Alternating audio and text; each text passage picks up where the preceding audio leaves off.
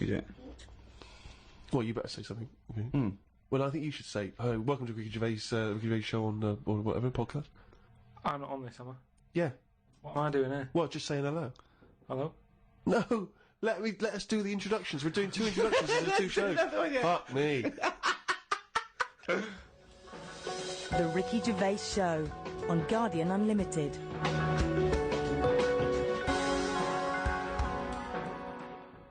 Right, welcome again to the Ricky Gervais Show on this Guardian podcast with me, Ricky Gervais, Steve Merchant, and Hello of course, hello there. Thanks. And of course, our producer Karl Pilkington. Right. Carl, can I ask you a question? Go on. I know this is what a lot of the fans are already wondering. Is there going to be some monkey news today? There's got to be. Of course there is. Yeah? Yeah. That's All right. a question. Well, I'm worried because maybe this will steal your thunder. But Sarah Greer has emailed this in, once again, emailed to podcast@rickygervais.com. Chimp mauling under investigation. I know you're concerned, because this actually fuses 2 of our greatest features, Monkey News and Knob News, into one seamless whole. Oh. Investigators said they are trying to figure out how 2 chimpanzees that viciously attacked a visitor at an animal sanctuary escaped from their cage. This is the grim bit. The chimps chewed off a man's nose and severely mauled his genitals and limbs.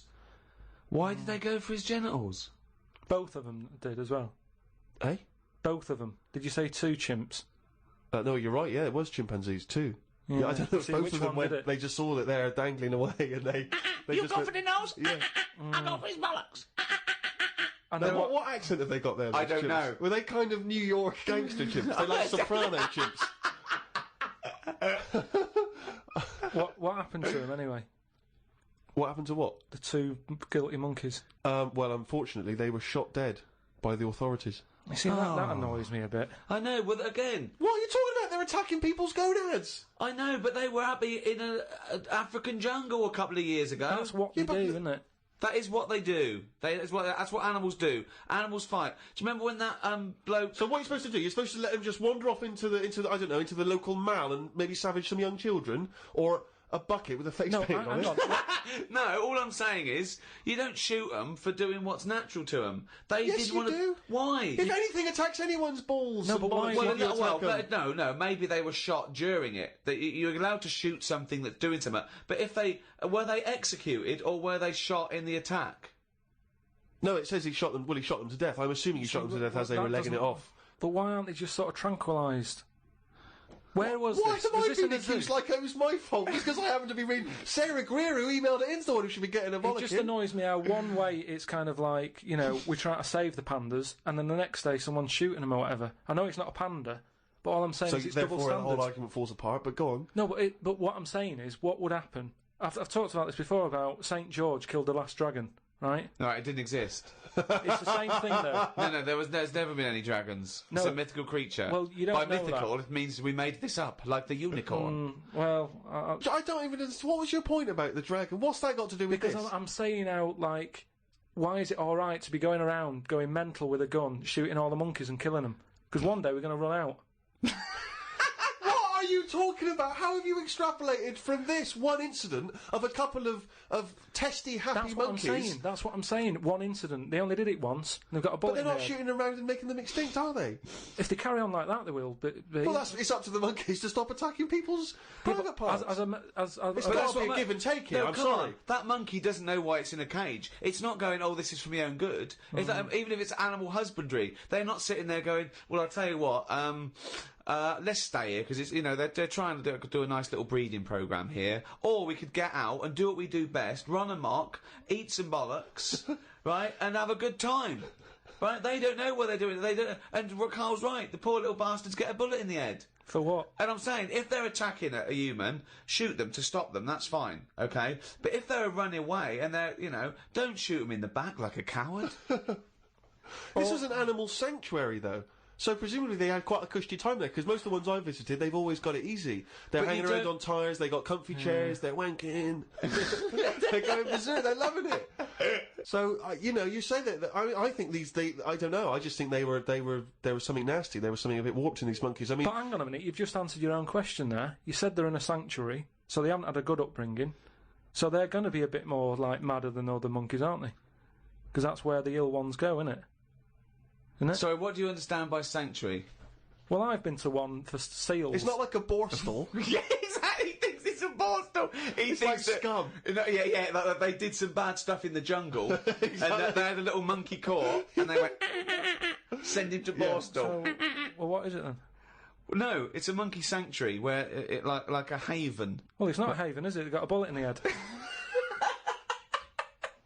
The Ricky Gervais Show on Guardian Unlimited. Talking of eating knobs, Yeah. Gilly Goulden. Now What's she been up to?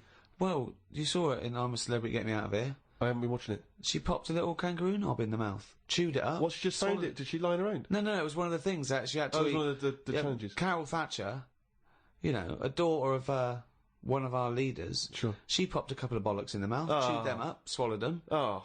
And Gilly Goulden, there was a kangaroo penis there, dried. She couldn't even get. It was so tough, she couldn't even get through it.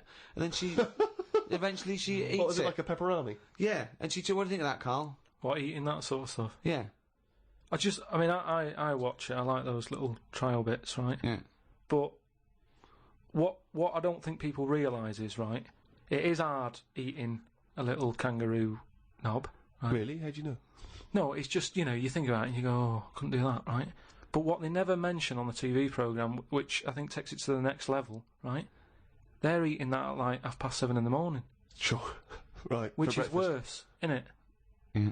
Do you know what I mean? If I was there and Ant and Dec said, right, Carl, eat the knob, I'd go, hang on a minute, give us a few hours, let me get some rice and that on my belly, and just sort of fill me up a little bit more. I'll pop back at about 6:30 this evening, Right. have it ready. And I'd be happier then. It's just that thing of, you know, You you've been at the- don't want to eat animal genitals on an empty stomach. So what are you saying? You could I'm saying, like, I could eat a knob at night, but just cut that there. We'll loop that. If any DJs are listening, just take that quote. I could eat a knob at night by Karl Pilkington. Maybe do a dance remix. Yeah, Just I think maybe you're sort of a house producer and you could maybe get some kind of high energy beat going, and then we could just send that out to some of the gay clubs. I'm sure it'd be really popular. Please, anyone, send us, you know, that looped with a nice little, you know, funky house beat. Karl Pilkington saying I could eat a knob at night. no, but do you know what I mean though? By that. Not really. Well, I okay then, right, okay. Now, I couldn't do it. I could not do it. I couldn't pop a kangaroo testicle in my mouth and chew it. It was disgusting to watch. She was eating witchetty grubs. I mean, good on them because they were doing it. But then again, I think, well, they wanted to go in there. They knew they were up for it. So on the one hand, I think, is that admirable and is that showing sort of like good British metal, or is it, you know, I'll do anything to get on telly for a week? I don't know. You know what I mean? I don't. Where does it stop? You know, I thought Rebecca Lewis went too far when she gave the little pig a tug, but at least she knew where to stop. Yeah. She didn't, you know. Well, I think it's obvious when you have to stop. Yeah, but you know, the pig tells you that. To pop the Also, again, where's the kangaroo hopping around without a cock? I'll tell you, here's another question, right? Bit of a spin-off with animals and that. Have you ever, right, Steve, killed a fly? Probably, yes. Right? Well, I was watching David Attenborough, right? He makes his money out of flies and that, doesn't he? Do you think he's ever killed one, or does he go, well, I can't kill that fly or that spider, because that's how I make my money? I don't know what the question is. I don't know what this question is. Like my mum, right, she said, if a fly is knocking about the house, she never kills it, she always catches it and puts it out and that, and she said she'd never kill Who is one. she, Mr. Miyagi? What do you mean she catches it? How does she catch With a it? pair of chopsticks. No, she...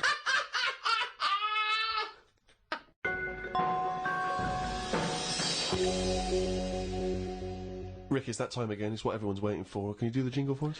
Oh, chimpanzee, that monkey news. Right, this week the monkey news is about, you know, we all know, like, you know, there's monkeys knocking about that aren't happy in this country. Sure. Isn't they? It is a big problem, yeah. It's an epidemic. So they've set up like this sanctuary place Okay. where they all go. The ones that aren't happy in the zoo and what have you, it's getting them down. They can phone a number and they'll come and pick them up. Pop them in this house place, right? And basically they can run riot in there. Yeah. To get freedom to sort of cheer themselves up. It's like, don't have a go at them. If they want to do such a thing, let them have a go and what have you, Yeah, right? yeah. There's 3 people running this place, right? And one of them... Sorry, where is this place for wayward chimps who don't like the zoo? What are you talking about? A house where they can do what they want? I'm not sure where it is. That's a surprise. Go on. But there's this place anyway. It doesn't matter where it is, does it? At the end of the day, I'm just telling you what the problem is. We haven't got to the problem bit yet. Go on. I'm just building up to it, right? So these monkeys, big house and that. PlayStation, anything they want. Gym, all that lot. Swimming. Gym. So, anyway, I'll cut to the chase, whatever. One of them wanted to mess about with the woman's breasts. Right? Which woman's breasts? The woman who works there. Right. Right? And she was like, right, pack it in, we've all had a bit of fun. You've been in the gym and everything. She obviously, got a bit excited and that. He was fired up and that, ready for some more action and that. He's trying to have a go on this woman's breast, right? She was like, have a go. She was like, no, you're not doing that. Pack it in and all that. The boss who's running the place was like, come on, let him have a go. No, right, you're talking shit. I'm telling you what, I know sometimes I step over the mark and they made Right, so where is this place where... Well, one, where is this house where chimps are allowed to do what they want? And two, where is this place where one of the bosses, one of the human bosses, suggests to the other one, oh, and if the chimp wants to play with your tits, love, let the chimp play with his tits. I've said before, Rick, will you please stop interrupting No, but listen, news? it's all right, Steve, because what I'll do, I'll bring the link and you can put the link on the website and people can have a look at the proper story. I'm just giving it them in a headline form here. They can read the full thing. No, you've only read the headline form. I haven't read it. I sort of read like the first. It was probably monkey feels a right tit, and you've extrapolated all this from that. So anyway, right? So he's there, and he's. So the boss says, "Yeah, you can have a group." The boss is saying, "Let him have a go." Come on, Rita. If monkey wants to play with nipples, let him. So she's like, "I'm not happy with this," and he's going, "Come on, you know the rules here. We've got to cheer these monkeys up." This is absolute. Actually, no, and in the end, because she didn't allow it to happen, the fella bloke sacked her, got someone else in. This isn't made up. I will put the link on the website and everyone can have a look at it, but basically... I want to see the advert he put in the Guardian media page. I love that. Woman wanted to let chimp feel tits whenever it wants. Well, it's all up there. You're talking absolute shit again. Well, we'll see. That is no way that happened. The Ricky Gervais Show on Guardian Unlimited. Do you know the other week when I came up with, like, a different idea of how we can sort of make the world run and that? Can we just have a quick recap of that? Because I seem to remember it was a load of old arse. It was ridiculous. It was he was saying that the world is overpopulated, so the system would be where people were living too long and stuff. So what happens is people live till 78. I don't know how you can enforce that, right? Yeah. But when they die, they've got a little baby in their stomach, like a pip in an apple, that then carries on when they die. Right. It wasn't a theory. It wasn't an idea. It was the ramblings of a mental case. You're saying it's stupid, but someone's emailed in and said, "Oh yeah, that's pretty good." Good Yeah, point. and okay, I'm asking you again. Was the letter written in shit? Anyway, listen, right. Did it say the mental home, Mars? I've been thinking about it, right, and if we can't do that, right, if that's a no to that, right. Well, it's not a question of whether we can do it or not. Just saying, if that's a no, right, I've been thinking. It is a no. This is going to be brilliant. There's a lot of weird. You could win the Nobel Prize for this. But listen, there is a lot of ways in the world that some creatures and that go about sort of moving on. If you know what I mean. Evolution, you mean?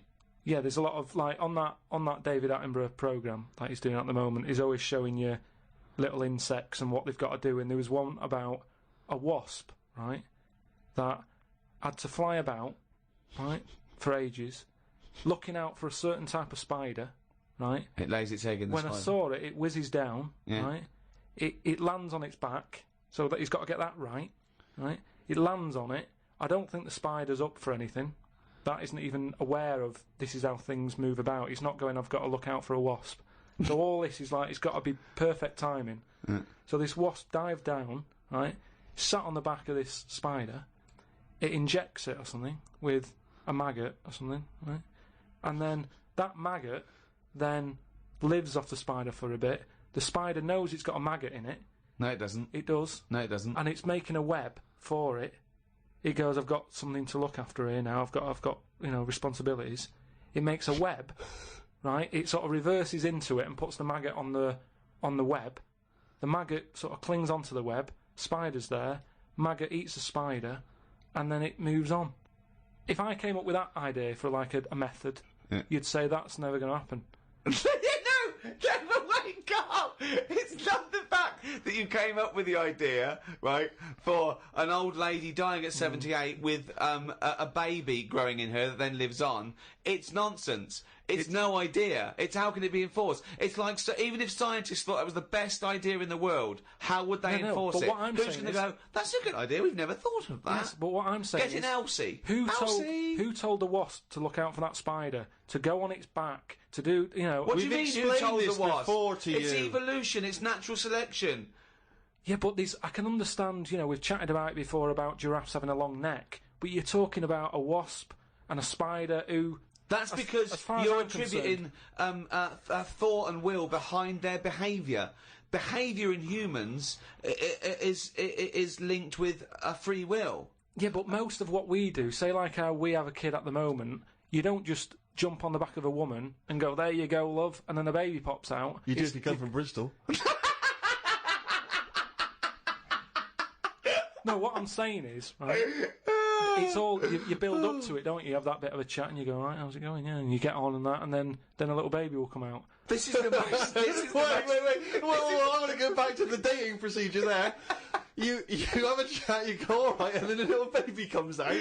That's extraordinary. This is amazing. No, I'm Man alive. This is incredible. I tell you, two-bit radio's gain was secondary school's loss. It really was. What I'm saying is... This is my first Pilgrim book. Wow. Unbelievable. What I mean is, we all get on. What I'm saying is, at what point is a wasp ever going to have a chat with a spider or meet up with it? I don't even understand where we are now in this conversation. What point is a wasp going to ever have a chat with a spider?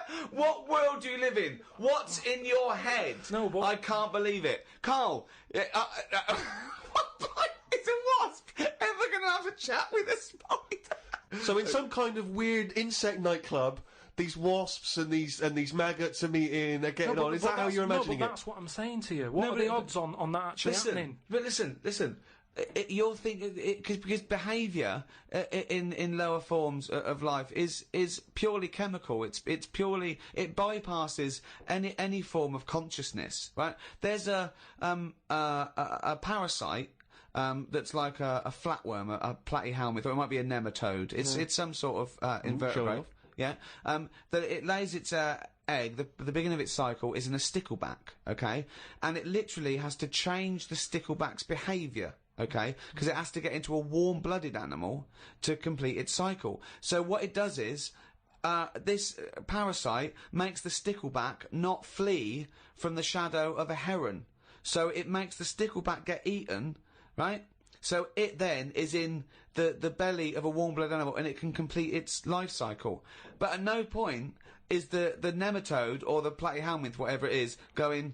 Slow down, there's a heron coming. Stay here, stay here, stay here. And the stickleback going, why? I don't want to stay. There's a heron. There's no conversation. It's not they get together and go, listen, I've got something that might be mutually beneficial to both of us. I need to get into a heron. You like to be eaten by a heron? No, I don't. Well, where's this conversation with a wasp? Yes, you do. It's got Jedi powers. You do. No, all I'm saying is, you know, the idea that I came up with, you're sort of saying that's a crazy Can I just, Not an sorry, before idea, you it's carry on, not can I an just say, idea. how many times have we heard all I'm saying is, and then such a stream of nonsense Yeah. that it's blown our minds? No, but that's all I'm saying. That, you know, what you've just explained there with the heron having to knock about and for a flea to be sat in the shade and that. Now see that is incredible. That translation of what I said is that sums it up for me. Yeah. He sees a headline, he reads a book, it then goes through this weird filtering system with, I imagine the music in his head is boop, beep, boom,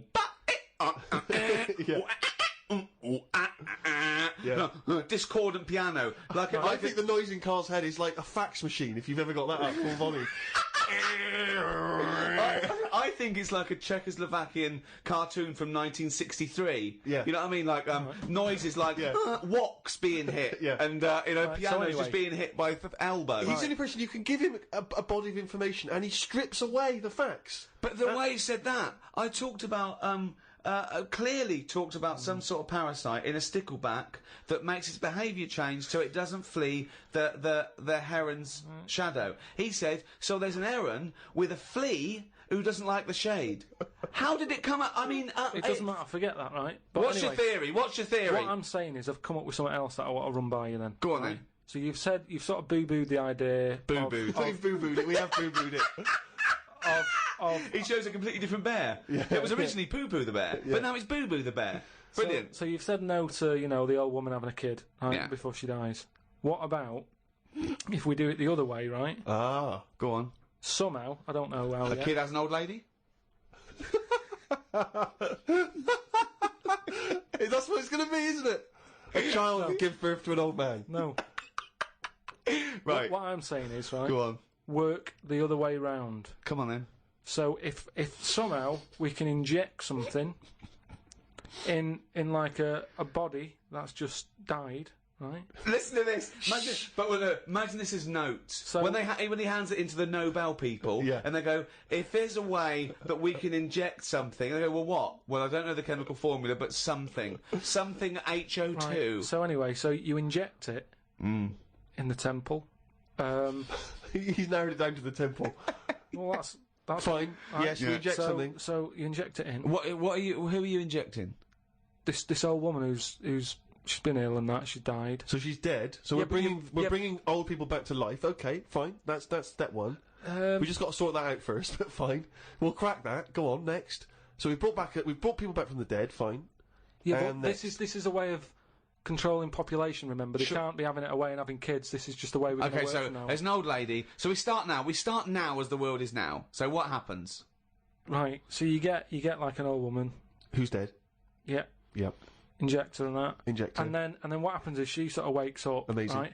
And she works the other way. So like she might be 77, Yep. and then she'll have a birthday. She's 76, and she's working that way. Right. If you know what I mean. Okay. Are you with me? No, keep it. Because the thing is, you've got. No I'm idea. really scared. Yeah. I'm really scared. This is the maddest thing you've ever said. Yeah. This is madder than the old lady with the pit like an apple in her belly. It sort of did work. This is No, it didn't work. It worked in your head. It's like a dream that you wake up and go, oh, I've got a great theory. And This it's is like, this is it. Let me just tell you the Go on, ending, because the endings works out a bit better. go on. What I'm saying is, when you die Mm. at the age of 78. 9 months, What? at the age of 9 months, because that's when you come out. What do you mean when you die at the age of You're 9 not scared of dying because you're now a baby, so you don't know what's going on anyway. So there's no So fear. you missed out a bit here. So this woman, what, literally gets younger and younger? I think Yeah. when she's in her 20s, she's in her old age, Rick. Yeah, but it doesn't matter because that's the fun part of your life, isn't it? When you're 20 and you've got all your energy and that. So before you die, you're actually having a good life rather than it being the other way around. But does she do different stuff than she did on the way up? Because she's already lived 78 years, hasn't she? Don't forget. She was a baby once, and she grew to 78 years. Then someone stuck a needle in her head and said, right, back you go. No, but forget all that bit. I'll forget all that bit. How do we forget okay. that bit? What I'm saying So is... she died and she doesn't remember all her... This is a new life, is it? Let me just leave you with this. Right, you're talking shit. Explain yourself. What I'm saying is, old people are scared of dying. When they're 77, they're going, oh, what's going to happen to me? Little injection in the head. When it's a baby, when it's like 1, and everybody around it's going, yeah, it's going to die soon and that. Baby hasn't got a clue. It's happy. It's playing about with its rattle or whatever. So it loses all scared. its... So it loses all its memories. That's it. And then what happens? So when does it die? When it gets to naught? When it's 0 days old? It goes Yeah, through... it just dies. People know. It's almost like a countdown. So the family's aware of it. But aren't the family getting younger as well? What's happened to the family? Forget it then. We'll leave it as it is. No, leave it as it is, shall we? Shall we? Can we all agree on that, guys? Now, should we agree to leave it as it is? Is that all right? Because I don't want to hear any more from the diaries of Charles Manson. No, it's.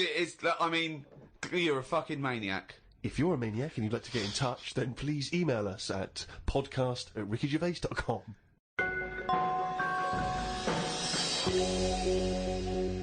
Doing a bit of Christmas shopping, Rick, the other day, and I was travelling around on the tube, the London Underground, the subway system for our American friends, and as you know, but people around the world may not be so familiar.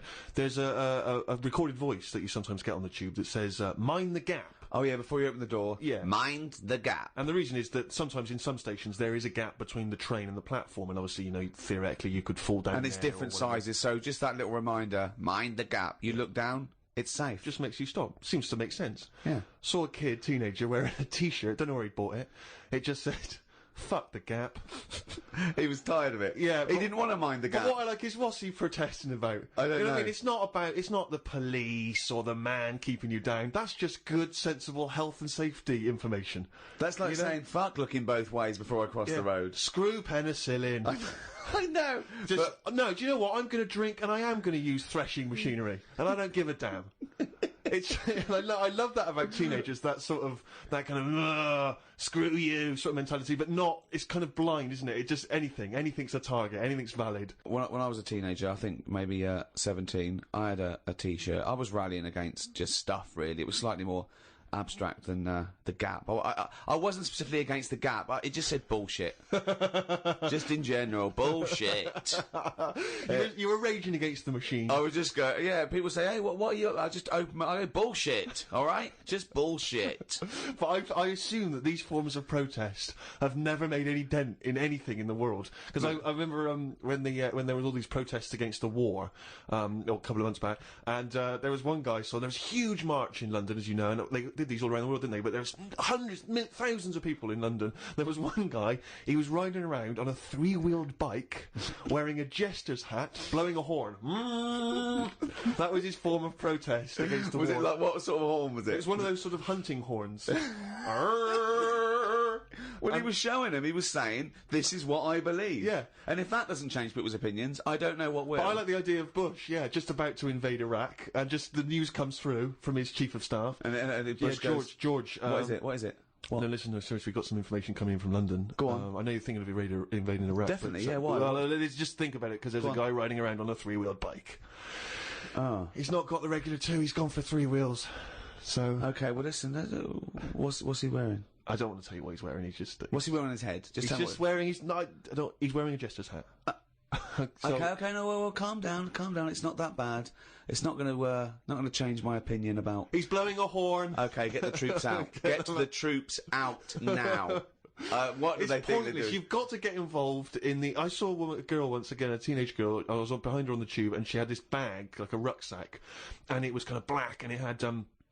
painted in Tipex, it had a picture of George Bush, but he was kind of in the sights of a rifle, you know, and it sort of said "Stop the War," and it had a Barbie's head, but it was severed, and the hair was scraped back, and she'd been made up to look kind of devilish, and there was sort of CND signs, and there was, you know, "No to war" and all this, and and I sort of wanted to tap her on the shoulder and say, are you actually getting involved in stopping the war, or have you been working mainly on this bag? Yeah, because that must have taken you at least a couple of days. You could have been writing emails, you could have been getting a petition going. Oh dear. Carl, have you ever been into that sort of teenage rebellion, teenage protest? What, to sort of stop stuff going on and that? Yeah. Or just, you know, making your views heard. I don't really like people knowing what I'm thinking and that. Right. There's no way anyone can know what you're thinking. No, but even is with that why you're doing a radio experimentation. show where you spout off your nonsense ideas every week? No, but what I mean is... A team of surgeons could fiddle around in your head for a couple of days and they still wouldn't know what you were thinking. No, I know what you're thinking. I know what you're thinking. Exactly. You're thinking of... you're thinking, could a monkey ever be president? At this moment, aren't you? But I don't like anyone... like, all those badges that you're talking about, like, you know, Save the Whale and all that... I don't like the idea that when I get on a tube and someone sees that, they sort of know that I want to save the whale. I don't like people knowing, even to the point of... It gives you a disadvantage in life, doesn't it? But just knowing stuff like when you get on a tube and say if you've been shopping, right, and you've had to buy an ironing board, I hate it that people sort of look at what you've got and go, oh, he's doing some ironing. Right, okay. That's got to be rare. I mean, you can't have bought more than 5 or 6 ironing boards in your adult life. I don't mean just ironing boards. I mean, like, anything big where they can't wrap it, so they just put a carrier bag round a little bit of it, and everyone can see what you've just bought. It's weird, because I bought an ironing board last week from Argos, and I did feel a little bit self-conscious. There you go. Because I thought people thinking, he's 30, why hasn't he got an ironing board yet? Yeah. No wonder he's a scruffy bastard. I pretend I'm going surfing whenever I buy an ironing board. I just make sure I go in Bermuda shorts and sunglasses And I just walk down the street 'Cause and I go, surfing USA, and they think, hey, there's a dude going to the beach. I pop on a bus, go home, do some ironing. Yeah. Wait a minute, what's that on his t-shirt? Bullshit. He's radical. I get still faintly embarrassed buying toilet paper. Yeah. I always have to buy something else to go with it. Yeah. I don't like, because if you just A buy that on newspaper. its own, if you buy it on its own, it's obvious that You're off for you're a dying shit, for yeah. one, Yeah. and it's like, I haven't got any in. Yeah. Whereas if you just chuck it in with a pot noodle, it's like, well, he's eating and he's thinking about later. Whatever. But Yeah, it's if you that- buy it on its own, you know that you've got none in the house and you've just rushed across the street to get Definitely. some. Because especially if you're still in your slippers.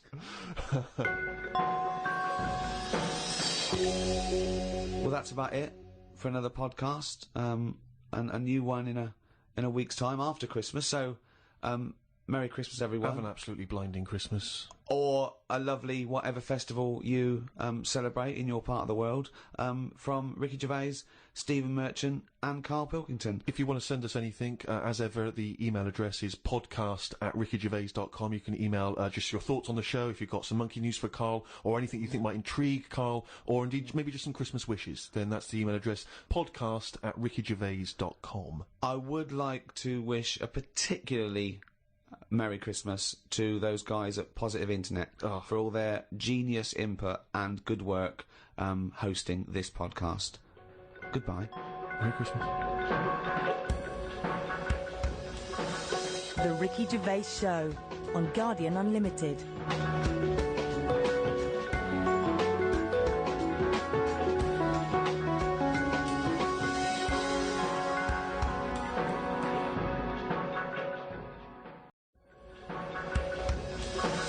The Ricky Gervais Show on Guardian Unlimited. Hi, Ricky Gervais here, with me Steve Merchant Hello there, all right? and Karl Pilkington. All right. Yeah, welcome to the fourth podcast in the series of 12. It's after Christmas now, that's it for another year. Alright, everyone had a nice Christmas? Oh, yeah, I had a blinder. I had an absolute blinder, mate. Good presents, Karl? Right. Yeah, not bad, yeah. Get anything good? Odds and ends. Not that I can think of. Odds and Just sods. bits and bobs. Yeah. A friend of mine got a gift, or rather gave it as a gift. I don't know if you've been familiar with these. It's a charity organisation, and you go on their website or you phone them up, and you can give someone else the gift of, say, a goat for an African family.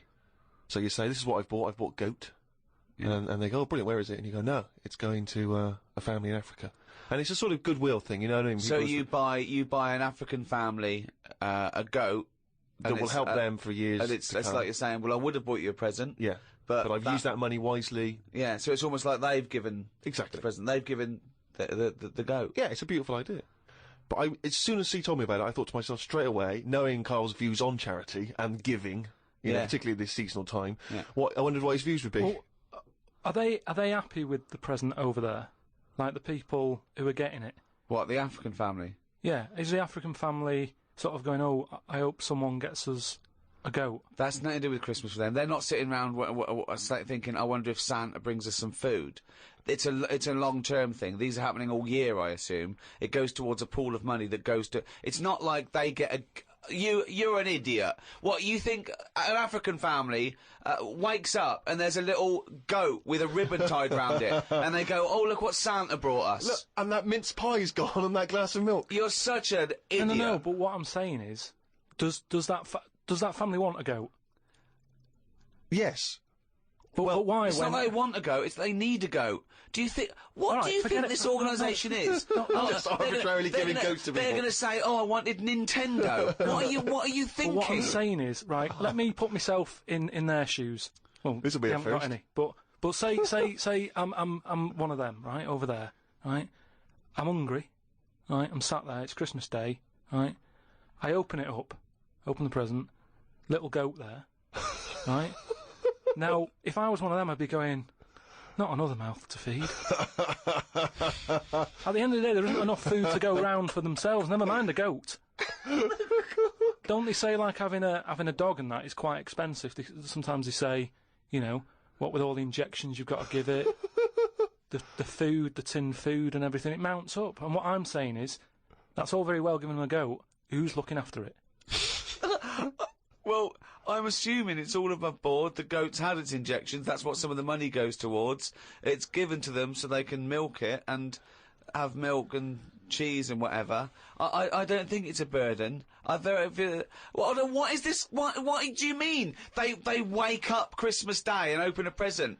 It's not like that. So there's a goat-shaped thing in wrapping paper.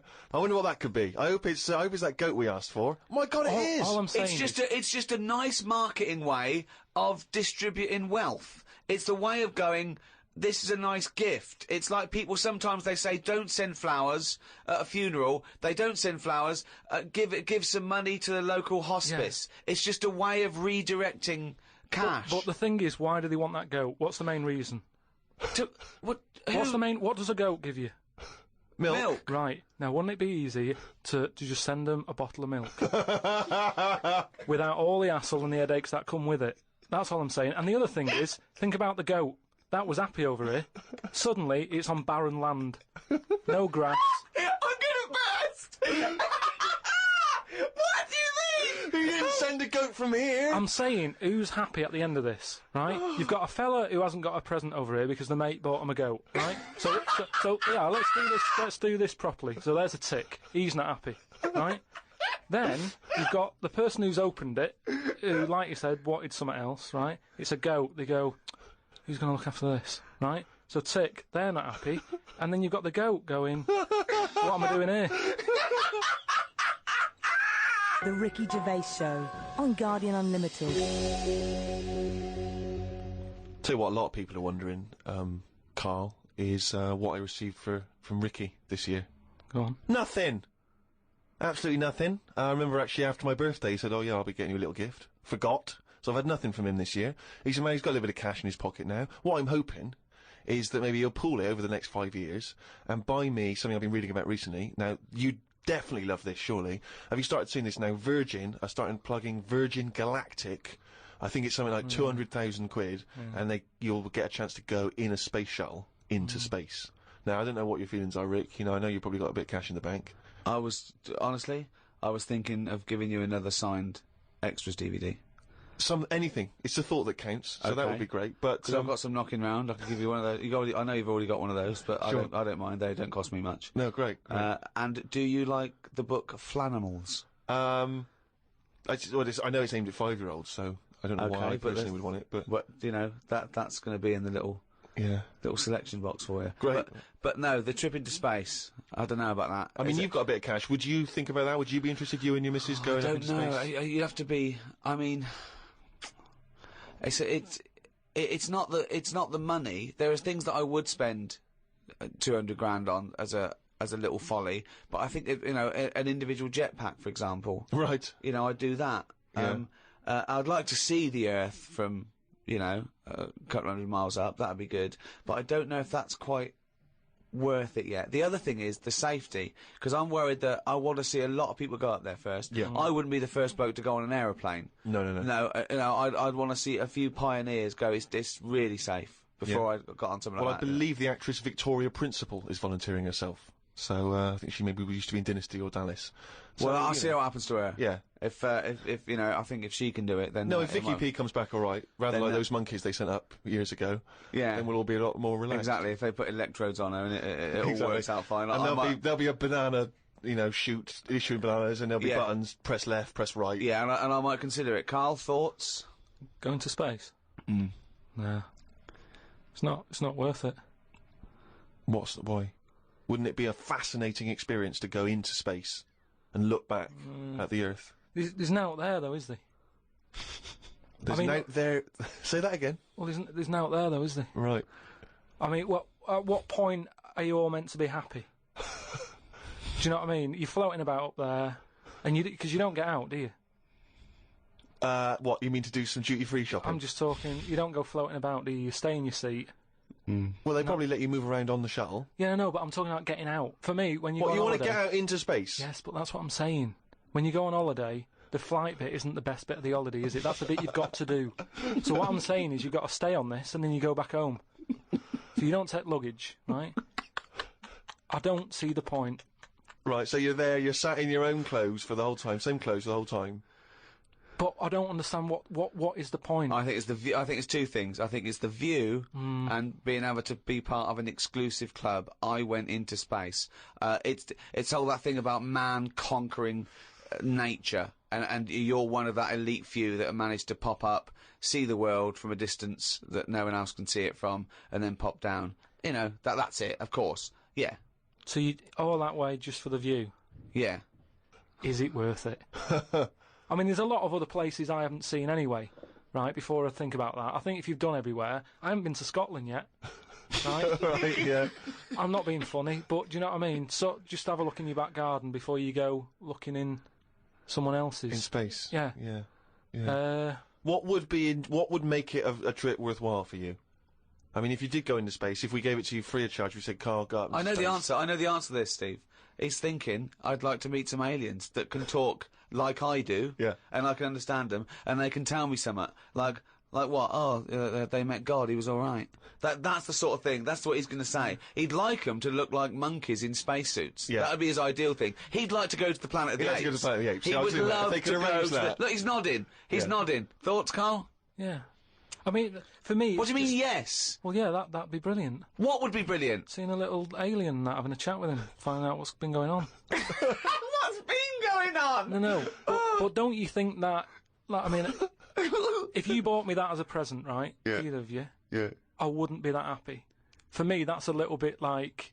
Well, that's annoying because we've got you a trip We to just space pulled and a together. goat. Yeah. Yeah. Do you know how, like, I am interested in sort of going on another planet, right? Not, Carl, you are on another planet, mate. no, but do you know what I mean? It would be quite sort of interesting. How do you think you'd get there?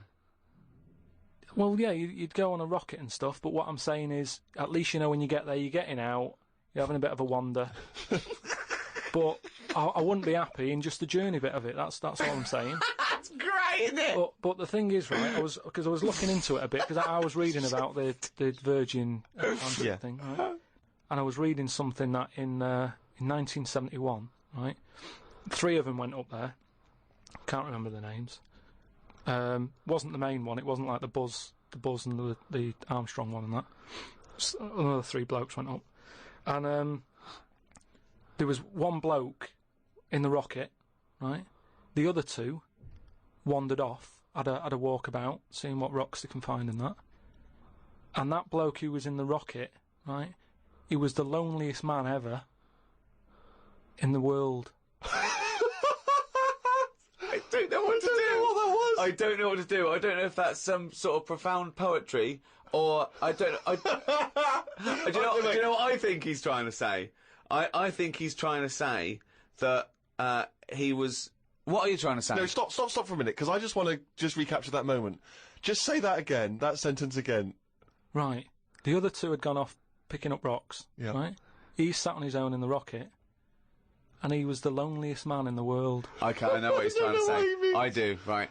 I don't know what he means. Well, right. He's trying to say he was, by definition, a human furthest away from all other human contact. Yeah, that's what Yeah. I said. Yeah, okay. No, you said loneliest. Loneliest evokes an emotion. Yeah. Yeah. But it's like he started crying and writing poetry and listening to Morrissey records. You mean he was the most remote man? Well, yeah, he was saying how, like, he's on the rocket on his own, right? Yeah. And I think I worked it out because it was in kilometres, right? And I think it turned out that they, right, the other 2 spacemen picking rocks and that, they were 2,500 miles away from him, right?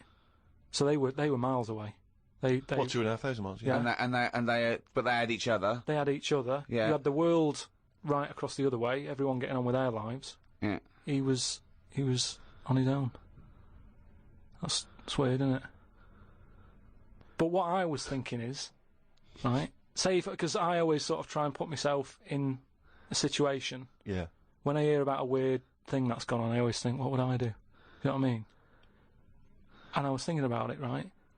Do you think when he got up in the morning, he still bothered to put his clothes on? That's the first thing that came into your mind No, when just you because pictured him I in always, there. you know, at the end of the day, even if, like, my girlfriend Suzanne's out at work and that, I'm not happy walking about with everything out, because you never know what's going to happen. What do you mean, like getting it trapped in the microwave? Well, I just mean, you never know if someone's going to turn up. No, I don't like what I don't like. No, I always pop some pants on or a towel, even if I'm not alone. always. Because I've knocked on your door when you've been stood there with. No, he's taking his trousers off. I did it especially, knowing that you were there. I've done it especially to annoy you. Oh, right. Yeah, so. But do you know what I mean? Do you think he was walking about the rocket with his tackle out, or did he go, well, no one's watching here? Do you reckon it floats up or down? Depends how long it is, doesn't it? Depends how long it is, yeah. I don't know what I mean by that, but that seems to make sense. Yeah. But don't they have cameras for NASA to monitor what's going on inside the spaceship? Not all the time, no. I bet they've got to give him some sort of privacy. No, that would end up on the internet.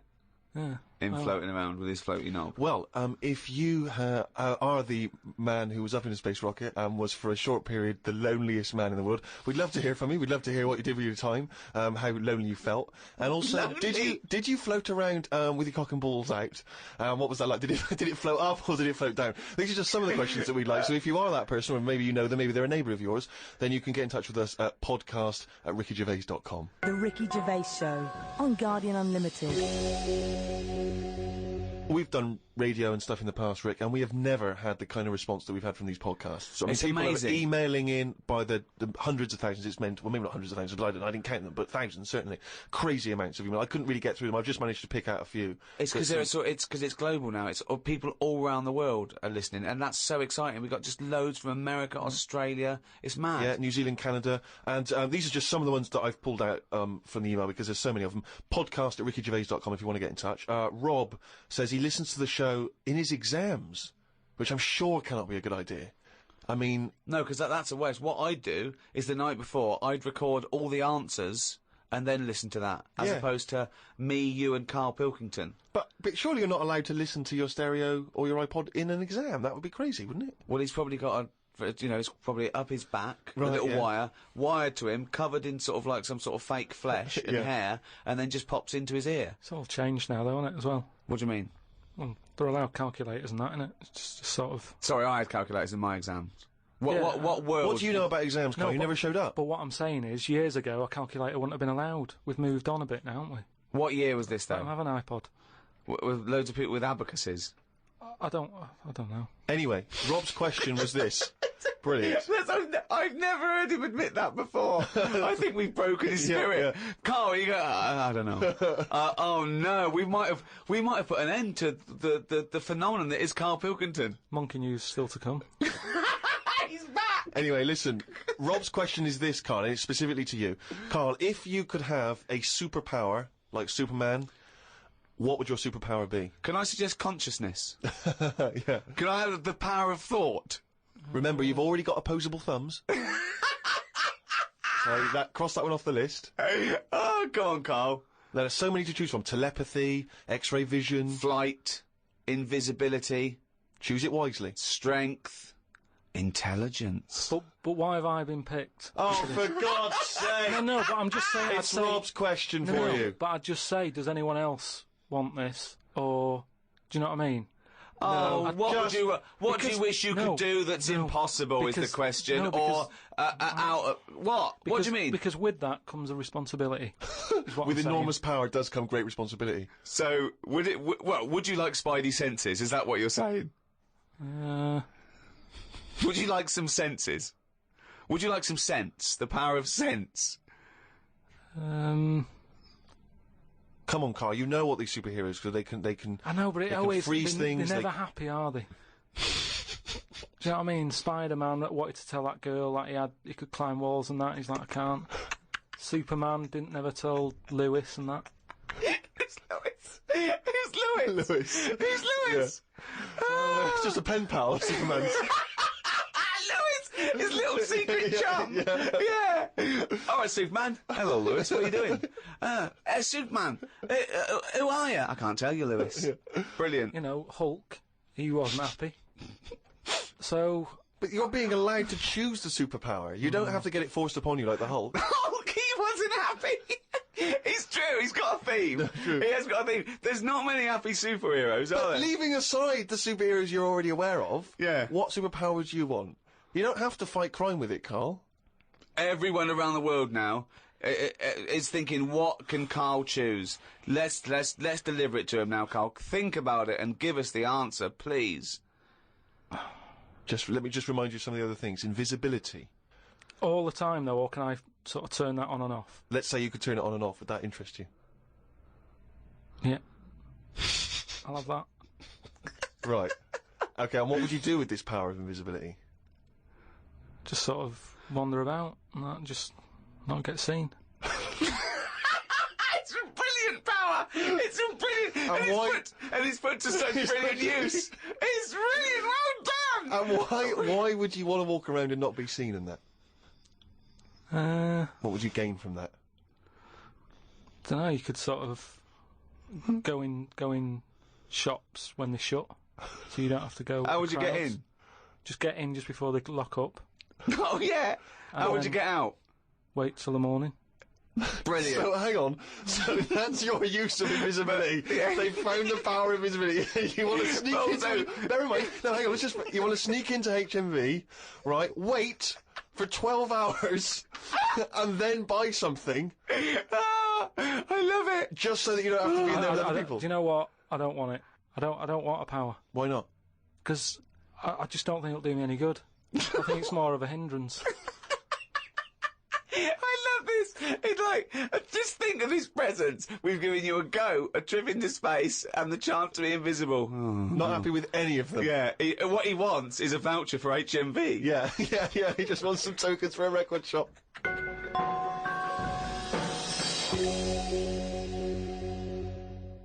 Just going through a few more of these emails. This one is from David.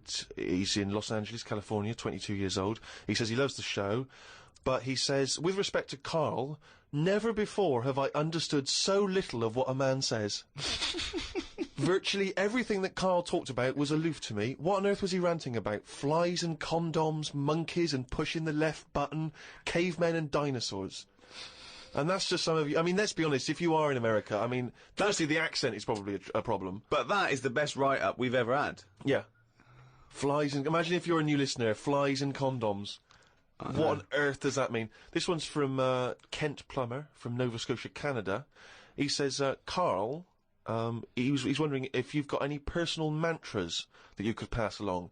For instance, he reminds us of Ben Franklin's famous mantra, waste not, want not. Who said that? Ben Franklin.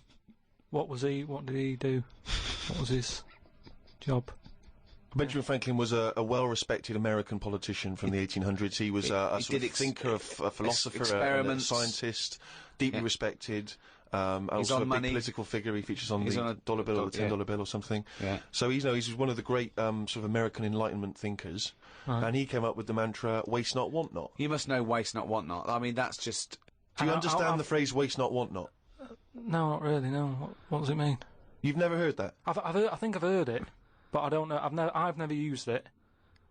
But when someone else said it, I don't know what... Well, in context, I mean, all I'm going to do now is paraphrase that and put some prepositions and stuff in it for you. I can't work out how you can't work out what that means. It's like, don't throw stuff away because you might need it, and therefore... You won't be wanting anything because you didn't throw it away. So, so he was a bit of a hoarder. Well, if you don't waste food, for instance, then you He's a bit of a hoarder. For God's sake. No, but I'm just saying, you know, he's a man in power. Is that the best thing he ever said? No, I'm sure he came up with many, many profound things. Why is that one he did experiments in electricity and conducting electricity, all sorts. But that impresses me more, inventing electricity, than someone... He didn't invent electricity. Don't impress you more than what? Just saying waste not, want not. I don't think it's that good. It's not even catchy. What I don't understand is why he was the first person to sort of suggest, look, don't go chucking that out, keep it, you might need it later. He wasn't the first person. Say that again. That is brilliant. Why hasn't that catch on? That is amazing that you've just come up with there. That's poetry. Yeah. How would you word it? I'd just say, whoa, don't be chucking that out, you might need that later.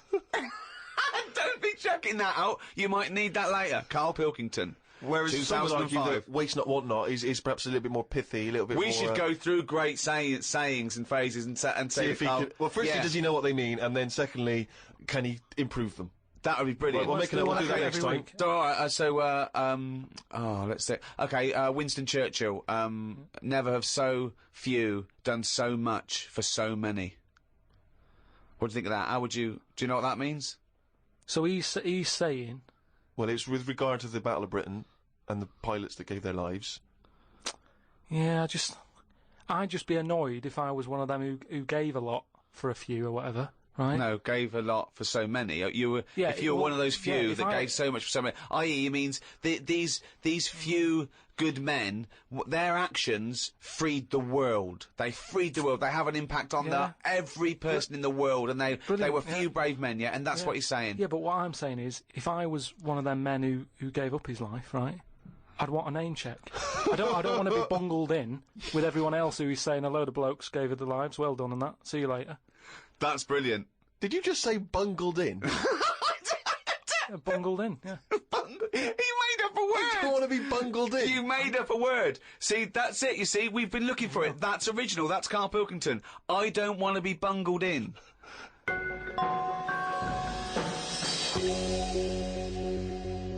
Email here, Rick, from a man I know you're going to look forward to meeting one day. Paul, the party animal Parker. He's I imagine back. he had a wild Christmas. Oh, well, I imagine the don't- fun he got up to. He's sitting now in sunglasses with his mum giving him some soup because he's partied too hard. Well, I'll tell you this, I wish I was round there for New Year. Imagine no. what he's going to get up to. with his Oh, mum. if he recovers in time, it's going to be mental. What's he want? Anyway, Paul the Party Animal Parker, he sent in a fact. That seems to be his thing now. He sends in facts he thinks might be of interest to us. The kiss that is given by the bride to the groom at the end of the wedding ceremony originates from the earliest times when the couple would actually make love for the first time under the eyes of half the village. Now, Wow. a couple of questions straight away. Firstly, this is almost like a Karl fact, Yeah. because there's no specific time or place. It was No. earliest times. Earliest I don't times. know whether that means the wedding ceremony in this country, in America, in Africa, who knows? Yeah. But, so, yeah, it's a little bit vague. But this was the thing that struck me. Actually make love for the first time under the eyes of half the village. And you wonder, why is it only half the village? Was it like, were they raffling off tickets? Yeah, the winners. Exactly. Yeah, You exactly. come and see two people getting it on. The rest of you, no, tickets only. It's cordoned off. It started off, and then a few of them got bored. Exactly. Right, once you've seen one stroke, you've seen them all. Yeah, I don't, that's about as good as it gets. Yeah. So yeah, I don't know if there's any truth. But what about that, Kai? How would you feel with that if you had to? At what point does that happen? Is that like, they go, right, I do. Get your knickers off. Well, presumably, if it's the origins of the kiss, you may kiss the bride. The old vicar used to say, as they were jumping over the broomstick, he used to go, right, give her one. Yeah. And then... You may knob the bride. Don't know how quick the lovemaking has to be, whether you've got to get in and out, boom, and then, you know what I mean, because people are hungry, they want to eat, they want to have a disco, or whether they can go on for hours and people are just eating, chatting. I'll tell you what, Sting's wedding must have So go been a on long for hours. of affair, wasn't it? The guests was going, bringing in their People own brought cake. sleeping bags. Thermos flasks. The Ricky Gervais Show on Guardian Unlimited. Right, do you know we've chatted about charities before, haven't we? Sure, yeah. Done a lot of stuff on that, right? Just coming back from Manchester, right? Got off the train at Euston, Yeah. right? Got off the train, walking through the busy bit and stuff. There's this fella stood there, right? Like a charity worker. Yeah. Right? Nice looking fella. He's got his suit on, a tie and everything, quite respectable and that, right? Look down at his bucket. All the money's been put in the bucket and that, Yeah. right? On the front of the bucket, right? It says collecting for the homeless at Christmas. Now, why can't they do that? What, the homeless? The homeless people. Why is some fella taking his time out, right? His own time where he could be at home. Why? Some of us have got homes to go to. Yeah. Why? Do you know what I mean? What, you think just give them the well, buckets? what are the homeless people doing whilst he's doing that? Is what I'm saying. What have they got on the timetable? Cut out the middleman. Cut out the middleman. Give all the homeless a bucket with homeless written on For it. Christmas? Yeah. No admin. No. Just keep everything you get, mate. What do you think of that? It's a brilliant idea. What would prevent a homeless person, an entrepreneurial homeless person, just getting a bucket and writing that on there themselves? Could I suggest something? hunger, some drug addiction, traumas, often mental illness, just possibly too depressed to get up, put a suit on and go to Euston Station with a nice bucket with some writing on it. And then, right, I was thinking about that, right, and I was walking down the street in London with Suzanne, saw a little homeless, well, I didn't see the homeless bloke, right, I saw a leg, right, sticking out of a doorway. I thought, here we go, right, walked past it, right, you're not going to believe this. Go on. Homeless. Yeah. Chinese fella. I've never seen one of them. No, I'm not having a go, right? But have you ever seen? Do you know what I mean? That was a shock. I to me. really don't think I have. I think he's got me there. I hate to say it, but I must say I can't remember ever seeing a homeless Chinese person. No. No, I suppose you're right. Thinking about it. Weird, isn't it? I don't know. She said, I was walked past and I said to Suzanne, "Did you see that?" She went, "What?" I said, "Just look back there." She said, "What?" I said, "That homeless fella. Look back at him." She said, "What?" I said, "He's Chinese." And she said, "Yeah, good point." Good point. Of course she did. She said that to shut you up. She didn't want to get into a conversation with you. Oh, And what's God. your point, really? What exactly is your point? You're No, just it's perplexed just 'cause that you've never we seen were it. chatting about homeless and that, and I saw that, and I just thought, you know, I just found it a bit odd. Right. Well, if you are perhaps based in America or Australia, Canada, have you ever seen a Chinese homeless person? This doesn't count to any listeners in China. But anywhere else, have you ever seen a Chinese homeless person? Podcast at rickygervais.com. If you have, maybe you've got a picture you can send us as well. But this is what we're looking for now. We're looking for how many Chinese homeless people can we find by, let's say, 2006. You know, January 2006, January 1st. How many Chinese homeless people have you seen?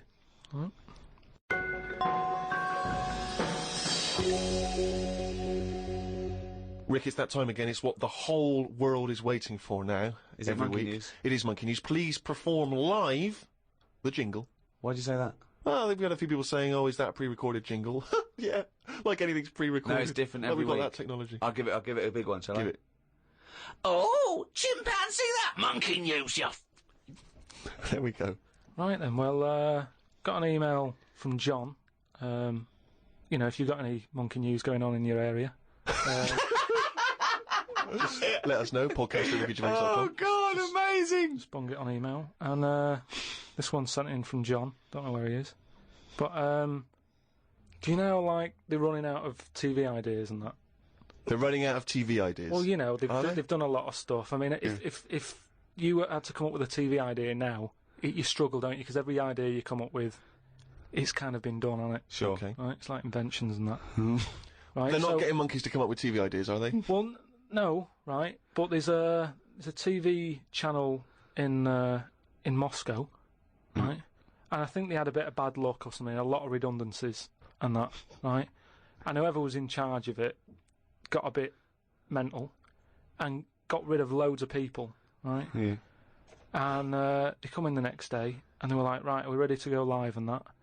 And someone comes running in with a clipboard saying, we haven't got any people left, right, to present. Such nonsense. Right, tell you what. Right, okay, carry on. So he goes, what? If just one employee turns out to be Simeon and is doing a good job, I'm never doing this radio show again. So this TV channel, you know, it's having a lot of problems and that. They've got to go live, right? He's like, what am I going to do? Anyway, for some reason, right, there was a chimp knocking about. For some reason, that's the key piece of information. Boy, but we didn't get it. We It didn't doesn't get matter, it. doesn't matter, does it? It doesn't matter, matter. it does. It doesn't matter. Imagine Anyway. if that was in a film. And they're going, well, I can't see where this plot goes. Well, he's just there. He's just there. So anyway, so he some sort of reason. says, get it in a suit, right? Why? So, because they're running out of ideas, the clock's ticking, they've got to go live with something. What do you mean? What he's What, is it a presenting? news programme? He's Well, presenting. Listen, it's a chat show. I am not... They can't Again, talk. don't have a go at me, have a go at John, who sent this in. Right, And be this quiet, let's hear it. Let's hear it again. So anyway, so like I say, so they're going live, 5, 4, 3, 2, 1, what have you. Chimp sat there on the chair. He was like, look, let's just get through tonight's show and worry about this tomorrow, right? What are you talking about? Look. So they put a chimp in a suit. What was that handmade, or were the sleeves a bit short on him? You idiot! Think. So anyway, it's sat there, right? And they're going, right, here we go. Good luck, everyone, right? Yeah. Chimp's there. What programme is this? It's a chat show. But whose chat show is it? Well, it's the monkeys. I like the fact that It's the monkeys now, is it?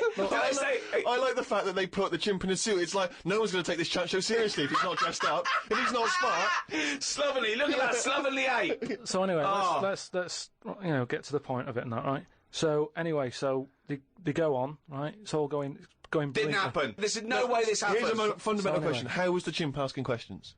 Not sure about that bit, but all I've got is the stuff that was on the news site for this. Like I say, But it's rubbish. Yeah, but I've given you some facts. I've told you there's a TV channel in Moscow that's having problems, right? I've explained that. No, bit. it's this rubbish. They've got rid of presenters. The monkeys sat there, right? Don't worry about it. Anyway, I'm telling you, it goes all right.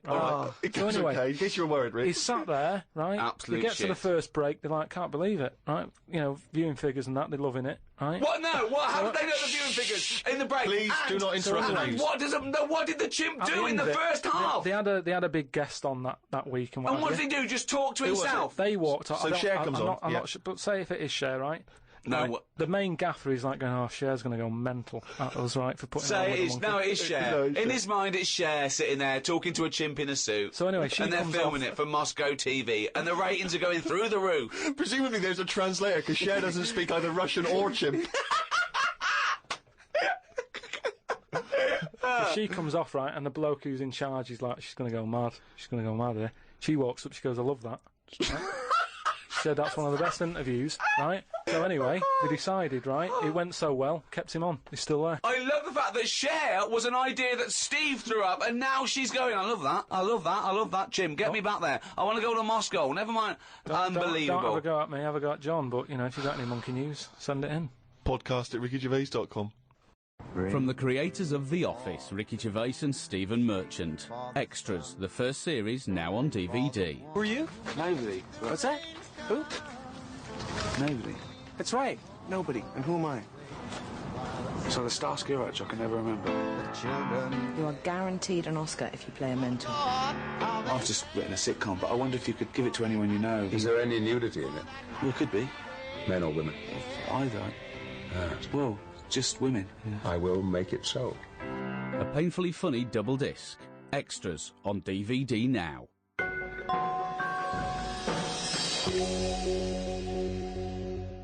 Thanks for listening.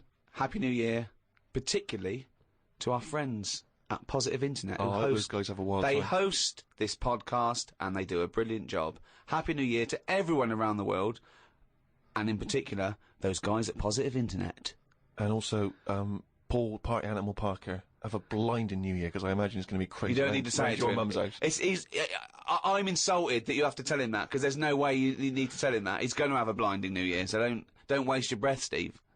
That's all from me, Steve Merchant. We've got Ricky Gervais here, and of course Karl Pilkington. The Ricky Gervais Show on Guardian Unlimited.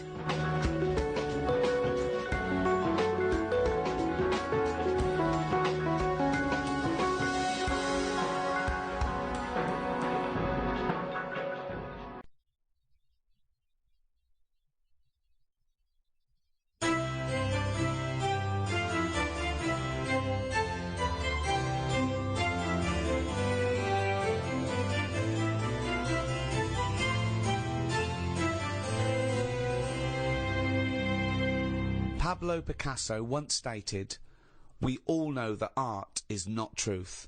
Art is a lie that makes us realise truth." From painting and poetry to symphonies and sculpture, the arts bring beauty and illumination to some, confusion and frustration to others. But what is art? The idea of a work of art, created by an artist, did not truly exist before the Renaissance. And what value do the arts still have? Do they still make us realise the truth, or are they increasingly rarefied and obsolete in this digital, disposable age? With me to discuss the wide spectrum of the arts are Stephen Merchant, graduate of the University of Warwick and award-winning writer, Thank you so much for having me. and Karl Pilkington, a man with no qualifications, very little education, but who is now known the world over as a man with a head like a fucking orange. All right. Well, I suppose if I can pick up on something from your introduction, Ricky, you pose the question, in a sense, what is art? It's a very broad term. It's a very difficult one as well. I think the earliest people to ponder it were the Greeks, and I think they thought that art was, and its point was to try and emulate as close as possible the beauty of nature. So they knew art was a sort of, a quest for beauty, and I suppose they thought nature was pretty perfect in its aesthetic, and so the point of an artist was to try and tap into that. Well, let me throw that question over to Karl Pilkington. What do you want to know? Well, we were just trying to clarify what art is. Ricky's just referring back to the Greeks. It's just something for your eyes to look at. Right. It's just a change from the norm, innit? I mean, that's why I think most people have it.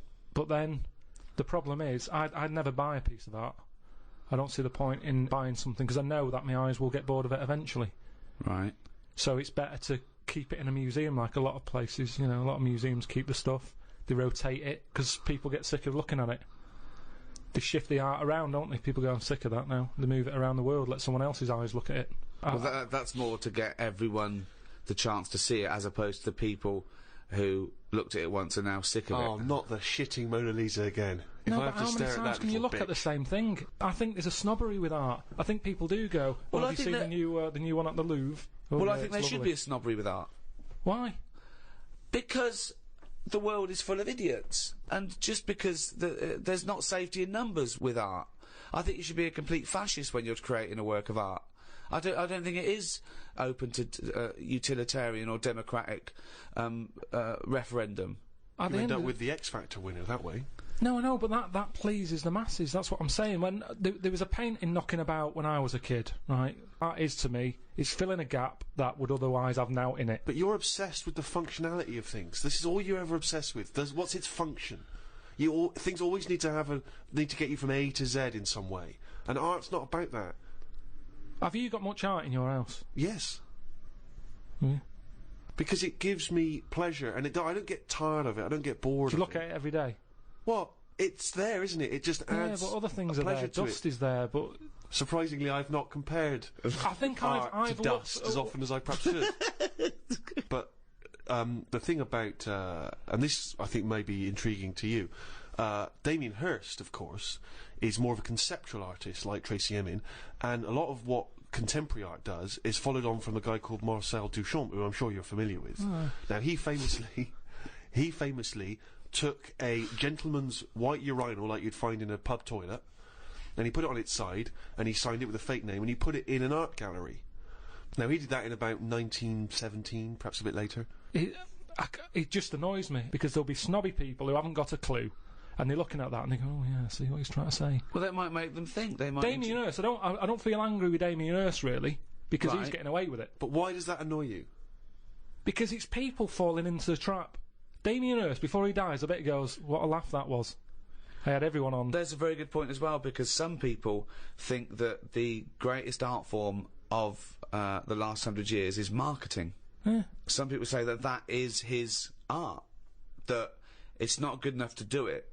You've got to then get away with it. And if the point of art is to inflame, I don't think anything inflames people more than the discussion about whether something's art, or if someone's taking the piss, or if someone gets 50 million for something, do they deserve it? Is it worth a hospital? Well, what do you think? What do you think of the shark in the tank? I think I was blown away by it. I thought thought the I'd shark never tank seen anything like it before. It was sort of spectacular because it is so huge and so vast, and to have put a shark, in formaldehyde and to have hung it in an art gallery, it's very striking when you see it. Yeah, it's it a is. remarkable achievement. But what is he? Is he an artist or a fishmonger? What he's done, anyone could have done what he did. Yes, but not everyone did it. He did it. This is an interesting point that you raise. It's the same old point you always raise. Not anyone could have done it. That's always the same point you make. Anyone could have done it. Carl, but they didn't do it. You could say the same about Michelangelo. Is he an artist or a painter and decorator? Well, it hasn't caught on, has it? Like the crying boy photograph. No one's having them in their house. No one's gone, have you seen this? Have you seen the new trend, a shark in a tank? No one's got the room, no one wants it. And that, to me, shows you what's popular. At the end of the day, if everyone wants one, he's got to be good, hasn't it? But I think if people were given a chance to appreciate more sophisticated things, then they would. And I just think that's true in all walks of life. You know, it's an acquired taste, and the best things are an acquired taste. They really are. Well, you know, if all you eat is processed cheese and white bread, you get a taste for it. But if you try something that's, you know, in my opinion, better than that, then, you know, you'll leave that behind. That's pretty rich coming from you. I know, I love a bit of cheddar, don't I, on Mother's Pride. Yeah. Whereas if you were to be offered perhaps some calamari, your reaction would be... Squid, get it out of my face. Sure, yeah. But I take your point, Rick. Thanks for it anyway.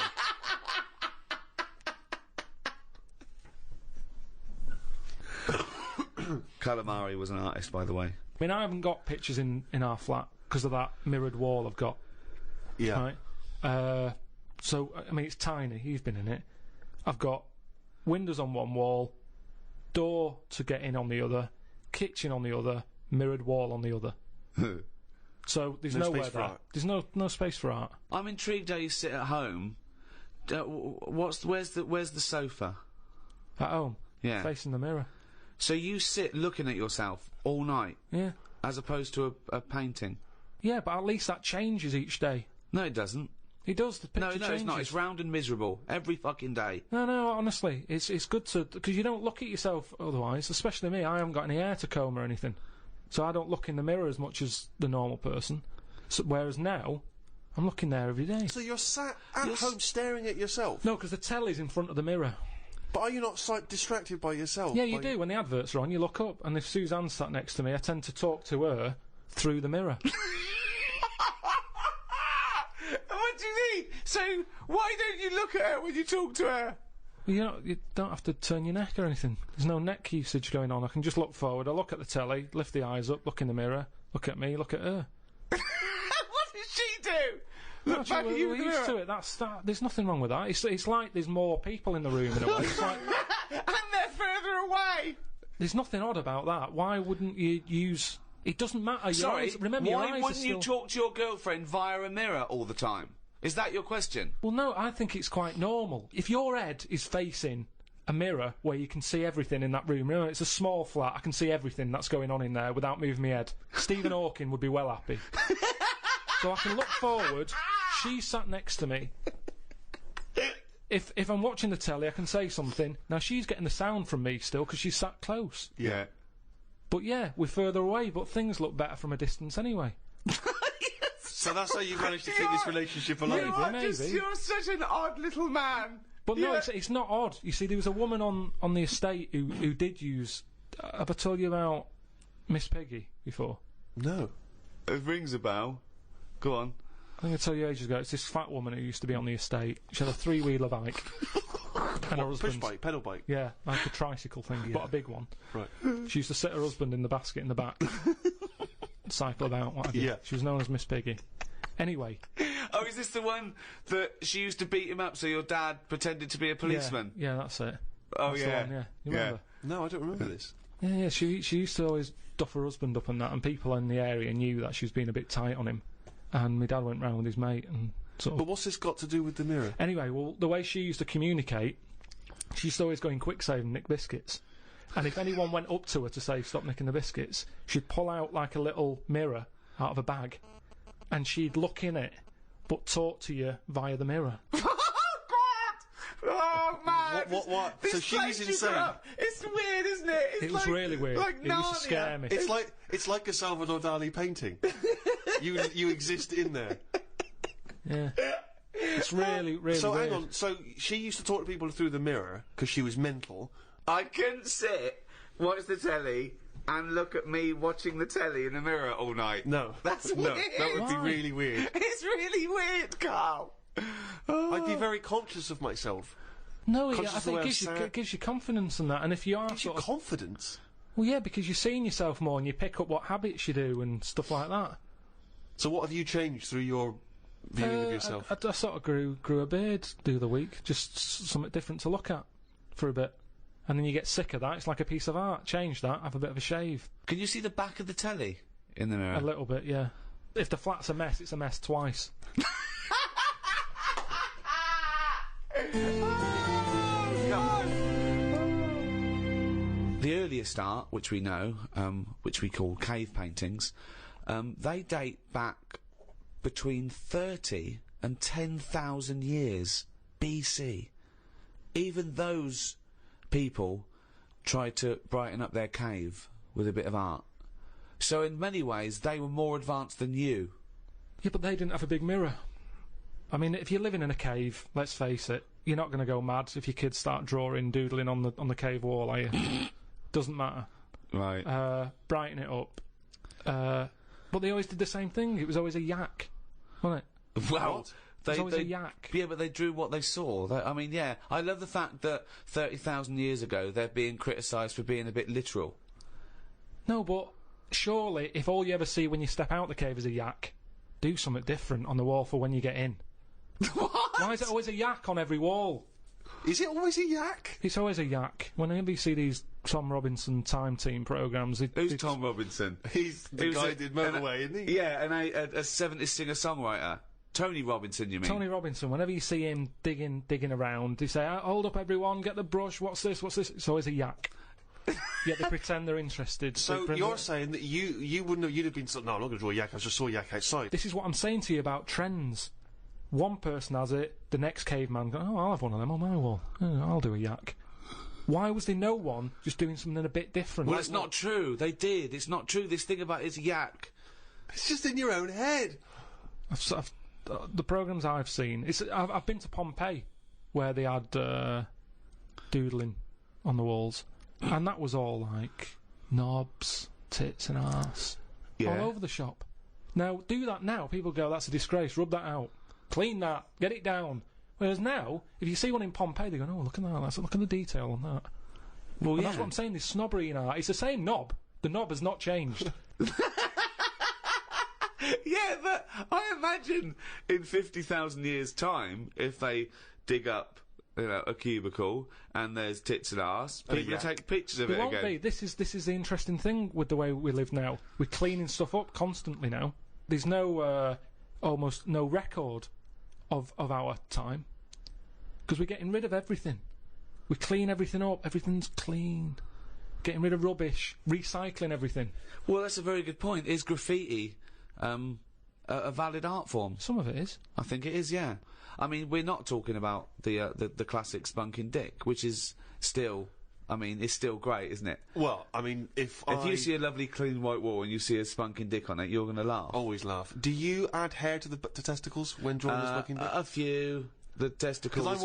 It's always clean. My testicles are always clean. Really? Yeah, I put the 4 or 5 bristles sticking out straight. See, I always thought that was a kind of commoner version. It looks like mine looks like. I don't mean my real one. I mean my your illustrative. Yeah. It looks like 2 gooseberries and Thunderbird 2. Do you add much detail at the tip of the penis? No, it's a straightforward. It's dissecting across, just a line across to show the helmet. Yep. Then one little line for the eye. Do you tend to keep the same number of droplets coming out? Droplets. I do 3, but I don't do the line. I actually do the little teardrop. The little teardrop droplets. Yeah. And that is the spunking dick. As when I was at school, it was referred to, and this may be specific to Bristol. It was referred to as the sacred. I've just drawn a sacred. Oh, really? I don't know where the origin of that was. Some graffiti's funny. I saw one in London. It just said, Rachel is a big-arsed, big-chinned cunt. Now, I think Rachel's going to see that and know, I'm the only big-arsed, big-chinned cunt round here. I don't know how big her chin was. Sure. I think of her chin maybe looking like the arse. Yeah. It's like the big arse like that, but maybe she couldn't see the last part of it because the chin was in the way. Rachel is and that's all she could see. Now, where was this graffiti written? It was in, near Centre Point. So, do you think someone was so angry with Rachel? Maybe Rachel nicked this woman's fella. Right. And she went out. Yeah, and scrawled that. Yeah. In a lot of different places.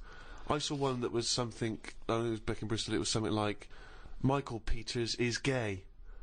And I always wondered if that was Michael Peters himself, who was having trouble coming out of the closet. Yeah. And was just writing that in a number of different places. So that by the time he finally mentioned people, they went, oh yeah, I knew that anyway, I saw it in the toilet. Sculptures. What do you think of sculptures? I mean, because that's something that really is getting into the 3D world there, isn't it? No longer do you have to represent something as 3D. You can make something. You know, is it... You know, the statues are amazing, aren't they? They're clever, aren't they? I mean, they always look the same. Well, that's not true, is it? Because recently there was quite a controversial one, a huge one, in London. The pregnant thalidomide woman. What do you think of that? Oh, yeah, I saw that. Thoughts? I wouldn't have it in my house. Well, there wouldn't be room, because it would just be you, Suzanne, and a pregnant thalidomide watching telly. I don't know what he was trying to say. It's, Maybe she was saying, OK, we've had the human form. This is an example of the human form. Yeah, but do you think she started off trying to do normal, and it was like, oh, I've chipped a bit off?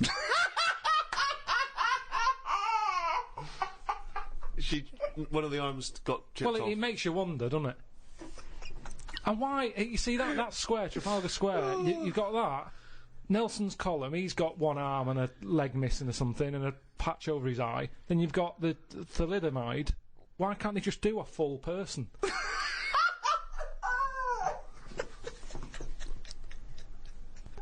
Well, that was what they saw. That was what the artist saw. It's about confronting us with certain preconceptions of what we expect of the human form, what we expect of sculpture.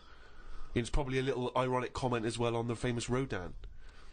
It's wrapped up with all kinds of ideas of maternity, of the human form, of what sculpture is. Why wouldn't you put that in a big public place? But what about the subject? Did you think, who's that subject? Who is that woman? No, not really, because thalidomides are around, and we've all seen one. It's not like a shocking image. It's one of life's little things that it chucks out.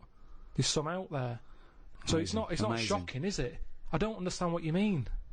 I think what I thought is it just goes to show we're sort of running out of ideas. What do you think of people who are so angry at art they try and censor it or they try and destroy it?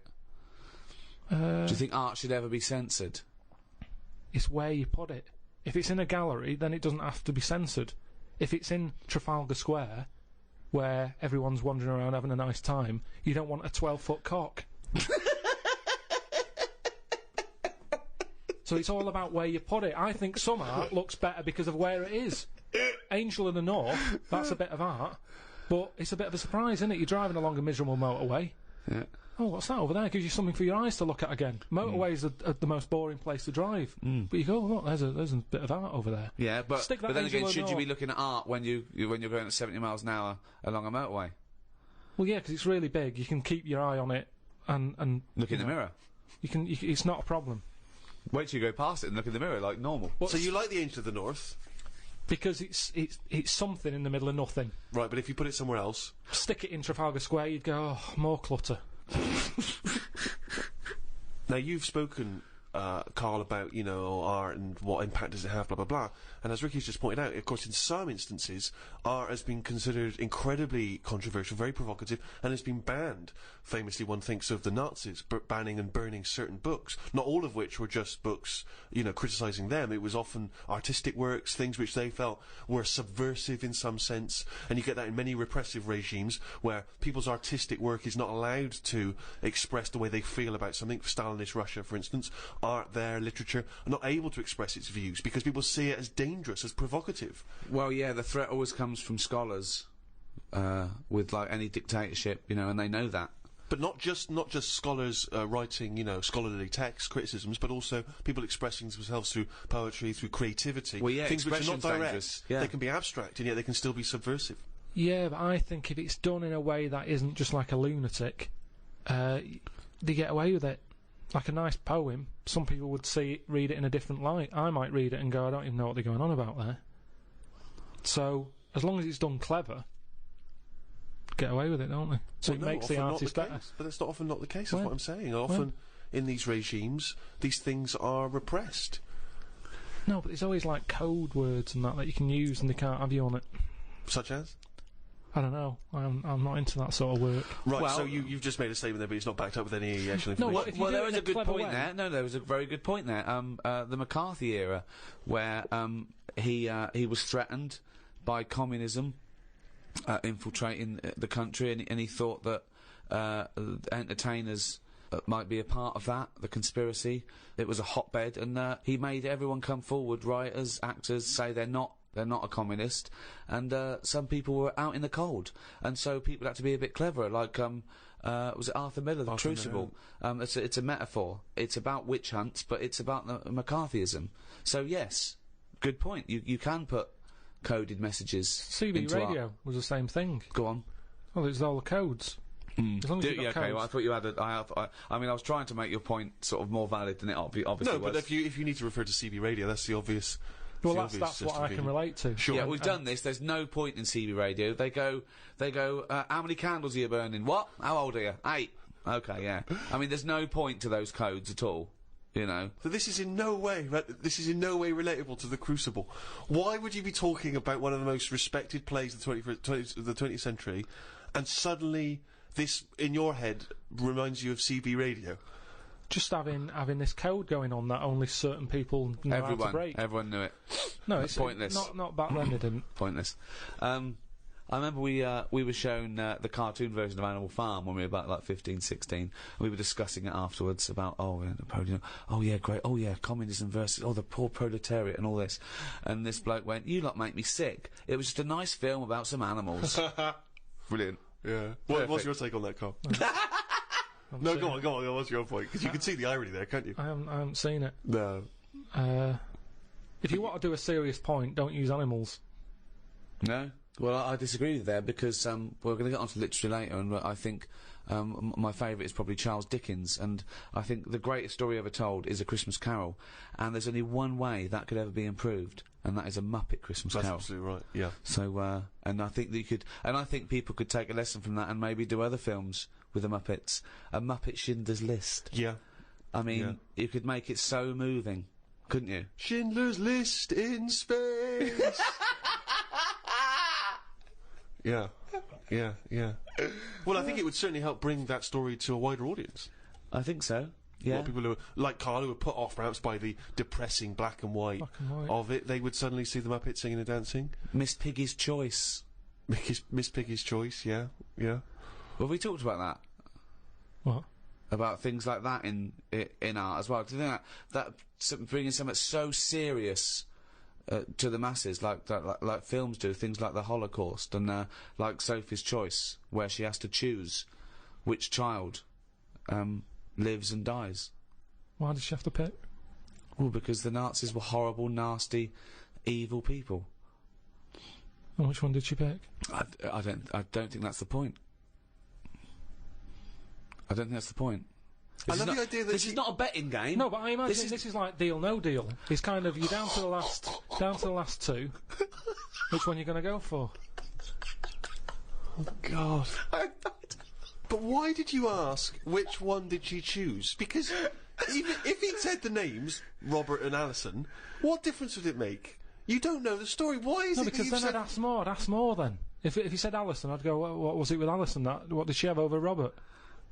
That's what films are meant to do. You question it. Whenever I watch a film with Suzanne, I always say at the end, what was going on there? That's because you're an idiot. Christ! That's because you've just watched Muppet Christmas Carol and you can't understand why a frog's able to talk. I'm all for films with a good storyline. Yeah. Brilliant. That's a perfect point. One extraordinary point. He's going to follow this up, mate. He's going to follow this up. He's got something there. He's got something here. Carl, go on then. What's your take on films? Films are really good. You can get lost in them. Right. And you like one with a good story? I mean, whenever anyone asks, it's always the same. It's Elephant Man. It's Kes. Mission Impossible 2. Mission Impossible 2. These are what you consider great works of film art. I'm just saying these are ones that I've enjoyed recently. There's so many films that I haven't seen, yet you always say, "Oh, have you seen so and so?" Well, Mission Impossible 1. And there's good news for you. 3's out. That's true. One of the most striking art exhibitions that I ever attended Karl, was an exhibition of outsider art, something I'm sure you're very familiar with. Outsider art, of course, is work that is made by people who are often institutionalised for mental health problems, or they are just incredibly, they're people who aren't in any way part of the art establishment. Well, right up to psychopathic murderers, clinically insane mass murderers would count as outsider art. I went to an outsider art exhibition in New York. It was incredible, and I bought a painting of this guy. He's a chronic schizophrenic, and he paints in tar, like road tar, that he gets from roads, and he paints in that on wood he finds in sort of skips, and it's incredible because it's sort of like scratched in. And it's amazing. And there's this thing of Jesus being helped down off the cross, and you have to study it, but it's there, and it's quite incredible that it's just scratched in this wood by tar. And there's loads of things that I was walking round. Admittedly, I was walking around there going, "This is fucking mental." And James was going, "You've got to stop saying that," because of course some of the people are mental. There was one bloke who done a sculpture of a skull, right, and underneath. It was like a little head with his teeth. Underneath he'd put a sign that said real teeth. Where did he get the real teeth from? What I think is interesting about that is how much therapy it provides for these often mentally unstable people, which is another important value of art, of course. People's self-expression, people being able to give a little piece of themselves through their work. Do you not see any value in that? How do you express yourself? Whistle. You whistle? Yeah, I found over Christmas I whistled a lot more than I usually do, and I think that was just freedom. What do you mean freedom? Right, freedom. expand on this point if you would.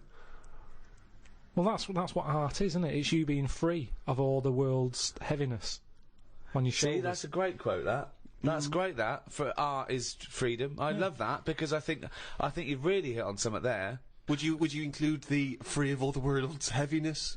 Well, I know what you meant. I know what you meant there. Would you include that one in it? I mean, I would include the world's heaviness in my freedom. You know, some artists are attracted to the dark side, the heaviness of the world. But I just want to return to you whistling as your artistic expression of freedom. I mean, why did you find yourself whistling more? That's what was weird.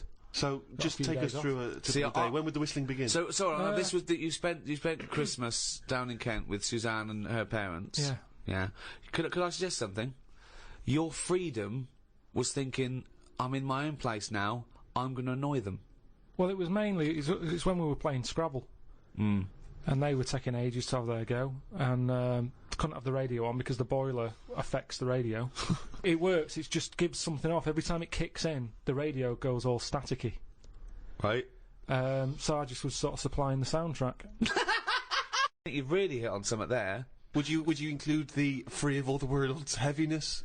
Well, I know what you meant. I know what you meant there. Would you include that one in it? I mean, I would include the world's heaviness in my freedom. You know, some artists are attracted to the dark side, the heaviness of the world. But I just want to return to you whistling as your artistic expression of freedom. I mean, why did you find yourself whistling more? That's what was weird. So just take us through a typical day. When would the whistling begin? So this was that you spent Christmas down in Kent with Suzanne and her parents. Yeah. Yeah. Could I suggest something? Your freedom was thinking, I'm in my own place now, I'm going to annoy them.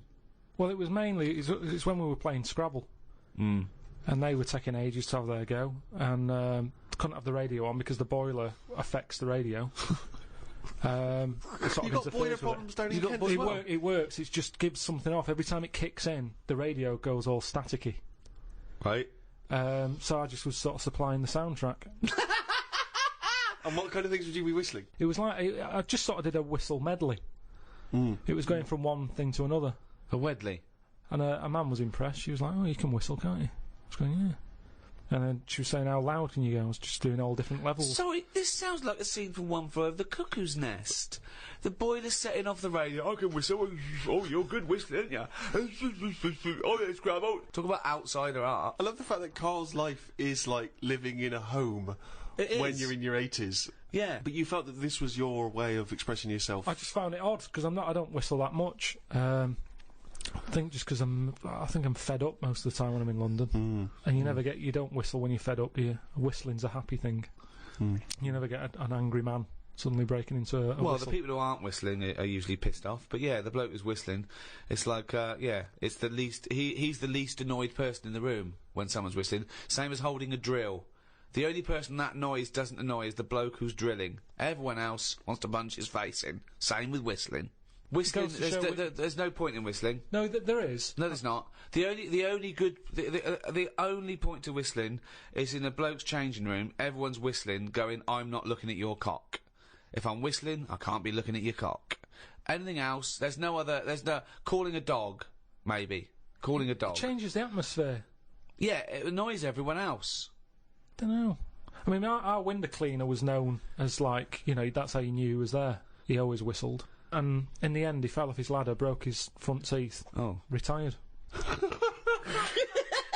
What, because he couldn't whistle? That was it. It was like... Well, yeah, he whistled all the time. Can't whistle, can't clean windows. It's a bit tragic. Could he take along a whistle? Just pop that in his mouth? Yeah, I suppose he could have done. I didn't think of that. What about a flute? Or a recorder? Not London's burning again. Fucking clean the windows and then fuck off. He didn't really think this through, did he? He retired at the age of 28. And his whole family were bankrupt. With no teeth. Yeah. And just a bucket and a squeegee. Why aren't you working, Dad? Because I can't whistle. I can't whistle anymore. And if the day you give up whistling is the day I give up window cleaning. So you never whistle? No. I can't really whistle very well. No.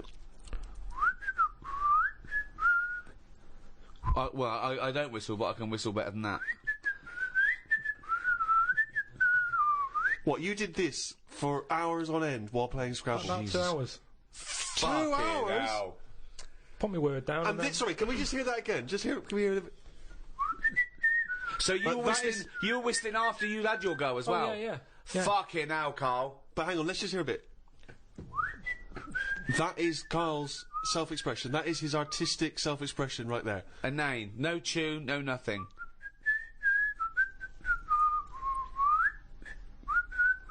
There's mental patients who have smeared canvases with shit who have expressed more than you have in that. Yeah, but it's not about other people. I'm not there to please other people. Right. You're there to annoy them. What was the best word you came up with in Scrabble? Don't knock me at Scrabble, because I do alright. What's weird is, when I play Scrabble, my brain can come up with words that I don't normally say. Okay, I'm intrigued here. Your brain can come up with words you wouldn't normally say. Just words that I'd never drop into a sentence. Tree, cat. Go on. Squirm. That's using a Q. It's worth 10, that. It's not bad, is it? No, I'd never say that. I don't think I've ever heard you say squirm, no. I don't think you're right, Carl. I've never heard you say squirm. Weird, isn't it? Yeah, it is weird. And yet your brain popped that one out. And then, yeah, when it wasn't my go, just... Anyway, so that's sort of doing art for yourself as opposed for other people. I don't think you can count what you just did then as art. Hobby maybe, craft, pastime. I don't think you can count that as art. I'm not being funny. I'm being a bit snobby here, but I think there's a difference between Beethoven and squirm. There's a Q in that. No. Classical music. I wish I was more educated on classical music. That which I've heard, I've adored. I genuinely find it challenging because it is so spectacular. It is so of another place. Where do you sit with classical music? It's good for background, I think. Right. See, you know me, I like a song with a story, and there's nothing going on in them. That's... Now, the problem with that is, how many times can you hear the same story? Quite a lot. How many times can you watch the same film? Same thing, except it's shorter than watching a film. Yeah, but the film goes into the story with more depth than a 3-minute song. Yeah, but there's also... Do you know, like, when you watch... what's an example? Say, I'm trying to think of a film. Yeah, there's not many. No, but a moment in a film that it doesn't matter how many times you watch it, you go, I enjoyed that bit. Godfather swings to Well, mind. say, no, over Christmas, On the Buses was on the movie. Oh, Jesus. You went with The Godfather, you went with On the Buses. I mean, Brando, Varney, I don't know which is better. It was the bit where, like, the toilet blows up after chucking a fag in. That's had paint in it. Right. Sorry, seen that's in All the Buses. That's not in The Godfather. I can't remember that. Maybe that's Godfather 2. The thing is, I enjoyed that bit, and I knew it was coming. It's like, oh, I'll just watch this before I nip out and put the kettle on. Let's just see this. How many times have you seen the On the Buses film? Probably about 4 or 5 times. Sure, why not? But all I'm saying is, music is there to sing over. No, it's not. Music is there to sing over. That's a ridiculous thing to say. Music does something to me. I don't know what it is. I don't know why a chord can say something to you. I don't know, mate. Gives you that feeling. I'm in awe of it. I'm in awe of musicians. Yeah. My favourite piece of music is a thing by Vaughan Williams. It's 5 variants of Dives and Lazarus, right? And there's a bit there where it hits this chord, and I can't listen to it when I'm away from home because I well up. It reminds me of everything. England, just it does something to me, and it does it on a level that I can't sort of quite understand. It's just immaculate. I just don't think you can beat a decent vocal on top of that. Oh, that's amazing! My mum's got a CD of Roger Whittaker, right? Right, whistling again. Now, he whistles Jealous Guy. Now, the thing is, I can't listen to that and whistle along. I end up singing Jealous Guy on top of it. So, singing trumps whistling? Yeah, when someone else is doing the whistling. Okay. I like whistling, but if someone else has did that first... Yeah. So if Roger was singing Jealous Guy, you'd be I'd probably whistling it. To make the classics live on, I'm surprised someone hasn't gone, I can add to this, and dub on a bit of vocal. So you would have classical music with lyrics? Just for people Beethoven's who want Fifth, Beethoven's Fifth. That would be better to you, that would... But what are you meant to do with it? What do you do when you've got that on? Then do you whistle along? Or No, do I you don't whistle along. Hum? I let it. Oh, do you Karl, whistle along? I just don't know what to say. Why are you obliged to whistle? That's the only way you can enjoy music, if you can whistle along. Well, that's the same with anything. A good song, you join in, don't you? It's like, oh, I like this one. Yeah. No. So by that token, YMCA is one of the greatest of all tunes. I mean, it's not one of my favourites, but you can't knock it. It certainly gets the crowd up. I did DJing, and why do you care about the crowd? Popular. Who are this crowd? Well, I'm just saying. Who are this crowd that you have to live in your head with? Fuck the crowd. Most of them are idiots. Although, admittedly, if I was doing a wedding DJing set, I probably would do YMCA over Vaughan Williams. And why is that? Because it's happier-go-lucky. It's done in 3 minutes. Classical music goes on for ages. Mm. It That's a good point. Who's got fades time? out, it comes back in again. Well, it's a good point. It's all over the shop. Are you going or are you staying? It's over time, and I'm not saying we should get rid of it, and I might grow into it, because I think that's music for older people. Well, I think Mozart would disagree, I think he did his first symphony when he was 5 or 6. Probably playing piano and writing music before you could read. When did the piano come out when he was a kid? What do you mean?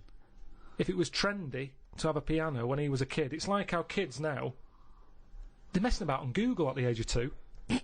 Because the laptop is new. It's new to us. To them, it's like, oh, it's Google, innit? What's your point? Because he was born at the right time. Beethoven. Yeah, he was born... Mozart. So you're saying that all 3-year-olds around the time of Mozart were brilliant? There would have been quite a lot of them. Mozart, Beethoven, all that. They're all... Handel. They're all around the same time, aren't they? Just guessing. Wild stabs in the dark. Just names he's heard. Just names he's heard. So when Ricky was young, when I presume Rolf Harris's stylophone came out, everyone was composing on the stylophone, Yeah, exactly. It's all what you're brought up with, isn't it? Nothing's hard if you're given it when you're a kid. Nothing's difficult. It can be taught all sorts. I haven't got room for a piano. It's too big for a pastime.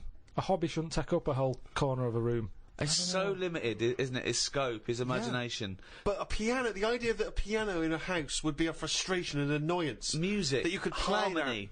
But I'd worry about annoying other people with it as well. You don't. You whistle. When you're playing Scrabble, you don't worry about annoying people at all. I'm sure people would rather have gentle piano music in the background than... Squirm. Squirm. So, one of the earliest and most celebrated art forms that's, along with painting and music still going today, is the play. And, of course, the most famous and celebrated exponent of that is our very own William Shakespeare. Some say maybe the greatest literary genius in history. I'm not a fan. Right. And I'll tell you why I'm not a fan. One reason and one reason only. Sure.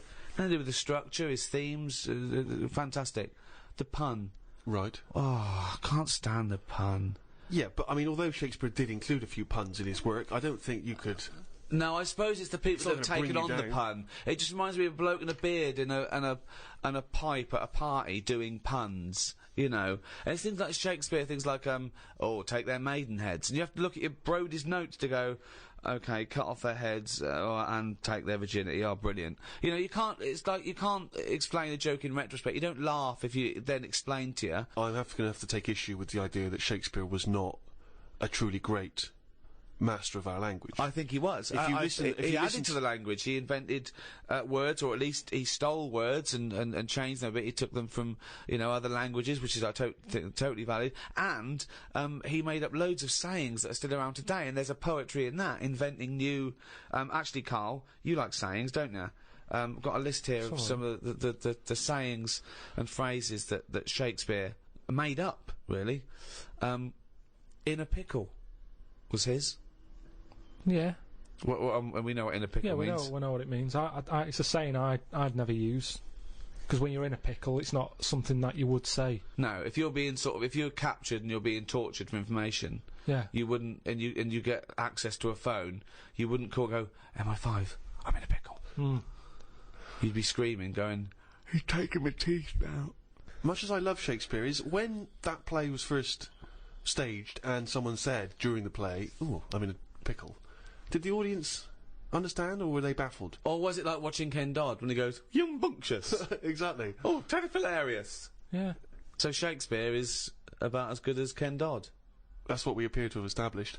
While you've been talking about that, I just was looking on the computer at the Pun of the Day website, because I feel I take much of what you say about puns and agree with it. There's a couple that you might like. There was a sign on the lawn at a drug rehab centre that said, "Keep off the grass." Okay.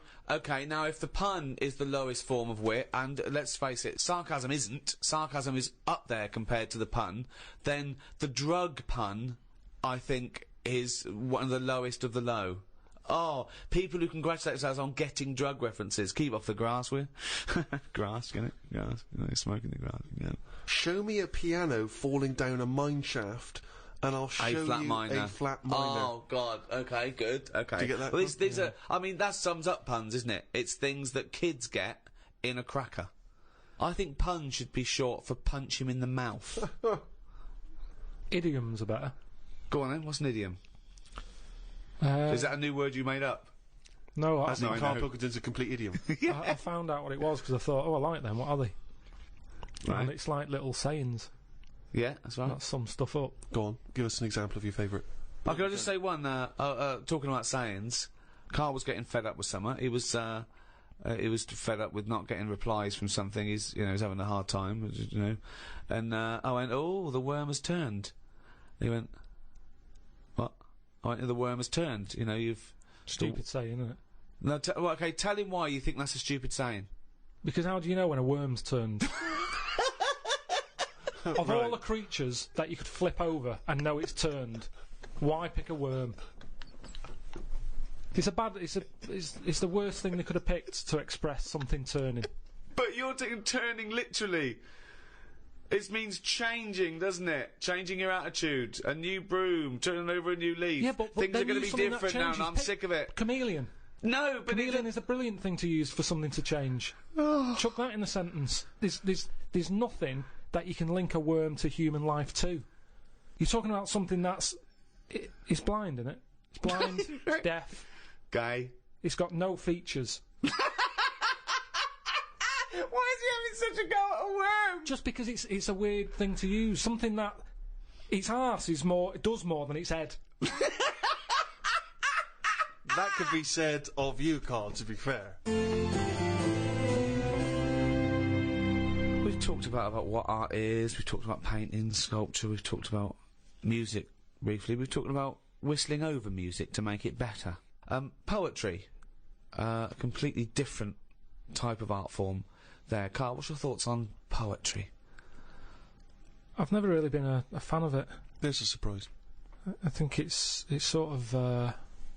It's alright for the person who's doing it. You say that whistling is just for the whistler. But I think poetry's more like that, because sometimes you read it and you're thinking, what's he going on about? It's always a bit, I don't know, it's sold in a bad light. It's a bit sort of, a bit gay, isn't it? Right. I mean, it depends what sort you're talking about, because maybe there's poetry out there that I haven't heard. There's some poetry gayer than others. Yeah. War poetry can't be gay, can it? That was people. I haven't heard. Go on. People fighting in the trenches, and they can't be gay. They weren't gay. They were writing to their sweetheart. I don't know his name. It might have been a bloke. I don't know. But so was it a sort of a, what sort of poem was it? Was it a sort of a limerick, sort of a? No, it was. Well, there's famous ones, Wilfred Owen and Siegfried Sassoon, and they're very moving. They're about, what usually happens is that they talk about why are we here. This is, we've been sold a lie here, and they really started seeing war in a different light from their point of view in the trenches. Famously, some of them died soon after the, But I prefer a proper letter. No sort of crypticness. That's the problem with poems. Okay, so you'd have been disappointed to get Dulce et Decorum Est through the post, would you? You'd have just said, "What are you trying to say, mate? What's the weather like? When you're coming home? Did you get my socks?" Well, yeah, sometimes life is a bit like that, and it's like, say what you mean. Right. Well, then you have just wiped all art off the face of the earth if you literally just say what you mean. No, I'm just saying in a letter. Say if I was a woman and my fella was fighting in a war. Right. What's your fella's name? Harry. Okay, so Harry. Oh, let me get this right. So when were you married? About 1935. 1935. So you've been married about 4 years. Yeah. Harry, why don't you go off? Oh, you're a woman, aren't you? Yeah. You don't look like. Okay. So what did you see in Harry? Why did you like Harry? Was he? He just was like funny. Butch. He wasn't that butch, but that didn't matter back then, did it? In the war. No, and you took everyone. But what did you say when Harry said to you? Well, I thought it was coming because a lot of our friends ended up having Did to you just go hug him and say don't go or something? No point, because that would have just made it tough for him. So what's the point? Just go with it. But if he I cried after he went. You cried after he went?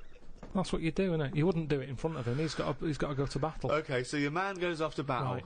Then I get a letter from the Colonel saying, "Oh, bit of bad news. Harry's dead." Now I get a letter in the post. He said what he meant, didn't he? Well, yeah, and they would do, wouldn't they? They wouldn't fanny around saying, "Oh, he was on the warpath and the cloud went dark." I go, "What? Just tell me what happened. I don't want a weather forecast." He got shot up the arse and the bullet came out his head. Right. Now, the Colonel, he would just tell me the basics. Now, because he sent his by Telegram. They sent a telegram. The letter I get from Harry has been stamped, so I get it late. Oh, okay. So I get a letter from Harry after he's died. Yeah. Right, and you know he's dead. I know he's dead, so I get this letter with his handwriting on. I'm devastated because I was just getting over his death. Yeah. It's all brought back to me when this letter drops through the post. Well, yeah, 3 days and you're pretty much over it. It's Harry's handwriting. Yeah. Oh God, what's this? What's now he I written? open it. Yeah. And instead of saying things are bad here, socks are damp, everything's grim, it's cold, I'm sick of it. There's a poem. It wouldn't feel like it was from Harry. Well, because it's not in his words. Poems are never in the person's words. But didn't you know Harry was a poet when you married him and made love to him that I night? only picked it up because other people were doing it. It's something to do in the trenches. But when he carried you over the threshold, Carl, and he laid you down and gently kissed you, didn't he say any? Didn't he ever? He must have whispered some sweet nothings into your hysterical red hair. He wasn't like that. Straight to the point. He was like, "Get your knickers off."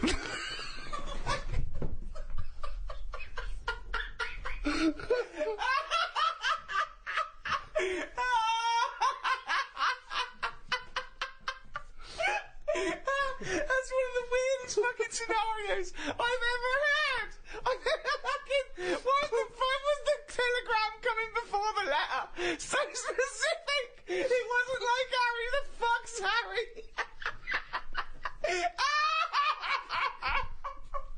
Oh God! Oh God! Oh God! There are a few things gayer than poetry, though. I want to throw one into the pot. The continental breakfast. Oh. The continental breakfast. That annoys me when I see it.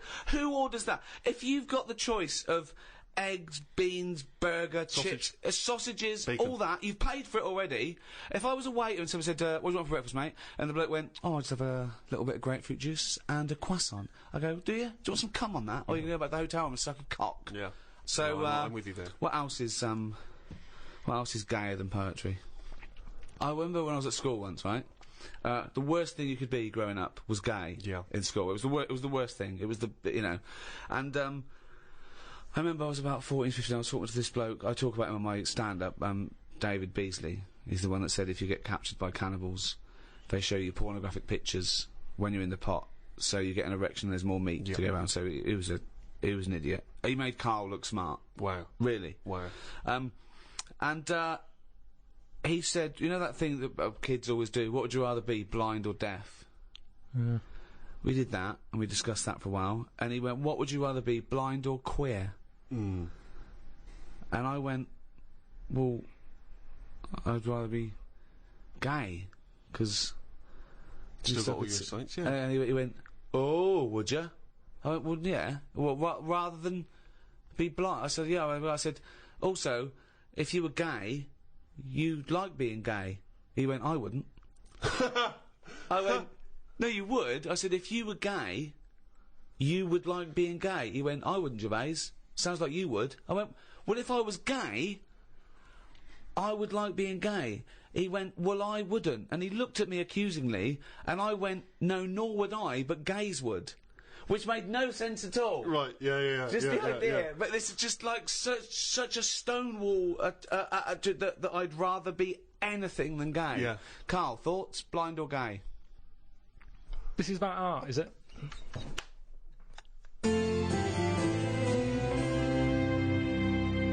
So there you have it, our comprehensive and definitive guide to the arts. Next in this series is philosophy. Well, I'm looking forward to that one enormously, Rick, because, of course, you have a honours degree from the University of London in philosophy. Yes, but I predict that one will also be as big a load of bollocks as all the others we've done. Thank you. Just to remind you that you can still get the Ricky Gervais Guide to Medicine, the Ricky Gervais Guide to Natural History, and now, of course, the Ricky Gervais Guide to the Arts. The Ricky Gervais Show on Guardian Unlimited.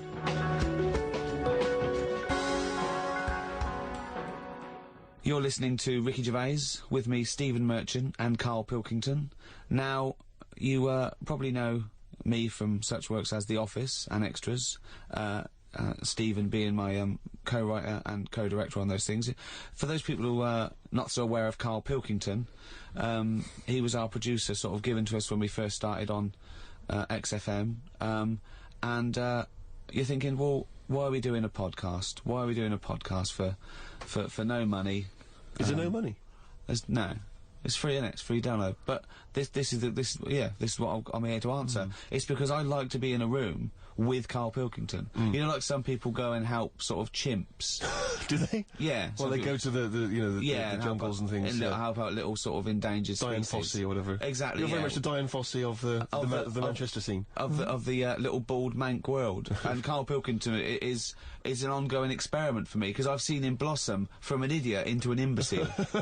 And I want to see it through. Look at the way he's looking at us through the glass. Look at that. He's got a perfectly round head. And that's why I'm doing this podcast, or bodcast, as I'm going to call it in his honour. Little round-headed bod-type freak. If you're not familiar with Bod, we can maybe put up a picture of Bod, the popular cartoon kids character. Go to rickygervais.com and you will see a picture of Karl and a picture of Bod. And you draw your own conclusions as to the likeness. Karl, what do you think about all this?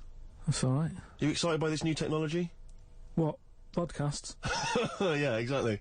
It's just, I mean, we are living in that sort of era now, aren't we? That you need to listen to stuff on demand when you want it and stuff. I know you're not a fan of the iPod in general, are you, or any of the MP3 things? You're concerned. I'm warming to it, but this is what's amazing about Karl. Even though he's talking about things like MP3 players, computers, iPods, he sounds like he was found in a glacier and thawed out. Do you know what I mean? And sort of taught to speak. We're a couple of high school guys who found him, and we're trying to ingratiate him in the gang, trying to pass him off as someone from the modern day. No. But my thing with iPods is, now, do we need them? Do you know what I mean? We're living in that era now where we have invented most of the stuff that we need. And now we're just messing about. They said that in 1900. Someone actually said everything that's to be invented has already been invented. They said that in 1900. And how wrong were they? No, but what came out, at what point, what was invented in that year where they went, right, that's it now? What did they invent in 1900 that made them go, we've done it all now? Well, just think a little bit, right? The 20th century. Think what happened in the 20th century. Go on. Well, cars, planes. Yeah, but is that a good thing? Planes and that. Do you need a plane, really? Wouldn't it have been better if we all stuck where we should be instead of travelling about? War. Well, look, war's happening, isn't it? Because everyone's saying, well, now we can fly, we'll go over there. So there were no wars prior to the invention of the aeroplane? Not like there is today. Right. But what I'm saying is, the world's got smaller, hasn't it? Everyone's saying that, right? Yeah. You know, the way I was saying to you the other day, you know, we now go to places where we shouldn't go. People go on holiday to places where you've got to have an injection before you go there. Yeah. Forget it then. That's a warning. Don't go there. I'm with you on that. I don't want to enter a country where I have to have an injection to stop me from dying while I'm in that country. Right, I totally agree with you on that. So what happened is, so they invented the plane and it's like, oh, let's go on holiday. And then they go, oh, I die now. Oh, well, you've got to invent something. Let's invent an injection. And then it's like, right, well, what else do we need to go to that place? There's a lot of faffing. So what I'm saying is... Is that a place? A lot of faffing? What I'm saying is, you know, Steve's travelled more than I have. You've been to, like, dangerous places. I've been to places where you need injections, yeah. Yeah, but why? Because it's fascinating, isn't it? You know, don't you not believe in that idea of travel broadens the mind? You know, it makes you experience other ways of life, other ways of thinking. It just enriches you as a human being. That's the whole reason people go travelling. Well, since the invention of the telly, you don't have to go that far to see it. You're absolutely right. So there you go, then. The telly was the 20th century, wasn't it? Yeah, it's pretty good. So where would you stop then? You'd stop making stuff now? Stop inventing stuff right now? Or do you think we could carry on for another 5 years, see what comes up, and then just draw a line under it all? Well, again, we're just messing about, and but there's still things to do, isn't there? I mean, I know I could throw things up. You can always get an answer about it, but you know, a cure for cancer, a cure for AIDS. Yeah, but should we mess with that? What do you mean? Because there's too many people in the world as it is, isn't there? So that's a way of controlling it, so that, you know, like, look at London, right? It's overpopulated. Rent keeps going up because there's more and more people surviving, right? If you let them die, it's going to even itself out. See, I was saying to someone the other day about maybe we should look at, if we're going to invent something, right, forget, like, the traditional way of people having kids, right, the way they, you know, have it away and that. You know, what do you mean? What do you mean? No, you know, like, the way that, you know, we have kids and stuff. If it'd be good if what happened was to control it is if man and woman, right, they're born and that, they enjoy their life, they learn a lot, they live to be about 78, I think, by that point. So specific. Yeah, 78, no, yeah. But by 78, I reckon you've sort of got to that point where you go, do you know what, I've done everything I'm going to do. If you haven't bungee jumped by the time you're 78, you're not going to do it. No. You know what I mean? So it's kind of like... Your hips have come off. You've done it all now, so I've had my innings. Yeah. And then you die, right? So, say if everyone had that, they live to be 78. But then, just as you die... They give you the bumps. You get... You have a little baby inside you, and as you die, your life carries on. Sorry, how is this happening? Sorry, are you mental? No, but don't you think... I mean, what? I've never heard such drivel. You're saying that, but if Newton said it, you'd go, interesting. That's what annoys me. The point is, Carl, he never would. No, He'd never say it, that's the point. If you never say it, I don't understand what you're talking about there. What? How was it? How is there a little baby in a 78-year-old? No, what I'm saying is, it's like an apple, where the apple grows, and it's got its little baby pips in it, and the apple goes, and the seeds are planted, and a new one's born. But that's what happens. But that is what reproduction is. Yeah, but I'm saying babies aren't being born left, right and centre. It's controlled, so that as someone dies, someone's born. But Carl, stop. Whose responsibility is this? If you don't want to do it, we won't do it. But I'm just... Is it supposed to be nature? Has nature got to develop humans so that we act that way? We live that way? Or is this a scientific experiment? He said to you then, he said, look, if you don't want to do it, we don't need to do it. Like, if you were up for it, we'll sort it out. We can do that. We'll have a whip round. So we can do the research. I just think, at the end of the day, we've got to do something. And is anyone keeping an eye on this and looking at what we can do next to control the population thing? It does my head in that I've got to live in London for work and what have you, and there's loads of people here, and, you know, forget going out on a Saturday night, it's too busy. And you can't move, and they keep... I mean, what annoys me about London So is... your solution is that 78-year-old women have little babies inside them, and as they slip away into death, the little babies... And how is that baby then raised? Who looks after the baby? Because it's a pretty good system, having a baby while you're young enough to look after that baby and make sure it lives to, you know, reproductive age itself. I mean, that system's been working for years. Nature's sort of sorted it out. Natural selection and evolution sort of makes that a good model. But wait a minute, Nature. Pop that on hold, because Karl Pilkington's got an idea. Yeah. That's what it was, just an idea. Yeah, well, it was, you know, it was nonsense. But thank you for it. The worst I mean, it was the ramblings of someone you'd find by themselves in a hospital eating flies. Yeah. This is the sort of thing you find when, if they find maybe a pamphlet or a booklet written by a psychopath. You know, someone, just before they went on a rampage and then turned the gun on themselves, they go through their possessions and they find a book and it's got weird drawings, women with knives in their face, and this kind of garbage. In fact, I saw a similar sort of theory written out on a wall, but it was written in shit. Exactly. Yeah. No, all I'm saying is, I think it's, you know, when people die normally, everyone's fed up about it, aren't they, and a bit down. But if when you pass away, you go, oh, we're going to miss Gladys or whatever, but then there's this new life brought in, it's almost like a bad news, good but news. you're talking about it like someone could pick this idea up and run with it. Like you've given them enough information to do it. How is this possible? Where does she get the baby from? Why does it grow? Why grow it in Gladys's belly? Why not have it in a drawer? Well, what I'm saying ready to go, just add water. I mean... Who looks after son of Gladys? There is no theory here. There's no... It's the ramblings of a madman. What I'm saying is, though, the body's always changing, innit? From caveman to now, or whatever.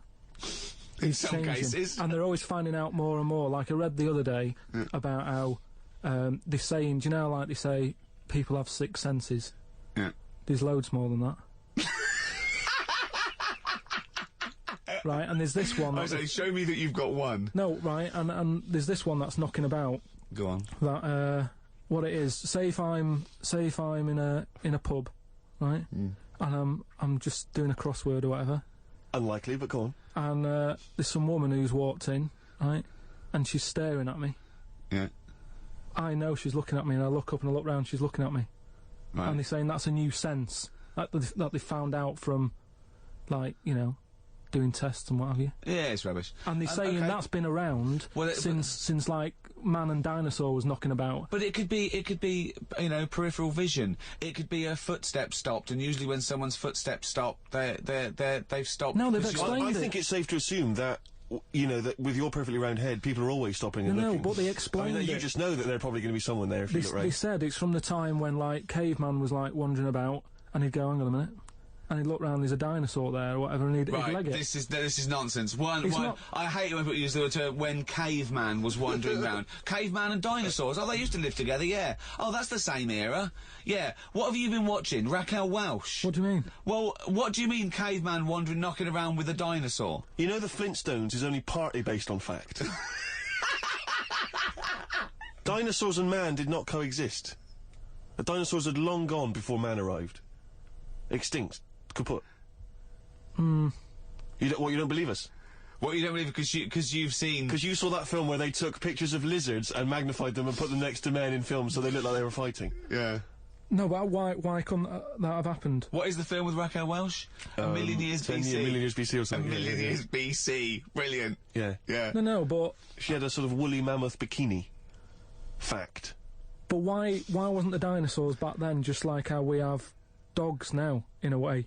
He's watching the Flintstones. He's thinking of the Flintstones. Yeah. That's what he's when thinking. When he puts out the saber-toothed tiger, and then Dido, and he mixes his concrete in a pelican. Yeah. Yeah. I just think that there must have been a crossover point. Why? Why did you say that? Why do you think there must have been a crossover point? Because if nothing was knocking about at any point, how did anything carry on? I know. Exactly. Why didn't Hitler meet Nero? It's weird, isn't it? There must have been a crossover. They must have met somewhere. They must have met at a party somewhere. They mixed in similar circles. Yeah. Well, I mean, are you telling me that Ken Dodd has never met Genghis Khan? They must have bumped into... I can't believe it. Yeah, forget it. Oh. You're listening to Ricky Gervais with Stephen Merchant and Karl Pilkington. Coming up after the ads, Monkey News. What ads? No ads, no? No, we're not. There's nothing here. There's no records. We just got to keep on talking. Okay. Which is not. We could do our own ads. Okay. Bring tea for the Tillerman, steak for the sun. Out now to own on DVD. Ricky Gervais's and Steve Merchant's award-winning extras. With Ross Kemp. Oh, zippy. With Les Dennis. Put your arse away, Les. I don't really know. And Kate Winslet. Oh, this nun outfit makes me talk dirty. Out now on DVD. Extras. Did you like Flanimals? The Ricky Gervais book for kids with pictures of made-up creatures in of different colours? Well, if you did, there's more of them now in the More new book, more Flanimals. Flanimals, which is also by Ricky Gervais, drawings by his mate. Out now. The Ricky Gervais Show on Guardian Unlimited. You're listening to Ricky Gervais with Steve Merchant and Karl Pilkington. Well, now time for one of our regular features. Monkey News. Do the jingle. Oh, chimpanzee that Monkey News. Right, what we're doing here is just giving you a bit of monkey news that's gone on, right? Where a monkey's been involved in it. Good little story in that. Yeah. Are you familiar with the one that went into space? The first sort of thing they ever sent up there before man did it and all that. You see, this is what annoys me with it really. Armstrong gets all the glory, but do you know who went up there before him? A monkey. Yeah. Yeah. Dog went up first. But what was the monkey called? I don't know. No, sure, okay. So it's not the most informed news bulletin. The dog was called Laika. Was it? Yeah, they couldn't get it back there. They sent it up there, did a few tests and stuff, and they couldn't get it back. They weren't prepared to bring the capsule back yet. Brilliant. We could all do that. So is that a good mission? Well, I just think it was seeing what if the mission itself killed it, but they didn't have the technology, because of course it couldn't fly the capsule back, which it has to be manned to bring right, it. well this was the next one up then, right? So the dog must have gone first, and then they went, right, we made an error there, right? Get the monkey in. And what happened is they taught it what buttons to hit at the time that it needed to hit them, and the way they did this was like give it bananas. It was like hit the red button, and it hit the red button, they'd give it a banana. Right. And they go, right, reverse is the green one, hit the green one. And then they do that and go, there's a banana. And then they go, right, hit reverse, and it go, and get a banana. Right. Hit the red, so it was taking commands on like headphones. Right, but how were they giving it the banana? Is that how you learn to do radio? How were they giving it the banana? What do you mean? No, Well, this is before it went. You wouldn't just go and put a monkey in it and go, there you go, get on with it. They'd sort of put him in one of them capsules that you get. Yeah. And they were on headphones. I don't believe this happened. Well, I'm telling you the story now. So the monkey I don't think they trained it to do anything. I think they sent it up there and he put electrodes coming out of it to see what. It wasn't any of that. They did a thing like they do, like they can with animals. If you give something, like a treat, you can teach it how to do it. It's just like a dog, isn't it? It's called Pavlovian conditioning. However, that was to see if it would salivate or go over to a particular corner, not if it could control a spacecraft. Next one up. It's the next one up. As far as the monkey's not sat there going, oh, I'm a bit under pressure here, it's a rocket. All that's knowing is, I'm getting a banana if I hit that button. That's all the monkey's thinking about. They wouldn't put billions of space dollars. How can they be sure that it's going to press the button at the right moment? Because it's got headphones on. They're telling it. It's not like you have now. It's not like willy-nilly. It's not just like pop it in there and see. But what's to stop it from just hitting it any old time? Because it's a monkey and it's not a human. Because he's trained now. But anyway, he's trained. He's fully trained. Yeah. So what happened is anyway. Oh, this is absolute rubbish. They popped the monkey in there. Yeah. He's got his headphones on. They're going right. Hit the green one, and I think there's something there that a little banana comes out to keep the same. No, you're making this up. I'm not. It's the same. There's no way that they made a spacecraft that had a banana dispenser. Right, There's no way in this world that they made a spacecraft that could go into outer space, right? Manned by a monkey with a banana dispenser. So you're saying that it's easy to send something up to space, but you don't believe there's a little banana machine? Right, okay, so in your world, there's a monkey, and it's been conditioned, and there's a little monkey dispenser, monkey dispenser, a banana dispenser, right? So it comes to the launch day, monkeys sat in there, everyone's ready, bananas are stocked up and all the rest of it. They go, right, hit the green button. Right, and the rocket goes off and what have you. No, they would not make the monkey launch the rocket. Carl, you are living in a cartoon world. So the rocket goes off, right? This is absolute bollocks. It's all going well. I mean, I don't know what you're going to... It's not going well. There's no way a monkey launched a rocket. There is no way a monkey launched a rocket, you idiot. It's all going on, so they're going, hit the left button, and it goes a little bit left. The left button! Right, well-known spacecraft command. This is Houston, hit the left button. Oh, brilliant. This is what happened in Apollo 13. Hit the left button. So it goes left. Yeah, it goes left. So it goes left, and it's going well. Left! It goes left! Yeah.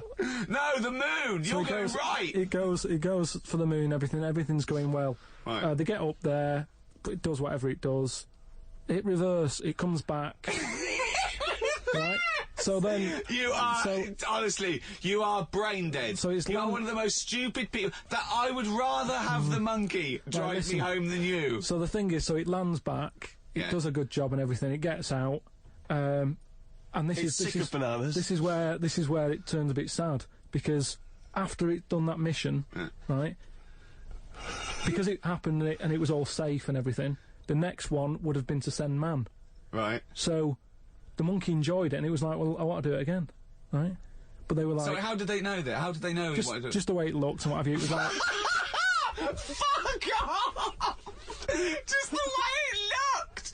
So, you are a maniac. So the thing is, though, right, so after it had done that, it was on such a high, right, it could never get that high again. There was nothing that it could do. Went on tour, did it? It sort of ended up killing itself. Because it could never get that buzz that it got. Right, that was absolute bollocks. None of that is true, except they sent a monkey into space, and I'll check that. Absolute drivel. So, in your mind, it committed suicide. It went on a crazy bender, drinking drugs and women. And like then, it does happen. You hear about it. It was found in a motel room.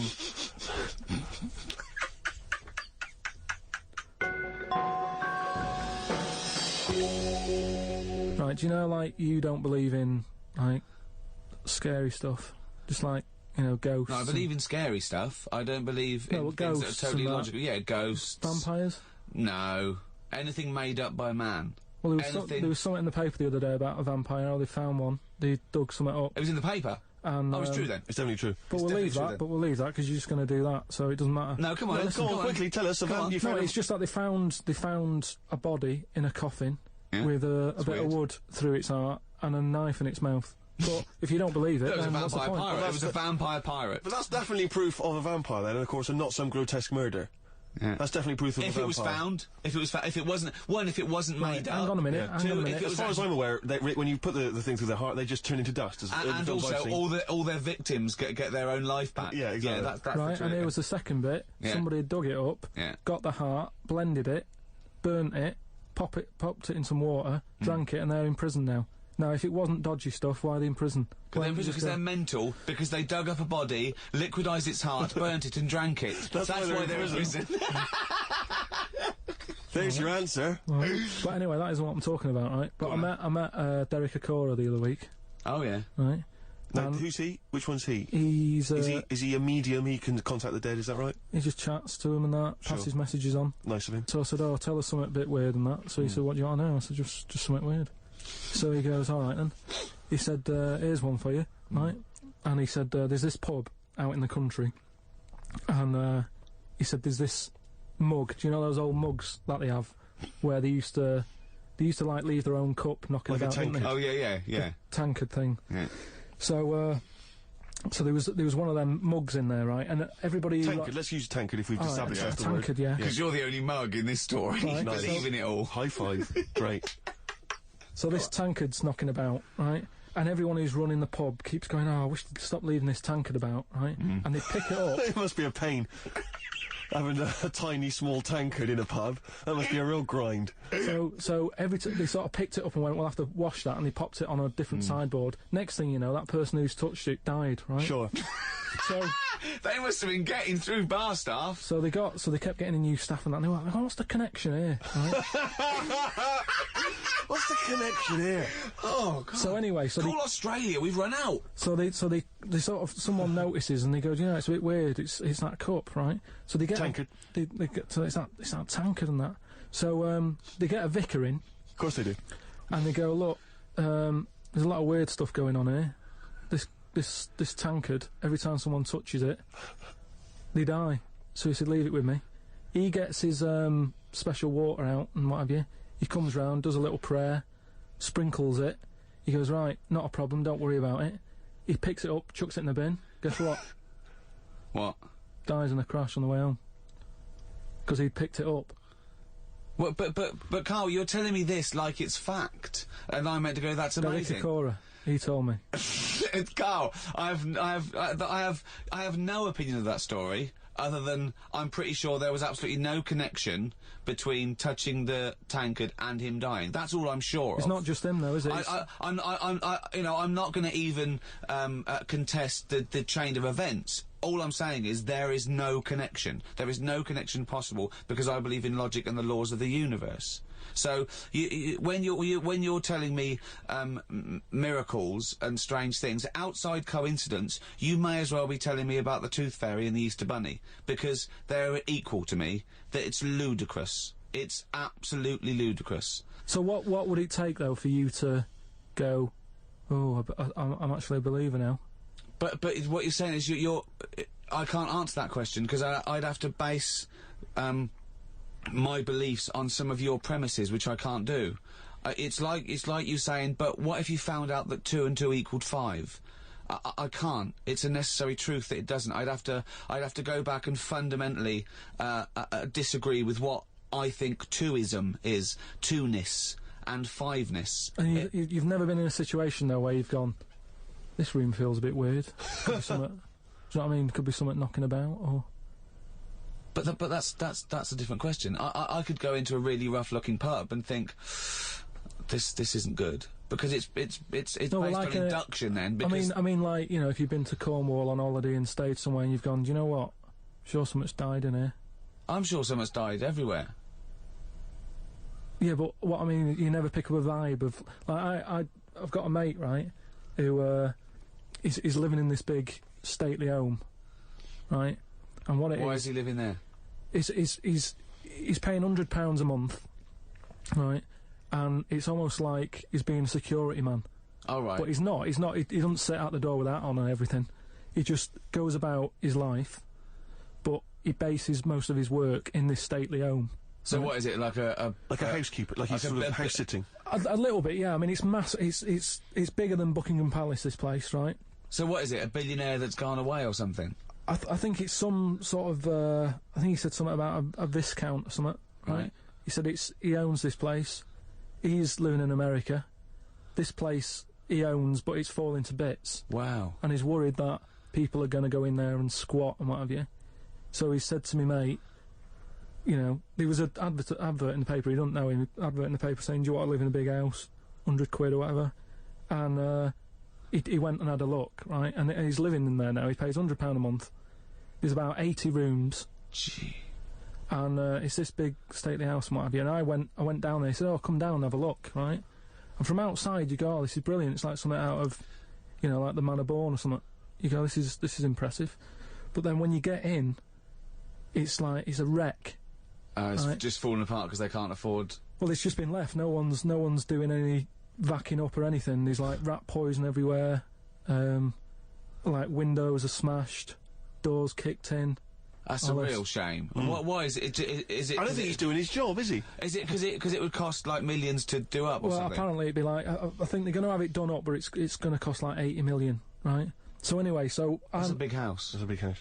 So we go to the pub and what have you. I've got like a little torch, and we're wandering around looking in all these different rooms, right? And I'm asking him, how's it got in this state? Do you know what I mean? If someone's had it, why have they let it get to this state?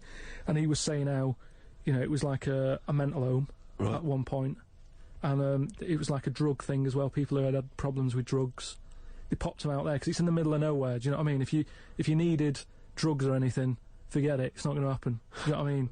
So that's straight away. Do you know, like, have you ever been in a hospital when it's been shut down, or a school when there's no kids in it, and there's that sort of bad atmosphere of, like, weirdness? Yeah. Right? For the sake of argument, yeah. So we're wandering about, and I say, oh yeah, what's in this room, right? And we go in, and all the floors are, like, of wreck and rotten and stuff. And I looked at the wall, and there was, like, a little piece of paper stuck on the wall, right? And I said, what's this here? So I wandered over, right? Got right up close to it, and somebody had wrote it. Somebody had wrote it? Oh. Somebody had wrote it. Imagine on Jack and Horry. Okay. Right, go on, sorry. So there's a little sign there, right? And I go up to it, and it says, flies, right? With an arrow. Flies, like, flies this way, right? So I think that's a bit weird. So I follow the arrow, right? Which goes to this corner where there's a shelf. About 3,000 dead flies on it. Oh my God. Condom stuck on the top. That's weird, isn't it? That is weird. That is weird. Right? So I'm looking at that, and there's loads of stuff on the floor and that, bits of paper. Picked up this bit of paper, right? And it had, like, in biro and that. It looked really old, like it'd been there years. And it had, something like, need nappies, dummy, right? Blankets, blah, blah, all this, like, all stuff for, like... And I turned it over, right, and it said, none of this now needed, baby dead. Right. Now that's weird, isn't it? Now that's what I'm talking about when you get a bad vibe, you go, that's who's been in here? So, I don't actually understand what point you're trying to make, Carl. Just because who's written that? Who's been in that room? Who's been in that state? And then straight away your mind starts going, oh, I'm getting bad vibes in here. But Carl, didn't you just tell us that it was once occupied by drug addicts and mentals, to use your word? Yeah. So haven't you put two and two together and thought that was probably who wrote it? That doesn't mean it's paranormal or ghostly. You walk into a building, it's a big, terrifying, empty house. It's terrifying in as much as it's cold and dark and drafty and a little bit spooky in this sort of illustrative sense. And insecure. Yeah, you're a bit nervous because you know, it's got this sort of, it's got its bad vibe. It's just based on the fact that... Your mate's in charge. Yeah, that's terrifying.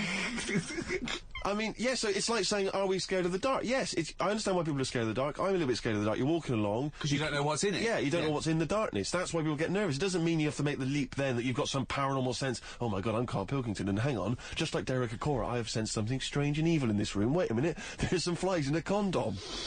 I was right all along. That is weird. Flies in a Johnny equals badness. the flies in a condom was weird. It's weird. I don't know. But the note.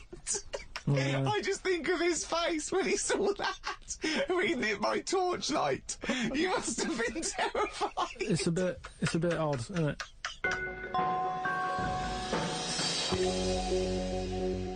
Thank you very much indeed for listening. If you'd like to get in touch with us, either myself or Ricky, or you've got something to send to Carl, then you can email us at podcast@rickygervais.com. I'd just like to say thank you to both The Guardian for sponsoring this and Positive Internet for hosting this podcast. Both great. The guys at Positive Internet know exactly what they're doing. They're my kind of people, as is The Guardian. You weren't contractually obliged to say that, were you? It just sounded... No, it's what I think. Just what I think. Right. It's just I've not heard you mention either of them before in that way. It just sounded a little... Oh, you're joking. I both love The Guardian and Positive Internet. Great guys. Okay, that's just the way you feel, it's not... Yeah. The Ricky Gervais Show on Guardian Unlimited.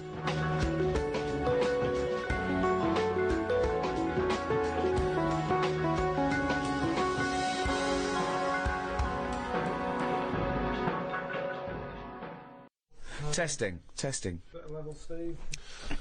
This is almost the environment more than... It is the really, Earth, isn't it? Really? Have we already publicised it as the Earth? Well, yeah, but it doesn't matter. I mean, yeah, but that's fine. The Earth. Why is it called the Earth? Well, no, we talked about... What? I said... What do you mean, why is it called the Earth? You mean, why is the Earth called the Earth? It's Why is just Mars something called I never Mars? say. I never say Earth. I always say world. Well, it depends. It's not called the world, is it? Because a world it's relative. Mars is a world. It's the world because it's our world, but there are many worlds, aren't there? You could say the world of something. You couldn't say the Earth of something. The Earth is the name of the planet. But when do we need that? What? When do we need to say the Earth? When we're referring to the Earth. When does that ever happen? Well, for instance, right now, when we're talking about the Earth, being that this is the name of to distinguish it from other planets. If I was in... I know, but when's that ever going to be a problem for me? What? Well, it's not all about you. If I was in a rocket... Yeah, right, here we go. I'm sat at the front. Sat at the front. He's got a good seat, yeah. The pilot goes, Carl, come up here, mate. And I look in the mirror and I see... Mirror. Mirror in the rocket. Mirror, check, reverse, indicate. Brilliant. And I see the world. I'd say, look, oh, doesn't the world look magnificent? You go, what do you mean? Yeah. Yeah, that's how I'd say it. I wouldn't say Earth. I wouldn't dream of using the word Earth. But then you're in a you could say, well, this is our world now for next year. This is our world. This spaceship. Say no, not really. It I'll always is, be mate. looking back over there. I'm looking at there's our world. There's England. There. Not anymore, mate. We're moving to Mars. We're going to start a whole new world. Oh, which world are you talking about, Carl? Let's call it the Earth and Mars, like we always have, you dopey cunt. That's the name of this planet But we're on. that's what I'm saying, though. It's not our problem. We're never going to leave it. So it's our world. So leave it as world. It's a bit of information. You don't write so-and-so road, London, England, Earth. You don't need it. What other words are you annoyed by? Other words are out there you're thinking, oh, why is that there? Because we do not need it. It's one of them where I come across something. They're not always in my head. It's just... I'm trying to think of something that I've seen recently. That's a word. I'll say some words, Carl. You tell me whether you like them or not. Okay? Yeah?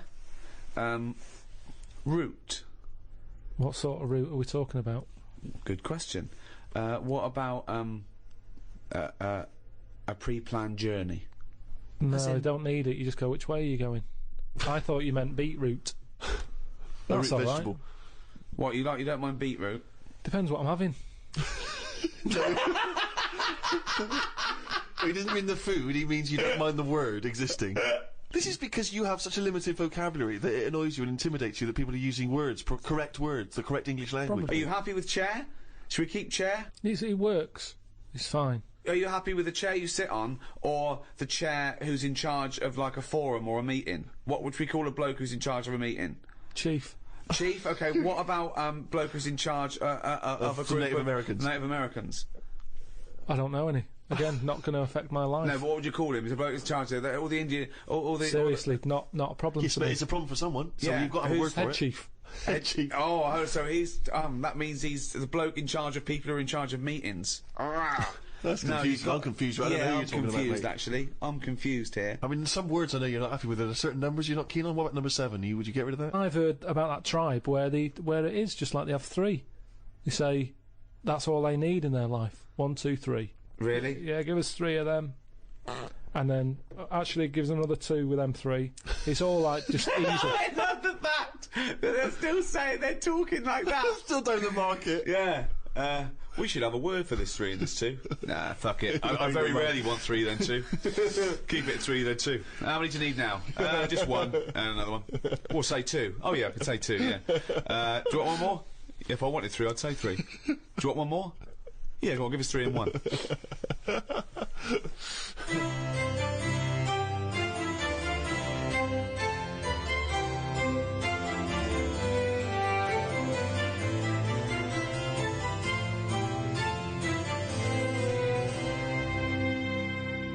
As the writer and pioneering ecologist Rachel Carson once wrote, "Those who dwell among the beauties and mysteries of the earth are never alone or weary of life.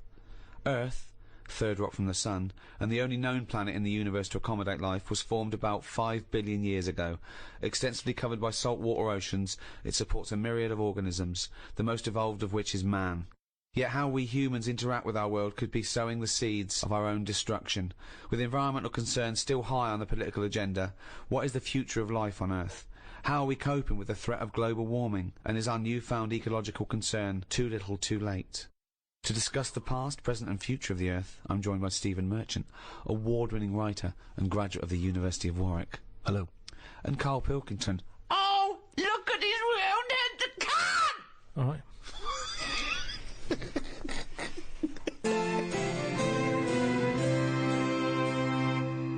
I've been hit by global warming recently, Rick, a couple of times actually. Go on. I don't want to be one of those people that's like, oh, you know, because of the snow and the rain, and that's obviously to do with global warming, but it probably is. I was flying out to the States, you know, just hopping over stateside. Yeah. And on the old plane, it was one of those bleak, kind of snowy days recently, and they got us all on the plane. We sat on the runway for 4.5 hours. Right. 4.5 hours while they de-iced the plane. Now, it's good that they de-iced it, but I don't want to be told that the plane needs de-icing. I didn't know planes could get iced in a way that they needed to be de-iced. Sometimes, Rick, if it's a chilly morning, right, got the old car, what I'll do is I'll pop the engine on, okay, let it warm up, pop inside, have another cup of tea, come back out, it's lovely and warm and toasty in there. That's what I'd like to have seen them do with the old plane. The pilot goes, don't you get on yet, let me run let around me the warm it block. up. Yeah, exactly, yeah. But also, when it's up at 30,000 feet, it's like minus 50, 60 degrees. This must get iced up anyway. So there's not some guy on the wing scraping with one of those little plastic things. You don't see him if you've got a window seat. We've got to put in here. We've got to put in here for a while, it's iced up.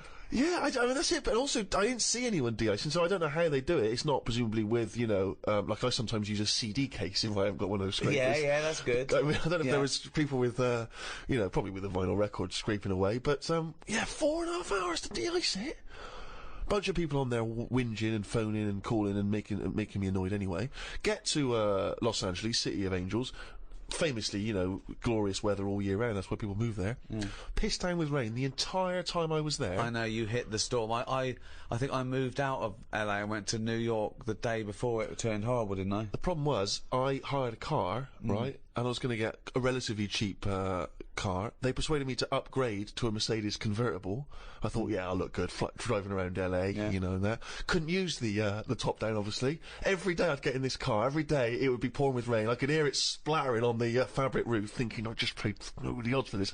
And, you know, every time there'd be a break in this cloud, I would instantly stop and lower this thing and drive around sub-zero temperatures just to have the top down. I would like to have even though it's still cloudy and grim. Like, you know, at 85 degrees, just whizzing down the freeway at 90 miles an hour, but your glasses would fly off. They would. This is the problem. That's what I've never really thought. Plus, I lost my sunglasses, so I have to wear a hat in order to keep the sun out of my eyes. And all I had, I thought I need to take it out with me. All I had was a kind of what I like to think is a rather fashionable Justin Timberlake style trilby. Oh, it's not that hat that makes you look like one of Bill and Ben. See, I think it makes me look like a like Tom Waits or a sort of 1960s news reporter. Oh right, but you. I thought Bill and Ben. I thought Bill and Ben the flower pot man. The problem with it is when I bought it, again I was suckered into it. A bloke sold it to me, told me he was a street vendor, and he told me I looked amazing in it.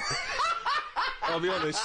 I honestly gave him the cash straight away. Did you have a game of Find the Lady with him as well? I'm beginning to wonder if I was part of his sales patter, and he wasn't just a lovely fellow who's trying to help me out. But yeah, it's not quite big enough, so instead of sort of pulling in tight down by the ears, it sort of sits pork pie-esque on top of my head. Right. And it is in danger of flying off. It did fly off into the back seat when I was driving. Luckily, I could stop and pop it back on again. But yeah, that's great. It didn't fly off, and you know, you don't want that as you're cruising past a couple of sort of Playboy bunny types in an open-top Cadillac, and you're just grinning to them and your hat flies off. Or it hits a big Al's Angel on a chopper behind you in the face. He's good. He scratches his bike. You stop and you go, "It's my hat." Yeah. And he goes, "Is it?" Exactly. What annoyed me was I was with my mates and we were driving around and we had a bunch of friends and they said, "Oh, can you pick up a couple of friends of ours?" And we picked them up, a couple of girls. I thought, "Oh, ding dong, here we are, good-looking girls." They got in the car. Instantly, we were going, "There's not much leg room." I was thinking, for God's sake, it's a bloody Mercedes! I couldn't even impress them with it. It's costing me fortune. I thought they'd go, "This is a lovely bit of motor," but no, whinging straight away, never met before. First thing they say. Let's accept, right, that at some point, about 13, 14 billion years ago, there was nothing. There was no space for the nothing to be in. There was no darkness, no light, nothing. Okay, literally nothing. Except what is nearly a point in space that contained everything in the known universe, okay? Suddenly, that exploded. And in a matter of minutes, the universe was pretty much as it is now. And in all the debris, in all the dust, things started to cling together. One of which was the Earth. Can I have Karl pick up the story from there? Yeah. So, there we are. We've got the Earth. We've got this big... What happened next? Planet. Probably nothing for quite a bit. Okay. Yeah. Just sort of floated about. Yeah. But it wasn't causing a problem because it wasn't annoying anyone. No. See, we don't get a chance of that these days. No. You pop something down, someone says, move that. Dangerous, what is it? Yeah. Back then, nothing. So it's hanging around, and if you leave something somewhere, something will sit on it. Right. Okay, if you leave something somewhere, something will sit on it. Yeah. We'll say like a bin bag. I can put a bin bag outside. Bin men don't come until Friday. Sure. But I don't want it in the house. Sure. It's got chicken in it. Yep. I pop it outside, right? It's sat there for a few days now. Just time, like, you know, a day before the bin men are coming, Yeah. I pick that up and take it round the front. Right. It's got a slug living under it, Right. like one of those little wood lice things. Yeah. Might be there. Yeah. Snail. Yep. What's your point? Me We've point- got a young Earth. It's 4.5 billion years ago. It's whizzing round the sun. Something's going to sit on it. Yeah, something had to sort of happen, didn't it? I tell you what it's like. Go on. In the same way, penicillin Go on. happened. Go on. It was the bread was sat there. It goes off. Air would have created the greenness. Oh God! This sounds like the Bible. That is like the Bible. Air created the greenness. That's amazing. Carry on, because I want to. I'm learning here. I'm learning. And once you've got something, that leads to otherness. Oh, this is like a monk who sat down. Oh, We're all that's sat cross-legged amazing. listening to the wise old man. I know. What are you gonna do? I'm gonna write a thing of how everything was created. But hang on, carry on, because Really? I'm interested. Yeah. So Well, where are we? We had greenness, and now we've got So something. the air created the greenness, and then what is it? Then we have what was Just it? otherness from the otherness. greenness. Because once you've got From greenness comes otherness. once you've got one thing, others come. Yes. The air created the greenness, then you got otherness. If you create something, others will come. Build it and they will But come. it's sort of right. Yeah, no, I'm not saying I agree. No, but tell me, take me on. Continue this story, because this is fascinating. So, where are we now then? What if I was to stand on the Earth at this moment in time? What would I see? Not that much. You wouldn't want to stay. But there's greenness. Little patches Little of greenness. patches of greenness. Okay. Little bit of rubble knocking around. A bit of rubble. There was a bit of rubble. Okay. We've still got a long way to go. We want to get to life, don't we? Okay, let's skip forward then, Karl, to life. So everything was right, okay? It was the right distance from the sun, okay? Yeah, but even if it wasn't, we'd have still been created. No, we wouldn't. We would. Something would have done. No, we wouldn't have. I want to hear Karl's opinion on this, Rick. I'm not interested in facts. I want to hear Karl's opinion. So, are you saying, if the atmosphere, right, around the Earth wasn't about 99% nitrogen and oxygen with 1% other gases, we'd have still had something else? Something would have been around. What would I'm it not have saying been? it might be better than us. It might be worse than us. What would it look like? Well, it's hard to say, because they say, don't they, that it's the conditions that mould you into the shape and colour. Sure. And you know, everything else that makes you the person that you are. Okay, let's take Pluto. We know that's the farthest away. So it is dark and cold there. Right. How do you imagine the creatures that will develop there will Big look eyes like? and airy. But how did they evolve? How did they evolve, though? Because we they evolved. can't just... Hang on. You always say animals change to suit the conditions. I'd have thought if planet's dark, you don't need eyes, because things that live underground or at the bottom of the ocean, they don't have eyes or colour, because there's no point. Yeah, but what I'm talking about, are we saying we're living inside Pluto or on the top of it like we do here? Why would we live inside Pluto? Well, I wouldn't. It couldn't support life, full stop. But this is one of the most ridiculous conversations we've ever had.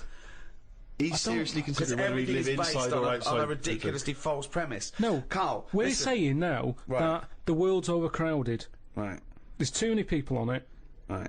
We're running out of houses. People are living in basements. Now that's only one step away from being molish. We're already going underground because we're running out of space. Being molish! Okay, Yeah, right, that's come not- on, I want to hear his point. Is that Here. like being Amish? So Go what see you're the saying? Polish people, they don't acknowledge the crust of the earth. So you're saying within 5 years there's going to be sort of mole-like people living in basement flats with no eyes? But hold on though, according to you, the lower they go, the colder and darker they go, the hairier and better eyes they'll have. Well, it depends. No, I was only saying they'd have better eyes if they were on a dark planet where they're outside, so they still have to look out for things that they could trip over. If we're going underground, That's their sole concern. That's the whole evolution. It's about, we don't want to trip over. I don't want to graze my knees. You've got knees. They got them on Earth. Coincidence, isn't it? Hub. what I'm saying is, right, and I've always said this, Go on. we are not the same as the first man that nature made. No, we're not. No. And that's where we went wrong. And if we didn't interfere, we might have been more suited to the conditions now. Auntie Nora, Right. I'm cold.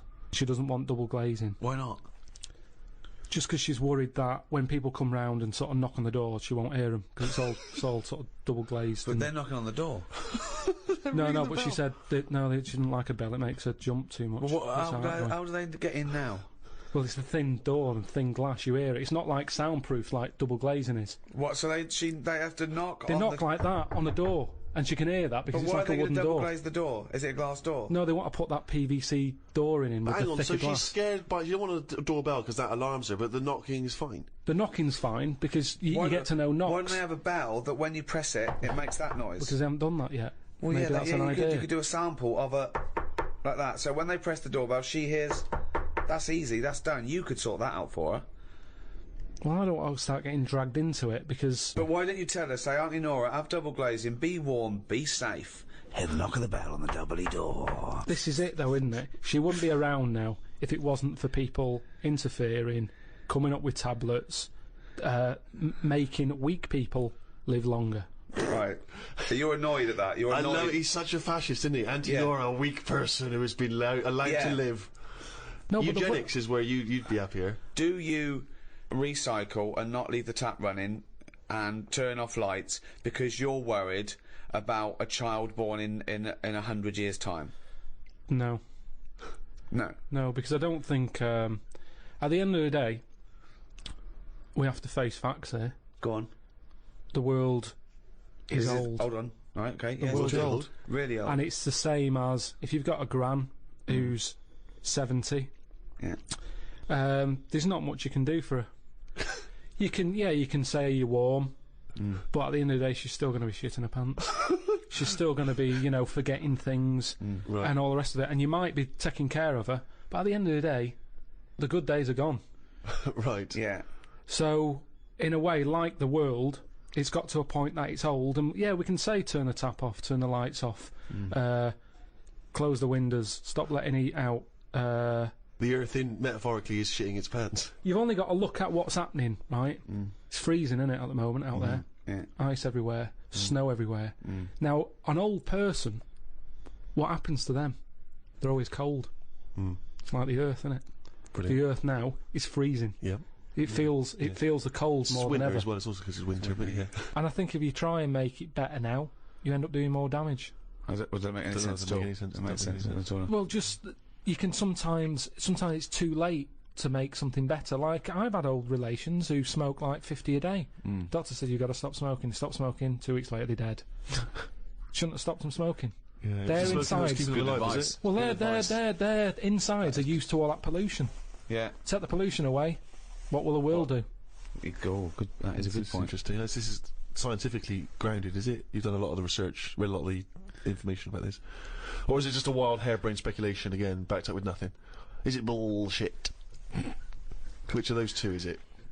I just, like I said to you, I just think it's a theory. That's what it is. Yeah. You're not telling me it's a coincidence that about 3 of my old relations have died because the doctor said stop smoking. Well, it might be because they're very old, and Well, yeah, they were old, but it's weird how why stop them smoking? They're old. Sure. Let them have a fag. Jesus. You know, they've got nothing else in their life. You've took that away, they die. Let them have a fag. And it's the same with this world. It's polluted now. I mean, there's rubbish everywhere. Isn't there? You just mean in the streets and stuff? Just, yeah. You know, different levels of... I've noticed how rubbish changes depending where you live. Just like when I lived in the centre of town, it was rank. There was like human sort of poo. Oh, what? Yeah, honestly, Where? down alleys and that. What, tramps, you mean? It must be. I don't know. I didn't sort of hang around to see who's doing it. It's just, but very human. It wasn't dog-like. How do you know it's human? Just the way it looked. What do you mean? Well, you'd walk past it and you go, look at that there, Susan. Yeah. So look at that, that looks human. Oh, yeah. And what does Suzanne say? Yeah, can we walk somewhere else from now on? This isn't... Yeah, why are you walking up and down this same alley? With all this shit? I wanted to show you the human poo. It's a cut Were you through. having a shit yourself? It's the cut through that we used to always use, and most of the time it was just like smell of wee, really strong wee, and you'd see if you could hold your breath for the full thing. But a little bit of fun, a little bit of romantic fun after a night evening in a restaurant. I remember when he took her for a walk around the car park. But now I've moved to, like, you know, a posher bit of London.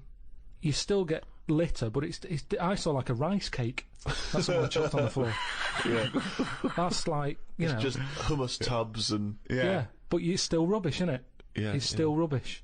Who left this crouton maker lying around? So, don't you see what I'm saying, though? The way the world... We've changed more than the world has. We can't handle anything now, can we? Look at it, like I say, a bit of snow, a bit of cold, everything comes to a standstill. Yeah. Oh, I can't go out, it's dangerous, you'll slip over, people having time off work. Yeah. What would you do, right, if you run a business, right, your business could go under, right, it snows a bit, you've got 10 employees, you're paying them well, and they go, I can't come in today, Carl, a bit icy. I'll do it, okay? Right, they're snowed in, right, you're running the business, what are you running? It's a, let's not, I'm not going to big myself up, it's just it's a factory, it's U-bends, U-bends, U-bends for... Toilet, so you run a... Okay, right, okay, so... Plumbing, you pay them all right, don't you? I'd say most of them are on above average. So you're there, what time do you get in? About 9:15. 9:15, waiting for them to come in at 9, yeah? Yeah. Okay, right, it's snowing. It's a bit snowy, you got there, it took you a bit while, you'd set off early, did you, or...? Gave myself a bit more time, because I had to put the heating on in the car. Okay, ring, ring. Ring, ring. Hello, KP Plumbing. Oh, is that Miss Pilkington? Yeah, it is, yeah, who's that? Oh, it's Sheila. Listen. Sheila, shouldn't you be here by now? Yeah, no, I was going to set off. We'll set off now, stop wasting time, we've got a big order on. No, I know. We're all on a bonus here if we get this done. I'll see you in 10 minutes, shall I? I can't make it. What? I can't make it. Why not? The car won't start and it's slippy on the drive, I just can't get out. Get the transport. I'll see you in, I'll give you 20 minutes, alright? Don't worry about it. Well, thanks for calling. I'll see you in a bit. I'm also scared of the ice. I'm scared of the ice. I'm not gonna come in today, it's dangerous. So what are you gonna do? Well, I'm gonna wait until the ice and snow goes away and then I'm gonna come in. But they're predicting it's gonna be about 2 weeks before they clear all this. I can't really travel in this, it's a bit dangerous. Well, I'll tell you what, you stay at home, I'll replace you. Because I need someone to come in with a big order. What, are you firing me because I can't get into work with this? Well, I got into work, Sheila. Yeah, I know, but you don't live with me, do you? If you did live with me, then you'd probably see how... It was bad where I was as well, I'm here. Do you know how bad it is here? When you come round and have a look how bad it is here, you drive I'm my... not coming Tell you round what, here. you come round and drive my fucking car because I'm snowed in, you fucking calling me a cunt. And I'll tell you, if you fire me, I'll take you to a tribunal, you bald-headed wanker. Right, you're fired anyway for that. You're in fucking trouble then. Right then, see ya. Right, and then she's done with. She's weak anyway. Ring, ring. KP Plumbing. Hiya, is that, Miss Pilkington? Yeah, it is, yeah. Hi, it's Bob here. Bob. Yeah, bit of trouble. In my area, it's absolutely snowed. It's possible no one's getting out. I live near Sheila. Bob, listen, Sheila's just been on. She's saying she can't get in either. She can't. I've just seen her out there trying to dig her car out, and she's she's really tried hard to get to work, but she can't do it because she's not very rich and her car doesn't work. She hasn't got the right tyres, and there's no public transport. They've cancelled those. Wrong snow on this country. I'm not going to make it in today, son. So I'll see you tomorrow, right, boy? Well, no, you're saying you'll see me tomorrow. Yeah. But you'll probably call up tomorrow with the same thing. Well, only if it's snowing still. Now, listen, it might not, I can't run a business like this, Bob. Yeah, it's not my fault, is it really? So go round to Sheila's and like slag me off if you want. But I tell you what, you're not coming back here. Fuck off. One chance. Give him one chance. Well, you didn't even give him one chance. No, because they've done it before.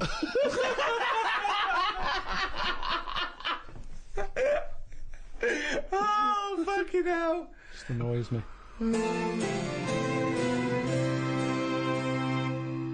Do you recycle? I give a lot of stuff to Oxfam. Well, yeah, that's the sort of recycling, yeah. Hand-me-downs and passing on things. Well, it's probably a better form of recycling, isn't it? You're not destroying anything and remaking it. You're just letting someone else wear a jumper that you don't wear anymore. So that's, yeah. Don't really do all the... I don't separate stuff. I don't sort of put, there's the cans, there's the paper. You don't do that? You just throw it away, do you? Yeah. Because Oh, that's not bad. recycling, and they can't do anything with that. That annoys me when you're just putting it in landfill, mate. Come on. Yeah. But I haven't got all the bins. There isn't enough room for all the bins. Yeah, we have to do... You've got a recycle box you stick outside. Yeah. What are you on about? Recycle box, yeah. I haven't got one. Well, no, you got to ask for one. I tried to get rid of a sofa, right? I was getting a new sofa, had the old one. You try and get rid of one of them, it's murder, right? I called up the council, said I want to get rid of it. They said, we're not coming round there till Friday. It was like a Monday. I said, it's in the way. So I put it outside. They said, you put it outside, you'll get a fine. I said, yeah, but you don't know where I'm going to put it outside. Yeah. It's not outside my house. No. So they said, well, you do that, we've got your number. What's the now. sofa like? It's a beige one. Well, if we see that... Right. So they said, if you want to pay to have it collected, we can come and get it tomorrow, 30 quid. I said, I'm not paying for it. It's madness. Yeah. So, hung up, annoyed, called my dad up. He said, oh, I saw this thing on the telly saying that you can donate your furniture to people who haven't got a sofa. Look it up on the internet.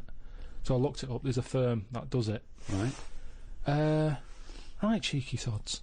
Called them up, said, I've got this sofa here, I want to donate it to someone who hasn't got a sofa. They said, oh, what's it like? Is it in good condition?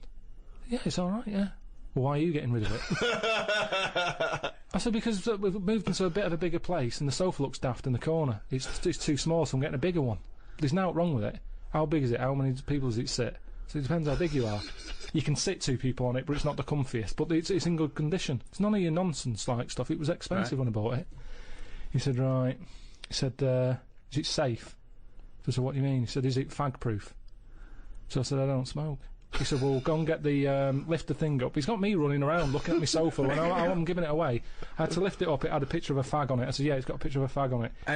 Could I just point out for our American listeners, fag is a slang for cigarette.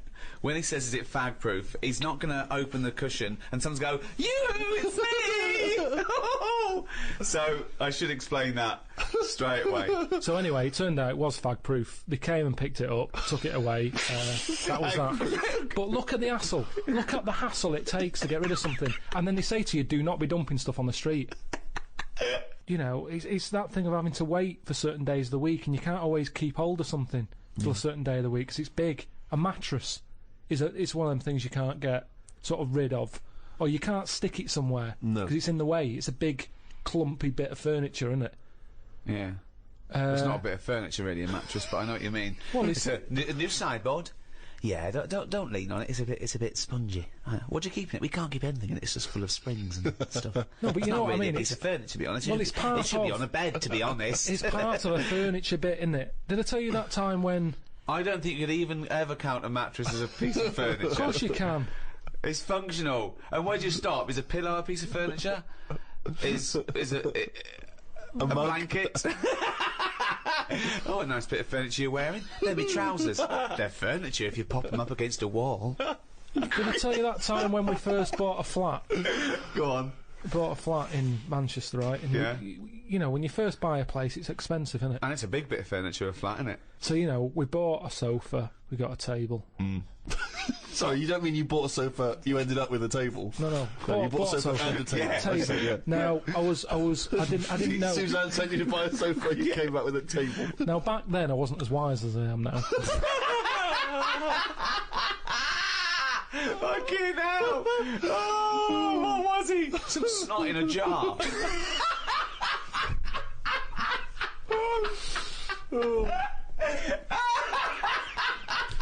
Can I just apologise to any snot in a jar that's listening and was offended by that comment? All right. So I ordered a bed.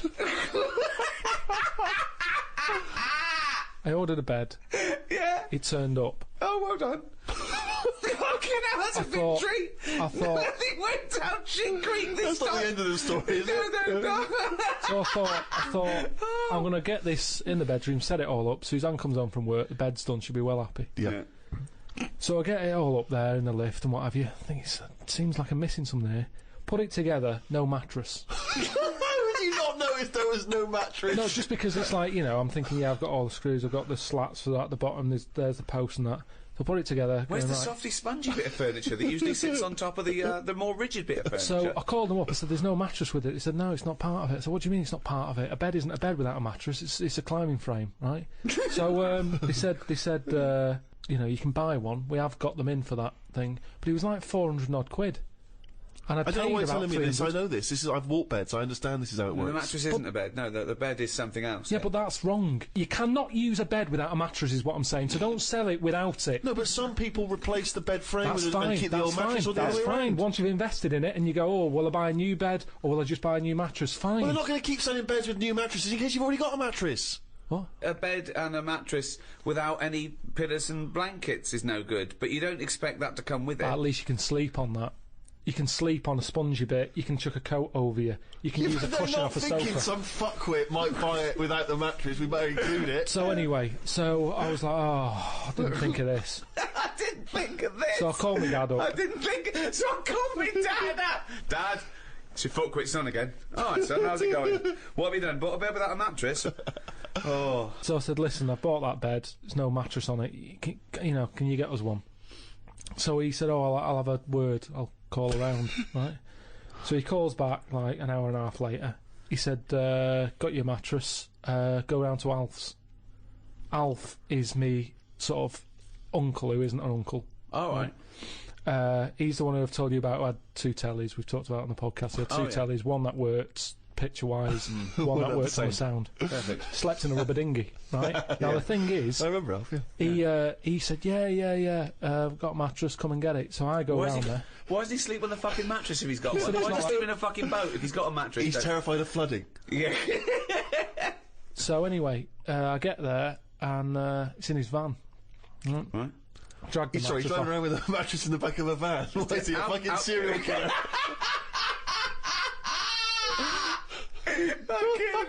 So I thought Suzanne's going to be happy. Dragged it out of the van, chucked it in the car. Thought she won't even know. Do you know what I mean? Right. So I dragged that back. Thinking, oh, am I going to make it rush hour by this point? Thinking, oh, she's going to get home. Anyway, get home, drag it into the lift and what have you. Drag it up, drag it into the bedroom, stick Dead it on. prostitute falls off it. Put a sheet on it and that. Suzanne comes in. She goes, what is that smell? Oh. So I said, what? She said, it's like oil and diesel. But hold on, why didn't you smell it? No, it doesn't make sense. I think I just sort of got used to, maybe because I got in the back of the van, smelt that, thought that's in the van, then I got used to that smell. Yeah. It's in the back of my car, folded up. I'm concentrating on trying to get this bed made before she gets in. Sure. Plus, he used to wear a blindfold instead of sunglasses in those days.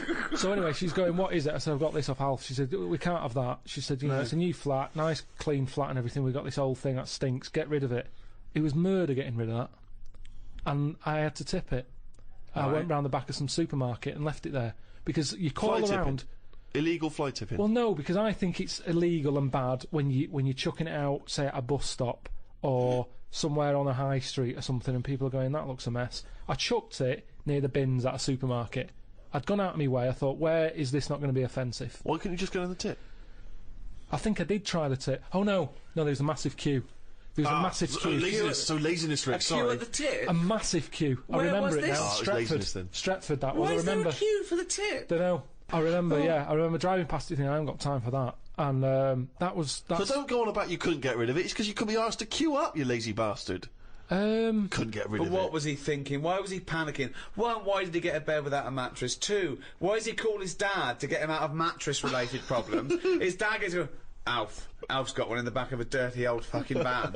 Oh, wait, that should be all right. No, but the thing is, what I'm saying is, when I was in that bed shop and I'm going, oh yeah, good bed, I'm sitting on it, I'm sitting on a mattress with it. At no point did he say, now, have you thought about what sort of mattress you want? Have you got orthopaedic problems or whatever?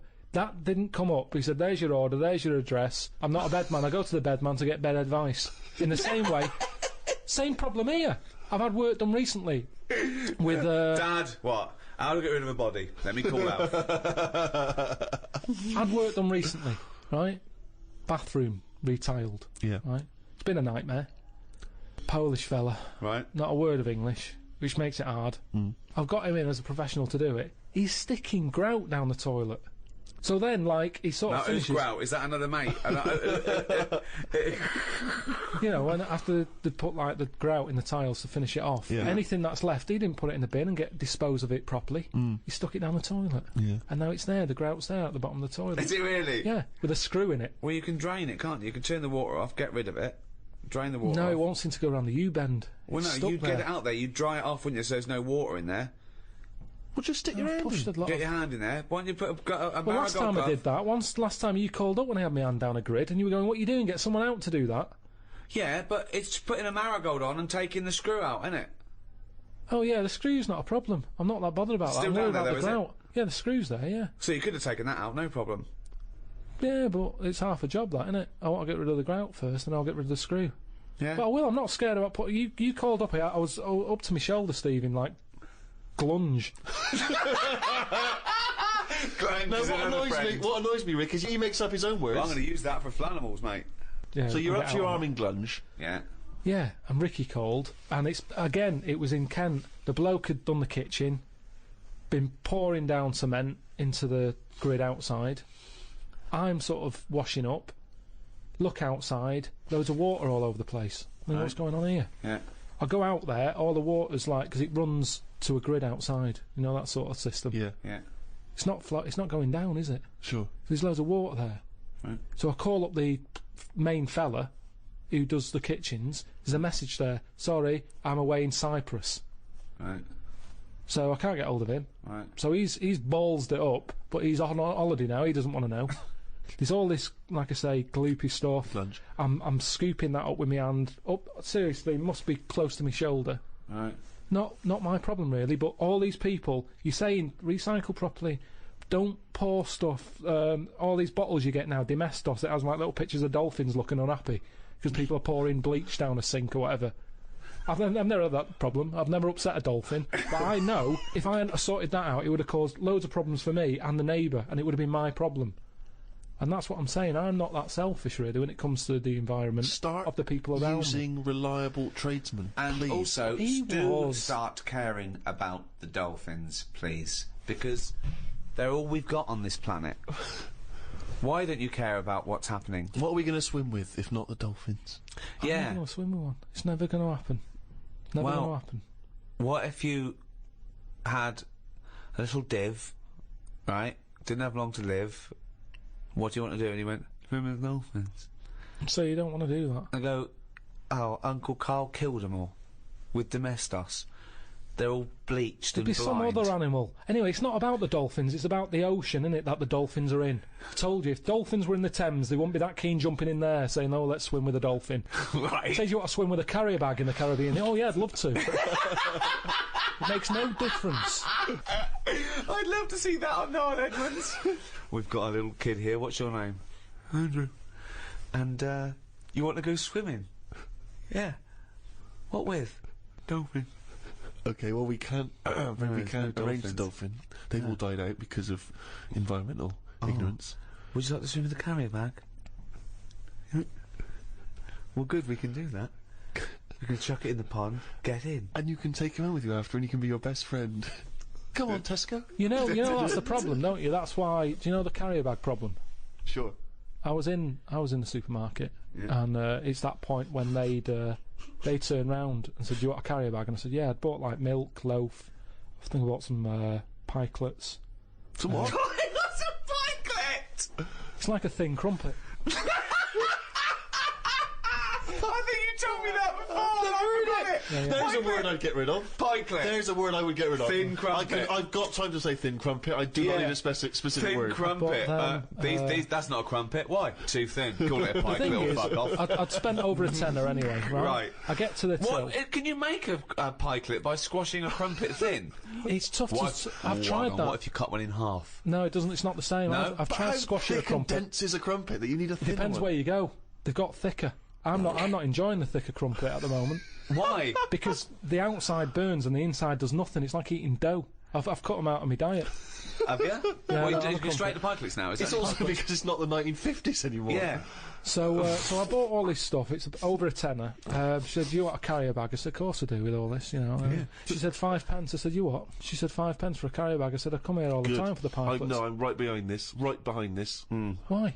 Charging for carrier bags, Yeah, it makes you absolutely. think, mate. Lazy bastards. I take carrier bags down to the supermarket every time I go down there. Yeah, we've got a drawer full of carrier bags. I used to reuse them. Steve, can I just put a question in? Go on. I do normally. I reuse them. Okay. But I didn't know I was on my way home from work that day. Fine, but Suzanne this is the called problem. up. So be it. So- That's Come you bought pays with a nose. 5p, otherwise you carry one with and you. you got another one. And you got Right, so I said, how's that going to help? How's my 5p going to help the environment? Typical. That is the attitude. That sums it up. Then it well, sums at least it it up. goes What can I towards do? something else, doesn't it? It's It's just the making you think. turtles. It's the turtles. Right? she said. Yeah, turtles. That's right. They get caught up in them. Yeah, No, terrible. she said. They think they're a jellyfish, and they Yeah. go, they swallow it. Yeah, and then choke. So I said, right. So it's all right. I can kill a turtle, can I, for 5p? You're not that bothered then? Why do you want to kill a turtle at all? Because if carrier bags shouldn't be out there, Yeah. ban them. But don't say you're killing turtles with free carrier bags. If you want to kill a turtle, 5p. Oh, there you go. There's 5p. I'll go and kill a turtle. That's what's annoying me. It's not compulsory though, is it?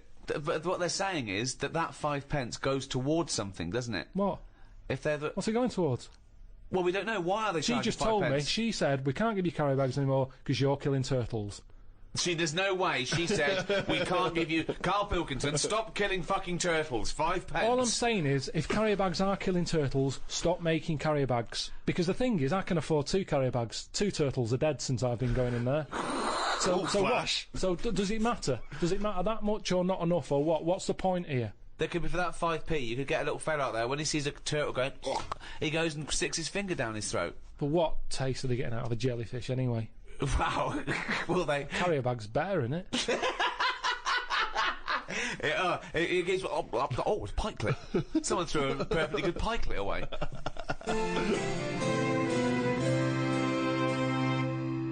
Talking about the Earth, Karl is going around the Earth. Myself and Stephen have set Karl up with a dream job. Not only have we got him a TV programme on Sky, but he's going to see the world. It came out of Karl not being impressed by anything, and Steve had this idea, and we've talked to the producers, and we're basically sending around seeing the 7 wonders. Okay, the 7 most amazing things on Earth, according to polls and opinion. It's a bit of fun. We know they might not be the most amazing things on Earth, but if Karl finds all 7 of them unimpressive and boring, there is something fundamentally wrong with him, we think. I've only done Egypt so far. And what do you think of it?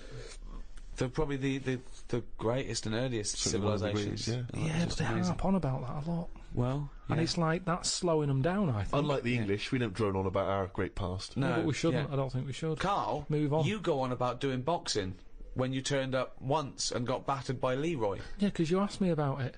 But Right. the thing is, they're constantly... It's like they haven't moved on. Everywhere you go, you see the Sphinx or a pyramid on something. And it builds it up too much. So that when you actually get there, you feel like you've seen it so many times that it doesn't impress you that much. But I like the... it's different. I liked all the, locals and stuff and the way they are and that. And that's good, isn't it? How are they? Just a lot of old people. Yeah? A lot of old and the young mix more than our lot do.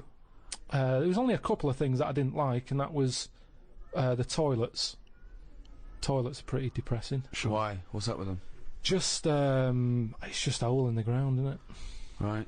And I like the toilet. It's sort of me time, and to sort of go in one of them, you don't want to hang around. It's sort of, you just want to do the job and get out. But my insides don't work like that. They like to sort of relax a bit. And you can't do that there because you've got flies whizzing round your head. And there was one time when we were out and about, and I'd had a bit of hummus or something, because you can't get away from all that. I'd been dipping my bread in it, and I suddenly thought, oh, my belly feels funny. Got to find a toilet. Cut through this market. Didn't know one was there, but you sort of smell it. It's like, I'm getting close to one. Yeah, it stinks. Go in, there's like a fella sat there, really old. He must have been about 93, about 2 teeth. Sat there with a rag, and you have to pay him to use the toilet. What's the rag for? He doesn't wipe your ass for you. I don't know. But Well, did he or the didn't he? toilet's never been cleaned by the looks of it. I had to give him like £5 Egyptian, whatever that is. I don't know how much that is, but I don't know what he's doing for that money because the place has never seen a mop. So I go in there, open the door, and it's like one of them holes in the ground. I go, oh, God, can't use that. Push the next door open, that's the same. Get to the end one, open it, normal toilet. All right. Ding dong. Brilliant. Sit down there, do what I do, look round, no toilet paper. Oh, no. He's waving the rag over the top of the cubicle. Yeah. More money. £10. So I'm thinking, oh, God. I'm thinking, can I just get up? Because it was quite a clean, I thought... If I It had was to, quite a clean drop, sure. Yeah. So I'm thinking, Don't they use water, though? Don't they use water? Well, they have a hose pipe, yeah. Yeah. But I didn't fancy that. Well, that's cleaner, though, isn't it? A hose pipe. Really getting a proper it's wash. It's Why? heck. How can it be? Why? Because that's just gonna... That's not gonna clean it properly. It's gonna get rid of some bits, isn't it? It's like when you clean a car. Yeah, use a hose, but where's a sponge? Sure. So, Yeah, that's true. Oh, God! You rinse off a plate, but then you always give it a little wipe Exactly, as but I like it. That's when the bloke knocks on the door and goes, "You need sponge?" Yes. so I'm in there. I look at the door. There's no handle on the door, so I'm trapped in there anyway. Someone's nicked the handle, so I can't open the door. I'm sat there. There's no toilet paper. I'm calling like the people who I'm out there with. Yeah. They've got the phones off because we're meant to be filming. So I'm thinking, well, if I just wait, eventually they'll call. They'll panic, yeah. And they did after about. Hello? Oh, it's Carl. What do you need? A handle and some toilet paper, please.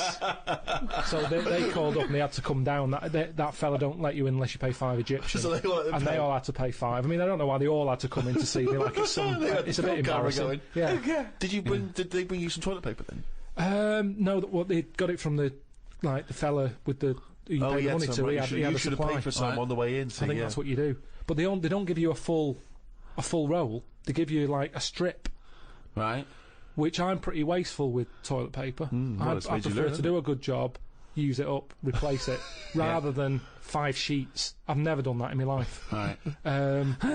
So my brother taught me something. When he was in the army, he said you used to have to sort of put your hand through it, get it all, then use that paper to get it off your hand. What?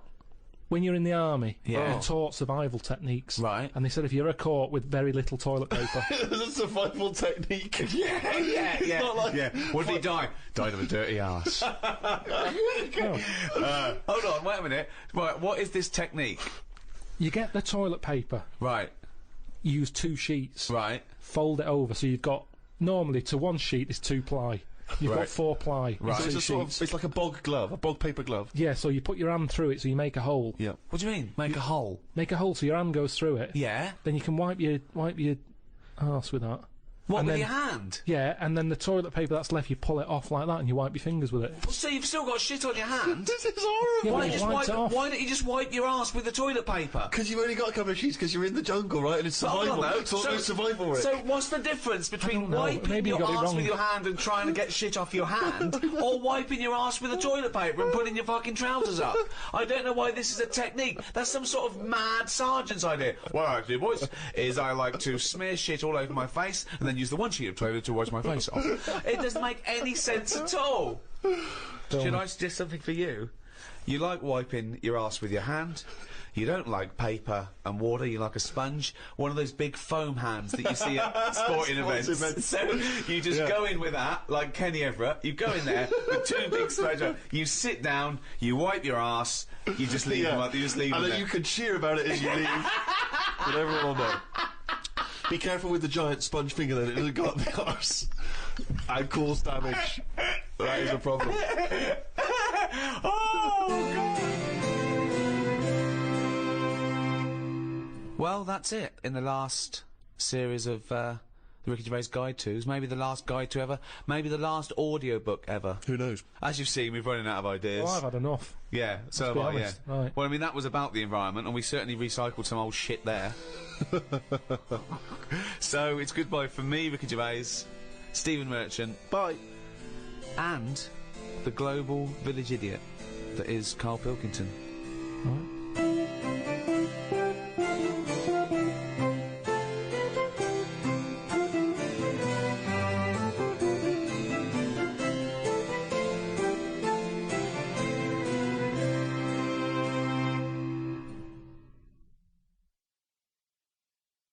This audio program is presented by Audible.com. Audible. Audio that speaks to you wherever you are.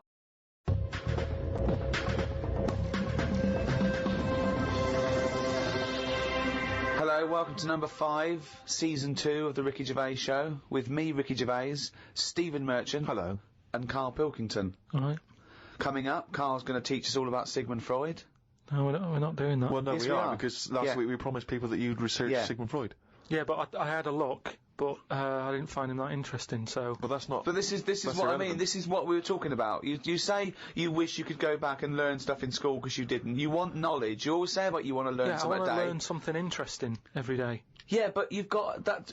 I had a look at the website. It just... SigmundFreud.com. Yeah, he started that, I just had a look. I just did a search on, like, famous quotes from philosophers. Quotes. Brilliant. That'll get you everything you need, a quote. Well, I don't need to know his history. That sums up a man's life work, a quote. No, but that's what you're remembered for, isn't it? Churchill will go on the beaches and all that. Sigmund didn't really have any sort of... Catchphrases is what you mean? Yeah, things that you hear. Sound bites. Yeah. He wasn't good with the press. Brilliant. So you haven't bothered to learn about him? You didn't even pick up a book? I wouldn't know where to start. Do you feel like you're thinking in your head? Sometimes, like then I was. But I don't know if I am, because it's got a mind of its own, hasn't it? Did look at some of the things that he'd said, and the one Do it now. Right, what have you learnt about Freud? Okay, here we go. This is Karl Educates Ricky and Steve. Number 1, Sigmund Freud. Karl, tell us what you learnt about Sigmund Freud. Right. All I remember was that he said a baby... You look at a little baby having some milk from its mum's breast, right? It looks well happy. It has enough. It's full up. It goes to sleep. It's got a smile on its face, right? He said that's what happens when you're older as well. That's all I remember from all the things that he was saying on his thing. He just said it's weird how, like... It's like... Now, to be fair, Rick, that is obviously in translation. Yeah, I know. From the original, so I don't want you... No, I'm not having to go at Freud. You know. I mean, Freud has been discredited on some issues, and we've moved on with experimental psychology and But that's the one that was interesting.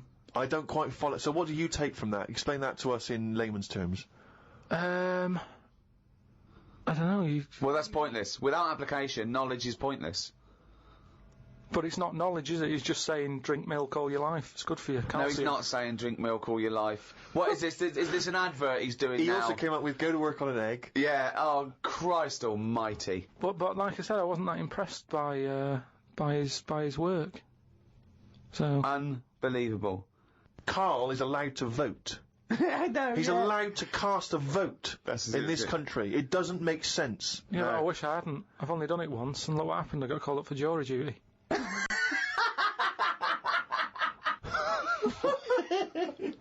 Not doing it again. People do what they do anyway. I think they only let us vote, so we feel like we're having a say in what's going on. But really, it just carries on, doesn't it? I haven't seen a big change. But that's exactly why you vote. No, the best thing you can do is look after yourself. Get on with it.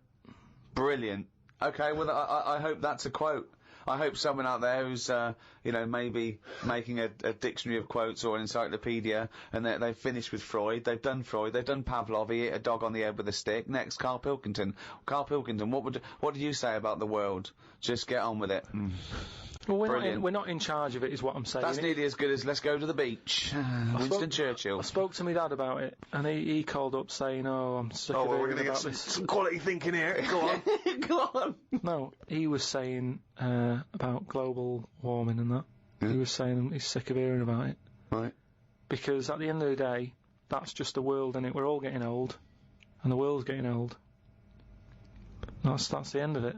Brilliant. What another amazing quote. Well, it is. What we're trying to do. This is what I'm saying about we don't like people to get old. We're always saying, oh, we can change that face, we can lift your chin up, we can put a wig on you. And why are you so annoyed about people wanting to live a little bit longer? Because enough's enough, is what I'm saying. The world's the same. It's just getting old, and it used to have more green on it, but now it's gone a bit bald, so it hasn't got as much green. It's got more soil. Treat the world like a head. That's an amazing quote. Treat the world like a hen. You've actually come up with one there. I thought of another phrase you could... just sitting here talking to you. Flogging a dead horse. Yeah. What do you think that means? Flogging a dead horse. A number of people are still amazed by your complete lack of understanding some of these famous sayings and phrases. So... Well, that's an easy one. Yeah, that's like, you know, get a new horse or, No, he hasn't got it. no one's going to buy it, No, it doesn't mean that sort of flogging. and you're hitting it. Yeah. Right. So what's the point in hitting it? So It's dead anyway, so don't bother hitting it. It's absolutely, not it's feeling pointless. It's a it just means it's a waste of time. Yeah, but it depends what that horse has done to you. No, it doesn't. No, it does. It's that thing, innit, of like, if a bear attacked you and you managed to hit it on the head and it went down, you'd go and you'd be annoyed. You'd still have built-up aggression. You'd give it an extra clout.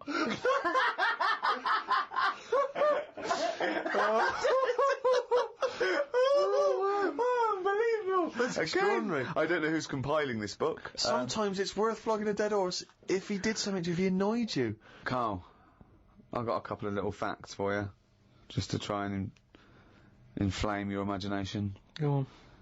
Sharks are immune to cancer. Really?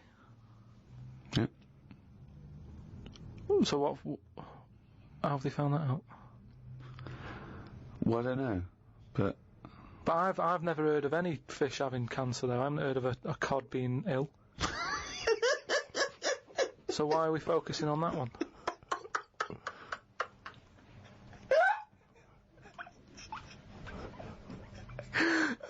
good point.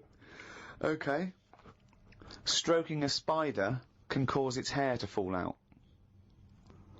What? Because it doesn't like it and it gets stressed out, or is it just that some people are rubbing too hard? No, I don't think it's they're rubbing too hard. I think it's something to do with... I mean, what sort of maniac is stroking a spider anyway? My mum did it once. Really? Yeah, not to a spider. Right. It was just a little bee. She'd been out, sunny day and that. Got the washing off the washing line.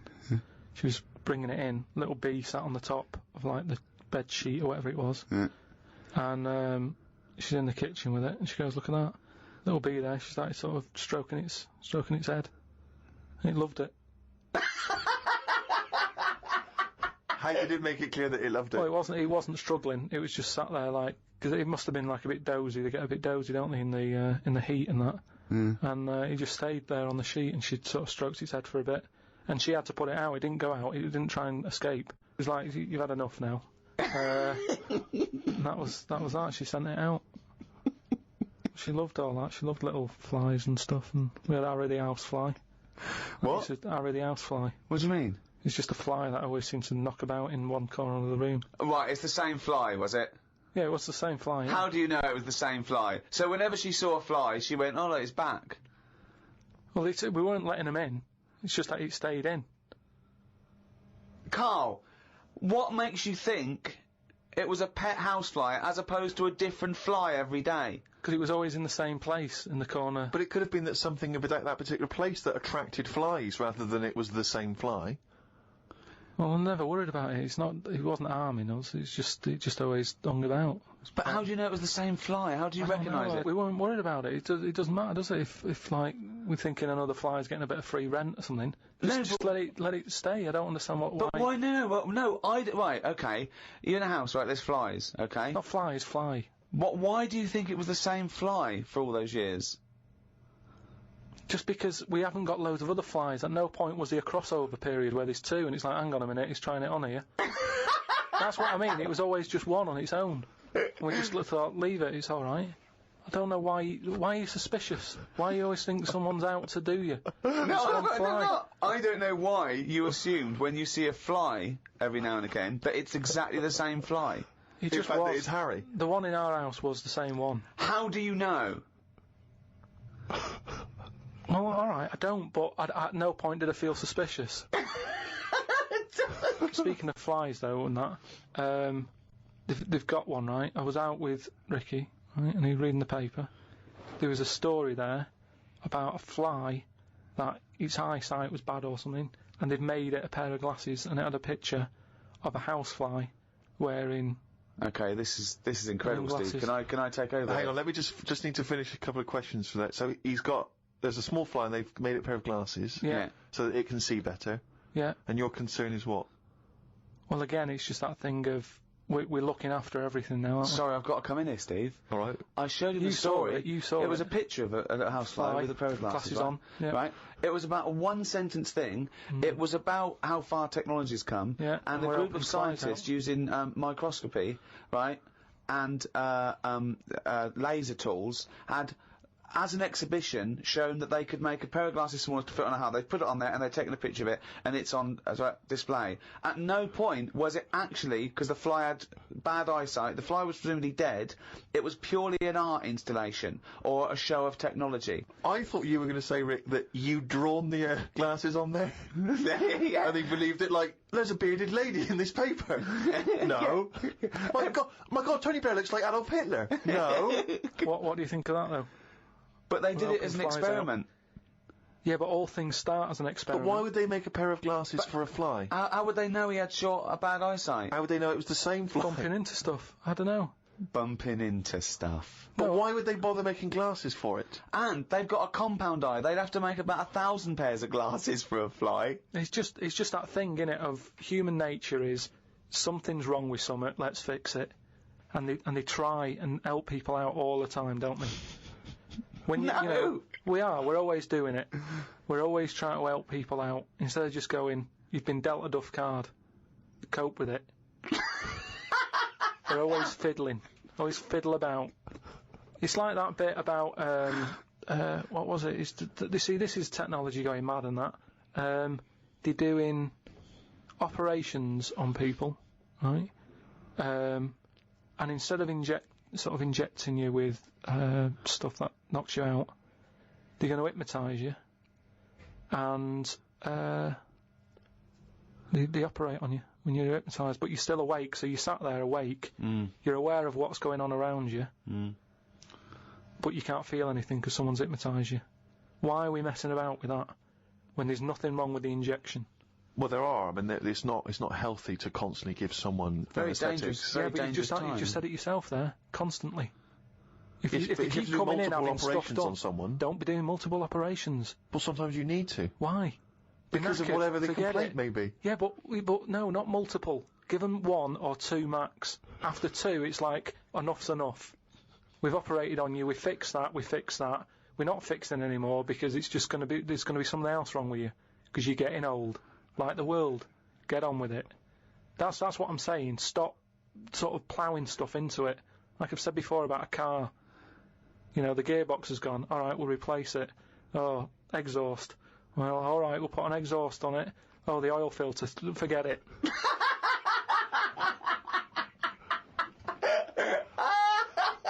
Came up with a good idea. We'll be the judge of that. Well, I'll do it now. It's not a good idea. Okay. Okay. I'm sticking my neck out here. I think this isn't going to be a good idea. Okay. Thoughts? Well, I'm going to agree with you. I'm going to second that motion. Okay, let's see. Let's see if we're both right. See-through skin. High five, Rick.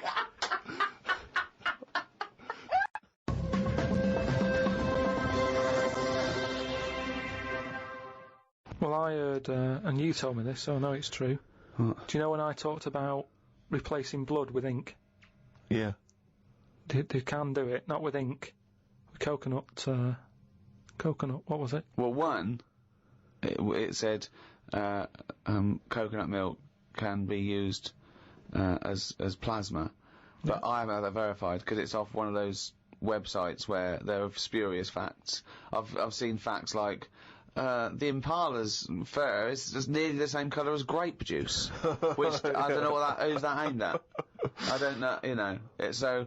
Well, what do you think of that, Steve? I mean, I've sort of touched on it. But I've just got to echo what Ricky said. I can't have an opinion unless it's been verified. But why aren't you just being open-minded enough to go, well... No, But that's that's not not a being question of being open-minded. Open-minded is being open to the facts that, you know, the possibility. Open-minded isn't believing everything you hear. You don't believe everything you read, do you? A lot of stuff you kind of go, well, that's interesting to... But what we talked about this, what about Noah's Ark? What about it?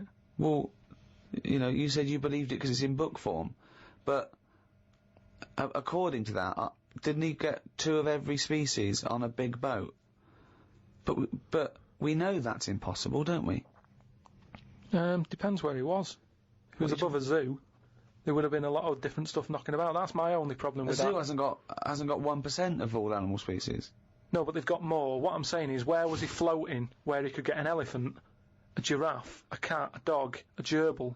Where were all these things floating about? Well, exactly. Right, That's my these only Old Testament downfall. zoos, they were quite Yeah, quite but big, exactly. really. But you're right. You're questioning it. How is it possible? But I've just said, a zoo. But what are you talking about? A zoo? As I said, there's no zoo that has got 1% of all animal species. Well, I don't know where he got them from then. There's a couple of million species of animal. And how did he round these animals up? Because they were drowning, so they were looking for any boat. So they were actively seeking out an ark. Well, they would have just been looking for anything to get hold of. Yeah, and where did he keep them all? How did he keep them all separate? How did he... At that point... Oh, no, the lions ate the otter. No, because at that point, it's that thing, innit, of how you all pull together in a bad situation. Talk shit. You all chip in, they're all like, oh, God, you know, let's be nice to our neighbours. Right. So there's spiders talking to flies and... Well, they would have just gone elsewhere, wouldn't they? They would do you have been on another bit of the boat. The spiders don't have to knock about with the lions just because they're all in it together. They get their own little area, don't they? Well, I don't know. How big is this boat? It's big. It's big. It's a big boat. How long... What was the warning he got from God to make it? I don't know. It was a couple of weeks. He probably had the Extreme Makeover Home Edition team. They all chipped in. Probably had Queer Eye for a Straight Guy helping him out with some of the interior design elements. Yeah, yeah. 2 of every species, Carl. How big would this boat have to be? Yeah, it's big. You can't just keep saying it's big, because I know in your mind, you're imagining this ark, there's a boat with Noah up the front with his wife, 2 giraffes behind him, then next there, 2 elephants, and it just, and it's just like elephant, giraffe, hippo, dog, cat, weasel, couple of frogs, and a spider talking to a fly going, let's get on, but when we're off here, you're dead. But what would you have done then? Are you saying that you wouldn't get on there because it's too noisy? It's not a question of what it didn't happen. done. It didn't happen. To be honest, I'm not bothered, and they got through it, didn't they? They got through it. They're here now. We're not short of them. If anything, like I said, he didn't do us a favour because he saved too much. You can't move out there for stuff.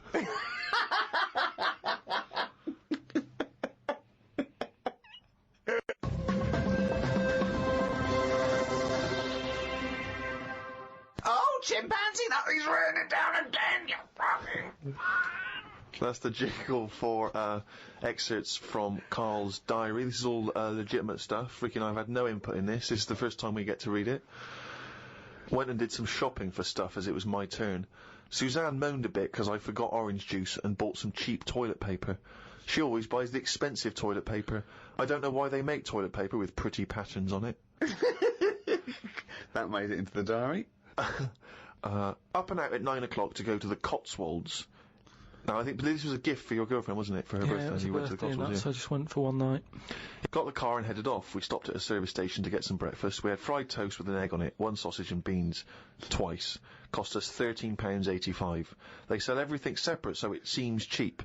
At that price, we must have been charged for each bean. We found the B&B, but they wouldn't let us in the room because we were early. We went for a walk. There was not much around the B&B, so we had a quick walk around the car park. And went back in. Happy birthday. The room was now ready. It's an alright room. 3 biscuits, so I ate them straight away. Like a child. Like a dog. He runs in, jumps on the bed. No. Get off the bed, not on the furniture. The room overlooked the car park that we'd already been round. You're staring at that window. Remember when we went there? We'll always have the car park. Yeah. Oh, God. The room had posh coat hangers in the wardrobe with sponge on them. So I ate the sponge. Don't think they are needed. We went and booked a table for Sunday dinner and went on another walk. There was a field that was there just for birds to live on. We couldn't see any, so we went to the pub. Headed back to where we were staying for our dinner, I had beef. It was nice enough, but there was a family of 13 behind us. I don't see the point in going out in large numbers. They annoyed me. One of the family asked for sorbet before his next course. He was only about 11. He thought he was it. I said to Suzanne, I've had enough and needed a kip. Watched Planet Earth on BBC One. They filmed a panda for 4 weeks and all it did was sit in its cave. It did nout. If I was Fiat, I wouldn't name one of my cars after them as it suggests it won't work or go very far. It'd be like bringing out a Ford Sloth. No one would buy it.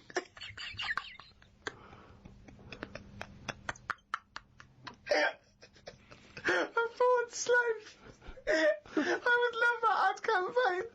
Oh, that's amazing. Oh, God. The new Vauxhall Slug. We had a look around the local village. There wasn't much to it. We did the usual thing and had a look around the church graveyard to see how old the dead people are. Suzanne's had it every time so far. She's gone to the Cotswolds, the room wasn't ready, she's seen the car park, an empty field, and now let's go and play how old the dead people are. I like the fact that you mentioned we did the usual thing of having a look round the church graveyard. Do you make her do that every time you go away? I like the fact, I want to know what she did for 2 hours when you slept. Did she just like... She went to a club, had a whale of a time. No, she just looked out at the car park, just like, memories. But that's what you do, though, isn't it, when you go to these places? There's nothing else, unless you want fudge, or, you know, you walk round a church graveyard and have a look. There's nothing. We went home. It took 3 hours to drive back. People say they go to the country to see the wildlife. I saw rabbits, pheasants and a fox on the way home. They were all dead in the road.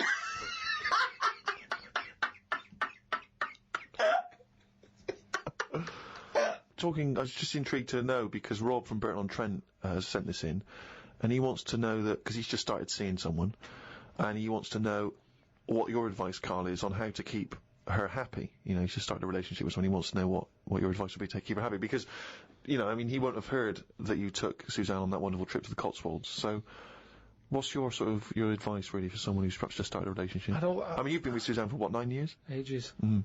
I don't think you should, have to go out of your way to please them, because then it's not the right person. I think you should just do what you want, and then if they like it, then they're the right ones for you. So don't go out of your way too much. I mean, I got the posh badge for a birthday. That's once a year. Rest of the time, it's kind of like, you know, I like weird stuff. I like watching weird stuff and all that. Now and again, I won't make her watch it. I'll tape it. Amazing advice. But sometimes... This is amazing advice. Sometimes you just say, no, come on, the bloke with the 2 heads on, I want to watch it live. So, give and take is what you're saying there. That's all. It shouldn't be hard. As soon as it's hard, it's not right. So just go about your business. See if she joins in. Brilliant. Another quote for the book. Woke up to the Commonwealth Games on the radio. Now, what are you making of the Commonwealth Games? Is that something that interests you? Are you a sports fan?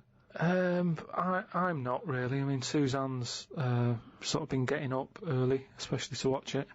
You know how I feel about a lot of it.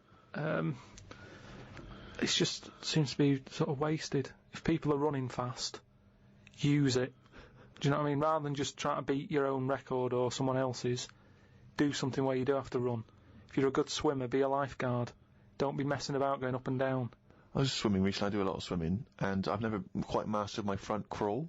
Just never quite nailed the breathing, because it's quite tricky, isn't it? You know, you've got to breathe at the right moment. And so I'm in the swimming pool in the local gym, and there's a guy bombing up and down, really doing a great forward stroke. So I waited till he came up, and sort of went, excuse me, mate. I was just watching you when you were doing your front crawl. I was really impressed. Could you just watch me when I do mine and tell me if I'm going wrong? Why would you go to a man? I know, and that was what that was the problem. It's only as I was saying it did I realise what it sounded like. I've just been watching you swimming up and down. I was really impressed. And you're both in Speedos. Both in Speedos. You know, I'm got the goggles on.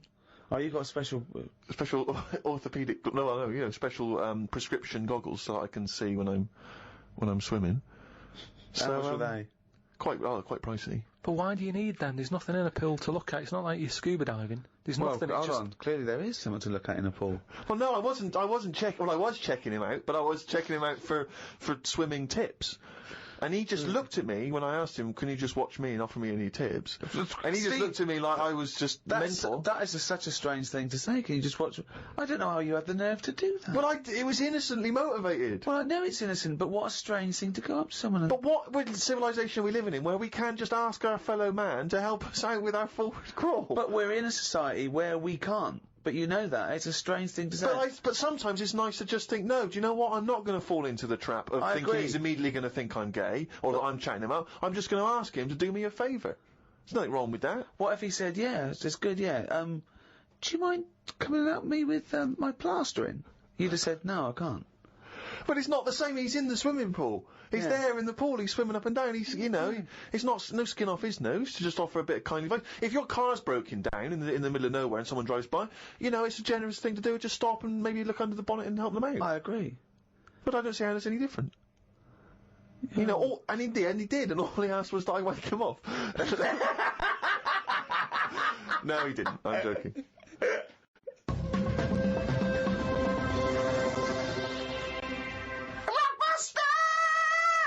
That's the jingle for Rockbusters, a quiz which I don't think anyone enjoys. I mean, Karl doesn't enjoy writing them, we don't enjoy listening to them, the listeners from the emails are just not interested, so don't know why we bother. But anyway, here we go. Last week's clues, go. The first one, it's cryptic clue, just in case. No, it's the stop first time saying you've heard cryptic, it. because they're not cryptic. Clue with initials of an artist or a band. You work it out, you send in the answers. Right, the first one, the initials were SC, right? And the cryptic clue was, I went into the restaurant on Monday, Tuesday, Wednesday, Thursday and Friday. The fella making the food, he was there each time. Okay. Right? So you got to think about it. This is what I'm saying. Yeah, just tell us the answer. What is he? He's a cook, isn't he, if he's making the food and that. If he was there on Monday, Tuesday, Wednesday, Thursday, Friday, it's the same cook. Right? Yeah. So what have you got there? Same cook. Sam Cook. You said same cook. Yeah, but if I went, the way I look at it is, if I worked in a record shop... The way you look at it is, if I worked in a record shop and someone came in and said, have you got Sam Cook? I'd go, yeah, sure, he's in the jazz section or whatever. Right, the second one... Bollocks, that is bollocks, that one. Go into that woman's store and rip her off, right? So what's a store? Shop. Right? If you're ripping someone off, what are you doing? Stealing. Another way of... Conning. Right, okay. And what is it? It's a shop, it's a woman, so what am I saying? What's the initial? C. Con shop. Right. It's a woman. Corn her shop. There you go. Shop. So Steve worked that one out. Well done there. The last one. I'm stunned. You've had a go at laying down a track, but it ain't perfect. Go on then. What's that? So a track is... Yeah, what's the initial? E. Okay. So you've had a go at laying down this track. Yeah.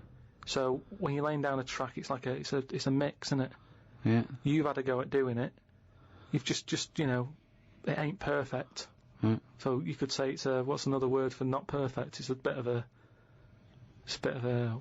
shit. Bit of a that's a bit rough, isn't it? It's a bit of a rough mix. It's your rough mix. Your rough mix. Your rough mix. I've never heard of that band. That's not bad. Annie Lennox, isn't it? Your rough mix. So Your rough mix. Candice Morris in London. Got them. I really don't know what to say. So signed picture off to her. Well, I feel embarrassed that we're still doing it. Okay. Yeah, well, we're jacking it in a bit. Should we just not mention it again, like it never happened? Well, let's do Monkey News next week. No, we're not doing Monkey News. There's nothing going on. I'd be doing it if there was Monkey News going on. It's not going on. We can't do it. Rockbusters has to fill the gap. Are we doing this week's? Hurry up. CK. Depressing. Oh, God, we got this week's to come. I thought this was over. CK. Okay, now. Do you know the songs that you sing at Christmas? That bloke who sings them is brilliant at it. Right? CK. Second one. MG. I told the homosexual man that the grape tree was mine. What? I told the homosexual man that the grape tree was mine. And what's the initials? MG. Right? Okay. Bit of an easy one.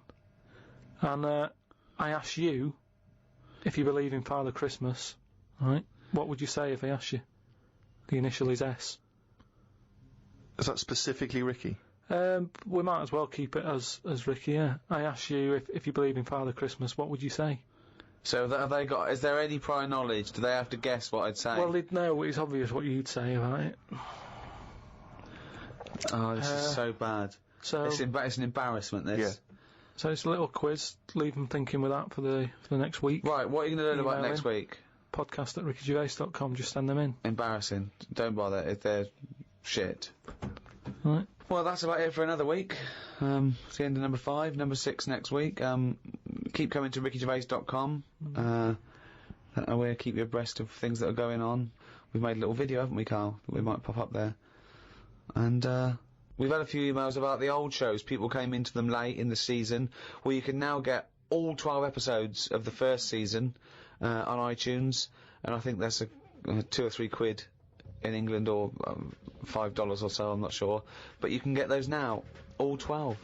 So, from me, Ricky Gervais, goodbye. From Steve Merchant, Goodbye. and from Karl Pilkington. Right.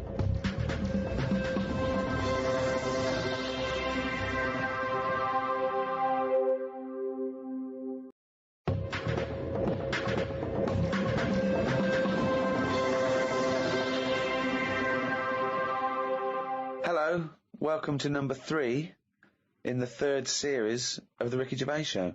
With me, Ricky Gervais, Stephen Merchant. Hello there. And of course, Karl Pilkington. Alright. Had a good week, Karl? Alright, just boring. It's a boring week. Because that sort of kidney operation I've had. It's just affected my life in a big way. How are you now, Carl? Are you feeling better? Better than it was last week. Because last week you really were not putting the effort in, were you? And it's your own fault. You know, you got kidney stones, you don't drink enough water. Yeah, no, that's what I've been doing this week. Just drinking. You said what sort of week have you had? What have you been up to? That's what I've done. I've drank water. That's all I've been doing. If there's a water shortage in London, it's because of that. Honestly, just that's what you have to do. It's just boring. Just like a basking shark. Just sort of with its mouth open, just going through the water. Sick of it. Oh, he's led the life of plankton for 1 week. Have you been able to do anything, or have you just been resting? It's best to rest. Just because, your body's still in shock, even though in the head, physically, I thought it was alright. The body sort of just acts in weird ways. Brilliant. It's a weird thing, isn't it? Like I said last week, you don't think about your body until there's something up with it. And then you panic a bit. And then you go, right, I'm going to look after it from now on. I've been given a second chance here. As I said before, this was not a life-threatening illness or operation. No, but it's that same thing. The last time I had it was when I nearly choked to death on the Mr. Freeze pop. Right. Where I had that sort of, what do they call it when you have like a second coming? Do you know what I mean? It's that sort of thing where I don't think you're the second coming. No, but that thing of... If you are, we're all screwed. You mean the second chance? Yeah, it's a second chance thing. Your life flashes before you, doesn't it? Yeah, but you get, you suddenly feel kinder. Do you know what I mean? Really? Yeah, you sort of go, right, that was a bit of a warning. Be like good, Scrooge? Be good to people and stuff. Yeah, a little bit. I think it's normal. So are you now a nicer person? You're giving more generously to charity and the like? Well, I haven't been out, so I can't do anything. I can't help anyone. You go online and... But maybe, once... Donate some money, all this cash you're in. No, I've given enough money away. Sick of it. But, It's changed. So he hasn't changed at all then, no? But you've also got to be careful as well, because there's that thing of you can drown yourself by having too much water. Yeah. So it's just getting that balance right of not having too much and filling yourself up. Well, yeah, it's that balance, right, of not dehydrating and, becoming like a desert jellyfish, like a little crisp, and drowning yourself. Yeah. You're right, it is a balance. That's exactly what you've got to do. I don't know how you've managed it, Carl. It's very complicated. Yeah. No, but what I do is when I'm thirsty, I drink, and when I'm not thirsty, I don't. Yeah, but that's the problem with me. Whatever it is that's in your head that says you should have a drink, I don't really have one. It's called a brain. It's called a brain. Yeah. It's the brain that tells you. But the brain's never thirsty. I only think of drinking when I'm eating. And I'm not eating as much because my kidney's weird. I don't want to put any pressure on it, so I don't drink. So now, if I have it in front of me all the time, I go, right, I've got to have that. So I feel a bit better. Good. Just it's just been a long week because when you don't do much, it's just time doesn't whiz by. And normally your weeks are packed, as we know, with visits to the cobblers. Yeah. Well, it's just like they say, innit? They say following an ant. Exactly. Yeah. You know, we've got a hectic schedule. I know. I don't know how you fit it all in. But because I was close to death and everything. You weren't close to death. I've been thinking about other people who've been in that situation where they're dying and what have you. And it's weird how, like, in a way, do you know, like they say before you die, things to do? Yeah. I've never heard that sentence before. I don't know if they say. Well, I've extrapolated from that. What you mean is there are certain things you should do before you die. Swim with dolphins, etc. Yeah. But in a way, because I've had such a boring week, it's been a long week, so if I was dying, don't go swim with dolphins because you'll love it and the time will whiz by and you go, oh, there's another day gone. Whereas I've been sat at home watching, The Price is Right and stuff, and it's just like, oh, it's only 4 o'clock. Oh, this is dragging.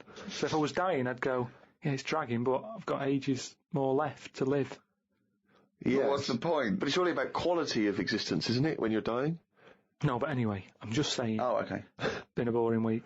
But what I've been doing is going on the internet, sort of learning stuff, watching more documentaries about stuff. Yeah. Okay, tell me something you watched on the internet then. The thing that stands out the most, there's this spider. Right. That a fella got. Popped it in like a little sort of bottle. Yeah. And chucked in 80 ants. And the spider, right, just went mental. And I don't know if the spiders eat ants. I don't know if they do. But he wasn't happy with them, that they were there. And he was just whizzing around, sort of biting them. Not eating them, just giving them a bite. And the ants would sort of just lie there, dead. And spider had this system of sort of going, right, I'm going to put the dead ones over there. And it was biting them, dragging them across, putting them in a pile, killing another one, popping it in the pile, and by the end of it, it made like a little pile of dead ants, and he was just there sort of breathing heavily. And that was amazing, because I'd never witnessed that before. But you don't see that happening, do you, normally? So you think that if people are unfortunately passing away, sort of visiting Disneyland or whatever, they should just learn stuff, just get on the internet and watch spiders. This world is amazing. Attacking ants. And just that thing of, last week you were saying how good ants were and how they're brainy and they work hard and everything. Yet none of them they didn't know what they were doing. There was panic going on. You watched them again, they were running backwards and forwards, and I remember seeing a programme about ants where they're meant to sort of work together as a team, and if they climb up a person's leg, that person stood on their house, say, and they're all like, oh. There's a signal and they all bite at the same time. They all bite at once. Now, if that had done that on that spider, they sort of all go on it, and when they're all in position, one of them sort of goes, no, and it bites, and then it would do some damage, but there was none of that. But you've seen things like the Towering Inferno, where even humans panic crazily and jump out of windows and things until Steve McQueen comes along and saves the day, so... Yeah, but at the end of the day, when you're in a Towering Inferno, you were there relaxing on holiday. So, of course, you're going to be relaxed, and the shock of it's going to make you go, oh, I wasn't ready for that, I was sat here in my trunks. Whereas that ants should always be alert. Well, yeah. Any insect's life should always be... Well, so for a human scooping up 80 of them, putting them in a bottle with a giant spider. Yeah, but I'm just saying, that's what insects do. Their life, they never relax. That's what's weird with an insect. There's no downtime, is there?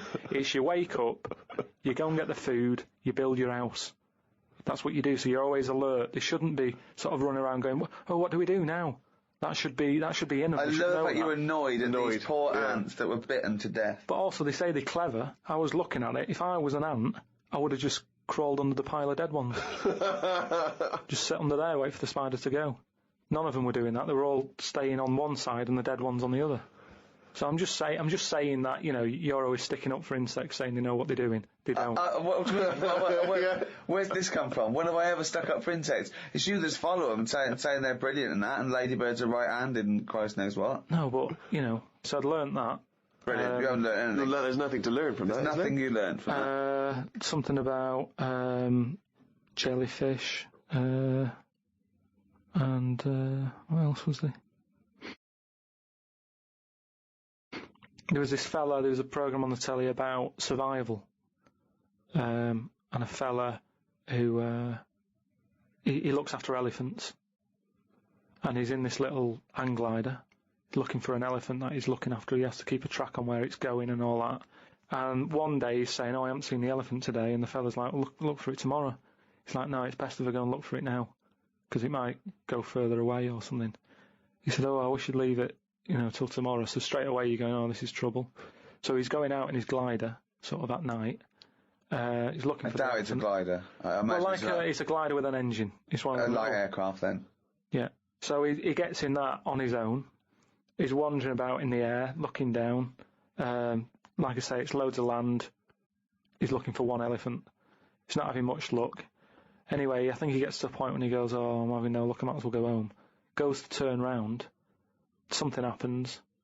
The glider falls to the floor, crashes. Light aircraft. Yeah. That crashes. He gets out. He's broke his legs. Done his back in. His hands. I mean, he's in a bad way. And he looks at the plane, and that's a wreck. Petrol's coming out of it. He's thinking that's not going to fly again. And he has to lie there, doesn't he, for like 48 hours or something. And in that time, everything's being chucked at him. He has a lion wandering around him. A scorpion walked over his leg. Some sort of dangerous snake went in his shoe. Yeah. What else is there out there? Some sort of bad ants. Just everything that's there that could cause a problem. He had it all in his life. I haven't seen this, but I suspect there's a lot of conjecture in this telling of it. Bad ants. Bad ants. No, just anything that you could think of that's out there to cause you a bit of a problem. Camels. He got hot. He got so hot his lips fell off. No, because you have to have a lot of juice to keep your lips sort of how they are. Right. So that's the sort of state he was in. Yeah. 48 hours. And yet he survived in the end. Someone came and found him. And you thought you were bored doing nothing? Yeah, no, well, he didn't even have the internet. Yeah, but he had a lot of insects. What would you do then if you landed, right? Supposing we all land, right? We're shipwrecked, okay? There's no food around. But there's a chance we might be saved, like, in a few days. We just got to stay alive just for a few days, okay? Steve offers up his penis. For what purpose? Well, it's already he's torn it in the car in the plane crash. Anyway, it's hanging off. You go, okay, listen, lads, let's eat this. Let's go 3 ways. I should be so lucky.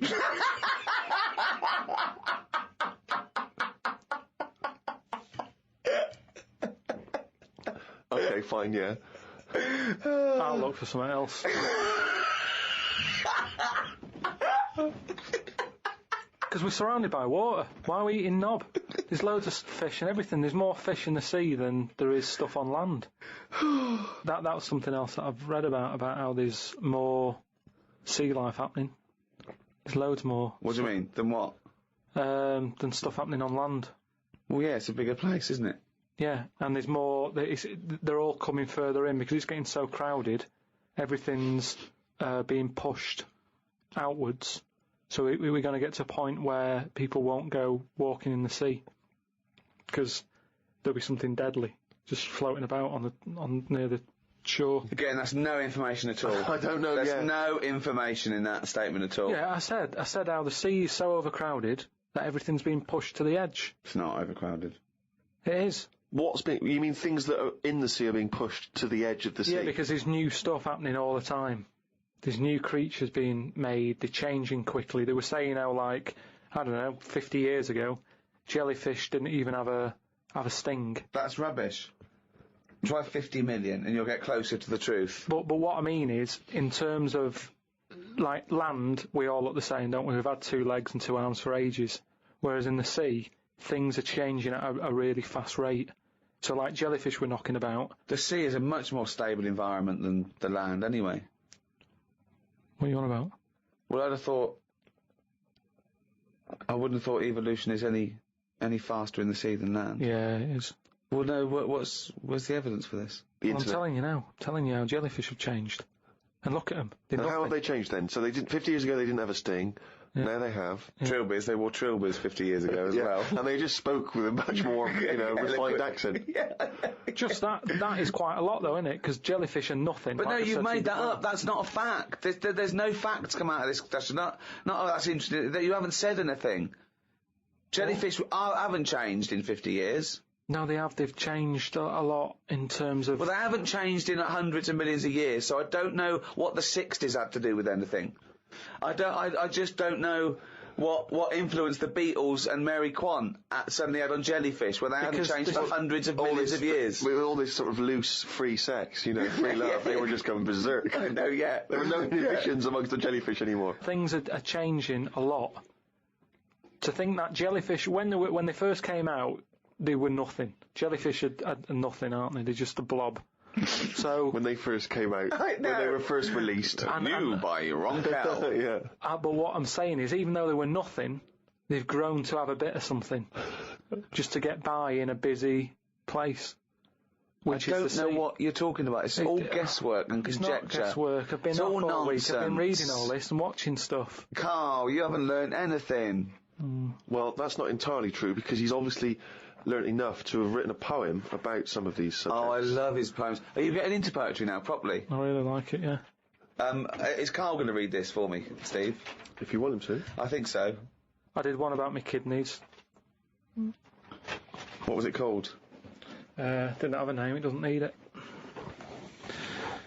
Ode to a Nephron. Right, I did 2 about jellyfish. Excellent. I don't like jellyfish. They're not a fish, they're just a blob. They don't have eyes, fins or scales like a cod. They float about blind, stinging people in the seas, and no one eats jellyfish with chips and mushy peas. Get rid of them. And then there's just a shorter one I did about a jellyfish. It would be spiteful to put jellyfish in a trifle.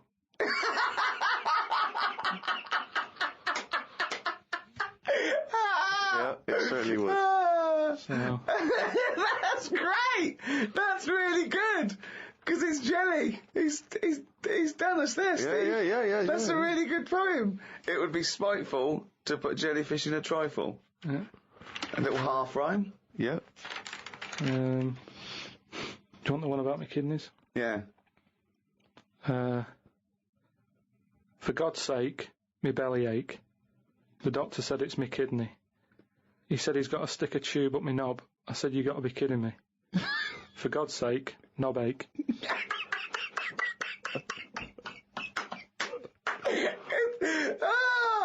Oh God! I'm sort of mildly disappointed that they're quite good. Yeah. No poet's ever written about jellyfish and kidneys. It's great. Oh God, I think you might have the market sewn up there. It would be spiteful to put a jellyfish in a trifle.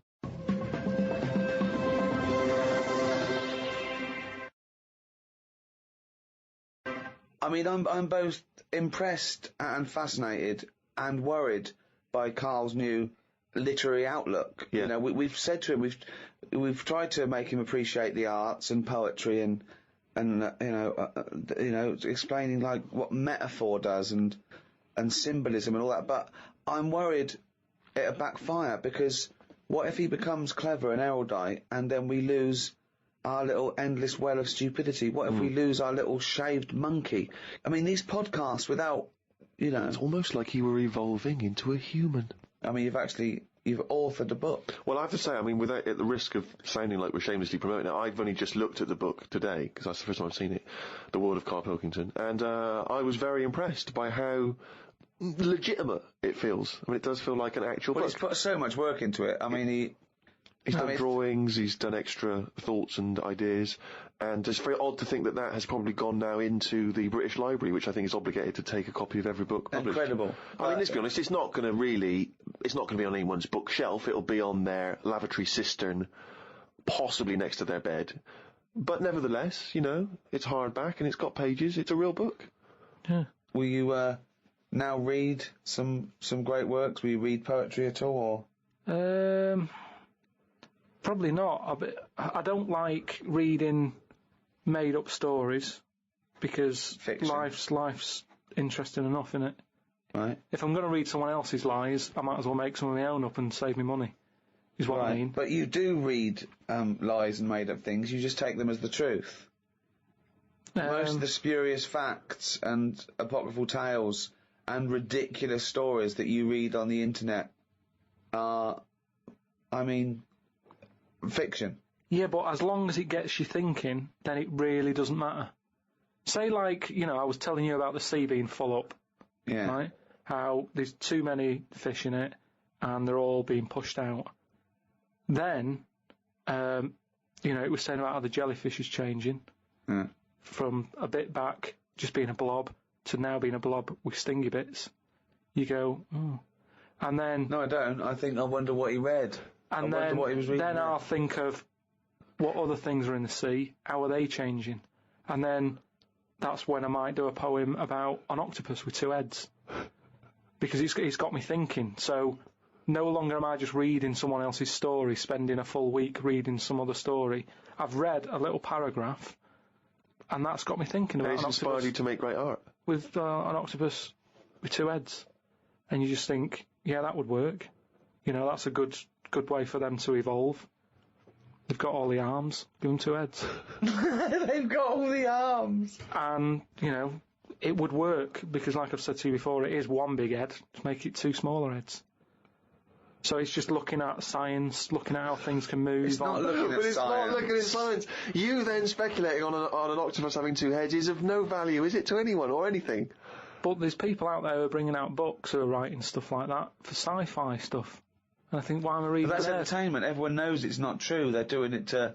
But they do more than just say, wouldn't it be great if there was an octopus with two heads? They then paint a world in which this octopus exists and presumably causes some kind of narrative interest. I can do that on my own, though, without... So what's the story of the octopus with two heads? It's happier in the end. Everyone likes happy ending. He's got company. But that's not a story, Carl. What? Tell us the story. What, you made up a story about an octopus with two heads? No, I'm just saying... I've thought about how the sea's changing. Right, what else is in the sea? Octopus. Right, what's an octopus like? Well, it's just a big head with a load of arms. Right, how would I change that? I love this thought process. But it's not a story. This is not a story. It's not anything. It's just some thoughts you've had. It's not... A story is there to make you think and have thoughts. But what is it that you've thought? You've not... I don't see what you've thought here. I've just thought, yeah, that'd be all right.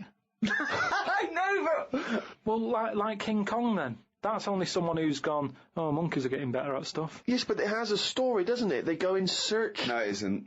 It isn't saying monkeys are getting better at stuff. That's not what it's saying. There's lots of themes, but that's not one of them. Monkeys are getting better at stuff. No, they're getting better at stuff. The way they try to he tried to go out with a woman. That's them moving on, isn't it? It's the monkey going, do you know what? I quite fancy her. And from the beginning, that is a story that you go, well, that relationship ain't going to work. Do you know what I mean? I've not gone out with women who I've quite fancied, but then they smoke, and you go, oh, that's enough to put me off. Yeah. So, when a monkey's that big, the thought wouldn't even pass my mind. To go on a date. This could work out. Sometimes it's just, relationships aren't made for each other. Now, that for a story, you wouldn't think it'd go past page 1. Yet you're having a go at me because an octopus has got two heads. Which isn't that weird. When you look at them anyway, they must be the weirdest thing knocking about on the planet. I'm not kidding you. I've never seen anything so weird. And yet... He's angry because he's not seen anything so weird as an octopus. So it's not yet a story. What's weird about it? What's strange about an octopus with all the things that could... Why is it any weirder than a dog? Because it couldn't be further away from us. A dog has got human eyes. If a jellyfish had a pair of eyes like ours, I probably wouldn't worry about him that much. But like I said to you, it's that way that they haven't got eyes, they're floating about. I can handle some fish. They look like, because they've got eyes, you can make eye-to-eye contact with them. A jellyfish, what are you looking at? It's a snidey thing, like I've said to you. You can see a lot in eyes. Do you know what I mean? They say, don't trust him. Why? It's his eyes. Jellyfish haven't even got any, and I don't trust them. Whereas if Adam, maybe there'd be the odd one that I'd go, oh, that one's all right. Okay, Carl, I'm just going to throw an animal at you. Tell me how weird it is, what bits annoy you, how you change it. Okay? A crab. How would I change it? Yeah. Does it annoy you? Do you think it's weird? They are weird, but they're at that size where they can get away with it. Yeah, it suits them. Okay, good. Would I change anything? In a way, you know, what you're saying about things not working, he can't walk forwards. So why hasn't something happened? Why haven't they said, you know what, these arms are too clumsy. We need to have them so they can slot away easier, and we can pull them out when we need them, instead of clumping around with them. Because they do struggle. You see them struggling with their arms. Yet they're still here, they're still doing that, they're still designed that way. What's the weirdest animal? So you think the octopus is the weirdest animal on Earth? Yeah. In terms of design and everything, and if you lined everything up, say if I'd come from another planet, and everything was lined up in a row, and they said, right, we're going to give you a crash course in what's knocking about on this planet. Yeah. And you go, right, go on then. And you go, this is man, here's woman, here's a dog, here's a cat, here's an octopus, I go, hang on a minute, what is this?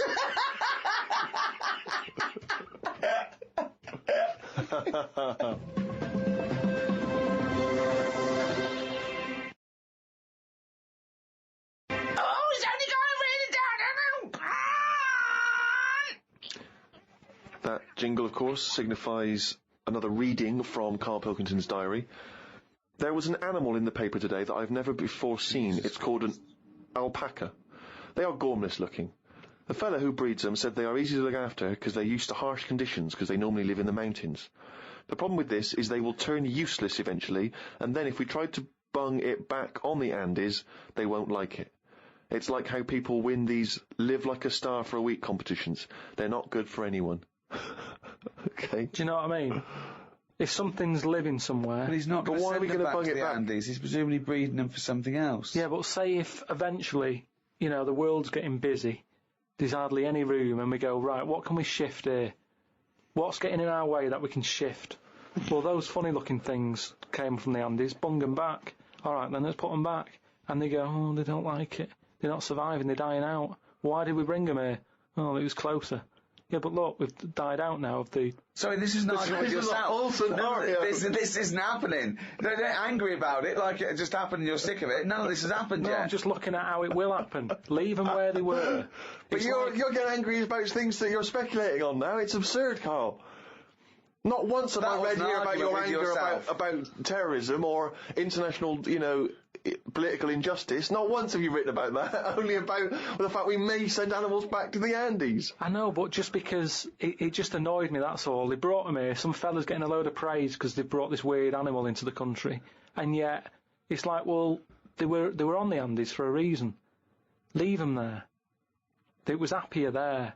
I mean, I feel guilty when I open a bag and a fly flies out of it, and I think, where's that come from? What bag are you opening with flies? What bag? No, just when, like, you know, the bag I took the computer home in, a fly flew out of it, and I thought, when did that get in that bag? Wherever brought that from? And it's the same thing. It doesn't want to be somewhere else. It was where it was. And that's the same with this Polaco, or whatever. Great news. Get $25 cash back on the purchase you just made. Sign up it's now. It's amazing. It really is the ramblings of a madman, isn't it? Some new sea thing has been found. That's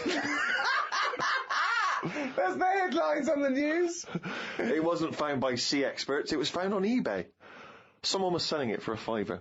I don't see the point in buying something that you don't know what it is. What do you mean? What do you mean? It was... Someone's found some sort of shell with a thing living in it. Right. They thought, oh, I've never seen one of these before, I can flog it on eBay. Someone bought it and then wanted to look after it, went to some sea expert, and they said, oh, I don't know what that is. That's the story. It's just weird how now you can get stuff's up to being found on eBay. Cash no, it wasn't found on eBay, though, was it? Yeah, but that's where the specialist people sort of picked up on it. It's just weird that... I mean, all I was saying is I wouldn't want one. if you don't know how to, if it's a new creature, you don't know what makes it happy. When you get a kitten, you go stroke its head, loves it, right? And you can do that knowing that it's liking it. If I had a little seashell and you go, does it sit in water? I don't know. Do you know what I mean? You could end up doing more damage. So that's why I wouldn't want it. It's nice to have rules in it. It's nice to know what you're doing with something. Well, as you write in the diary, it's like if an alien landed and wanted to live with you. As much fun as it might sound, it wouldn't be long before you got annoyed with it because it wouldn't eat the food you gave it. That's what I'm saying, but I couldn't have a go at it because it might not like pasta.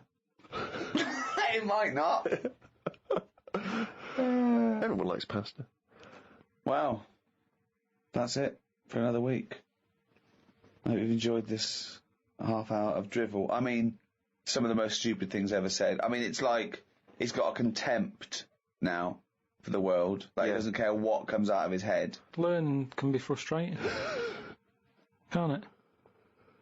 You know, you maybe I'm getting you thinking, maybe on your way home today you'll be going, yeah, octopus with two heads. And if you do that for 5 seconds, I've done my job. Good to have a job in it. So, from me, Ricky Gervais, goodbye. From Steve Merchant, goodbye. And from Karl Pilkington. All right.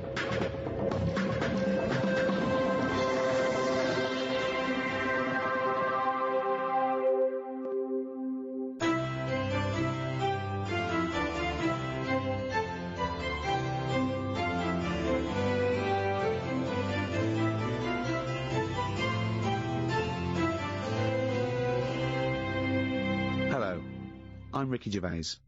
The English biologist Thomas Huxley once wrote, "To a person uninstructed in natural history, his country or seaside stroll is a walk through a gallery filled with wonderful works of art, 9/10 of which have their faces turned to the wall. Teach him something of natural history, and you place in his hands a catalogue of those which are worth turning around. To some, the wonders and intricacies of the natural world are a miracle, living proof of the existence of God. To others, the natural world is a wondrous illustration of Darwinian evolution." To discuss the complexities of plant and animal life, I'm joined by Stephen Merchant, graduate of the University of Warwick, an award-winning writer. Thank you so much for having me. And Karl Pilkington, a man with no qualifications, very little education, but who is now known the world over as a man with a head like a fucking orange. All right. Natural history obviously takes in everything to do with animals, plants, bacteria, which are in neither group. I should start by just saying, Karl, that the natural world is so diverse that we don't even know how many species there are. Conservatively, there's 2 million species of animals. I mean, without even taking in plant life, there are at least 2 million species of animal. With plants and animals, there could be up to 10 million species. There are 37,000 different species of spider alone. What do you think of that? It's a lot. It is, isn't it? A lot. But if there's loads of stuff out there that we don't know about, and we don't know what it's doing, is it that important? Is it worth finding them now? Well, yeah. Why? Well, it may give us the key to unlock other mysteries. A spider won't. Well, it might do. A spider won't be unlocking any mysteries. Well, that's totally... Plants are different. I reckon there's a natural cure for everything out there. Because there's loads of animals that have toxins that are used in medicine. Yeah, I know that we use dangerous spiders to get rid of headaches or whatever, or they do in the tribes, right? Yeah. Do you want to just expand on that point? It's just that's what they do in tribes. They've got all natural. All these tribes, they've got all natural remedies. They go, what's up with you? You got a sore ankle? Chew on this twig, and it works. I've seen it. They've sent women out there, and they couldn't believe the stuff they can do with twigs and trees and hedgehogs and stuff. Mm. It wasn't an in-depth analysis, was it? What I'm saying, they just sent some women out there. No, apparently. Yeah. I reckon the stuff that's got venom in it that's useful. We probably know about all them because it doesn't make any sense. We probably know about all of them. What I mean is the police know about the gangsters, but they go, right, we're aware of them. Let them get on with it. We'll keep our eye on them. And it's the same in the jungle. The spiders, the deadly ones, you're aware of. The ones that are just pottering about, you go, don't even worry about them. Don't even give them a name. They're not doing anything. But what if there's another poisonous spider they haven't identified yet, they're lurking in the undergrowth? I'd be very surprised. So you'd be very surprised? I'd be surprised if there was something... It sounds like laziness on your part. But they're discovering new species all the time. We know about all the dangerous stuff now, because we have to. We live in a world now. We do. We know about a lot of the dangerous stuff.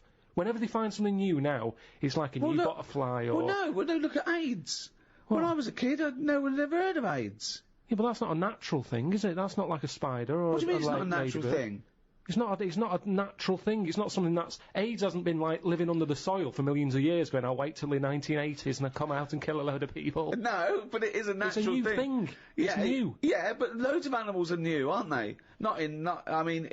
Evolutionary terms, there's new animals in evolution. I'm sure there's new stuff deep down that's just like, almost like bacteria. Sat under the soil, it'll never come to the top. Right? It's like having an old woman who's a neighbour. She never goes out, she doesn't bother you. Let her be.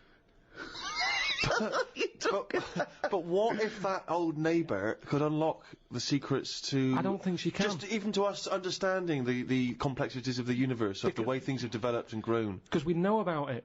Well, why would we know about it? Because I never understand, why is it you want to stop researching and studying now? Why is it that you're happy to just draw a line under everything else? What if people had said this back in the 19th century? We've done this. I think someone in the 1900s, said everything that's going to be invented has been invented. And then look what happened in that century. Yeah, and I've said to you, look at the stuff that is being invented now.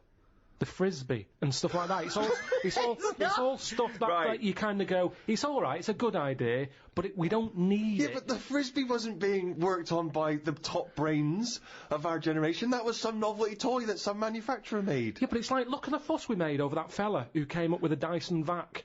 Everyone was like, he's up there with Einstein. Well, he's not. It's a good vac. It cleans up floors well and everything. Who said he's up there with Einstein? It's PR people. In one of those programmes where they did, like, great inventions of our time, it was easy early on. You go, Einstein, Newton did this, Archimedes, Dyson. And they started to run out, because it is harder to come up with something new now. Because everything that's needed... Remember, the things we've invented are things that we sort of go, we could do with that. Inventors don't sit there going, what can I make? Oh, I need a toaster. They've sat there, they've burnt the toast under the grill, and they've gone, I need some sort of device here. Well, yeah. And what can it do? I'll shape Necessity it like that, is the mother of invention. Yeah. However, there are people who sit around going, where's a loophole in the market? Where's a niche? Well, here's something. About a year ago, I came up with a see-through toaster, so that you can see how much the toast is cooked. Right. I found it about 2 months after that. Someone had done it. Right. So I'd just been beaten to the post. Yeah, but all you're really doing, Carl, is modifying an existing invention. What other examples of being pipped at the post are there? It's got to be one that hasn't been done. Or it's not your theory. But also something that unlocks a mystery. Or helps the world. What's causing problems in the world at the moment that needs sorting? Oh, cures for things. Faster transport. Anything to do with security, anything to do with well-being, you know. mean, obviously environmental concerns are a big issue. People trying to design automobiles that can run on different alternative fuels. I met a bloke on a conference once who sent a drawing to Blue Peter. It was their design a car of the future, and he sent them a drawing that was a car, and the only innovation was that you can have a shit while driving. And then he put shit goes down pipe, which becomes fuel. They must have looked at that and gone, what a maniac. I think that's a brilliant... I mean, I've driven a long way. I drove to Cornwall recently, and I would have loved...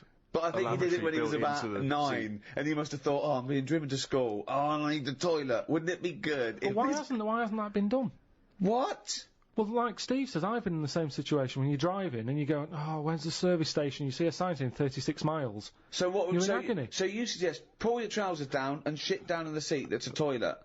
Yeah, well, what's wrong with that? Well, you got your nan in your back. She's got one as well. So you are going to Cornwall all shitting? Well, not all the time, but it's more useful to me than a lighter. So also, what point do you wash your hands or wipe your arse? At what point does that occur? At the end of the journey. Oh, God! So, you get in, you have a shit at Deptford, and you wipe your arse at Polperro. Yeah, but like I've said to you, this isn't like just people going, oh, I think I'll have one. You need one? Not really, but it's something to do, innit? I'm sick of playing I Spy, I'm having a shit. You have it when you really need one. When you have to pull off a motorway, it's a lot of messing about. There's probably going to be a queue at the toilet. No more queues at toilets. 10 minutes, Rick, that takes, doesn't it? 10 minutes to pull off, have a quick shit. Driving along, it's just going on. It's just going on. Don't even know about it. Radio's on, everyone's happy. Doesn't matter. I don't know, I mean, we all do it as well, that's the thing. Anything else you'd come up with? I mean, so far you've come up with nothing. That was a 9-year-old boy's idea. I mean, the Breville maker wasn't needed. That's true. What's the Breville maker? Like toasted sandwiches. There's so many things, chocolate fountains, anything like that. I just go, what are these? Who's invented these? Who's okayed this idea? And yet I can't have a shit on the motorway.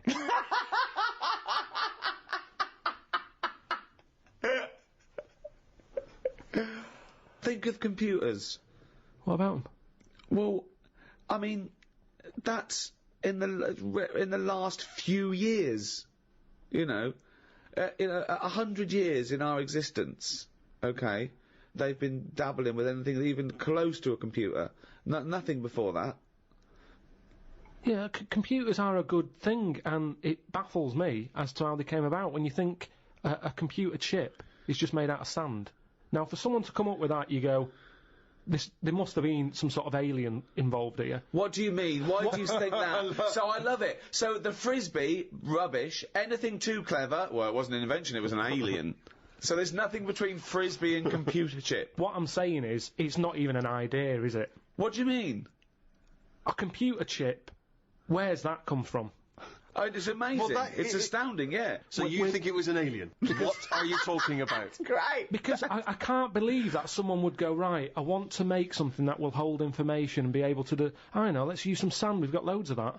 You'd go, what, you don't... Well, that's what genius is, though, isn't Carl, it? there's no alien involved. No, but when I say alien, I don't mean an alien came down here and said, you know, oh, do you want to buy this? There could have been a spaceship crash, right? Right, yeah. And there's all them rumours, isn't there, in that hangar. They've got the spaceship, they take it apart, they go, yeah, wheels, we've got them, yeah, steering wheel, and then they go, hang on, what's this here? And they find the chips, and they break it down, and they find these sand. But that as an explanation to human genius is nearly as ridiculous as the Adam and Eve explaining life on Earth. How could you tell that to someone without going red? I mean, I always worry about that, where people who believe in Adam and Eve, don't they wish there was a slightly better explanation? With all the evidence we've got, do you know what I mean? With all the evidence for evolution, that they think the Earth is 5,000 years old, and God made Adam out of some dust, and then he went, oh, I need a bird. It's alright, I'll make it out of your rib. Yeah, right? But there's loads of things that you go, oh, this is a bit embarrassing. I bet Charles Darwin, when he said we've all come from apes, I bet he sat at home going, should I tell him about the frisbee first? But the fact that sand makes computer chips is not the interesting thing. The interesting thing is how the human being discovered that, what am I talking about, sand makes computer chips, that silicon can have information put on it. But we're made out of oxygen, nitrogen, carbon, do you know what I mean? And hydrogen. But that's nature. You see, nature is amazing. You can't beat nature. Right? No. He comes up with some amazing things. Yeah, but man is nature. Don't forget that we're an animal. We're a brilliant ape. Now, it's clear to any sensible, reasonable, educated person that we did evolve from apes, or rather, we had a common ancestry, and that we're closest to the chimpanzee. We're actually 98.6% genetically identical to a chimpanzee, Carl. We're closer to a chimp than a chimp is to a gorilla. Genetically speaking. I just find that hard to believe when you Well, I'm telling you it's true, so what are you finding hard to believe? Well, your eyes, your own eyes are what sort of comes up with a lot of thoughts. No, no. One's eyes don't come up with thoughts. No, Two, but what I'm saying is, what you mean is through your own eyes, you look at things and make up your own decisions. So if there was no Darwin or anything, and I was sat somewhere and someone said, right, we're going to bring a few animals in, one of them's related. Right. They're all related. Alright, but they're all related to you, but one's not so long ago, right? And they brought them in, and they lined them up, and there was a chimp stood there, and a gorilla, and what's another one? Orangutan. Right, yeah. Right, I go, the orangutan, send that out. I'll be first to go. So he's definitely not linked to me. See, I disagree, but there we go. That's just looking at you. Yeah. So the hair colouring, there's none of that in our family. Well, there's no hair. Go. I like the fact that it loses out because it's ginger. So that's gone. Right, so I'm left with a gorilla and a chimp. Right. I would go for the gorilla. Well, it's a good guess, humanness. but you'd be wrong. So we are much closer to the chimpanzee, okay? 98.6% genetically identical. Think of that. We only differ on 1.4% of our genetic makeup. That must be the arse.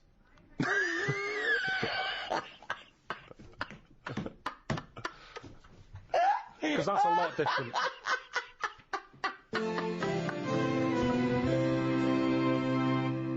Animal rights is a hot topic. It's a big issue. What rights should they have? How do they compare to humans? You know, it's a well-known fact that we test on animals with the assumption that humans are more important. We test drugs on animals, and we're basically saying if they die, they die. We'll learn something from them. People do make distinctions between animals, right? They know that it's probably more acceptable to kill an ant than punch a cow. Yeah, exactly. You know, I think that comes again from how close are they to humans? Have they got a face? But that's are they furry? I told you, didn't I, about my dad's mate who had a monkey and he had to thump it. What? Well, two things there. One, why did he have a monkey? Two, what sort of discipline is thumping a monkey? What was the monkey doing? He was annoying his wife a lot and sort of, you know, pinching her arse and stuff like that. Right, No, that's wait not a minute, true. we've It's never not heard true. this before. How have we had all these years of I'm sure monkey I use and we've told you never about heard this it ages before? ago. Your dad had a mate who had a monkey? Yeah, I'm sure I told you. Why did he have a monkey? Just for a laugh? Well, it was back in the day when people did. They all had, like, odd, sort of pets and that, didn't they? In, like, about 68. Oh, 1968, when everyone had a monkey. But he had to thump it. Now, the weird thing is... No, that's weird enough. Is this is all the story? This is the entire story? No. You've got, all the information you've got is he had a monkey and he had to thump it? Yeah, my dad told me about it. When he found out that I was into monkeys, he said, oh, Benny thumped one. And, Benny thumped one! Oh, my son's into natural history, particularly simian variety. I've got an interesting fact for you, Carl. Sit down. What is it, Peter? Benny thumped one. Brilliant. But what was interesting is the way that people are thumping other people all the time. No one bats an eyelid. Thump a monkey. People go, you thumped a monkey. Yes, they do. They do go, you thumped a monkey. So that's what's weird, isn't it? But this chimp doesn't want to be caged and kept in a fucking council house in No, Manchester. it was quite happy. And if it wants to wasn't live like a happy. human, I mean, in the 70s, you know, there were all the teabag adverts and all that, and they were loving that. No, they weren't And people loving it. interfere, people go, that's unfair. Now they're in like a cage in a zoo. You're going, it was better when I was pushing a piano up the stairs. They weren't really. They weren't actual delivery men. They weren't really sitting down and having a cup of tea. Well. It wasn't a documentary. A week in the life of the monkey delivery men. I love that. Chimps in a zoo now going, okay, now at least we were free. Everyone used to drive a van. And we're on 58 quid a week. Yeah. They're not meant to be kept in a house in Manchester. It's cruel to keep a person in a house in Manchester, so it's fucking cruel to keep a monkey.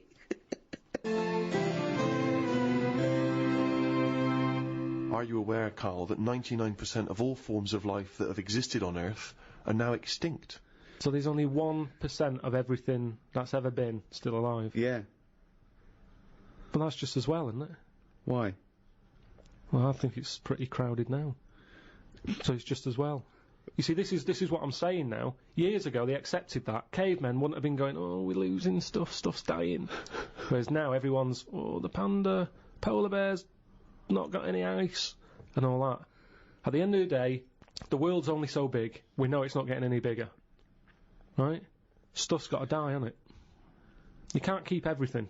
Just think of that, though, as a tool of natural selection, that the species that are surviving today are 1%. Just how amazing that is to survive and evolve. How perfect everything is on Earth. It's amazing. No, but it'll drop off again, won't it? As we find in new stuff, other stuff will be dying. Well, in that things 1%, when that was written, when that statement was made, was the dodo gone or was it still here? It was. I'm pretty sure it was the gone. dodo was gone. It was gone already. It doesn't matter though, does it? A percentage is a percentage. Yeah. The dodo went. The last dodo died. They said Yeah. that was the last dodo. No Yeah. more dodos. But we found this Dido.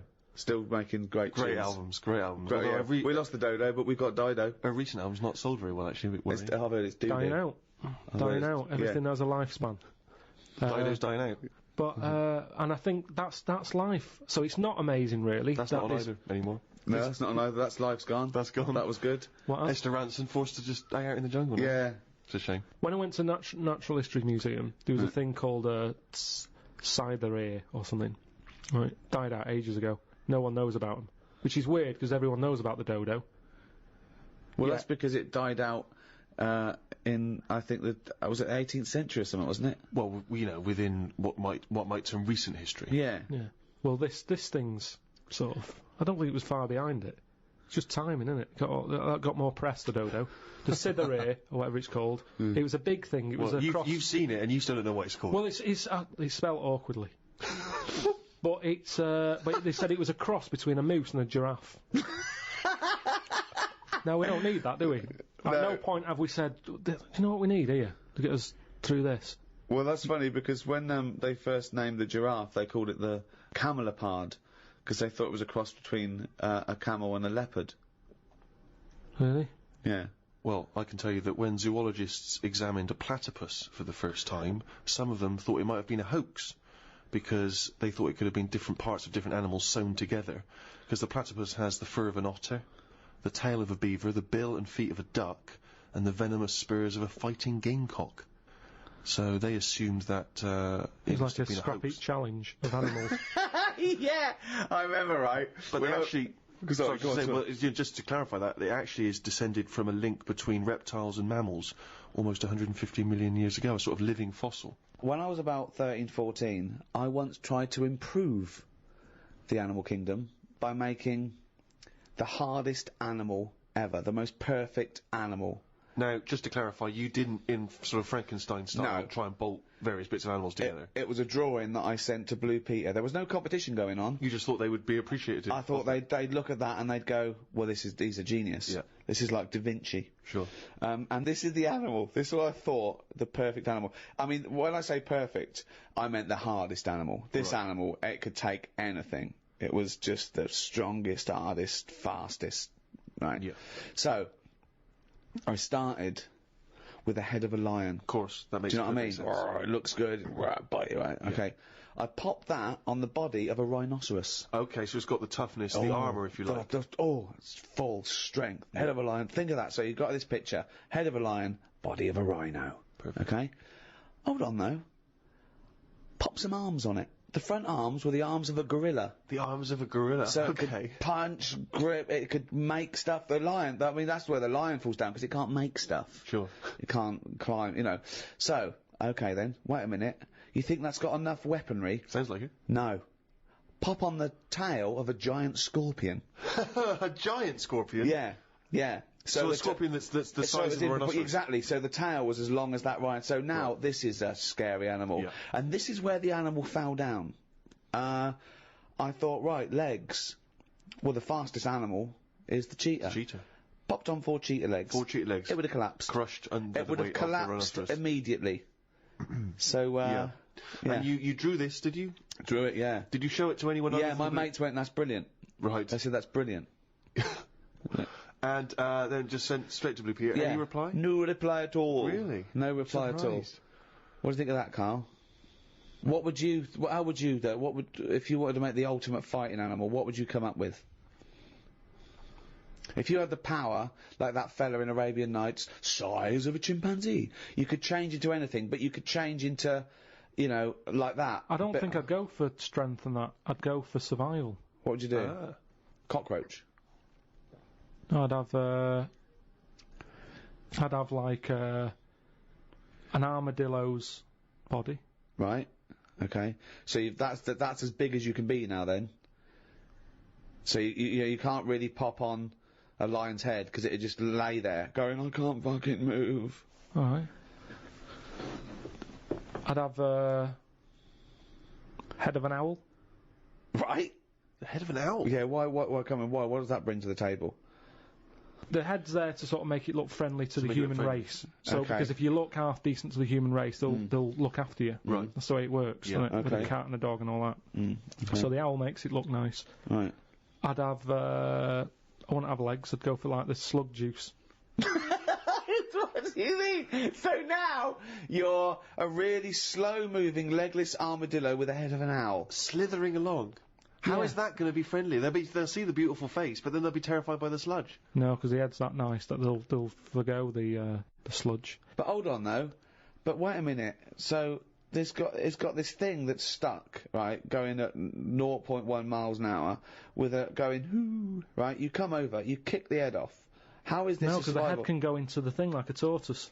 Can it? Yeah, of course it can. Into the armadillo body. Well, no, an armadillo doesn't do that. It just curls up into a No, ball. this isn't an armadillo, is it? So it's Why has it got the sludge? Why Because is that so what attractive? I'm thinking is an armadillo. They're good when they're on their feet. Flip them, they get stuck, like a tortoise. Right. Slug stuff keeps it down. So if anything attacks it, it's like a limpet or one of them things that can. Why block have a the limpet stuff. then? But it can't get any. How it can barely move. It can Just hardly go and get just anywhere. go and kick it. What do you mean it can't get Well, how anywhere? can it escape from danger? It's going to move very rubbish. slowly. No, because That's the it'll worst lock animal. itself in. It'll lock itself in. Yeah, and then I just scoop it up on the You sand. can't scoop it up. It locks itself in if it's in danger. I'd give it peacock feathers. This is the worst animal Why has it got peacock feathers? Again, it's just the so worst animal I've ever heard. Why has it got peacock feathers? threatening. It looks more threatening. That's the least threatening thing, peacock feathers. It's like Danny LaRue coming at you. There's nothing remotely scary about peacock feathers. To humans, but the humans won't be harming it because they like the owl head. People will like to have these things in the garden. They eat lettuce. They eat lettuce! Why has it got a beak? They eat lettuce. He's telling them what it's going to eat now. The owl's going, fuck that, I want a mouse. I love the fact that he's based what it eats on the fact that how it moves a bit like a slug. Yes, Let it eat lettuce. It moves that, and let it eat lettuce. Like I said, it's not that weird if that existed. If that was normal, that when you went out to empty your bin, there was one of them sliding up the wall. you wouldn't even double take. It'd just be like, oh, there's the owl head peacock feathered thing. I don't know why it's climbing walls in an effort to find lettuce. Yeah, why is it climbing up that wall? Because that's the only way it can see properly. Because its head's coming out like that. So even though you've designed this animal, now you're even expanding its limitations. Well, it's mainly made as to be on walls. 'Cause what else is living on walls? Oh, God! Oh, fucking hell! What a useless animal that is! Carl, I mean. But nature chucks up odd things, doesn't it? Don't. Why are we starting on this again? No, I'm just saying that is nature. Now and again, you'll get stuff that. Oh, was he looking at you? Yeah. Was he really? Look at his fucking head. Look at his stupid round fucking orangey head and Why aren't you a freak? You've got a little bald head. We're not meant to be bald. Well, I was, I think. That's the thing. That's what nature's done. You see, I didn't do anything with my hair when I had hair. I didn't style it, I didn't do anything with it, and it probably thought, what am I doing here? Whereas people who love their hair, and they comb it and have different styles and look after it, they have hair for ages. Nonsense, absolute nonsense. Well, you're saying absolute nonsense. Well, it's a little bit weird then, isn't it? And that's what happens with old people. Once they lose their, will to live, once they lose the job, they get old. What's my purpose? What am I doing here? And it's like nature goes, you're not needed, and they die. Maybe that's what happened with the dodo. What's it doing? It can't fly. Its wings are useless. Eat it. Tastes horrible. Kill it. No, they did eat it. I think they did eat it. Yeah, but it wasn't very nice, was it? I think they over-farmed it. I think that's why it was extinct. Because they did eat it. No, but they did eat it, but they didn't like it. Everybody, you never saw like a fully eaten carcass of a dodo. You're making this up again. Eaten. All conjecture. No, but they didn't eat it all. Everybody would probably try it and go, it's not for me, that. But you don't know no this. idea, You you're don't just know making this. it up. What's this based on? That people... And also, why would that kid it out? Because I'll tell you why. Because if it's not nice, people don't get another one in. And they die out. The reason we've got loads of chickens and loads of cows is because we eat them. If we ate polar bears, we wouldn't be short of them. Because you'd farm it, you'd take more care, but what's a polar bear doing? Sat on a block of ice floating about. It's no use to us, is it? It sounds harsh. Once again, got his information from a Glacier Mint advert. No, it's no use to us.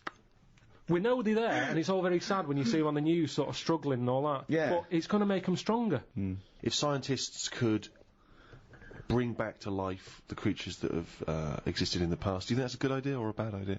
Bad idea. Bad idea? Yeah. Now, leaving aside the horrors of Jurassic Park, do you think, for research purposes, it might be a useful idea?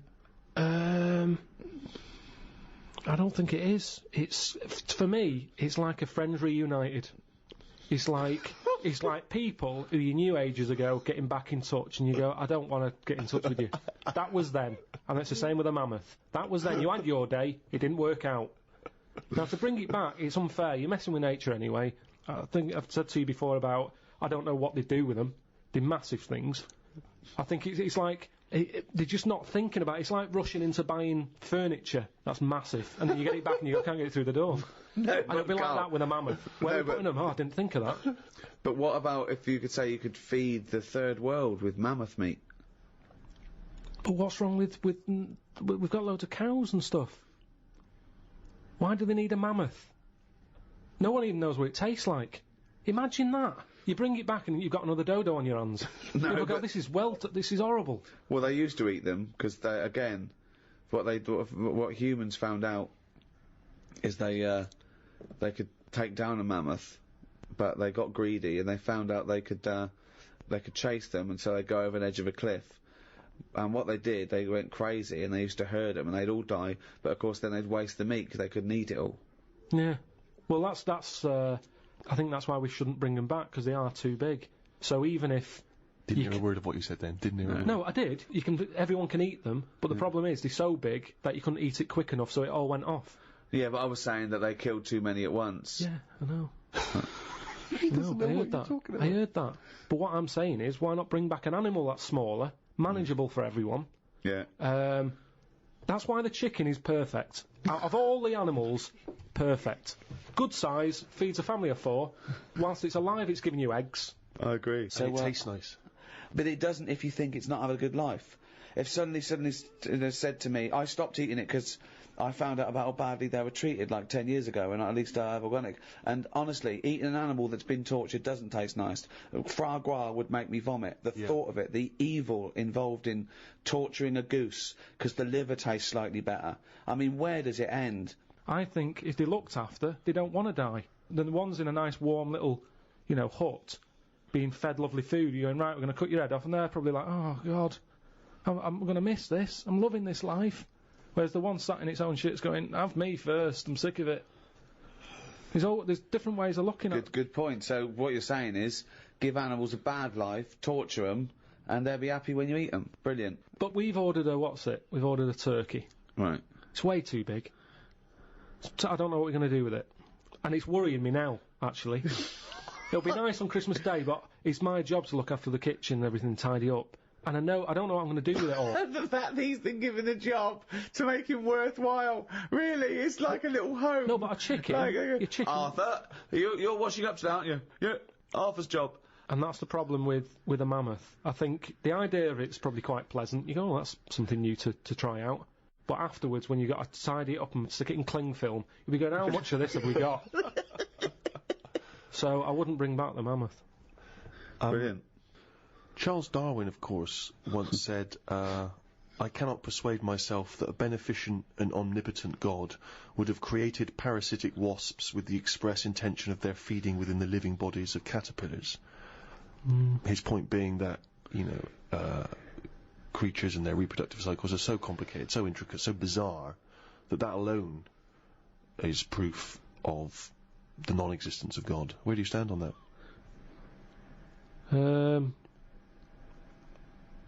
It's pretty weird. We talked about it ages ago, didn't we, about the wasp that has a thing growing in it and all that. Lays its egg in a spider. Yeah, and then the spider goes mad, doesn't it? You fucking cunt laying your eggs in me, you fucking stripy wanker. Goes absolutely fucking mad. It is weird. I don't know what's going up my arse in a couple of you fucking... I don't know how it found out that that's what it had to do. That's the amazing thing, isn't it? Well, it didn't, did it? It just did it. No, I know, but when I say found out, I mean it just did it. Well, it's like mimicry, when they say mimicry, that there's there's a poisonous snake, and then a snake comes along that looks a bit like it that's not poisonous, but people go, oh, careful, it's poisonous. That snake didn't go, I'm gonna strain, and I'm gonna try and look like Scary over there. Some were born that looked a bit like Scary, and they survived. Yeah, I know. It's just being chosen. But that's changing now, isn't it? The fact that, like, when them frogs came out that are dangerous, they were just dangerous. What frogs came out? But some frogs in the jungle somewhere that were, like, pretty dangerous. New from Mattel, dangerous frogs in the jungle. Yeah. But people didn't know that they were dangerous. And they were going about killing loads of stuff. Anyway. They weren't going, no, they don't go around killing loads of stuff. Nature said, this is a bit unfair. Make them orange. So then, the frogs that were orange were dangerous, but you got a warning. It was a bit more fair. Nature said, if they're going to go about being dangerous, make them orange, make them stand out. In a jungle, orange stands out in all the green, right? So people went, there's an orange frog, stay away. Then, over time, nature went, right, what's happened here now? Everyone knows the orange frog's dangerous. Birds aren't eating it because they know it's dangerous. People are avoiding it.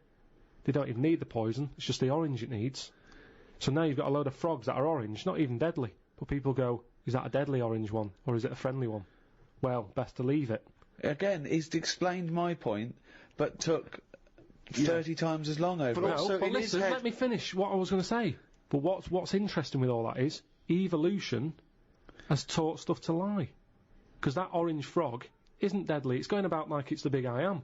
Yeah. You could squash it with your hand, you can't do anything. But evolution... It's swaggering around. It's made it lie. So lying is part of evolution. But it's not lying, is it? What do you mean? Well, it's got no the poison. interesting thing about, like, a toad that secretes a poison is that often it's no good for it as an individual, but it's good for the species as a whole, because something will come along and chew it. Now, that toad might well die, but that fox is sick, and it doesn't eat another one. So it's sort of saving the species. Yeah, but at the same time, the dodo tasted rubbish. Everybody said, don't eat one of them again. We don't know that. We don't know that. No, I have read it. I've read that they don't taste very nice. But it didn't stop it taste very nice? It's just in the same way that chicken's nicer than duck. You can't all have nice tasting flesh. Pork's alright, but I prefer beef. Point proven, good night. So, what I'm saying is, with the dodo, it did taste horrible, but everyone wanted to give it a go. Meanwhile, it's different people trying it, so it died out in the end anyway. So your theory of a frog being poisonous and a fox going, yeah, that's horrible, I won't eat another one of them. Then you get another fox trying one, and another fox. They don't all have a word with each other, do they? They go, I had a rotten frog the other night. So it's pointless. It's a pointless exercise. What I like is your image of nature. This idea that sort of, in your head, there's Mother Nature sat around like a boardroom table, making these decisions. People are coming in, oi, frog, what's been going on? Well, I've been poisoning people. Why? What about you? It's just...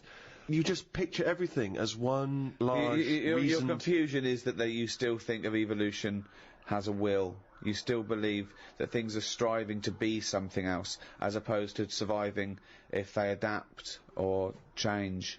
I just want to go through some of the wonderful diversity of nature, some of the incredible feats of the animal kingdom, in a way.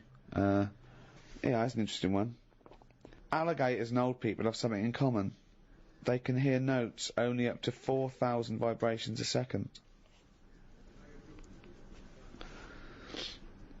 I don't know what you're meant to do with that information. When's that ever come in handy? When a band's getting together, they don't go, no, we're after crocodiles and old people. What sort of tune do they like? It's pointless. You're not impressed, okay. Scientists have applied electrodes to the pleasure centre in a rat's brain. The rat pressed a lever 48,000 times over a full day in order to receive that shock that seemed to him pleasurable, choosing the simulator instead of having water or food or sex. So it chose that virtual pleasure, well, not virtual pleasure, it gave it real pleasure, but an artificial stimulus rather than the real thing, like food or water or sex. It never ate and had water. It never had a change. No, it was addicted. It loved this electrode. It was giving it just made it feel good. It was getting as much pleasure from that as the real thing, from sex or food Yeah, but with any pleasure, you get sick of it, don't you? If you have too much of it. Well, it had 48,000 hits in a day. But I like having a Twix. But if I have more than 4 a week, I go, I've ruined that little pleasure I used to like. Yeah. So what I'm saying is, what did you do the second day? Did you go near the machine the second day? No. There you go then. No. But what you're saying is this, right? That Twix is failing to give you pleasure on that 5th Twix, but this succeeds every time because it's literally pleasure. It hits the part of the brain that says this is pleasurable. So, but my pleasure nerve that you're talking about in my head, it lights up when I have a Twix. I don't think it ever lights up. Right. I don't think you've got a pleasure nerve. But it lights up when I have a Twix. Right. It lights up if there's some chicken, right? It lights up if there's a... What a miserable cunt he is. You know, all loads of things. Chicken and Twix. That's it. That's all he lives for. No. Hang yourself, mate. So, what you're saying is, if I had that device that the rat's got, I'd just sit there, wouldn't I, hitting it, thinking, I can't be bothered going to the shop for a Twix, I'll just hit this button. Yeah. Think of this. So aggressive is the horned frog of Argentina that people believe that if the frog bites the lip of the horse will die. Actually, the frog's mouth contains no poison. It earned its fearsome reputation because it attacks animals many times its size. What do you think of a frog attacking ridiculous. a horse? I don't know what's going on. I don't know why that would happen. Why is it getting upset with a horse? Of all the things for a frog to be like getting cocky with, them two should never even meet. Why? Because it's not... I mean, fights are normally over something, aren't they? Yeah. If you have a fight with someone, you're in my yard, or, you know, you're fighting over something. A horse and a frog... the fact that he immediately goes back to the 1930s. Yeah. You're in my yard. But a horse and a frog... How did that disagreement happen? What are they squabbling over? I don't understand what they've got in common. I don't understand it. I bet that's only happened once. It's a rare incident. Someone said put that in a book. I can't imagine it. That's happening a lot. That horses are being bit by frogs all over the shop.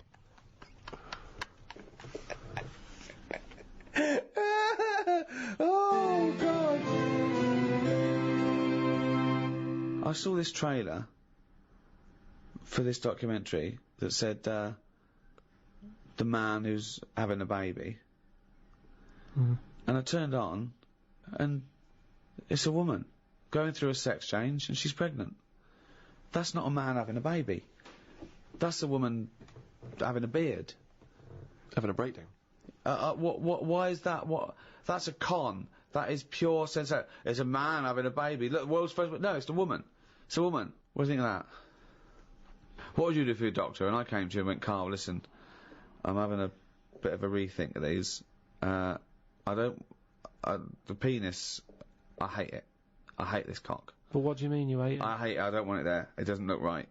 It doesn't look right. It just sits there resting on these fucking awful testicles that I'm gonna get rid of. I want this thrown away. Yeah, well, it's, you know, they're not a great look. I know that. Everyone knows that. It's just the way they are. I mean, if we're all being honest, they're an odd design. I don't think anyone likes their own, do they? That's why we cover them. They're not a great thing, are they? It's not why we cover them, though, is it? It's part of it, I think. I think deep down. I mean, even if, like, I know you hate the Adam and Eve thing, but even if back then he was like, good God, cover them up. Even he had a leaf on. No, but listen. Right. So, are you thinking fundamentally, then, that aesthetically, the testicles and the penis isn't as good as it could be? What would you have there instead? Well, it's designed that way because that's the way it's got to be designed. It's more about function than yeah. And that's the thing, isn't it? With modern technology, the thing is the testicles have to be outside because they have to be a few degrees below body temperature. Yeah. Otherwise, the Sertoli cells die, which sort of feed the semen and all that. So, to be functioning and sort of like fertile, they have to be outside, which is annoying because I'd put a little rib cage around them, like that. I'd pop a rib cage round those, protect them, wear a cricket box, have that built in, so you cannot get a swift kick in the bollocks that makes you feel sick. But it'd be better if they could sort of reverse up in a way that they were hidden away. Right. So that they were just, then you dropped them, it's like, right, we need to cool them down, be at it in about half an hour. Yeah. drop them down. Yeah, like the gear on an aeroplane, landing gear. Yeah, and landing gear down, and the bollocks and the cooling down. Or you could just pop them in the fridge for 10 minutes. It's Well, like they could detach and you could pop them in the fridge. You cool them down. Can you make me some breasts? Easy. Okay. Go on, you say easy. What are you gonna do? What's your plan? Just, how do you do that? It's tablets, isn't it? No, but Testosterone, isn't it? Testosterone? Toblerone. I want some Toblerone. Just that sort of pointy tits. Like Madonna.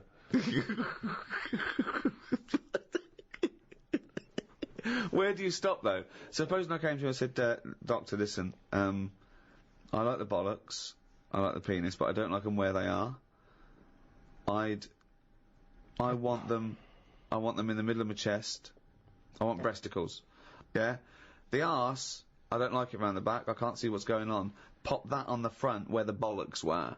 I want my arse where I can look down and see what's going on. Can you do it? I think it's just easier to move the head, isn't it?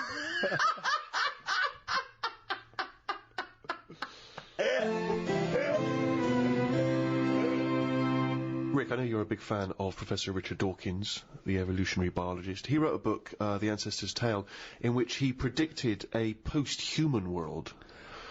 This was his kind of hypothesis, if we were well, let me read what he's written. If nuclear war destroys humanity and most of the rest of life, a good bet for survival in the short term and for evolutionary ancestry in the long term is rats. I have a post-Armageddon vision. We and all the other large animals are gone. Rodents emerge as the ultimate post-human scavengers. They gnaw their way through New York, London and Tokyo, digesting spilled larders, ghost supermarkets and human corpses, and turning them into new generations of rats and mice, whose racing populations explode out of the cities and into the countryside.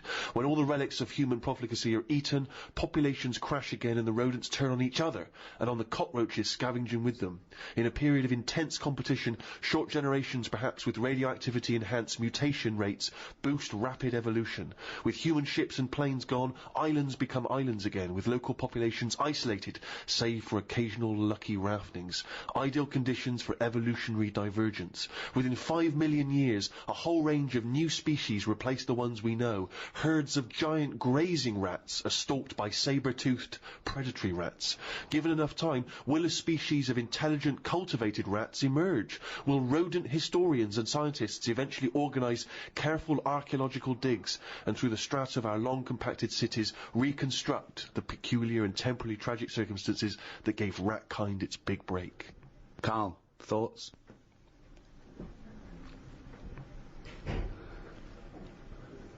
I mean, who knows what's going to happen?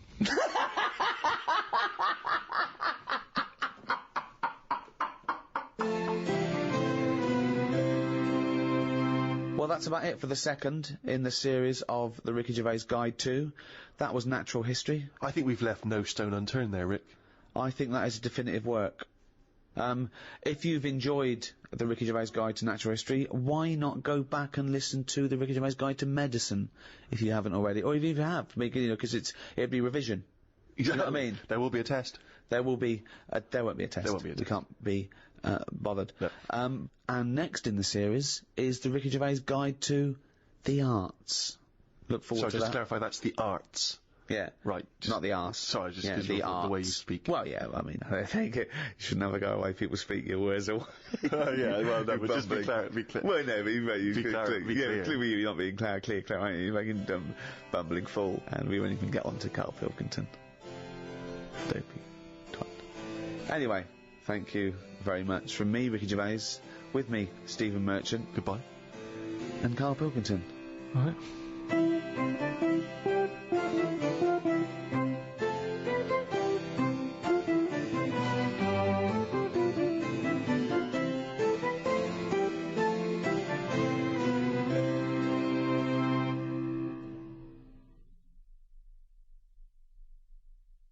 Audible hopes you have enjoyed this program. The Ricky Gervais Show on Guardian Unlimited.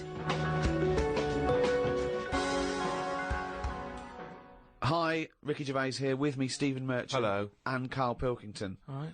Welcome to the final episode in our series of 12 podcasts. I say final, it's final of 12, but we may be carrying on. Go on. Well, next week we're going to try and do another one to continue this for at least a little while. We may have to charge a small fee for it because it'll cost us money, and Karl is unemployed, but we mean a real tiny little fee. But hopefully we will be back next week. Now, we're not sure where it'll be. It'll probably be on iTunes, but just go to rickygervais.com and we'll guide you there. Hurrah! Yay! And thanks for listening for this long and supporting us. I hope you continue to support us. Go on, continue to support us. Yeah, particularly Karl, who has no money whatsoever and is desperate. He's a desperate man. There's no one out there going, oh, look, they're charging for it now. But, you know, people forget we gave 12 for free. This is it. So quickly people forget. We're big shots. Yeah. Well, Karl's not, but, you know, we are, aren't we? Exactly. I mean, we were generous, but we're not that generous. We're not mad, and Karl needs a little bit of money. Look at his little round little head. He's like little tiny Tim over there. Exactly. Yeah. Look at him sitting there. Karl, you've had a good week? It's been alright, yeah. Brilliant. Well, more of that next week. You have to, but you'll have to pay for it now. I'm surprised you're not buzzing, because we just had our photograph taken to enter the Guinness Book of Records for the greatest downloaded podcast of all time. We went along to the Guardian, and the press were there, and they took a little picture of his round head, didn't they? Yeah, but I don't know why should I be excited about it when it's just... Have you always wanted to be in the Guinness World of Records? Not really, no.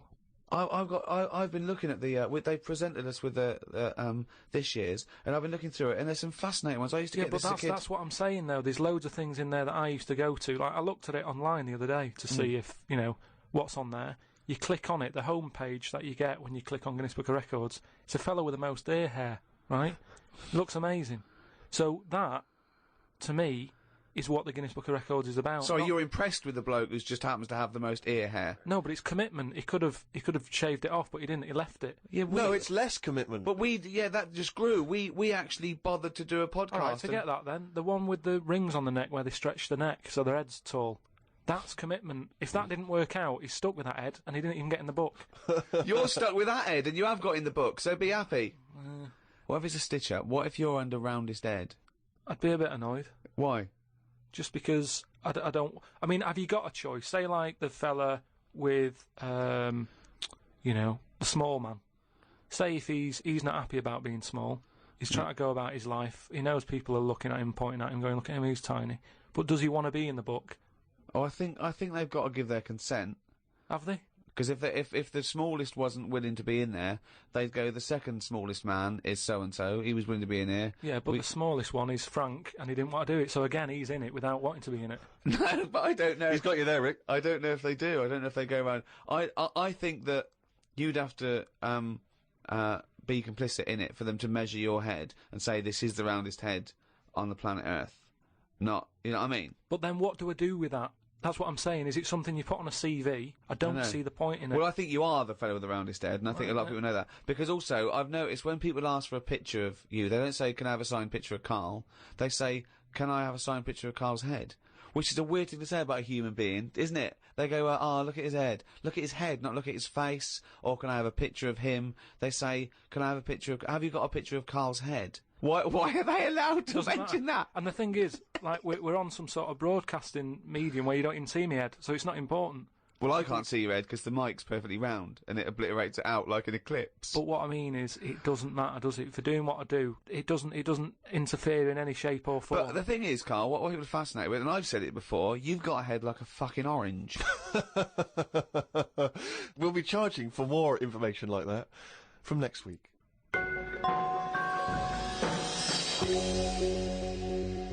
We do, of course, Rick, every week get thousands of emails. I mean, it's crazy. It takes us ages to go through them and read them. And we are going through them, we are reading them. Freddie Gerstrom from Winchester says, of course, it was recently Valentine's Day. What's the most romantic thing that you've done for Suzanne, Karl, that you can think of? I don't really do all that. Sure. The Valentine's Day stuff. It's just... The problem is, if you do it once, they expect it every year. Yeah. Sure. That's the problem with Christmas and stuff, innit? It's like, it's become, that's what you do now, every year. Every day, yeah. So I prefer to just sort of wait, you know what I mean? And if I think of an idea or I know of something that she wants, I might get her something, but I might not do it on Valentine's Day. It's that thing. It's like how I've said about Pancake Tuesday. Make it Pancake Wednesday. Have it when you want. Why am I waiting? Why am I waiting for someone to tell me when I can have a pancake? I'll have it today if I want one. Yeah. Do you know what I mean? Whereas Pancake Tuesday, no, I won't bother. I'll have trifle. So it's the same with this, you know, with Suzanne. Luckily, right? I mean, Valentine's Day and what have you. She was ill. Luckily. So we didn't have to go out. So I'd say, is he asking for advice? Well, I suppose, yeah, certainly you may as well give it. Treat them when they deserve it. All right. I remember once when Suzanne was ill, she had a fever, but there was no food in the house. What did you suggest to her? She was too ill. Well, it was when we were still living in Manchester and that, and you know, we needed to get some food in for tea and stuff. And I said, come to the supermarket. She was like, no, I'm ill, you go. And I hate buying food. I just sort of get a bit blank when I'm looking at it. There's too much, isn't there? That's the problem. You go down all these aisles and there's just too much. So anyway, I said, no, come with me. She was like, oh, but I've got this fever, I'm hot and everything. So I said, well, come to the supermarket, you go on the frozen aisle, cool yourself down. And she did, and she said, you know, it made it worse. She was ill for another 3 days, but... How would you go about chatting up a woman in a bar? What tips could you give? I've never worked like that. It's always been like a friend of a friend and all that, and just happened to meet them. And then, you know, you have a chat, and then... How did you meet Suzanne? That was when I was working with her, and she gave me 20p for the hot chocolate machine. She never asked for it back. Thought she's all right. Been there sort of 11 years, so it works. Has she ever given you that? You've never given that 20p never back? asked for it back. And did you return the favour, perhaps on the next date? You buy her a Kit Kat or something? No, I don't think I did. I think word got out that she liked me and that. And what did I do? I think I did some work for her. I did some editing for her, to sort of show off my skills and that. Sure. And she was like, "Oh, you're good at this, aren't you?" I was like, "Yeah." And I think she got us another drink because I was doing that editing for her in my own time.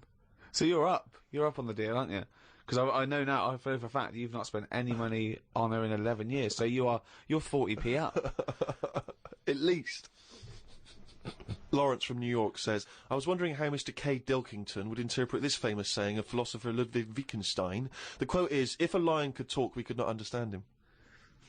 Even if he's English?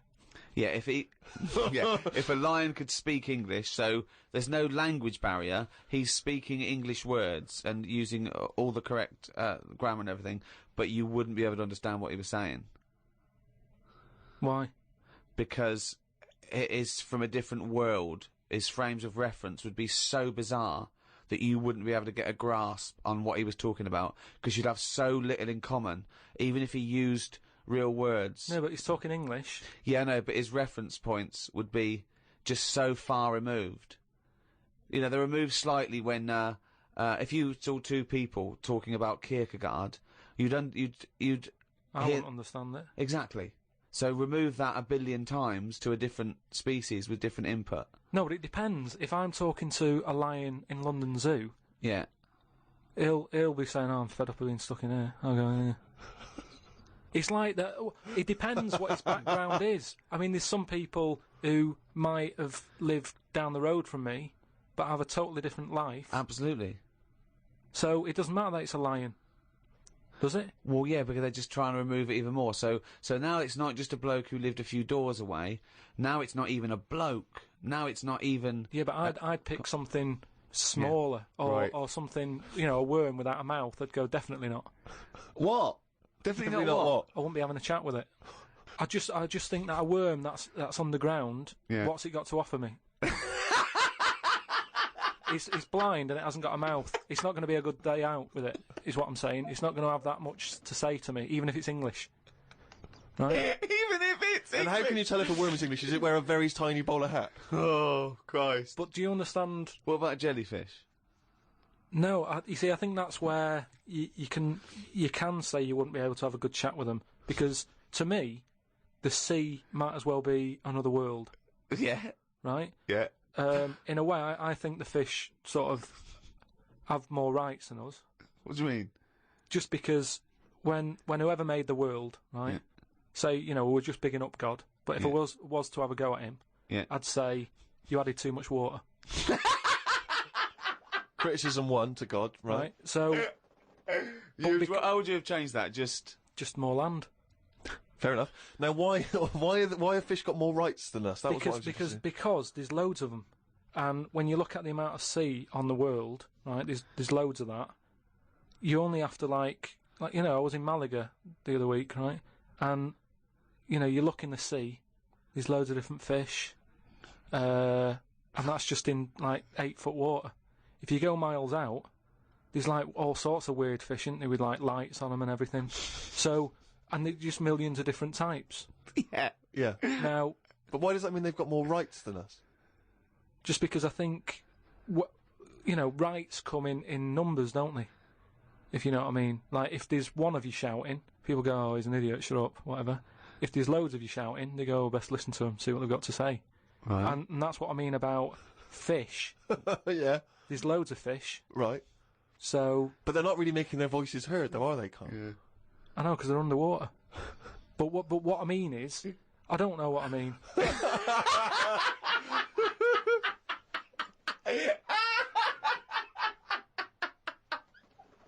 The Ricky Gervais Show on Guardian Unlimited.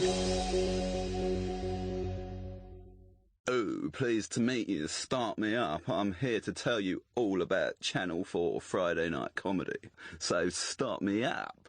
Now then, there's 3 great new comedies from New Green Wing. That's nearly ready.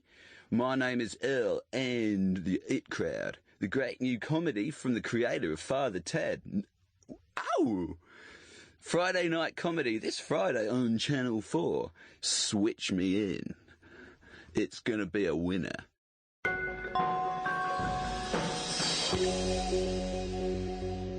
Carl, right?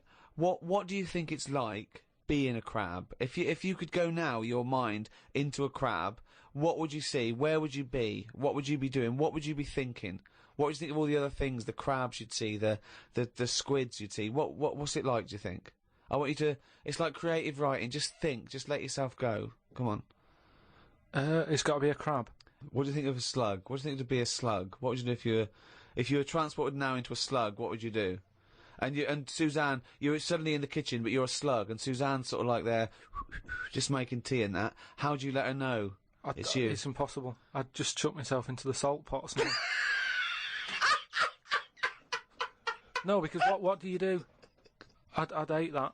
That would be horrible, that. Oh, God. Have you ever read Franz Kafka's Metamorphosis? In which a man wakes up and he's turned into a giant beetle? And that's the whole story. I think it might be of interest to you. So what happened to him with the beetle?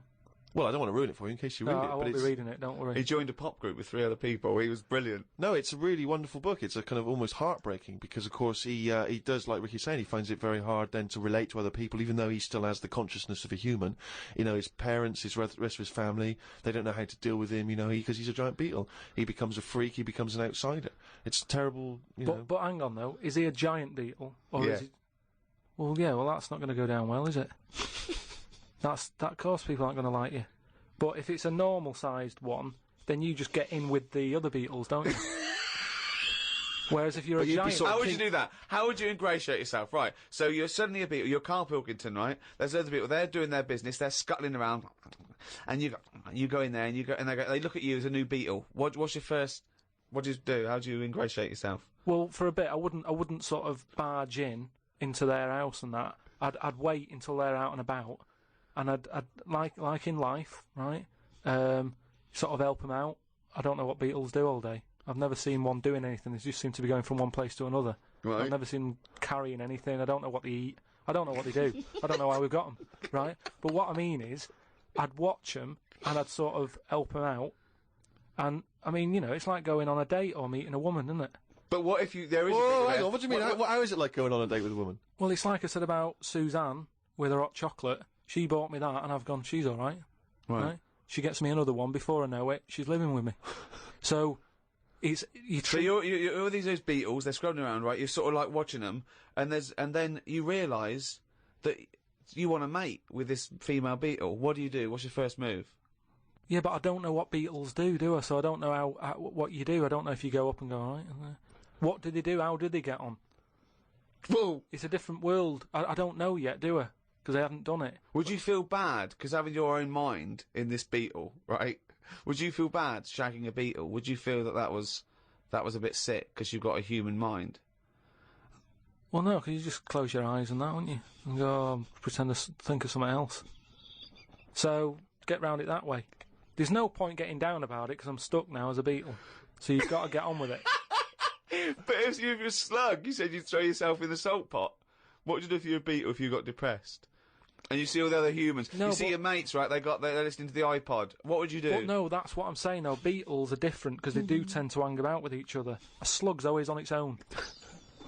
It's a lonely insect, isn't it? It's not an insect. All right, what is it? A mollusk. Right, they're lonely. I've never seen a load of snails all together or slugs wandering about, whereas beetles seem to knock about in crowds. Yeah. So, oh God, okay, right, another one. So they're sociable creatures, and it wouldn't bother you that you've got the mind of Karl Pilkington in there? Because you can't communicate with these people, because they don't speak English, they don't have any communication with you. Yeah, but if it's happened to me, there'll be another one in there. Okay then, right, okay. What would you do, right? That's the most disgusting thing. What could it be? Well, what would you do, right, if you were suddenly a fly, right, and you were knocking around with the flies, right, and you had to land on some, excrement? Yeah. What would you do? Yeah, but I don't have to. What do you mean? You're a fly. You're but loving I wouldn't. No, I wouldn't be loving it, though, would I? Why? Because I'm me in that fly's head. So I don't think other flies would be going, come on, join in. I'd just be like, no, I'll wait here, wait, watch, and that. Because I don't see why they have to do that. What would you do, right, if you had to go back and you were in a, you were had to go and put your mind in like the an unhatched egg of something, like maybe one of those that a wasp was injected in a spider. So you know you're in an egg, right, which is really uncomfortable, in a spider. How would you feel about that, Karl? You're a baby wasp in the abdomen of a spider. And I know everything that I know now. I'm sat in there. Yeah. And now I'm in a spider as an unborn wasp. What the fuck am I doing here? What's going on? I don't know what I'll do there. Really try and sleep. There's nothing else to do, though, is there? I just pray to God it never happens. The Ricky Gervais Show on Guardian Unlimited. I don't believe that he's written it down. Well, that's the jingle that signals it's time for more extracts from Karl's diary, and we'll lunge straight into it. Wandered down Carnaby Street. There was a happy homeless fella. I gave him £1.50. I thought of a tongue twister after giving him the money. It goes, if you can't treat a cheerful tramp, what sort of tramp can you treat? It's good, that. All right. Say it fast. If you can't treat a cheerful tramp, what sort of tramp can you treat? Yeah, good, isn't it? Good, that, yeah. You've got too much time on your hands, Karl. Learned some famous quotes to see if they are as good as my sayings. Number 1, treat every day as if it's your last. Very famous saying. Now, is that something you do, Karl?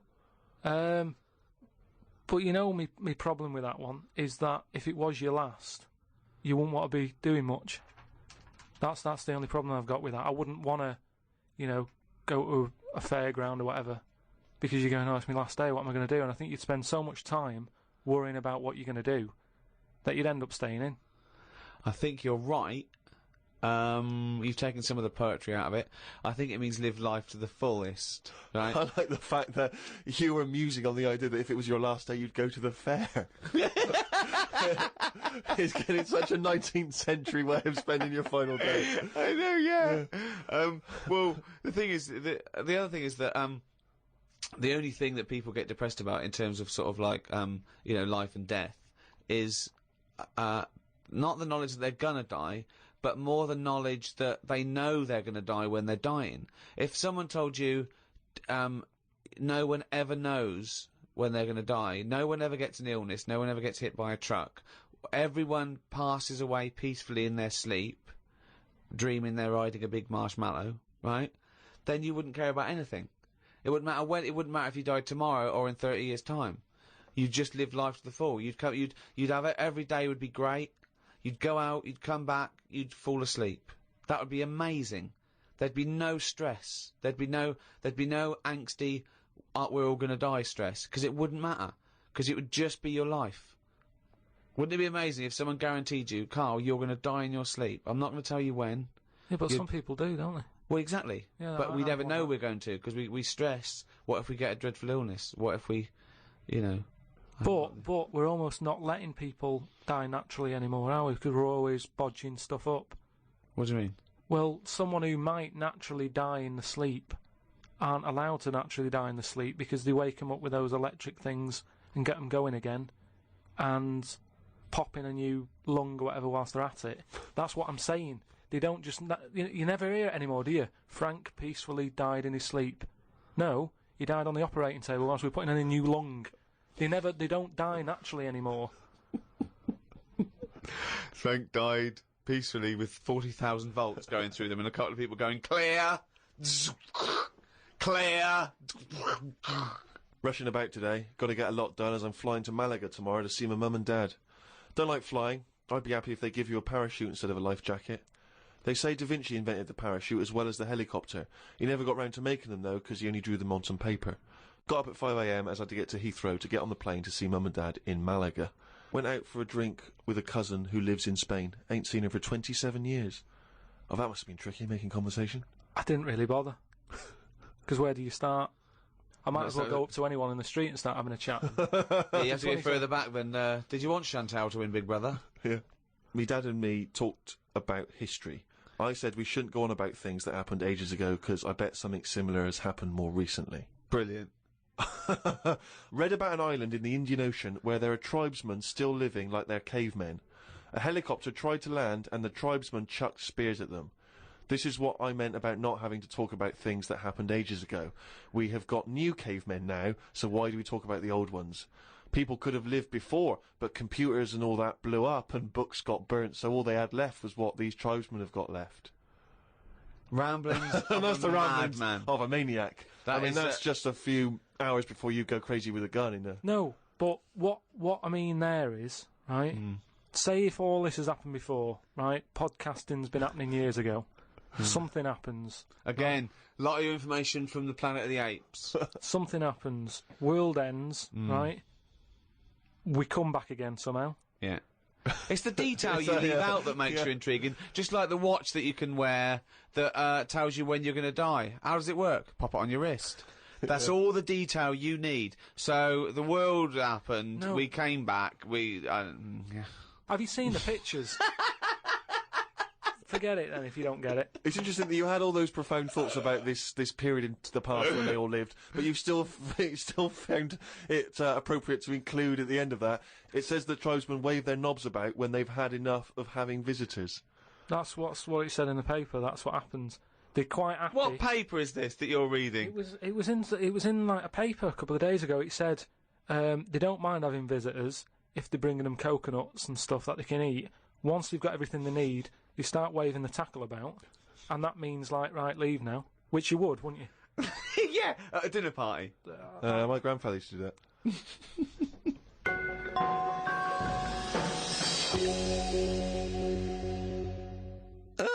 Well now, what have we here? I'm here to tell you all about Friday night comedy on Channel 4. There's 3 great comedies. Green Wing, It's Nearly Ready, My Name is Earl, and The It Crowd. The great new comedy from the creator of Father Ted. And what have we here? Jingle, jangle, jingle, jangle as it happens. Friday night comedy, this Friday on Channel 4. Switch it on. Now then, well now, the young man. Well now then, well now then, young man.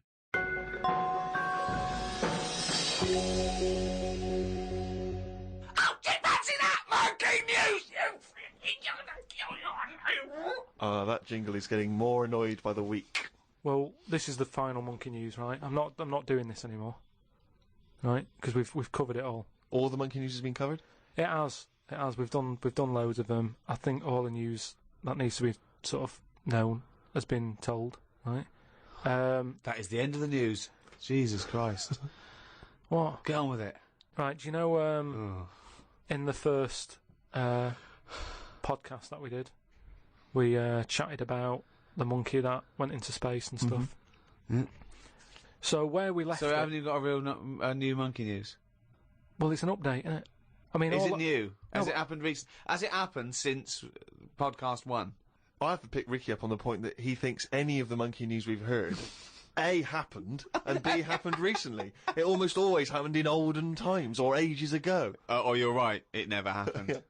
Right, anyway, so like I say, the first monkey news, it was about this monkey that went into space. This was the one that was fed by bananas that came out of a little chute on the spacecraft. Yeah, it went up there, did a really good job. It was taught how to press the buttons, hit the left button for a banana, you know. Right button to go right, make history and go into right and space. stuff. Right, What do I want? Not more banana. You haven't taken off yet? More banana. Oh, we shouldn't have given him a choice of banana or a change history. We should have the right button. We should have fed him before he went and only had a right button. He's at the left button again. He's just eating bananas up there. What's going on? It's costing us a fortune. Hey, little fucker. Press the right button and do something. Oh, bananas. Hey, you hit the left button again, the little fucker. So anyway, yeah, I told you, he went up there, he came back, he could never get that The high exactly, again. yeah. You know what I mean? He tried other things. I think he tried to get a band together and that. Right, so anyway, there was loads of monkeys that were signed up to this NASA program, and it was 1961 when this little monkey called Ham, that was his name, so a bit of an update, that's the same one as I talked about, his name was Ham. As well as him, there was one called Enos. He went round the world loads of times. So anyway, what I found out about it since then, Ham went up there, did the left-right business with the bananas. Enos, they didn't put as much work into the trip when he went up there, and something went wrong with the machinery. And do you know how you get a banana for the left button and all that? It's official now. There's 2 buttons in this spaceship. Banana dispenser and everything else. The right button is everything else. But it worked the other way. The machinery went weird. Oh no, really? So it meant that the right button would give him a banana. Right. The left button did everything else. Oh no! How did So that, what had been taught? This is the problem with electronics, isn't it? Well, no, I don't think apparently this is the problem. But the good, I mean, honestly, look it up if you want. This is all online, by the way. So what happened when it all went haywire? What occurred? Carl, this is online and it's bollocks. Luckily, Enos, because he'd done a few trips, right, so he was like, well, I know this isn't right. As much as I love bananas, this isn't right. That was his thinking, of course it was. So anyway, so he came back, they were all like over the moon with him. He said, I can't work with these conditions. Good mission and everything, well done on working it out. He sorted all that out. It moved on a few years. Armstrong's gone up there, Buzz and that other fella. They've been up there, the monkeys aren't needed anymore. But they were like, we've got all these monkeys who have done NASA training. What are we going to do with them all? And they had to raise £14 million to make them like an old sort of chimps home for retired retired NASA-trained monkeys. Chimpanauts. Something they've got in there is like a little museum, right, of all the missions and that they've been on, so they can sort of, even though they're not going to be going into space again, they can almost relive it and reminisce of the times that they've had. They're reminiscing with each other, are they? Just sort of going, oh, remember that time when it all went wrong, the button became the left when it should have been the right and all the rest of it. They just, you know, sort of talking about old times and what have you, like old people like to do. Yeah, sure. And yeah, that's it. So if you want to like give some money towards their home, you can go to like savethechimps.org, and it's all there, all that information that I've given you. It's all there. You can. I'd be surprised if all the information you've given us is there. It's all there. I'd be very surprised. It's all there, just retired, you know, monkeys and that who have done the bit. Perhaps we should retire Monkey News to that same place. That's what I mean. So, you know, I hope you've enjoyed the monkey news and that. That was the last one. Look after the monkeys. Do your bit, because they've done their bit. That's it, yeah. But just because I'm not giving the news, look it up. Do you know what I mean? It's all out there. Don't be ignorant. Wise words.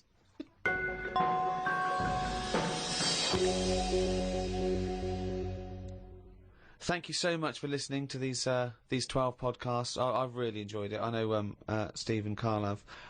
This podcast was, as usual, hosted by Positive Internet, the world's #1 podcast. Next week, a brand new podcast. We have, as I say, we have got to charge a little bit for it because it does cost money to host. And please keep listening. It is going to be very little, and you know, Karl needs your money. If you could see what I see now, he's just looking at me with his... He just needs stuff, don't you, Karl? What do you need? What do you need? Just something more than nothing. For information on the archive of the podcasts, these last 12 shows, and for the new podcasts to come, go to rickygervais.com. You can register there. We'll send out loads of information. Plus, you'll just find out links to how to get all this stuff that we're offering out there. There's also a free taster if you just can't wait for more of Karl's nonsense. Make sure, please, that you register your email and everything so we can get in touch and just tell you what's going to happen with the Ricky Gervais Show, with Karl's Mind, and with everything else. rickygervais.com. Go there. Makes perfect sense. It's the end of an era, but the start of a new one. It's almost seamless, in a way, isn't it? The end and the beginning. But, Karl, what do you think about that? How things end and new things begin? Well, I suppose you've got to have an end for a beginning, so it's just a bit odd that we've got an end and having a beginning. But that's science for you. The Ricky Gervais Show on Guardian Unlimited.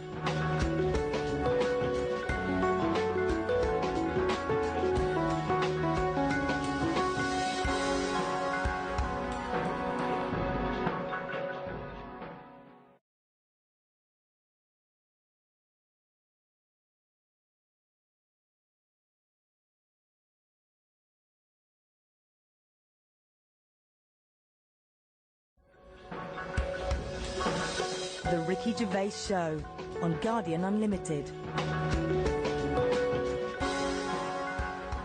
Hello, welcome to the 8th in this series of 12 podcasts, The Ricky Gervais Show, with The Guardian. I'm Ricky Gervais. Hello. With me, Stephen Merchant. Hello.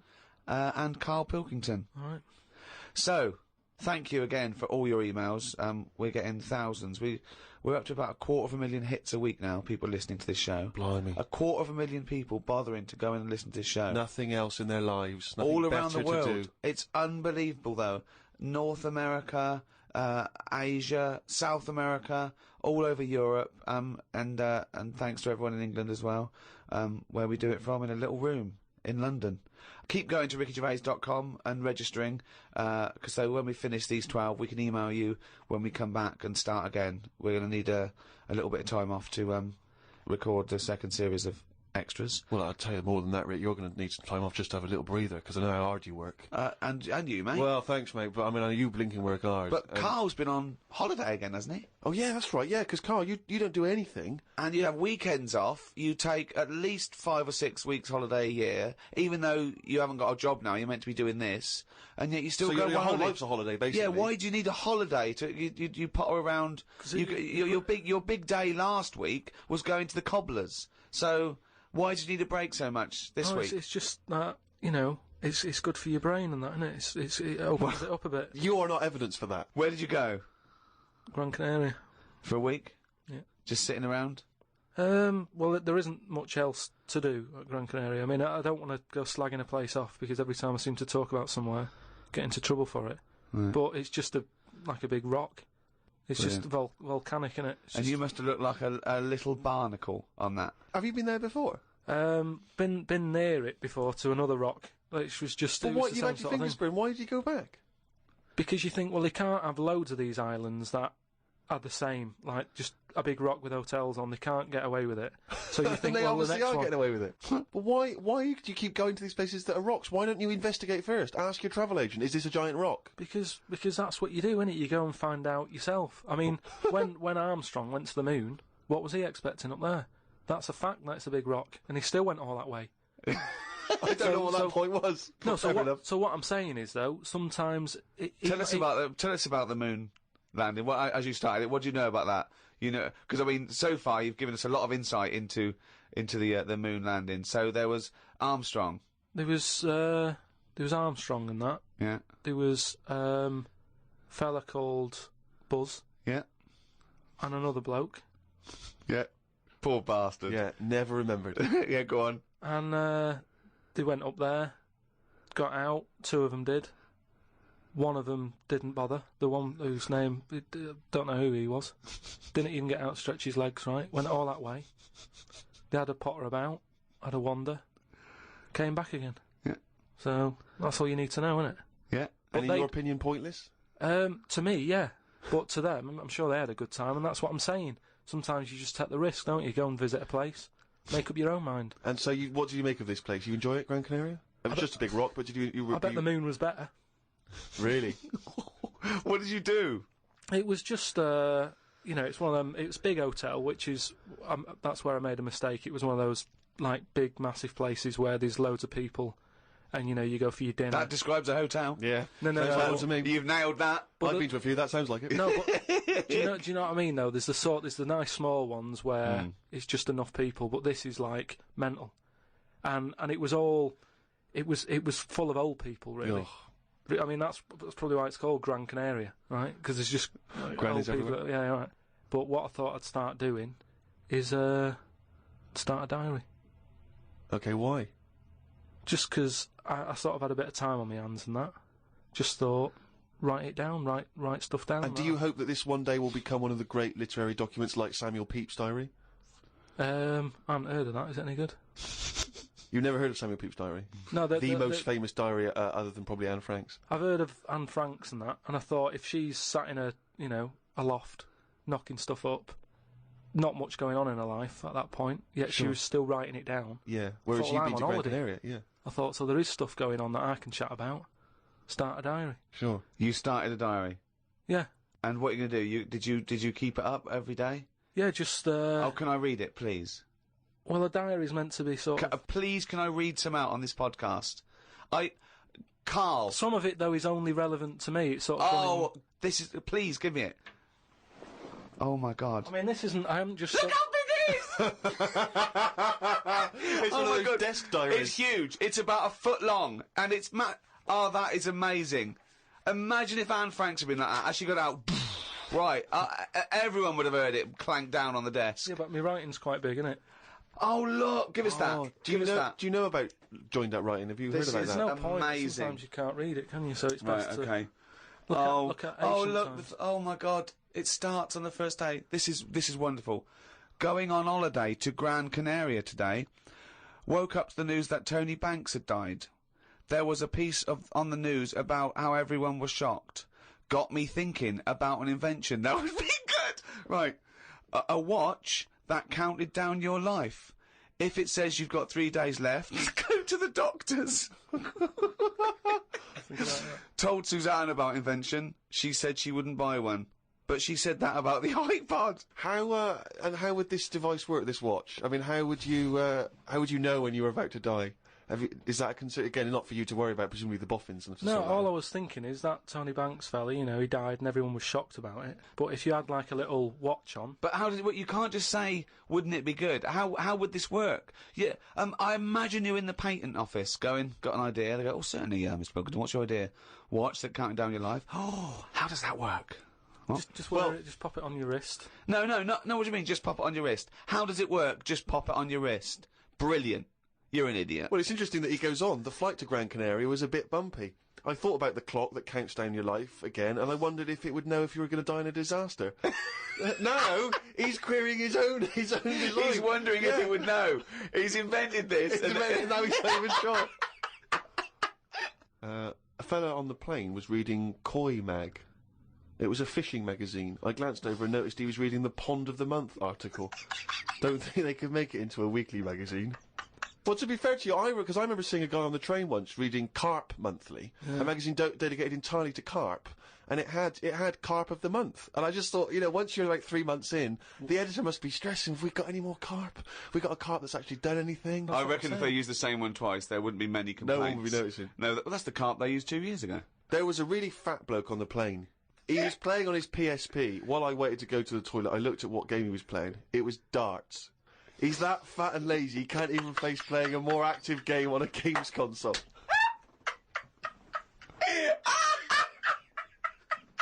Me and Suzanne got off the coach along with a couple of old people. One of them was in a wheelchair. I don't think it was wise of them to come to a volcanic island with a wheelchair. Everywhere's pretty rough, paving and slopey. Guess I'll keep an eye on it as the weeks go on. Day 2 in Gran Canaria. Brilliant. We're only at day 2. The hotel's a bit odd. I've never seen as many cross-eyed people in one location. That's enough, isn't it? That's amazing. Well, you may as well let me read on a bit more. No, this is amazing. We'll come back to This it is a later brilliant diary. This might be the best diary ever written. Oh. While sat listening to the Kinks on my iPod, I wondered if everybody thinks in their accent. I know I do. What's this? What are you talking about?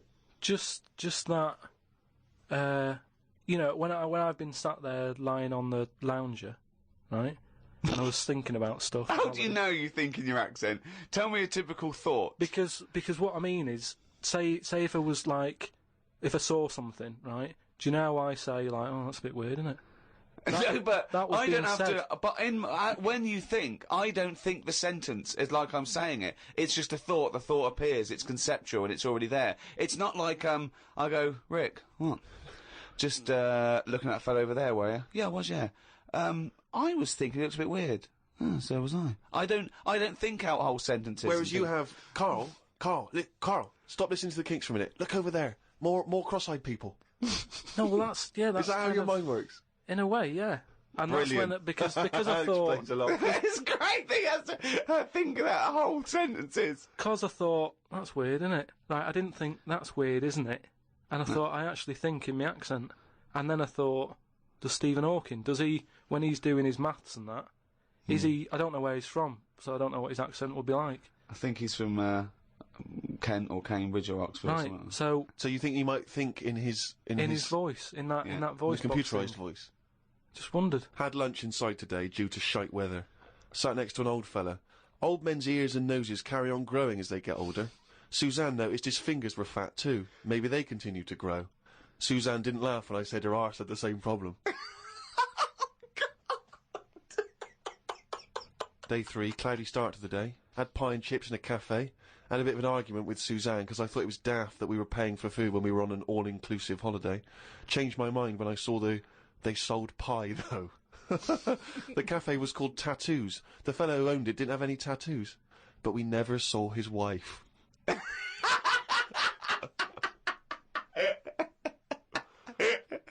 Oh, brilliant. Had a drink in a bar. Everyone sat and watched one of the local cats lick its bollocks.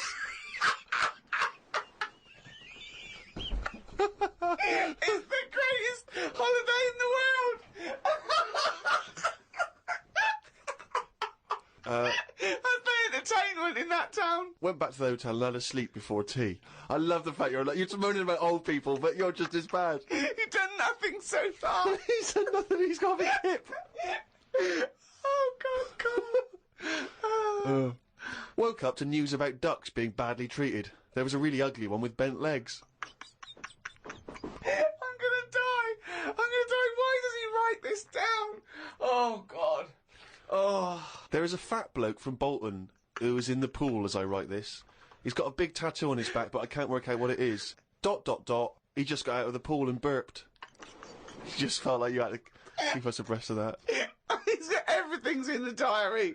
I just seen it get to the point where you're going, breathed in, Yeah. breathed out again. There was a big fat fella in the sea who kept his t-shirt on. If you're big and fat, is there more chance of you getting burnt because there's more of you on show? I asked Suzanne and she said she didn't know in that sort of not listening kind of way. I wanted to hang about to see if the fat bloke was going to get in the kayak, but Suzanne said we had to head back. Just let him wait in to see if he's going to capsize.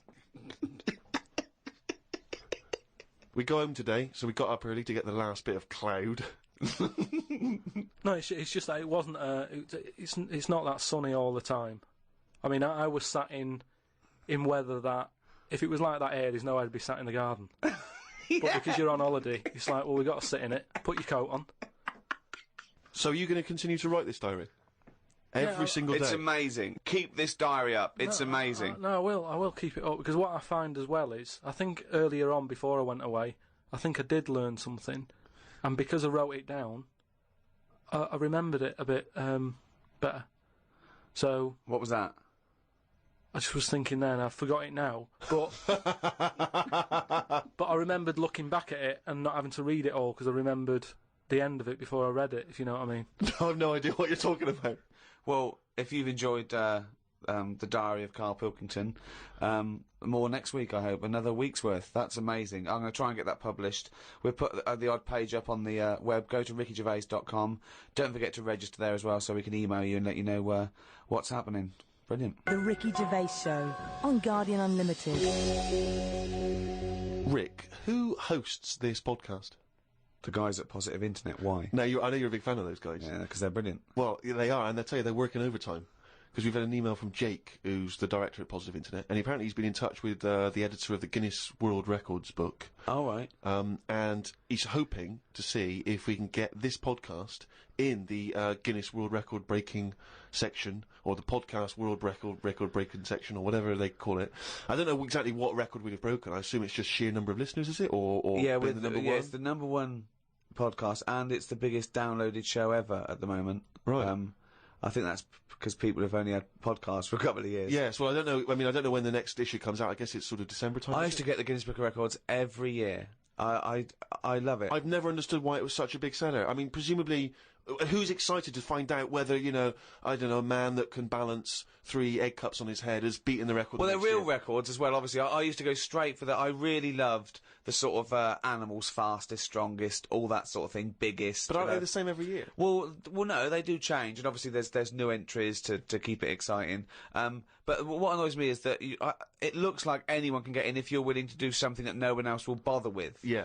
They did one on Big Brother where it was the stacking sugar cubes, and I was thinking, well, no one's going to bother beating that. No. There's people that walk along with a milk bottle on their head, and no one's going, oh, I'm a bit jealous of Bill. Why? He's broken the record. What? For walking along with a milk bottle on his head? Yeah. Yeah. I'm going to go into training tomorrow. They're ridiculous. Yeah, yeah. But I do like the real ones. There was one in there I got on a couple of years ago, and it was about disasters. And there was one where there was some big ornamental incense burners at this thing in I think Thailand or Korea or somewhere, and they fell over and they killed 7 of the congregation, and the headline was biggest joss stick disaster. Now again, there's no one trying to beat that. There's no one going, we need 8. Yeah. We need 8 people. We're going for it tonight. What do I have to do? You have to stand quite near those big joss sticks. Okay. And what record am I breaking again? We'll tell you after. Also, I think a lot of people waste their energy on this because there's one guy in there that can do the 100 metres in 11 seconds running backwards. And I want to say to him, turn round. Because I think you'd be fast forwards. Yeah, if you'd have only, from the age of 10, sort of, you might be, one of the fastest runners in the world. Because you're never going to be considered one of the great athletes for doing it no backwards. one knows about him. That's not going to ever be an Olympic sport, running backwards. No. Or, and now the 100 metres. Oh, one of them's putting a milk bottle on his head. Yeah. This is one to watch. There was a guy in there, I've always been fascinated by the guy, he had the world's longest fingernails, and they were truly extraordinary, and they went out and they started to curl around, obviously, and in the end he almost looked like sort of there was a big spiral of gnarled old fingernail. But I just thought, it just seemed like such a terrible affliction, really, to be walking around, with these giant fingernails. So much you can't do, just missing out on, Jeff, you coming bowling? I can't. Just so many different things that you miss out on. I've never quite understood who's willing to have this eat into their life. It's going to take over their whole life, just so they can have their photo in this book. It seems a very bizarre impulse. Karl, have you ever been tempted by any world-breaking attempts? Do you find them fascinating or futile? I mean, you don't get paid or anything, do you? No. They do it for the pride. But say, like, the fella who can run with a milk bottle, could he get a milk round? Do you know what I mean? I can understand that if you can use the skill, but like you say, if it's getting in the way of your life and that, then what's the point? There was a kid at school who said, I'm in the Guinness Book of Records. And I went, oh, yeah. He said, no, I am. And he brought it in. And now, I don't know if this is a valid claim. He claimed to have been in the audience for what, in this particular edition, was labelled, the largest audience ever for a sporting event, some giant Super Bowl game in America. He claimed to have been in the audience. Now, do you think he deserves to say he's in the Guinness Book of Records? Sort of. I think that's a lot. As it was the largest audience ever, I think a lot of people can claim that one. I mean... If he wanted to get a name check on doing that, he would have been best saying, I was sat in the audience in a bath of beans. Because then that would add to it, and you get a little, they'd have you in the picture, wouldn't they? So, He's Mr. Do it Trick that there. way. Yeah. The Ricky Gervais Show on Guardian Unlimited. Harry from Canterbury wants to know whether any of us have ever had any cruel nicknames. He claims that he's quite tall and rather hirsute, and he says he's often called Lurch or Wolfie. He's always thought that Carl looks a bit like Mr. Potato Head. Yeah.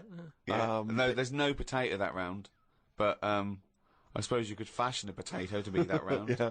Maybe we could, if anyone can carve a potato into the roundest head ever, pop a couple of eyes on it. Make it look as much like Carl as possible. Exactly. But yeah, any nicknames? Did you ever have a nickname, Rick? No, mine was boring. I didn't have any. It was just around the name, like Gervais or something like that. No, I didn't have nicknames. I always wanted a nickname. I just thought it was quite cool for some reason, particularly because gangsters always seem to have nicknames. Lefty. Fingers. Yeah. Lefty, yeah. Scarface. Yeah. And so I decided that I thought, because no one was giving me a nickname at school, it was kind of annoying, well, certainly not to my face, that I decided to just come up with one. Yeah. And so I remember I was at lunch once, and I just said to my mate Phil. How old were you? 12, 13. Brilliant. I just said to him, Phil, don't know if you know, mate, but, people aren't calling me Steve anymore. Everyone's calling me Spud now. Now, I don't know why I thought Spud. It's weird we should talk about Mr. Potato Head. I don't know why I thought Spud was a cool nickname. I think it's a grown-up name, though, isn't it? And it's also because I think it sounded like it was probably either something that you'd find in one of those kids' books, like the Famous Five, or like the Bash Street Kids. There'd be Spud, and I always imagine with Spud, he's not the leader of the gang, but he's a reliable member. I think Spud is the biggest lorry driver in one particular sort of car park. Yeah. And here comes Spud. Yeah. And he gets out, all right, boys. And he's big and massive, and Spud can eat 2 breakfasts. Exactly, yeah. But I just, in my mind, it was, that I would be one day part of a gang, and it's, I'm Pinky, this is Jojo, and the tall guy's Spud. And you know, it never really caught. And he just went, oh yeah, right. And no one started, and I was hoping he'd go, everyone's calling Steve Spud. Yeah. But of course. Hey, Spud, the first time I said Spud, you go, what? Yeah, exactly. You'd be really proud, wouldn't you? But I think that it kind of, actually, in a way, it probably revealed that I just was probably not in people's thoughts enough to get for the nickname to catch on, because you sort of need to be a real player in the school. I think you should have gone something more memorable. I mean, I'm not saying anything, Goggle freak or anything. What? No, just... no, that's good advice, Fatty. fatty pot That's belly. the problem, I wasn't fat at school, and I suppose Carl didn't have a round bald head at school, did you? No. No? Did you have a nickname? Not really. I mean, there was a lot of people on the estate that I grew up on. Nicknames are big things on estates and that. Yeah. A lot of my dad's mates, right? What their nicknames did was tell you about them. Do you know how I said about the Elephant Man's a good name? Yeah. Because, you know what you're going to get. If someone said, Elephant Man's popping around in a bit, it wouldn't be a shock when he walked in. Yeah. Right? So it worked in that sort of thing. So there was John the Screw, right? John the Screw? Yeah. He had sex a lot, or he worked in a prison? No, he had a DIY shop. so you had him, right? There was Fred the Veg. Yeah. Which is... I assume it's because he was at the same IQ as you. Or he was in a coma. Yeah. Right. There was my uncle, Tattoo Stan. All right. Yeah. He had like loads of tattoos that he'd just done himself. Oh my God. The problem was, because he did his tattoos himself, the ones on his left arm were really good. Because he was right-handed. On his right arm, rubbish. Right? So there was him. Great. And there was Jimmy the Hat. Jimmy the Hat? Yeah. Did he always wear a hat? No, he didn't. That was the point there. That he never wore a hat. That's amazing. Brilliant. How can you pick up on someone never wearing a hat? How would you ever notice? I'll tell you what, I've noticed something about Jimmy. What? Go on. He doesn't wear a hat. Why was he not called Jimmy the Parrot? Because he never carries a parrot. No, but that's just the way. I mean, that's how they work in it. I mean, Here comes Jimmy Three Legs. Why'd you call him that? He hasn't got 3 legs. I didn't really have one apart from, I had a CB. Like when you'd go on a CB radio and have a chat to people. Oh, this was a craze in the, was it late 70s, early 80s? Sort of early 80s. And, it was just short band radio, wasn't it? Everyone had these little handsets and they'd speak to each other in the sort of local area. Yeah, it was mainly, I think it started off with like lorry truckers drivers, isn't it? Yeah, truckers, yeah, because there was that thing from like about 1970 Convoy, yeah. Yeah, so I had one of them, and my handle, I had two Handle different names. means your nickname, your yeah, name? there's loads of code stuff. Yeah. I had a couple. I had there was Pilky01, because Right. like I said, there's a lot of Pilkingtons and that in Manchester. So I just thought, give it a number. If someone wants Pilky02, it's open. Do you know what I mean? They can have it. And then like it's people scrabbling. I want a Pilky01. And then because I did boxing and that. Well, you did it once. Yeah. Well, I'd Boxer Boy, because I thought that's quite a good image as well. That's kind of like people going, oh, don't mess with him. Do you know what I mean? Yeah. If he asks what your handle is, tell him. Do you know what I mean? It's Boxer Boy and that. Yeah. So just had them two, and I used to just go on there and. Pointless. What is the point of this? Well, you just meet people, don't you? And you don't meet people. You say, "What's your handle?" You go, "Box Boy." What's yours? Rubber duck. All right, cheers. No, It's but ridiculous. then you'll say then you go, oh, what's your 20? What's that mean? That's where are you? Well, why don't you say, "Where are you?" Because just in case there's someone who's listening in who you know, you hear about this all the time, don't you? People listening, jotting stuff down. Oh, right. So, just in case someone in the world doesn't know what handle means, they're out of the loop. They're out of the loop. It's not a difficult code to crack, is it? Yeah. If you're trying to track someone. It's hardly the head of the mafia talking to each other because the FBI are on the wire. It's ridiculous. Like, I go, oh, he keeps saying that, what's your handle? And they come back with something else. I can't work out what's going on. No, it's like anything, isn't it? That's what codes are all about, isn't it? You set them up and that. Go on, and tell me the code then. Reveal at long last to the world what these codes are. Right, so what's your 20? Where are you? This is better than the Enigma. Yeah. Right, now here we go. Right. How many candles are you burning? Does that mean how big's your car or something like that? Horsepower or something? See? No, that's Oh, how old what are you? time is it? No, how old are you? What, how old are you? Okay. Right. Right. How many candles are you burning, of course? Yeah. So what's the answer come back? You go, I'm 15. 14. Brilliant. That code, there's no one going to work that out. There is no one going to work that one out. So let's just play through this conversation. Give us an example of how it worked. Right, so you turn it on and that, and you start off, and there was something that you said at the start, like hello, just breaker. Yeah, breaker. Do you copy or whatever? Yeah. Then someone will go. What does copy mean? No, What his name I want was. to hear because I want to hear the fascinating conversations that Carl must have had. Yeah. And you go, all right, it's Boxer Boy, yeah. What's He your goes, 20? What's your 20? And you go, well, just I'm in Manchester. In the flat. Oh, right. And they go, right, yeah. How many candles are you burning? Oh. You go, oh, I'm 13. Oh. So And that's the end, is it? Then you might sort of say what was it? It was something like what am I burning? Right. Using burning again. Confusing, but go on, yeah. What am I burning? The bacon, because I'm busy talking to you, you twat. That's like, what's my power? What strength am I coming in at? Oh, yeah. Because then you can tell if they're quite close to you. So if you're getting someone burning a 1... Well, you've told them. You said, wait, what's your 20? You go, I'm in Macclesfield Street. Yeah, but right. but then you Wonder go, where they are. We've just told you. Yeah, Wonder how far away they are. But then you go, oh, that's interesting, because you're burning, burning 3. I don't normally get a 3. The least interesting hobby do you know what I ever do. I wish you'd have kept a diary of this, because this has been fascinating. Now and again, someone will come in and go, side on, right? What's that mean? And that means, like, there's someone sat there listening into this chat and going, this sounds interesting. Yeah, no, it doesn't. Unlikely. Yeah. And they want to join in, so they sort of go side on, you go, side on, bring it in, right? And they go, all right. How many candles are you burning? Yeah. What's your 20? That's it goes round again. Yeah. See you later. What's your 20? How many candles are you burning? Oh. And, I mean, it seems to me that what you should have done is made a note the first time, so that when you then speak to them again, you don't need to ask them those questions. Can I just confirm that you're burning 15?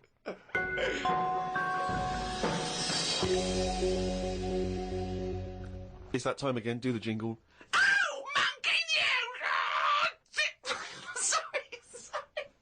Okay. I'm gonna do a really good one. Okay, go. Okay. Oh, chimpanzees! Monkey news! Yeah. Right, do you know it's nearly time for the Winter Olympics again? Okay. Is it? Okay. They sort of come round every 4 years. Is it this year? Is it? Yeah, and the last one that happened, 4 years ago. Yeah. there was a bit of an incident. Oh no. Oh well, I'd know about this then because it would be Well, it'd be big news because it's a well-known... televised as well. Yeah. So, do you remember any winners that were monkeys? In any of the tournaments? Of course not. No. So yeah. So anyway, it's not going to be that because it wouldn't be true. Oh, yeah.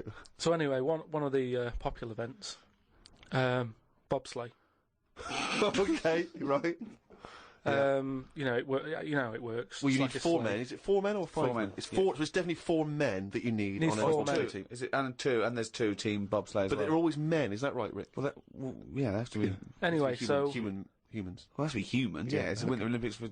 Yeah, so let me just clarify. With the Winter Olympics, you can't have any animals taking part. No, and they also because they wouldn't be allowed. And 2, there's no way they could disguise it because not only would they see it straight away, right, but they have blood tests, Right, okay, which would show up. So they definitely know if it was Well, they have any blood kind of tests. non-human. It's impossible. It would be literally impossible to have anything other than a human involved in a bobsleigh team. Fine. Okay, so carry on. So anyway, this country, I don't want to name them because they try to shake off this sort of, this bad news. Oh yeah, and you don't know. Because it's not true. Yeah. So anyway, the country was doing really well in the qualifying stages. Oh, yeah. But the problem was there was like 2 members who were getting all like the press and stuff. Oh right, yeah. And one of them never got a look in. Right. How tall was he? Anyway, so this one member was getting fed up because the other 2 were getting all the press and what have you. So he said, "I'm not happy with this. Yeah. I'm jacking it in." So they were like, "You're joking? We've qualified. We're getting into like the main race and everything. You can't leave us now." And he said, "Well, you could do it all on your own before. The way you were acting and that, you didn't need me, so I'm going." So they were like, "Oh." Well, they need to replace him because there's a certain amount of people needed. So anyway, so the clock's ticking. It's getting close to the big race and everything. Of course it is, yeah. They're like, "What are we going to do here?" The substitute they took with them. What are they going to do? Must have, Yeah, they would take their substitute. So get him No, on. they didn't have any of them and that. It's, a lot of injuries and stuff. Or just get a mate to do it. Just get a mate or a friend or the coach to do it. Yeah. But there's a lot of responsibility on these people, and you won't want to let your country down and that. And they were like, "What are we going to do?" Get a waiter or anyone. Anyway, in the hotel. the time comes for the race. Seems to be 3 people on it. There appears to be 3. Okay. Yeah. They start off. They're whizzing around the track faster than normal. They're beating their old records. Right. Amazing. Because the new fella they've got a little bit smaller. Ah. Right? Is he in the bobsleigh or is he pushing? He's in it. Oh, right, okay. Right. He's wearing a uniform and a helmet. Though we He's can't got see what he helmet looks like. on. We He's can't got see the his kit face. on. Can't see his face. Nobody knows who he is, but course the they do. country's loving it. Of course they They're do. like, "Well, it looks like we're going to break all our records." Good. It's good that they found someone new. Yeah. Bet the other fella who left is sort of kicking himself, thinking, "Oh, I could have been part of this." Anyway. This wasn't that bloke that had very short legs and long arms, was it? Anyway, what happened is they're whizzing round the track and what have you. Faster than ever, yeah. Faster than ever, and the press are like going, beating all records here. They started taking photographs. A lot of flashing. A lot of flashes from the cameras and stuff. Right, of course. Suddenly, the bobsleigh goes a bit sort of mental and whizzes off the track, right, into like all the tyres and stuff that they have for protective. Oh, they love tyres, don't they? Bobsleigh members. Some of them you can. Sometimes you can find them swinging in one, or maybe eating a banana. Ambulance comes rushing over and stuff. The other 2 members are looking pretty nervous for some reason. Oh, what are they doing? They're saying, "Look, don't take the helmet off because you can do more damage to the neck." Well, don't tell the paramedics how to do it. They know their job. Yeah, they know their job. So they were like, just and plus, he doesn't. He came in at last minute to help us out. He doesn't want everyone to know who he is. He's not after the limelight. Yeah. Like some of the members we used to have. But he just was helping his country out. Yeah. Leave the helmet on. Anyway, they get him in the ambulance and stuff. The other 2 are looking a bit worried and what have you. They're gutted. They lost the race. The little bloke, is the bloke not saying anything? Is he not? He's in the ambulance now. Is he not saying anything though? Anyway, word got out, right, from one of the ambulance drivers a few weeks down the line, once all the dust had settled on the Olympics and stuff, and light news day and stuff. Yeah. It was reported that one of the ambulance drivers said that on that sort of dreadful night, when the country lost out on a medal in the bobsleigh, he sort of reported that there was a monkey in the back of the ambulance. People were like going, "You're joking." I don't remember this. I don't remember this. Well, this is it, you see, because they sort of swept it under the carpet a little bit. Right. They were like, "This is crazy talk." Bullshit. This is crazy talk. Once talk, absolute shit. Where'd you get this from? This is crazy talk, right? It is crazy talk, and it's from the mouth of Karl Pilkington. But the weird thing is that backed it up. Following week, there was a story of some people who visited the zoo saw a chimp in a neck brace. And that's this week's Monkey News. Bollocks.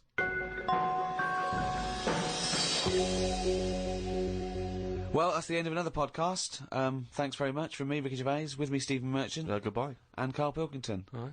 And thanks again to those guys at Positive Internet who host this podcast, the world's #1 podcast. We'd also like to congratulate Steve Carell from the American office, who won a Golden Globe. Yes, congratulations, Steve, and obviously everyone involved with the American office. And for our American listeners, if you haven't checked out the American office on NBC, it's dynamite. It really is a cracking show. I don't know if you're a fan of the original, but if you are, or even if you're not, just watch it. It's great. It gets better and better week by week. It's absolutely brilliant. That's NBC. I think that's Thursday nights, isn't it? After My Name Is Earl. That's got to be the first time a Golden Globe has been won by two different people for the same character. I think you're probably right, mate. Cheers. Hey, congratulations again for winning it all those years ago. Two. All right. Two. I don't need to mention One, both. two. Don't Bye. need to mention both. The Ricky Gervais Show on Guardian Unlimited.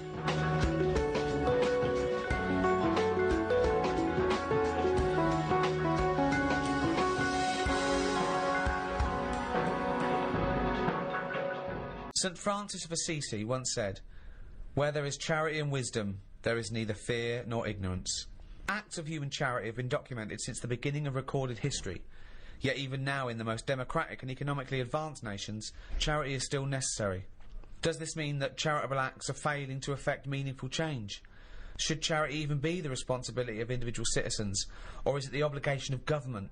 Do handouts make people lazy and dependent instead of resourceful and responsible for their own livelihoods? Is it every man for himself, or are we all in this together? To discuss these questions and more, I'm joined by Stephen Merchant, award-winning writer and graduate of the University of Warwick. Hello. And Karl Pilkington. Fuck, gonk. Right. So, Red Nose Day, Comic Relief, has come round again. Yeah, Red Nose Day is obviously the very specific date in the calendar for the whole generic term comic relief, I think. It's normally when the telecast happens. Yeah. People know that that's the day when they can dress up, do charitable acts. But of course, Comic Relief is a charity that's working all the time for disenfranchised all over the world. And you can go to the website all year round, which is comicrelief.com. I think there's also rednoseday.com, which is if you particularly want to donate for this year's appeal. Have you always been a strong champion of Comic Relief, Karl? Not really. Why was I expecting that answer? Well, but I mean, we're doing a bit of charity now. We're donating our time. It's not much. It's not costing us anything. But I do loads of stuff without going on about it. That's I don't think you should shout about the bits you do for charity, because then who are you doing it for? Oh, exactly. I mean, well, this is my thing, isn't it? That there's a lot of people that only do it if it's in the public eye. It's to do it really to be a busybody or to show off or to feel good about themselves. And I suppose that's good and bad. I mean, if it gets you involved, if it does some good. My gift to the world has been you, Karl, to be quite honest. I feel that you're the world's I'm sure there's people in Africa going, we prefer blankets. Yeah. Doing a wills charity, innit? Is it? Sort of. I mean, No, if you make a donation to a charity within the will, I suppose that's quite charitable. But just giving money to your relatives isn't, is it? Of course it is. Well, they shouldn't have it. They're getting something for nothing, but it's... I mean, I don't know. It's giving something away that you have no use for. Exactly. Yeah, I mean, but forget that. It's someone is getting something when they've done nothing for it, really. Well, it is. I suppose it is charity, but charity is usually infused with some sort of altruism. It's usually to do with giving a piece of something that is kindly because you could do with it. I mean, not strictly. I think you can give away something you don't need, but it's hardly donating a kidney, is it? Or some of your wages. It's like, it's not charity on your part because you're literally not around anymore. So it's no longer you giving it, it's just some money I could either give it them or not give it them. Once I'm dead and I've turned to mush, I shouldn't be worrying about Suzanne's mum getting a table. Is that what you're leaving her? Well, I called up my dad first. Why are you doing a will for the show? Because of this travel thing I'm doing, and it can get dangerous, you know. But why have you done a will up to now? Because you sort of, I don't know, I felt sort of young and free. Whereas now I'm... That's never 2 words I've associated with Carl. No. He's always seemed like a man who's in his late 50s. Yeah, and exactly, I've certainly yeah. never the idea that you're free. It's more... Even if we're just talking about the head alone, it's the head of a late 50-year-old. Free of hair. Yeah, totally free of fucking hair. I'm sort of getting on first name terms with my doctor. Oh, really? Chatting more. Oh, what is it this time? How's your middle finger? You Not know. too bad, Carl. All that sort of thing. So it's just made me think. Have you had that done for the will, by the way, for insurance? I think and you stuff? need to, don't you, for a will? I think you do. There's nothing on the prostate paper. exam? No. No, listen, for insurance purposes, I think you need to have a testicular exam for testicular cancer.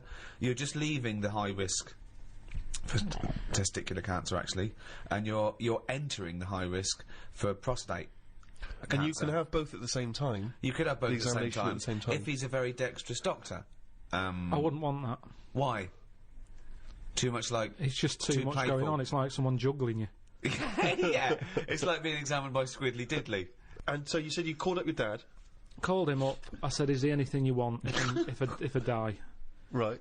And presumably, you know, Suzanne, she's getting the lion's share. She is. But then the fella who was on the end of the phone talking us through it all was going, "Oh, you should get married." I was going, "Oh, shut up." He's saying, "Well, it make things a lot easier when it comes to this." And it's like, well, that isn't a reason to get married, is it? Well... So she can have all my stuff. I said, I've wrote on the bit of paper that she can have it. I'm not bothered. I'll be What dead. did you wrote? What did you wrote? You know, all that whatever we've got, she can have. Yeah, right. That's fine. That's as good as a marriage, then, isn't But it? it's something about tax. If you're not married, you have to hand over more. Well, she'll get... yeah, I suppose if it's money, she'll pay tax on it. Yeah. I think you get so much, and then it's like ridiculous tax rate. Yeah. But she's going, that's why we should get married, I'm going to be paying tax. I'm going, hang on a minute. She's already, like, thinking about money loss instead of me disappearing. Yeah. She's going, yeah, we should. And I'm saying, look, you'll be getting a load of money. I said, if I die on this programme anyway, I'm insured, you'll be getting about £1 million for that. Yeah. I said, so that's something you haven't got now. Yeah. Got nowhere near that now. I said, so even if you have to pay tax on that, Yeah. I don't think it'd be right to get married just in case I get killed. Well, you are married, aren't you? Well, then you may as well get the paperwork. No, because then everyone wants a party. Everyone's have to have a party, you could go straight down the registry office. Honestly, people start going, oh, you should do this, and oh, it's not a proper wedding unless you do that. Have your two sets of parents met? No. That'd be good, would it? Well, I suppose it's a reason to, isn't it? At least if you're getting married, there's a reason for them to meet. At the moment, there's no reason for them to meet. No. They'd get on each other's nerves. My dad wouldn't get on with a mum. Why? Just wouldn't. She doesn't like me, so she won't like me dad. Because he's just an exaggerated version. So, I think it doesn't need to happen. But you could just nip down the registry office, get it done and dusted, and you just phone up your folks and say, it's already happened, it's too late. I said, listen, if we had to do it, I said, if it was like, we've got to do it for some reason, I said, I'd do that. We can have it done by 2, you can be back in work for 3. Because at the end of the day, there's no, you know, we've known each other for years. Yeah. We're not going to suddenly turn into some sort of Tom Hanks and Meg Ryan film just because we've got married. Yeah. It's going to be the same, exactly the same. Yeah. Except she'd want a joint bank account or something. That's the only other thing. That would probably change, and I don't like the idea of that. Why? Just, I like to know what's going on. There's enough people sticking their hand in my account, charity-wise and all that, without an extra hand going in. Who happens to be the love of your life. I'm not moaning about it, I'm just saying it works the way it is. You hear about people getting married, and it doesn't last. Adds extra pressure. What pressure is it going to add? It's not going to add any pressure. I suppose that you resent the fact that the only reason you would be getting married is because she gets your money after your death tax-free. What if you gave her a series of challenges so that she sort of earned the right to have that money? It just keeps her on her toes. Because whilst we're not married, it's easy to go, I'm sick of this. So it keeps her on her toes. But it keeps us both sort of because doing you're stuff. such a find, she's got to work hard to keep you, hasn't she? You never do anything in order to sort of maintain this relationship, as far as I can tell. I'm not saying you're a bad vibe, but in terms of romantic Meg Ryan type stuff, you never do anything. Me and Jane were out with them and Suzanne the other night, right, at dinner, and honestly, he is so grumpy. He was saying about for Christmas, right? He said, you've had a flaw. You've had a flaw. Now, what did that mean? We had a new floor put in. But how is that her floor? Because she wanted it. But you walk on it too. I paid for it. I don't understand what you mean. But don't you understand that, like, you know, a romantic break or clothes or perfumes, you know, sort of things that are kind of indulgent for a lady, that's a gift, not a new floor. That is like something you give to some little African fella on Comic Relief. In fact, I think I saw it once. He didn't have a floor. Exactly. They built in the floor. I remember watching it with you, and they gave him a new pair of shoes and the floor. He went, hold on, floor or shoes, not both. Oh, when that tsunami hit, and it was like a month after Christmas, they showed that Britain had given £2 billion, right? He was going, that's enough. He said, before they were living in mud huts, now there's an Arndale Centre. So you think charity is all right as long as people don't get above their station with charity? I think it should be there as a little booster. Something's happened that they didn't expect. They're all a bit in shock. I don't think they'll feel bad, because all they ever seem to do, these countries that are struggling, they never give anything back. Right. They've always got their hand out. Right. And it's been like that since I was a kid. I remember being a kid, people knocking on the door, my mum going, don't look at the door, there's someone there. And we'd just pretend they weren't Charity there. starts at home, not at your home. No, but because it's all the time. I mean, my mum didn't like answering the door anyway, even if it was the pools man, she'd sort of say, don't move, and he might not see that we're here. So you just froze where a man was at the door? Well, you just, because the front room was near the door, so people could see in. Right. So you just sort of stayed there and pretend that either you can't hear like him. some sort of predator, like they can't see if you don't move. Well, even if he was peering in through the window and he could see you in there not moving. So he looked through and there was 3 people just frozen, right, like statues, right, just their eyes looking at him, and him confused. Well, they're clearly dead, I'll move on. There's obviously been a gas leak. And did you say sitting or stand up, or did you sort of like throw yourself to the floor? We just sat on the, you know, where you were, and you just stayed still. But did he ever look in and see? I don't know, because you didn't turn round, did you? So you would pretend you couldn't hear the door? It's easy. Honestly, the amount of times people would come round, it's either... It seemed to be the 80s, had a lot of it, because it was all the Avon thing, wasn't it? It was perfume, Tupperware. What? Tupperware. Tupperware? Yeah, the plastic boxes. It's dishes for fat people. Here we go. Oh, these are big. God, they are. They're for fat fuckers like you to eat out of. There was the pools man. Right. Just a lot of charity stuff. Just a lot. It seemed to be the time, the 80s, that they suddenly found out they can sort of scav money off people. Yeah. Oh, there was a lot of scavving. So that's why we used to ignore the door. I just love this image of you. Yeah, you're in the lounge, you're having a little boogie, it's Christmas, someone's tapping on the glass. Freeze! They just go, well, we'll move on. Yeah. Nothing here for us. Hammer time. Silence. Let's, okay, right, let's do the scenario. I'm at the door. I can see you in there. You might as well come open the door. Karl, why are you staying so still? Are you trying to avoid me? It's working. Karl, your eyes are moving. Can you come to the door, please?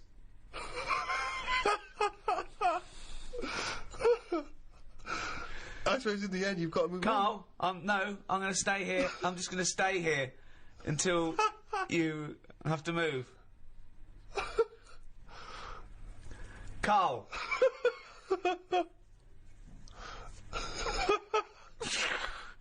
This is the most pointless podcast we've ever done. Me shouting your name and you pretending not to be here. Okay, and I'll move on then. Right. It works. Yeah, works perfectly. Because Brilliant. once they've got you, that's the whole thing with charity. Once they've stopped you in the street, if you've stopped, that's it. Keeps on going. You're handing something over. Yeah. I mean, the amount of times I've been stopped. I mean, the good thing now is you've got an iPod, so you can just either pretend you're on the phone or listen to music. Or just stay very still. Just freeze. When someone says, can I trouble you for... Oh, he's totally frozen. That would be amazing, because they're normally in one spot, aren't they? Yeah. So it's just So they're as soon carrying as on they selling, stop you, and so you've that got you to just stay there freeze for it, the rest of it outside Waitrose for 7 hours. Yeah, it goes dark. Well, I've finished my shift, I'm off. And then you just see, your eyes just see them walk away like that, and they all meet in their little tunics. And then you start walk, they look back, and you freeze. And then they walk on. And then you can go home 7 hours late. If you would like to donate to Comic Relief, why not visit rednoseday.com. Ever since I was young, I've always liked going in charity shops, particularly because, you know, you find sort of interesting old records in there. Never sort of gone in there to buy clothes and stuff, but, you know, books, whatever. And, I was in a charity shop, you know, and I've patronised them for years, and I noticed out through the window there was like a paparazzi guy, and he was taking pictures of me through the window. That was a bit weird, and obviously the old ladies in there didn't have any idea who I was, so they just thought that was a bit strange. And then it was in one of the magazines, like the kind of celebrity magazines. It was, oh, here's Steve Merchant. You know, despite all the money he must have made from his various projects, he's still going in charity shops. And you just think, but sorry, how is that a bad thing? I'm giving my money to a charity. Isn't that a noble cause? I mean, obviously that's not the reason I'm doing it. I'm doing it to save 50p. To save 50p, of course, but they don't know they that. They don't know that. No. They you might be going there and going, keep the change, love. You never have said that. Never said that. Never said that in your life. No, occasionally I'll shoplift. I'm no mug. 70p? Don't you think that seems frustrating, though, that... Yeah, but what do you expect? What are they going to do? They're not going to say Steve Merchant, Heart of Gold, are they? I just thought all these things would slowly accumulate towards the OBE. Yeah, I know. I think you've got to do a bit more than get Roger Whittaker's greatest hits for 10p. My mum's always in them. And because my mum goes in them, my dad sort of got into going into them now because, you know, the weather's not good or whatever, and he thinks rather than standing outside, he went in one, and he was after a jacket. Just like a, sort of a, you know, casual but quite smart. Yeah. He's quite a big bloke, so it's difficult to find them, right? So he's in there, sees the jacket, goes, oh look, here's that sort of jacket that I'm after. Picks it up, tries it on. Oh, it fits. It's good, this, isn't it? She's going, yeah, while she's looking at, you know, a toad that you put money in or whatever. Yeah. So he gets to the counter, and it's got a price tag on it, £8, right? So he said, I'll give you £6. He had £6 in his pocket. Yeah. Yeah, I'll give you £6 for that. She went, no, it's £8. Now that's wrong, isn't it? That's a good price, and it's £6. They've got it for nothing. Yeah. And she wouldn't have any of it. He said, surely something's better than nothing. If you don't give me this for £6, it's going back on the hanger. And they said, no, sorry. Yeah, but they might later sell it for £8. But they might not, and it's been given to them for free. Yeah, so what does it matter? But the old lady's Who's come up with the price of £8? Who is this? Yeah. They don't know how much it's worth. She's not there to haggle.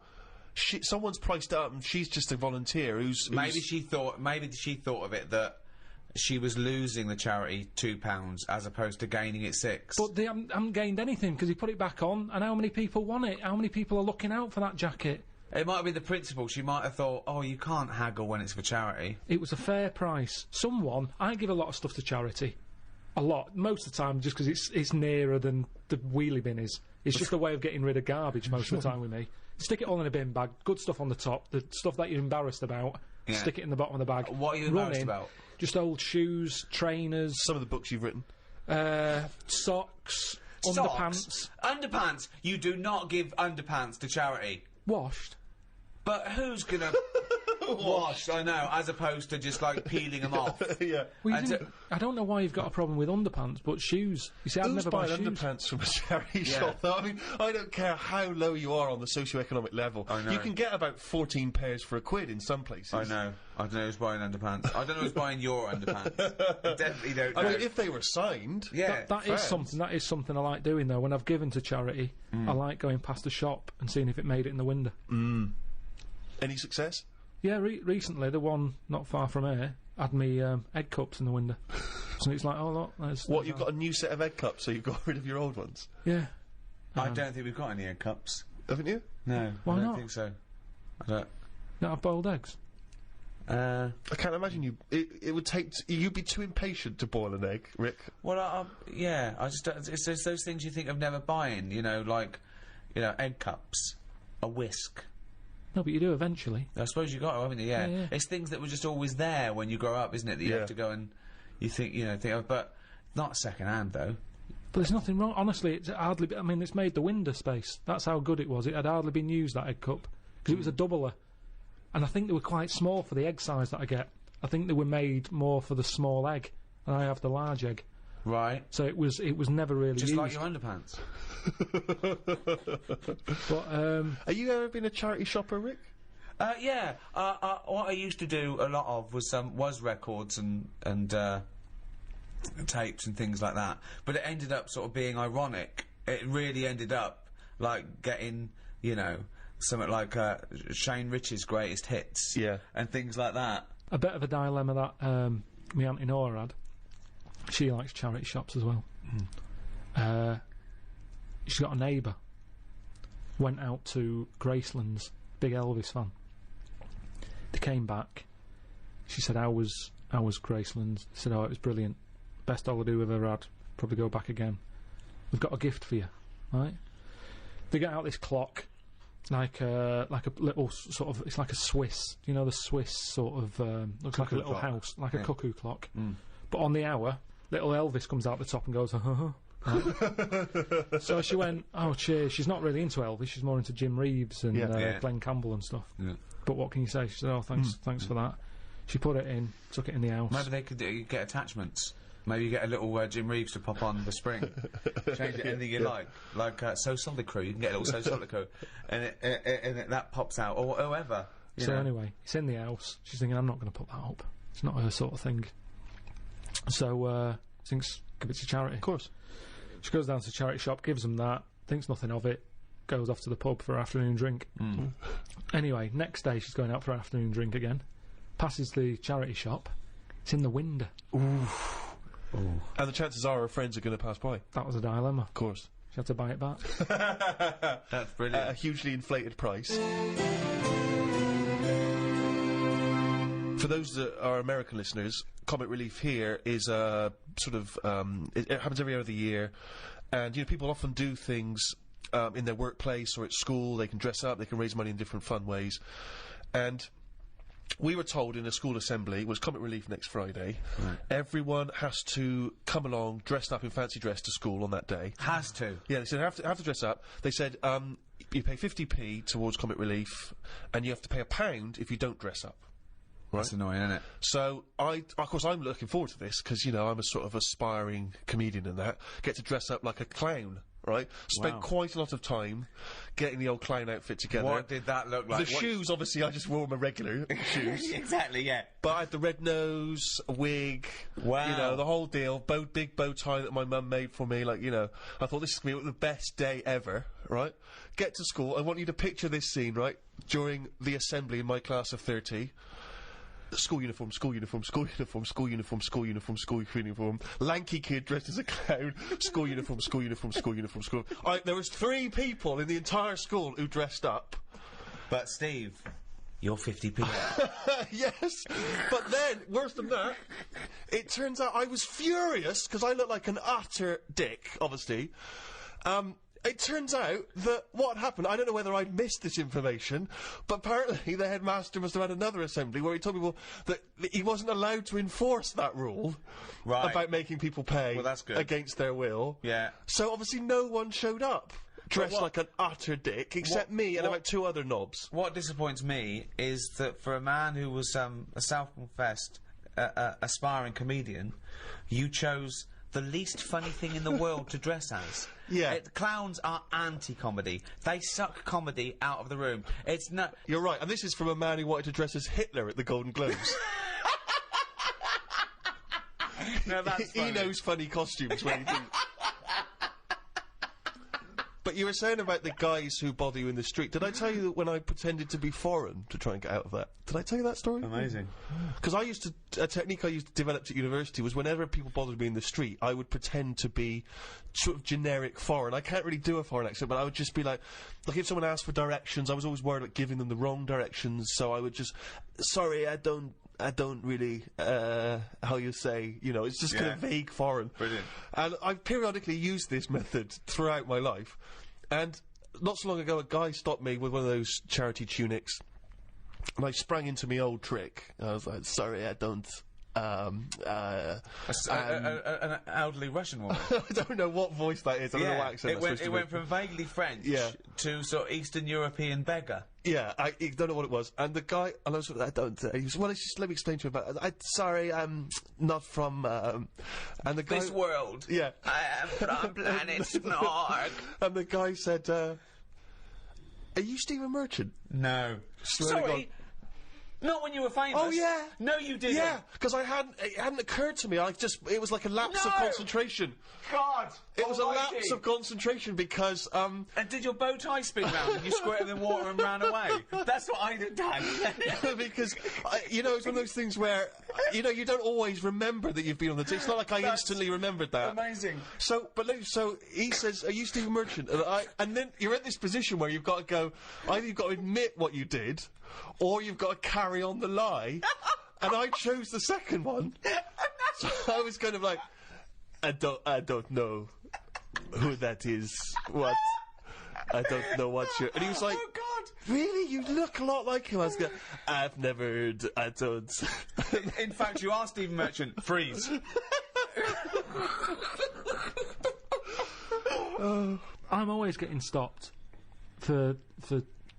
I mean, there's so many charities now. Anything. I think that's the other problem, actually, that there's so many now. Years ago, a problem wouldn't have been a problem, whereas today it's someone's got this problem, someone's got OCD, and we're collecting for that. Right. It's not just starving people anymore; it's everything. Yeah. One little fault, they're out there with a clipboard. Yeah, a lot of new diseases have cropped up, particularly for these sort of rich and famous diseases that really third world people do not suffer from. So I was in W.H. Smith's probably buying a Valentine's card. Oh, okay. So there you go. You see, so I do a bit, and. Is this the cheapest one you've got, love? And I bought a big bar of Galaxy. Oh, cheaper than a box of chocolates, but yeah, still nice. For me, that because they had an offer on, right? This is what I'm saying. Okay, she's getting a card, isn't she? This is what I'm saying. Yeah. I felt awkward because you could see that. Oh, he must have some money. What, a big bar of because Galaxy you could afford some chocolate. Well, it was like an impulse buy thing. Yeah. Right. So she's thinking he's got money to burn. Yeah. So at first I didn't know who she was. There's a guy over here buying a big bar of Galaxy and a small card. Yeah, follow him. So she's there. I'm thinking she just works in W.H. Smith's. Yeah. Morning, sir. All right, how's it going? Right. Oh, have you got a minute? So I'm thinking, is it W.H. Smith saying, how often do you buy the Galaxy? Because they always do sort of surveys and stuff. So she said, oh, you like chocolate? I went, yeah. She said, yeah, I'll have a chocolate. Right? Oh. Little chocolate. Yeah. I ate it. Yeah, then she goes, right, are you aware of the problems in the world? So I'm thinking, what's this? You see, they've been clever there. Yes. I can't say no and walk off without a bit of chocolate. Sure. Right. So, why don't you freeze? Just freeze. We're closing up now. We're closing the shop. So I said, oh, yeah, there's loads of problems. I'm sick of it. So she says... no, not yours, sir. There are some people who are starving. Yeah, and I explained to her, I said, listen, I've got loads of these charities. Every month. I said my bank account is literally... Because I don't use my current bank account that much. So you look at it with a statement, it's like Tools for Africa. Right. Help the Aged. Deaf Kids. Yeah. There's another one. .com, deafkids.com. There's loads. Is Tools for Africa when they send people like Karl over to help out? Yeah, that is Comic Relief. Tools for Africa is another name for Comic Relief if you watch it. So anyway, I said, I do all this. She's going, oh, that's very good of you, but, we need your money as well. So she's saying, just as much as you can afford, every little helps and everything. I've been here all day. Look, as you can see, I haven't had much luck. It's not that busy in the shop, blah, blah. Oh, all right then, right? So I give her the details. She looks at the amount. She goes, right, now the options are, you can tick the £5 box, the £10 box, the £20 box, the £50 box. This is a monthly payment. Right. She said, well, I'll put you down for a tenner. Forget the £5. She just leapfrogged that straight away. Yeah. And you can't go back, can you? Because then you feel bad. Sure. To sort of go, well, you've got a £5 one there, tick that one. Yeah. She can see I've got the chocolate, sort of wasting my money on things that aren't necessary when there's people dying around the world. Yeah. I said, right, yeah, tenner, fine. And... I filled it all out. I left the shop. Yeah. Spent more on that than I did on the card and the chocolate. Right. So you spent under £10 then, basically. So I get home and everything, forget about it. I keep seeing these statements going out. It looks like Gandhi's bank account, the amount of stuff I'm giving away for charities. Sure. I forget about it though. Forget it. I'm doing my bit for charity. I should feel good about it. Yeah. Anyway, something kicks off in the world. Right. Ring, ring, ring, ring. Oh. Hello? Is that Mr. Pilkington? Straight away I'm thinking, oh, who's this? This isn't good. Yeah. Oh, hello, it's so-and-so charity. Right. Are you aware of the problems in the world? I said, yes, I am. There's lots of them. Yeah, but have you heard about the latest one? I said, yeah. She went, well, I'm just calling up to say thanks for the donation that you give us every month, but it's not enough. So I said, yeah, well, I think I give enough. I said, you're not the only ones here. I said, I've got 5 charities on the go here. Yeah. I said, and, you know, I've give you what I can afford. Yeah. She's going, yeah, but let me just tell you about the problems. There's so many people missing here. This is bad. These are dying. Da, da, da. I'm going, I know. I was told all this when I signed up, and I agreed to that amount. Yeah. The £10 that I said I'm happy to give you, that's what I can afford. Call some other people up who aren't giving you a tenner. Yeah. She goes, no, but we haven't got their numbers, you know, and we understand that you're a supporter of our charity, and, you know, just a little bit more will help. I said, listen, I can't. I've given you that amount. If you want, if it's not enough, let's stop the direct debit now. Right. I said, if it's not helping you, let's can it, and I'll give it to deafkids.com. I said, because they're not calling up mithering. No. Well, that's a good thing with them. So she said, no, I don't want to do that. I said, well, that's it then. And she wouldn't let it go. And in the end, she got an extra £1.50 off me. Right. But that shouldn't be allowed. I think they should have, like, 1 year where they go, this year, you know, hungry people. Right. Next year, people with a limp. Or just like they do with the China thing, with the year of the cat, year of the rabbit. It's very clear. Yeah. It's that year. That's who we're helping this year. Right. If you've got that problem, it's your year. You're going to have a good one. And who decides? Just have some meeting. Just have a meeting. But who gets together in the meeting? What would be the first year? What would be the first year? This year? Right, well, we'd look at it and we'd go, right, what are we hearing a lot of problems about? And someone goes, so-and-so's hungry. Go, right, are we all in? Are we in to give this lot food? And we're not just going to give them food. So it's not everyone who's hungry, it's specific people. So it's like hungry... Starving, people who are starving. If someone goes, oh, I've got, I don't know, what's another problem? Adenoids. Me kid's deaf. Well, maybe next year. Maybe next year. It's not your turn this time. We can't help everyone at once. Because that's life, isn't it? You've got to give and take in your own life. There's things that I want, I can't have, I do without, have something else but that's there's more so many important. causes that but it that's could what I'm wait saying, 20 years Steve. before your charity I know, comes but round. what can you do then? Because we're not sorting it all out anyway. I'm paraplegic. Right? Oh, I need help really bad. I'm paraplegic. But so does everyone else. Well, why are you giving it to the hungry now? Because if we don't help the hungry now, right, they can't wait. You can wait. Right. Oh God, I'm blind. Is this a different person? Though? Yeah, I'm blind. Right. Well, you're not hungry though, are you? Well, a bit peckish. Yeah. Well, where's the fridge? I can't find the fridge. Can you help me to the fridge? Yeah. Otherwise I'll be hungry as well. I'm blind and hungry. I'm blind and hungry because I don't know where the fridge is. Who's let you in?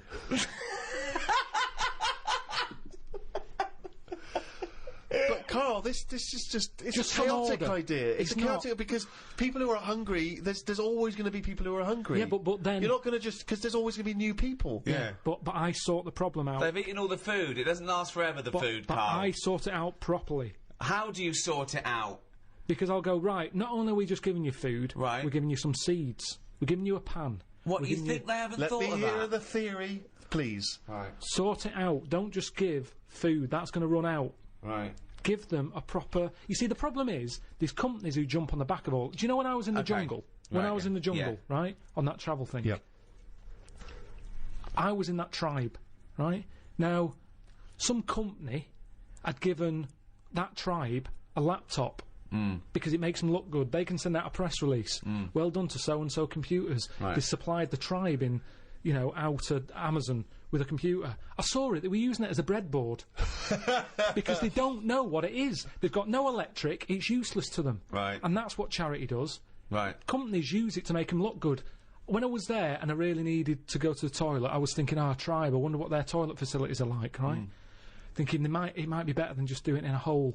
Surely they've built a toilet. They're not stupid people. They kill animals. They know what they're doing. They know how to cook. Surely they've built some sort of unit. Turns out they don't. They still do it in a hole. But some company had been there, some plumbing firm, and given them a toilet, right? The bloke who, the producer who was out there, he said, "Oh, you'll be happy. There's a toilet round the back there." I'm thinking, "Oh, brilliant." I go round there. It is a toilet, but it's not plumbed in. Sure. So it's just a vase with shit in it.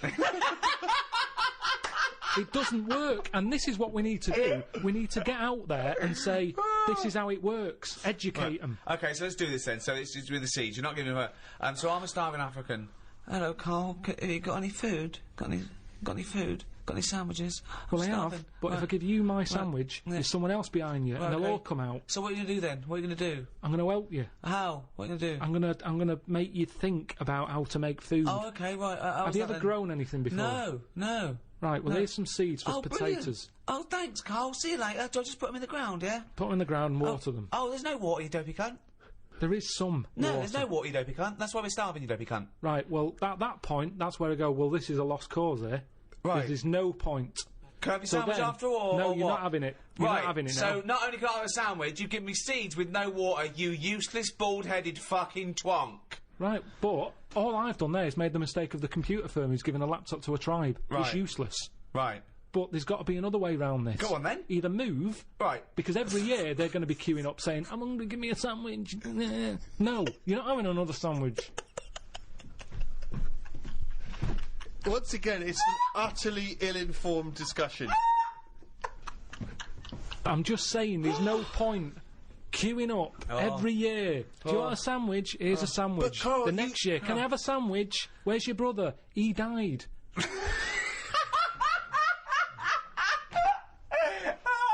It's not sorting anything, it's buying him an extra day, an extra month or something. But it's Carl, pointless. the point is, like Ricky's just flagged up, is that some of these countries, the conditions... He died! The conditions are not there to just be able to plant potato seeds. So what are they meant to do then? Do you think we should go out every month, every year with sandwiches? Is that your answer, like some sort of buffet, an all-you-can-eat thing once a year? Oh, God! You see, it is bad. I don't want to come across harsh. They've got nothing. We waste stuff here. Waste annoys me just as much. Right. When I see sandwich shops chucking stuff out in bin bags, binning it, when there's people out there who are hungry, it's ridiculous. Yeah. But I don't understand. Right. It's a problem that isn't being solved. So your conclusion for these people, because there's no water where they are, right, is move. That is your honest. They should move. Well, what's your solution? Well, I don't know. I don't know the ins and outs. I don't even pretend to know. But I tell you, it's not just it's sticking a what's that saying? I don't know. It's sort of sticking a plaster over a hole or something, and the plaster comes off. It's a problem again. Yeah, that's the saying. Yeah, it's the same. I think that was Mark Twain. No. Sounds more like Gandhi. If you would like to donate to Comic Relief, why not visit rednoseday.com. Oh, I've got to tell you something, Steve, that cropped up when we were at dinner the other night. Carl said the most exciting words. He said, I've had another film idea. Wow. Does it star Clive Warren? No, it doesn't. It's gone bigger than that. Well, Carl, turn the film idea. Yeah, but you slagged it off on that night. No, I was just trying to... We're all chipping in saying, well, that, they're all trying to help. No, Suzanne... You see, you had a go, and then Suzanne thought, oh, I'm going to have a go here as well. If I'd have told her that at home, she'd just go, yeah, that'd be that. But suddenly, Jane was chipping in. Everybody was having a go. Yeah, I didn't see anyone else coming up with anything. Well, they didn't realise it was a script editing meeting. Yeah, they just thought it was a dinner. They're just saying, oh, that, No, I'll tell you why it cropped up. I saw it. It was another thing in that free paper. Yep. It was something about, the way we're advancing fast. Right. Mm. Which reminded me of the, my film, The Love of Two Brains and stuff. Mm. How's that? Is that being made yet? Have you had any? And it was just saying, about how bodies can get reused. In a way, recycling is the ultimate. What recycling. did it say about that though? Because you didn't go into that. What it was hinting at bodies being reused. When you say hinting, you saw a bit of a headline, didn't read on. No, and made the most up in your head. No, it was scientists saying in the future. It's that old thing. In the future, this is what we'll be able to do. Do you mean like Frankenstein being reused? Old body parts fusing together? Yeah, but that was all different. It was like a short arm and a long leg and that. This is a full body. Right. So pitch the film idea to me. Yeah. Sell it to me like I'm a Hollywood executive. Sell me the film. Right, well, I'd probably tell you about the science facts there that I've read. Okay, let's start from scratch then.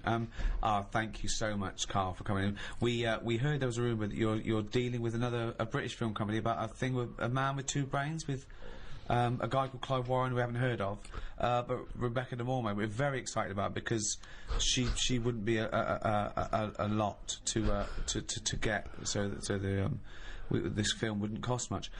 Right, so like I say, I've read they're going to be sort of the ultimate in recycling. If anything happens to the brain, they can reuse the body. You've got to remember that. Fantastic. By the time this film is made, that's probably going to be bigger news. Fantastic. So it'd be great if it can coincide. No, we love the fact we love this sort of research. We love this level of research. It's exciting. So what I was thinking is, I'm picturing probably. It doesn't matter. It's not as fixed. It doesn't have to be this person. But I'm thinking Tom Cruise. Okay, Cruisey. Yeah. Excellent. Yeah. And the way it works is. Do you know Tom, by the way, or have you got an in there, or? No. No. Okay, but you just. No, I think it's the sort of film that would appeal to Tom. He'd sort of be into. I think it would excite him. Okay. Great. Okay. Great. So. Have you ordered coffees? Did What? Did Cheryl get you a coffee? Yeah. Okay, thanks, great. So. Are you hungry at all? Do you want to? No. No, great. So. Cheryl, I might have a tea actually. Cheryl, if you could. Will we wait for the teas before she comes in? She'll just sneak in. She will be very quiet. She'll be like a dormouse. She won't even know she's coming. Okay. You've got your coffee. Okay. I don't need a tea. You don't want anything. No, I'm fine. Thanks. Go. Actually, I will have a tea. Actually, Cheryl. 2 tea, Cheryl. Thanks. Okay, go. Right. Thanks, Cheryl. Thank you. Thanks. Is there sugar? Sorry, is there sugar in this show? I'll put it in there. Go, shut the door behind you. Thank you. Okay. Go. All the way. Go. Tom Cruise. So I got Tom Cruise. That's what I pictured so far. He's just done Mission Impossible 7. Right. In this film. Oh, in the film. So he's playing himself? No, what you're seeing on the screen is Mission Impossible 7. Like I say, if we don't get Cruise, it can be Bourne Identity, and it can be what's it? Yeah. Oh, so if we get Cruise, he is playing himself. Yeah. And he's just made and in this film, he's just made Mission Impossible 7. It's the future, is it? This. No, what you're seeing. Right. Is Mission Impossible 7 on the screen. So I've gone into the cinema, and I think I'm going in to see Mission Impossible 7, or I'm going in knowing it's this film. Yeah. So I'm going in to see... Okay, what's this film called? I haven't got a title yet. We'll just call it Karl Pilkington Project 2. Right. Okay. KP2. So you go in. The opening thing is Mission Impossible 7. You think I've seen it? Yeah, I thought it was just KP2. Yeah, I'm confused. KP2. Yeah. Excuse me. I came in to see KP2. No, this is not the film I came to see. I'm talking to the usher. No, this is the film. It just what you're seeing is Mission Impossible 7. I don't understand. Right, listen. So what happens is then it sort of pans out. You see, it's a telly. There's a bloke watching Mission Impossible 7. Right. His girlfriend's watching it, going, "Oh, I love Tom Cruise." Yeah. He's there going, "I can't be doing with him." So it is set in the future, though, this? Because we're assuming that he's made 7, so this is a... Yeah. How far in the future is it? Well, when will Mission Impossible 7 be made? I don't know. Probably about 2 years, the way it's going. Right, so, 2013. Okay. Right. And this is underway, then, is it? This practice of recycling the body? Yeah, by then, it's well known that it's out there All as, right. as scientific. Let's not get bogged down in a lot of these things we Okay. can iron out, as I say, in the script. So you see developments. Mission Impossible 7 on the Cheryl, screen. are any of those biscuits still knocking around? Do you want to do this meeting? Yes, I do. Sorry, he's a bit easily distracted, but I will have a biscuit as well, Cheryl. Okay, I've been watching the film. It's Mission Impossible 7. It's pulled out. There's a guy in his room, in his lounge His with girlfriend's his girlfriend. watching it. She's Yes. loving it. She's a fan She of loves Tom Cruise. Right. He's a little bit niggled. He wanted to watch something else. Sure. She decided on the DVD. He sat there annoyed. I can't be dealing with Tom Cruise. I can't believe they've made 7 of these films. Right. He's a rubbish actor. I should be the actor. You know, I've been doing acting for years. But he's not an actor. He's Well, he is. Okay. But he hasn't quite made it. I He's see. in pantos. He's sending a lot of demos off, but he's just It's not funny being because seen. I remember this is one of our notes to make it more plausible, this film, because you didn't know him as an actor before, did you? Yeah, well, this is how it works, isn't it? Right, interesting. Yeah, well, you two don't know about that meeting, do you? Right, okay. So, right. forget So that. he's a struggling actor. So what happens is, next day they get up, right? Yeah. She's still going on about Tom Cruise. Loves him. Thinks I'm sick of him. Right? She loves him. Got my biscuits garnering my tea. I left it in there too long because he put me off. you Just hang on, let me just full think. twat. Can I get the spoon, please? guys? Yeah, My sure. biscuit- Do you want it? Oh, it's all probably gone better. soggy. Soggy. Oh, that's soggy. Cheryl, can we get some more of those biscuits in here, please? Do you want to weigh more? Or? Yeah, I'd love to Yeah, hear no, more, I'd love to please. hear more, Yeah, yeah, I'm just yeah. conscious Can that Colin Firth's coming in. He's won an Oscar, so And he's got an idea yeah. about a print with a Right. cleft palate. Anyway, listen. So, what happens is, he gets so annoyed with his girlfriend liking Tom Cruise. He plans to kill him. So he plans to kill Tom Wow, Cruise. this is new. I've Now, never this man is a jobbing actor. He's obviously based in the UK because he's in Panto. So he flies to Hollywood. No, the equivalent of that. Oh, he's based sort in of- the, he's based in yeah, America. he's a bit part player. Yep. So he sees Tom Cruise. He kills him somehow. Now it's some way. Right, how does he kill him? Because this is all new to me. I don't want to put everything Because down again, on paper. This is in just the, a rough in the original idea. pitch in the restaurant, Tom Cruise just dies on the set of Mission Impossible 7. See, right. Yeah. Oh yeah, yeah, that's right. okay. Oh, hang on. So Okay, right. he dies in the film in Mission Impossible 7. They're doing Right. that thing on the strings. Right. He cuts. He lands. Right. His body is in perfect condition. hold on. But how is she watching the The film? film, yeah. Did they put it out even after Tom Cruise No, died? no, sorry. He was filming Mission Impossible 8. So he's okay. So He's filming the next one. They film the next one. Mission Impossible. Okay, sure. He's annoyed. He's going, I can't believe they're making more of these films. Right. I can't get a gig, and yet Yeah. they're churning this crap out. Yeah. Okay. So he's on his springs, On his wires, yeah. on his wires. Yeah. An accident Spring happens. sounds better. He's bouncing around. like a baby growth. Yeah. Yeah. The strings cut, smash. Tom Cruise dead. Right. Right. Right. The bloke hears this on the radio, on the news. Yeah. The girlfriend's fella hears it on the news. He can't believe it. He's like, yeah. Oh. Takes his eye off the road a little bit in the celebration. Truck ploughs into the car. Right? So he's killed as well. Well, is he? Okay. Okay. Little interlude. Fades up.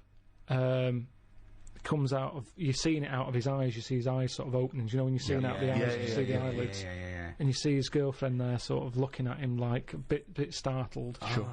And he's going, "Oh, what happened?" And she's going, "It's all right, it's all right." And he's going, "Oh, get me a mirror." She's going, "I don't want to get you a mirror yet. Okay. Oh, hold on. What's going on? You've had a bad accident." Oh. Probably terribly disfigured, is he? Or? This is what he's thinking. Oh, how bad do I look? Scarred, you know, burned. You know, Yeah. you fancied that Tom Cruise. Am I gone the other way? She's going, "It's all right, it's all right." Right. It can't be relevant though that Tom Cruise was killed at the same time. I don't need to think about Tom Cruise. I'll put him out of my mind. Go on. Put him out of my mind. Anyway, What's he going to look all like? mirrors out of the room and everything. He's just learning to walk. He's going, "Why can't I look in a mirror?" And the doctor's going, "There's no point. Yeah. Right, No okay. point. You've got to get used to this body." He's going, "What do you mean?" It's great that Tom Cruise just did a small cameo at the This beginning is of good this as film. well because we're seeing it through the. What's the voice like, by the way? The bloke's voice. It's the same. Just the same as it was Oh, is it? earlier. So the whole thing is through his eyes. I haven't seen his face. No. Then he gets walking. It's Yeah. almost time to go home. Yep. His girlfriend comes in. Yep. It's her job to tell him the new news. Oh the my God! shocking What news. is the news? She says, "There's a mirror. Look in there." He looks in it. Yeah. He's Tom Cruise Right. because He had his accident on the set. He had the accident. They ended up in the hospital. Right. Quick, we've got to act quick. This is the time. This is the future. Right. Where they can use bodies, all the rest of it. So Tom Cruise is dead. Tom Cruise dead. This But bloke he's Brian. just a body. His body's squashed, but what's his name? Brian. Yeah. But Brian's brain is in Tom Cruise's body. Just a donor body. He just happens to. That's how it is. It's just meat. It's just like a lung donor, a heart donor. Yeah. It's So just this is timing. Brian. He just looks like Tom Cruise now. He's got Tom Cruise's flesh. Yeah. Basically, yeah. Now, at first, initially, he's annoyed But he's his like voice, going, the voice is still the same as his was, even though it's got Tom Cruise's mouth. It's got a bit of both. A little bit different. Okay, sorry, just practically, who is doing the voiceover then for the? It's Tom now. So He's Tom's acting. sort of doing an impression of this actor. Brian's inside Tom. His name is Brian, but when you look at it on the telly, when the camera whoozes round, and you see him sat in his bed, it's Tom Cruise. Sure. Right. Okay. His girlfriend's over the moon because she loves Tom Cruise. Right. He's gutted because he couldn't stand him. He can't stand the films. He's thinking, yeah, but he must be thinking, I look like Tom Cruise, one of the most loved actors of his generation. No, you'd think so, but he's not because he's in shock. Remember, he was expecting to see himself, and when he looks in the mirror, he's seeing someone else. Must be shocking. Yeah. So also the voices. He's going, I can't stand this, and she's going, calm down, you'll get used to it. I don't want to get used to it, and she's sort of saying, look, you're alive. Right. Stop moaning. Yeah. Brian. Stop moaning, Brian. She's calling him Brian, I assume. She says... And Tom Cruise just had a sort of donor card that allowed his body to be given away, did it? Yeah, it's the future. Right. This is 2013, Steve. Things have changed. Clearly. Right. What's his girlfriend's name? Claire.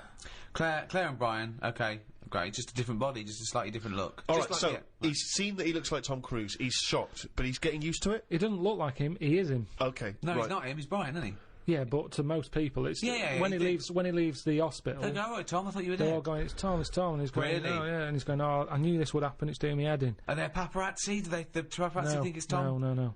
Let him explain. Sorry, Rick, because you heard this. I want to hear this story. This is weird though, because so he looks like Tom Cruise. So he wheels out. He's in a wheelchair. Okay. He's going, "I'm sick of this." The other patients are going, "Tom, I thought you were dead," and he's going, "Yeah," and he's annoyed. He gets in the car. He gets out there, right, and he sees a poster up on the side of the road, right, for Mission Impossible 8. Hold on though, it's finished. I thought he died while they were filming. It's not finished. But now, these days, he's shouting about films before they're made. Okay, it's like Lord of the Rings, isn't it? Yeah, they're going, Lord of the Rings is in the making. And they're going brilliant and all the hype and everything. But they put a poster up even after... Seems premature. No, the poster was already up. That seems premature given that a man died during the production. Doesn't matter. I've taken the posters down. No, but then I don't work in Hollywood.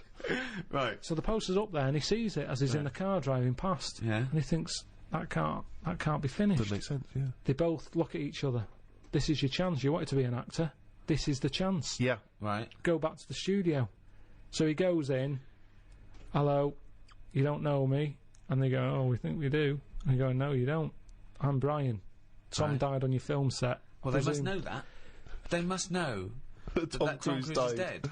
Because his family must have been all right, if you want to, it makes no difference. We can tweak the script. No. You have, because before he was a plumber, by the way. It was a plumber who was turning up going, I'm going to finish Mission Impossible 8. So that was the best. I'd much prefer that. And I can sort out your lavatory. You get the idea. Right, no, we don't get the idea. So this is... Brian has turned up looking like Tom Cruise. He said the film company, right, who must know that Tom Cruise died on their film set. What were they going to do when they would have had to wrap it up? They would have had to say... You said they put the posters are up. Yes, the posters are up before they've even finished filming. So they're cancelling the film until he walks Basically, yeah. Oh, so they are cancelling the film. They're cancelling it. Okay, so we're afraid that production has stopped on Mr. Impossible 8 due to the death of Tom Cruise. Hang on a minute. What? I'm Brian. Who's Brian? Oh my God, you look exactly like Tom Cruise. Oh, have they done that thing where they put Brian's brain in Tom Cruise's body? Yeah. Ah, but it's not Tom Cruise. You can't act like him. I'm an actor. Yeah, but he was good because he was like one of the best actors. He's not that good. I never rated him. Yeah, but a lot of people did. And a lot of people didn't. So let me bring in a new audience for you here. I can bring a bit to this. Right. So the film people. So just tell me what happens. Do they sign up the new guy? They sign is up it in the news? It must be in the news that. But Tom are they Cruise pretending that it's really Tom and that Tom survived? They can't do that. No. But they're quite unscrupulous. So they've told the world that Brian is taking over. Brian, right? He used to be a plumber, but it's now... Brian, who has no surname. Brian By has the way, no he's surname, like just Madonna Brian. or Cher. Exactly. Yeah. So Brian, right? Is that Brian? It's above the title. Brian I bet it's Brian with a Y. Brian with a Y in Brian. Mission Impossible 8. This won't work. Where's Tom Cruise? It's not the same. So this, of course, gives it a boost because the flagging franchise has been rejuvenated. The press, the news that's out there. Yeah. Tom Cruise and his new film. Well, it's not Tom Cruise. They can't say that. Well, it is though. When you look at it and you go, "Oh, it's Tom Cruise." Well, no, you got to say a bloke that looks like Tom Cruise. The body of Tom Cruise. Yeah. The acting ability of Brian. In a new movie. Mission Impossible 8, starring the bones and skin and stuff of Tom Cruise with Brian's brain. Do you like Tom Cruise's face, but not his acting? Then you'll enjoy Mission Impossible 8. I'm not bothered. Oh, Mission Impossible 8. From the people who brought you the first 7, and the hair of the bloke who was in the first 7, but with Brian doing all the lines. It's some cunt I've never heard of on the 7th sequel. No, wait, sorry, I really want to hear the ending of this movie. Please let me ask questions. You had your chance to ask him questions. Right. So where are we? In a sort of 90-minute running time of a movie, where are we now in the film? Are we about two-thirds of the way through? We're close to the end. Okay, so Mission Impossible 8 has been made. So what's the end of our movie? Not of Mission Impossible 8, but the movie you're making. What's the ending there? Do we ever get to see him in Mission Impossible 8? Yeah, but I think what happens is he becomes the person who he never liked. Right. And it's I just want to get across the moral that who are we? Are we the people in our body or the people we look like? What's important in life? Is it the way you look or the way you think? And he changes because he looks like Tom Cruise. He becomes the man he never liked.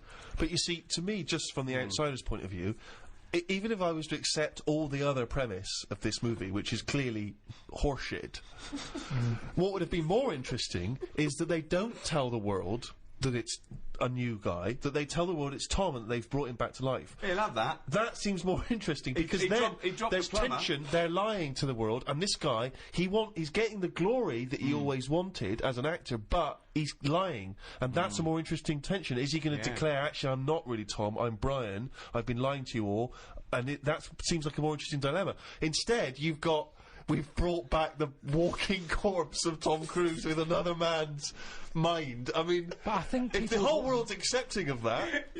No, but you do want to see that. I think a lot of people would just want to see it for that morbid factor of, my God. Yeah, but but this is... You mean they want to see your film because of this morbid factor? Yeah, this is a fiction. This is a fiction. This didn't really happen.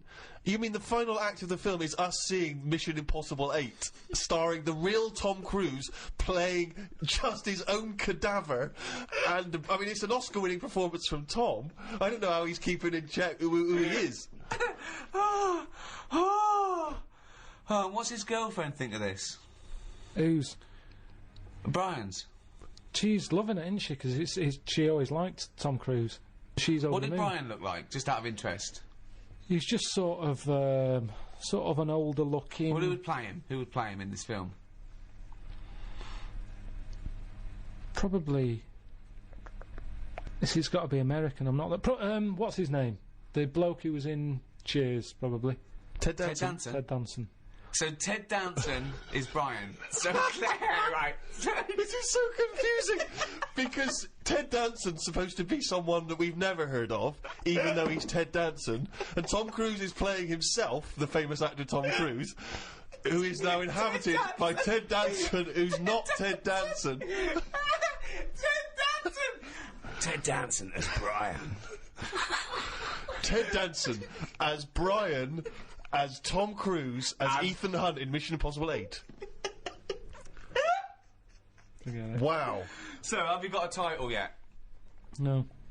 No, I just wanted to know if you're in. Surely the wife of Brian.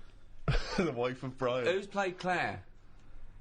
Well, I'm up for you. You know, that's why I've come to you. I thought That's you'd an know. obvious suggestion. Okay, so, Rebecca De Mornay. Okay. Yeah. She is so hot after The Love of a Brain, or whatever it was called.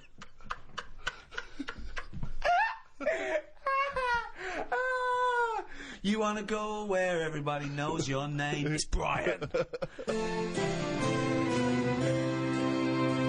Well, that's about it for this special free guide to in aid of Red Nose Day, Comic Relief. If you have enjoyed this, or even if you haven't, please make a contribution, big or small, to Comic Relief. You can visit rednoseday.com to do that. We'd appreciate it. Little Richard Curtis would appreciate it. He's definitely going to get an OBE at some point, if not for knighthood. Yeah. Give him both. Carl, look at it this way.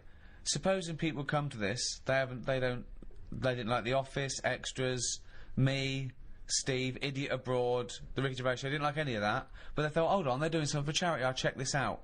They've had a whale of a time, they've laughed at everything, they're going to go and buy all the guides, still available on iTunes now. That is shameless. Also, I'm doing a live stand-up comedy tour at the end of the year. You can check out the details on rickygervais.com. Just do something for charity, or not. It's up to you. So it's goodbye from me, Ricky Gervais, and thank you. Goodbye from Stephen Merchant. Goodbye. And from the little round-headed buffoon that is Karl Pilkington, it's a goodbye. All right.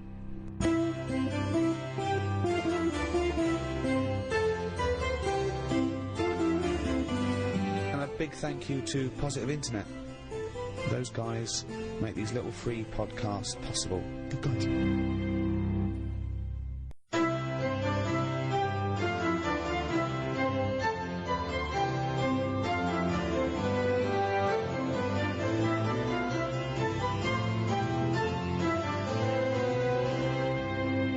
Hello, I'm Ricky Gervais.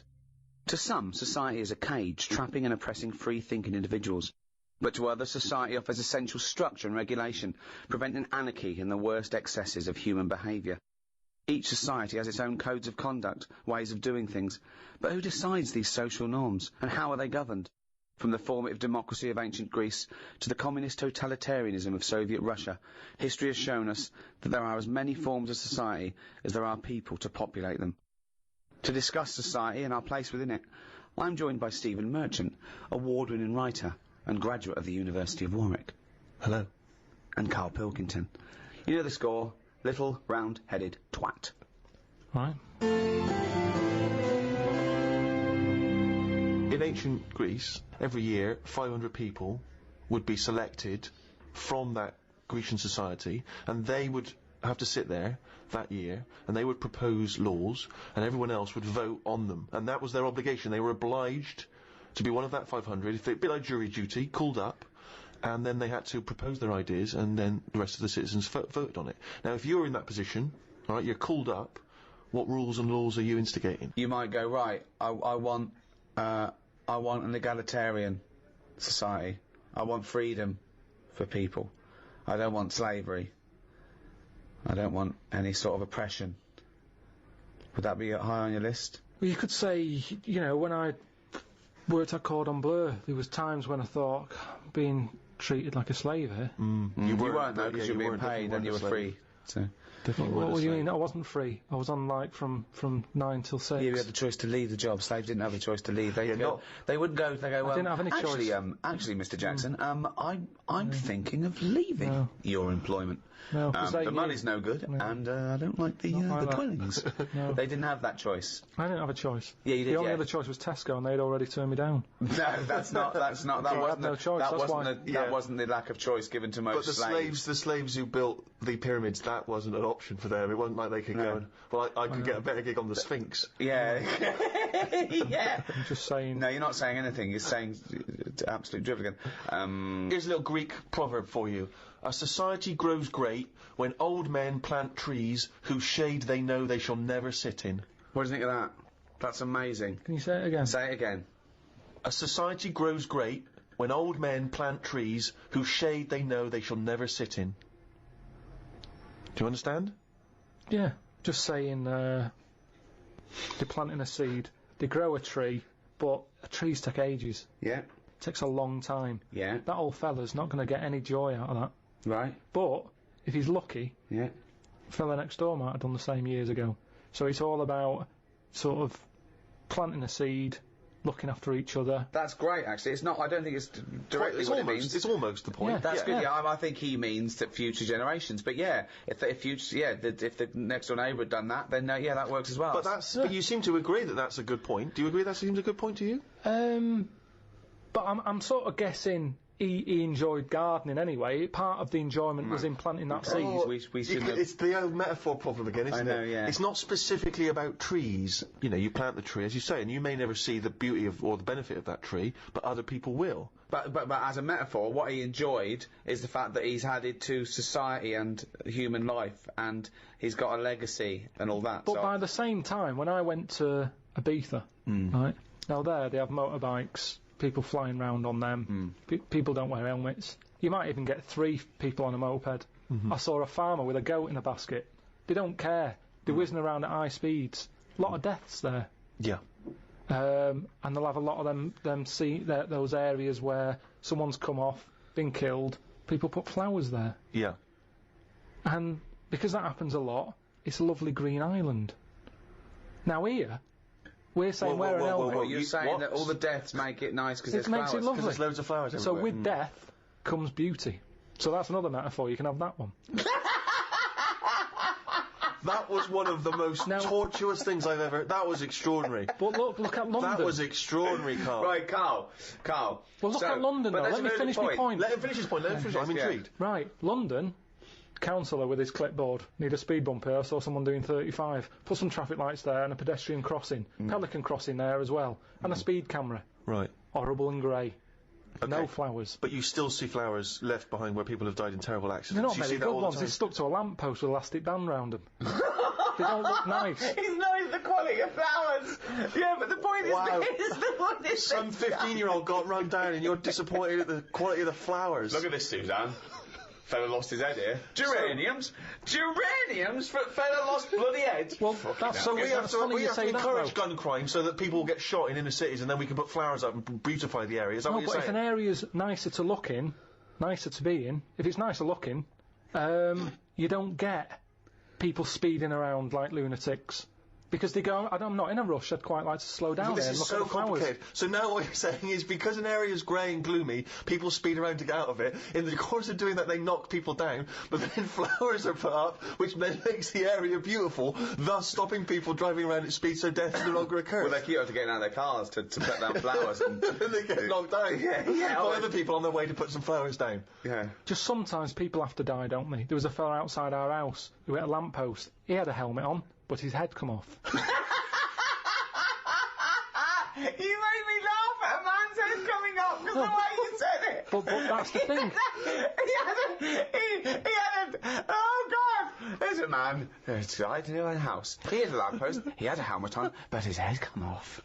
So you're saying that because in that one instance the helmet did not save his life. His head was in great condition.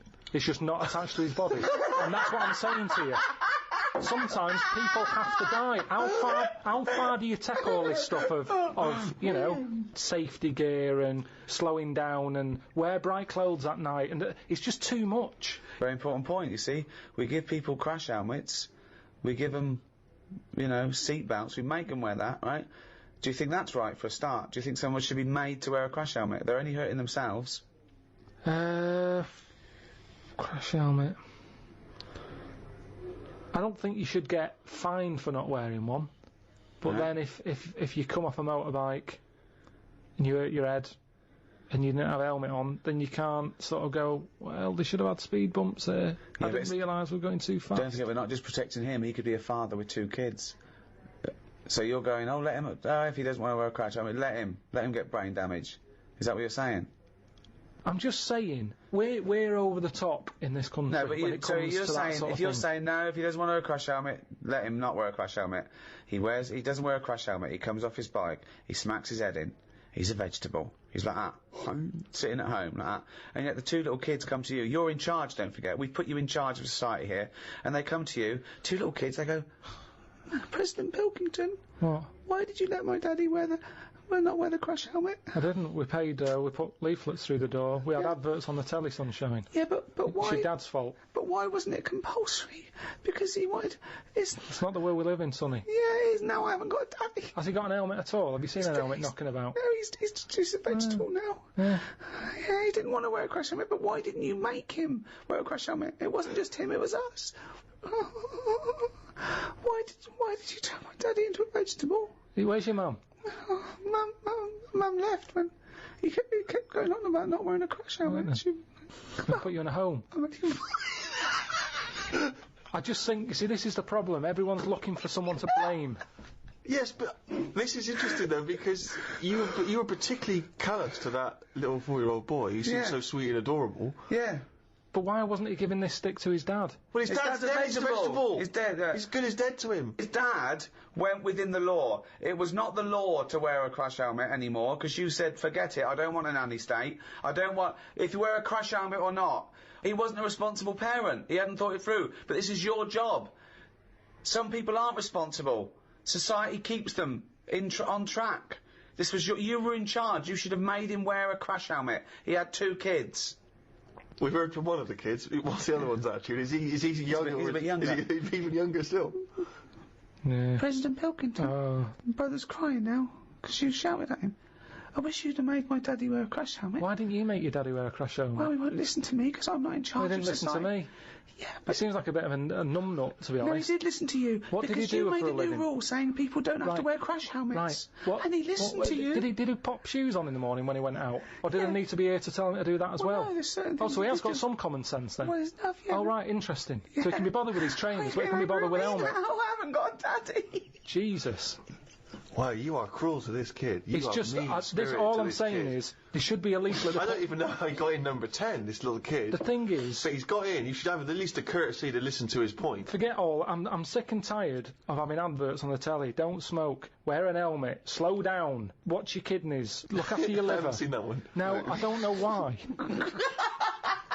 Why can't they just put a leaflet through saying, hello everyone, use your common sense? Yeah. That's all I'm asking. Because that's what I take because some people don't have common sense. Everyone's got common sense. Fucking idiots. Yeah, it's not my fault. That's then. why that's why there fault. is a government. If we let people, they'd be fucking idiots. They'd be eating turkey Twizzlers and fucking watching Big Brother and X Factor all day. And they're letting their kids run riot in the street. But they are doing. Some families do just eat turkey Twizzlers. Yeah. There is little knobheads on bikes playing out till God knows what Exactly. hour. So it's happening anyway. But that's no argument, is it? It's happening anyway.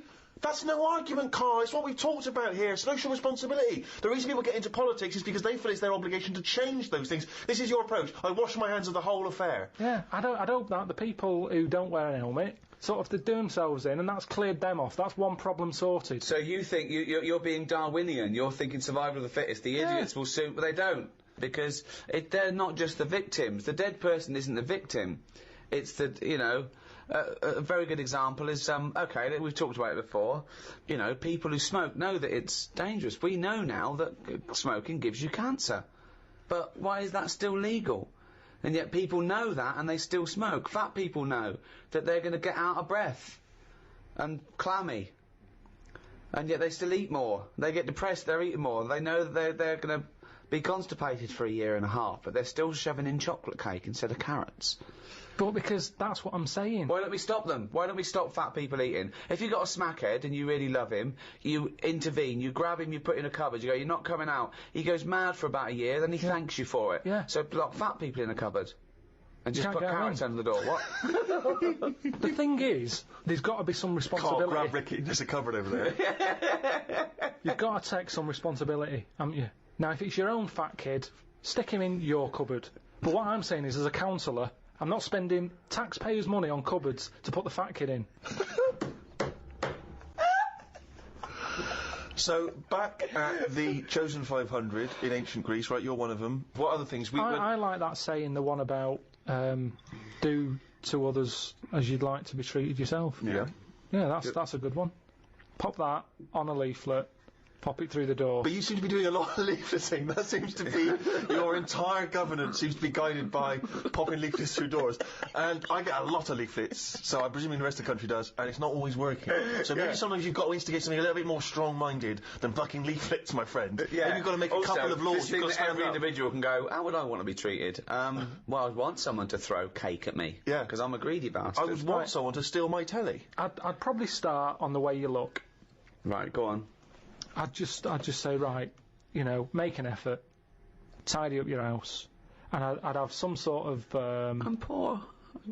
Doesn't matter. You can still tidy up. Can we get better houses then? Because well, look after the one that we've let you. Yeah, Get rid of that old mattress that's in your garden there.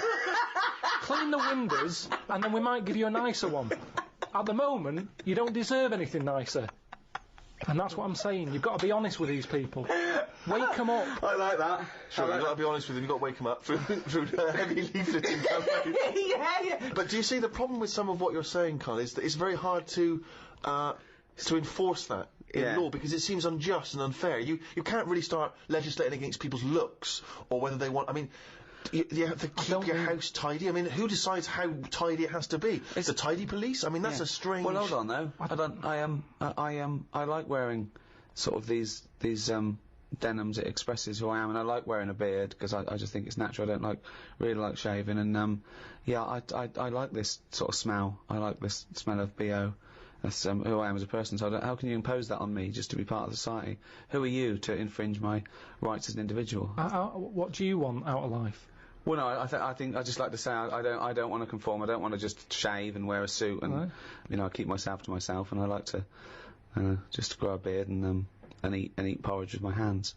I'm not hurting anyone, so I don't know why I have to conform to that society. Well, there's nothing I can do for you. You're wasting my time, really. Although I do feel ill, I need to go to hospital now. So I'm gonna go to hospital now if that's all right.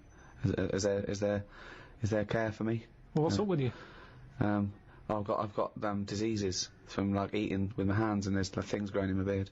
Right. So will you clean that up for me now? No, because it's all been brought on yourself. Well, no, but that's irrelevant. A lot of people bring things on themselves, but you can't just ignore them because it's just part of it's a bad society. So how do they learn then? I don't know why I'm being punished for being stupid. How do they learn then? Well, I don't understand why I've got to worry about you. I've got proper ill people. Well, you had a kid whinging at me this morning because his dad was a Mong.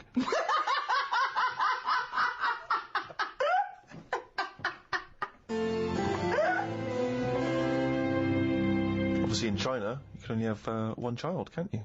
Is that something you feel we should bring in here? Yeah, I think we've got to. I don't know about one kid. I just sort of concentrate on who can have a kid, as opposed to if someone's got a load of money and they're good at looking after kids, let Madonna have as many as she wants. But if it's someone who's social engineering you want to do. Yeah, but hold on though. Well, what use are they then? If you're bringing them into a poor family, what's the point? What good is that for anyone? It's not good for the people who've had the kids. So who's deciding who's allowed to have how many kids? Yeah, are you deciding? I was brought into the poor family, wasn't I? What? I was brought into a poor family. Yeah, no, I'm talking really poor. So, third world? No. Well, poorer than that? Poorer than no money at all? No, somewhere in the middle again. You've gone too far the other way. Okay, why has it always got to go the other way? Cornwall. I just mean like the people who I've told you about on the estate sometimes, who had that one who chased cars and stuff. He wasn't happy. They didn't care if he was there or not. What's the point? Right. So hang on. So let's imagine that Ricky and I are husband and wife. We've come in, right? What's your questions to us to establish whether we are allowed to have a couple of kids? Hello. Thanks for coming. Me and my husband, we can't have children. Why not? Because he's got no sperm at all. Okay. He had one sperm and it was too ridiculous. It was awful. It just came out like a dead anchovy. Right. And you're meant to have 300 million tiny ones, and he had one big one. It was horrible. I had to pull it out. It was like a leech, and also it was no. I haven't got a vagina, so there was no. Completely smooth down there, like an action man. Yeah, it was just that. I don't know, but we love children, and we wondered if we could have a child. What do you do for a living? What do you do? What's your work? I'm a rapist. Right. And I dispose of the bodies. Right. Well, fill out this form. I should have clarified. A rapist murderer. Fill out the form. He does it in the wrong order as well, I must say. So, no, number of times I've disposed of the body, said, I hadn't made that one. I know. Just wondered what else you need to know about us. Because even though that was our little joke, by the way. He doesn't rape, and I work in an office. He works in an office in the town. But I'm a housewife. She's a housewife. I'm making a little nest for when we adopt a little child. We don't earn a great deal of money, but we're good parents. We're very good parents. What's that based on? Well, we're good people, you know. I mean, aside from a few naughty jokes, we're God-fearing people. We believe that God is watching all of us, and we believe in the Old Testament. And sometimes He tells us to kill and rape. Yeah, sometimes He does. Yeah, particularly. We've stoned a couple of homosexuals this week alone. We're joking again. We're joking again. We don't believe in God. We're from an atheist and believe that our time on earth is all we have, and then when we die we become worms, mate. Right. Well, you filled out. But we've already painted the back bedroom. That's ready for the little child. We painted it black. Because we want our child to be a Satanist. Joking again. Joking again. We want him to be an accountant. Yeah.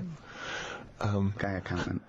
Some would say the same thing, only joking, of course. I think there's too much in society where people are pressured to be heterosexual, so we're going to try and make ours a homosexual. So we don't care whether you get a homosexual or a heterosexual, but I tell you, by the time he's 14, he will be as queer as the Ace of Spades. Right, so you filled out the form. Yeah, we'll put that in, get it processed. Right. Okay, but what kind of questions are you going to ask us? None really. No. Just my job. You're happy. You're happy my job with us. to pass the forms on. We've passed the interview. Because that's the sort of world we live in now. God. We don't want a child. We don't want a child, actually. But do you know where we could buy a knife and a sack?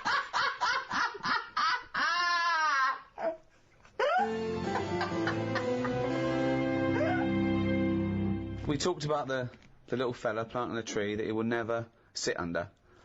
He's given that to the next generation. Okay? Now, big discussion about donor cards. Of course, there's no reason not to give your kidneys away after your death, to all your organs. They're no good to you, and you'll be helping life. It's perverse to me that you wouldn't want to donate your body to a worthy cause after your death. Medical research, whatever. You agree with that, don't you? Well, you know how I feel about it a little bit. I don't like the idea of certain bits. Why not? What does it matter? Just because there's certain bits that are really personal to you, aren't they? No, there's not. What bit is more personal than another bit to you? Well, like I've said, my eyes. They're my eyes. They've seen stuff I like.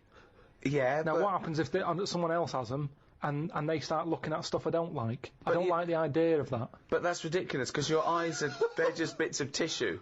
Then they haven't got your but we don't know, because they found out there's something called cellular something or other that I've told you about the person who had some sort of operation and ended up like in Yellow Biscuits. I've told you about it. Yeah, but that's bollocks. It's the same you thing told with us the about eyes. it, but I dismissed it as bollocks immediately. Not just because you said it, because it was intrinsically bollocks. No.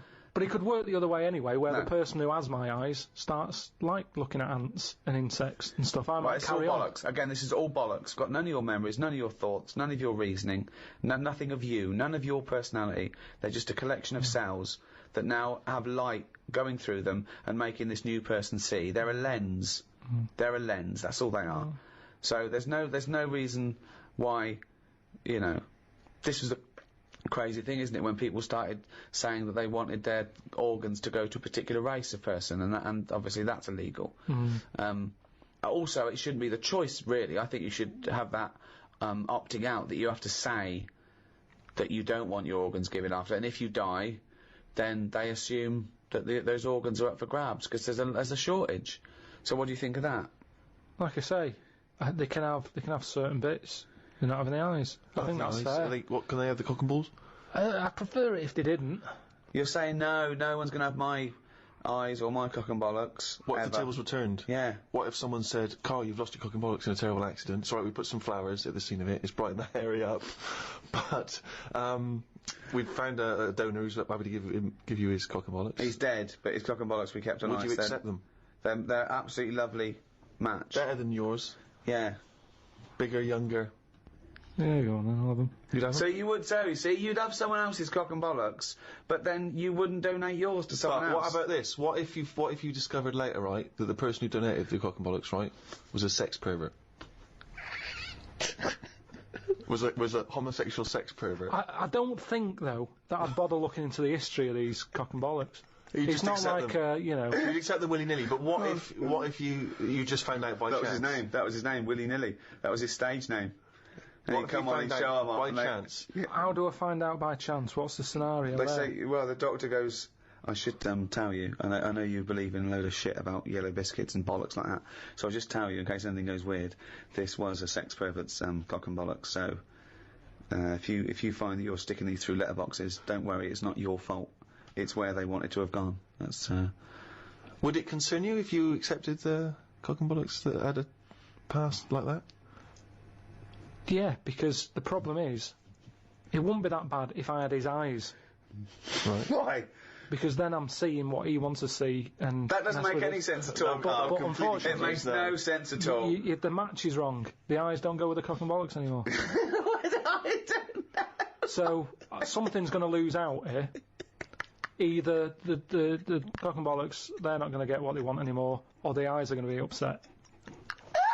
So are you scared of the idea, to go back to your yellow biscuit analogy, that the cock and bollocks you inherit, that whatever the previous owner did with them... lives on. Bollocks. That scares you, does it? Okay, there's one final scenario here, Carl.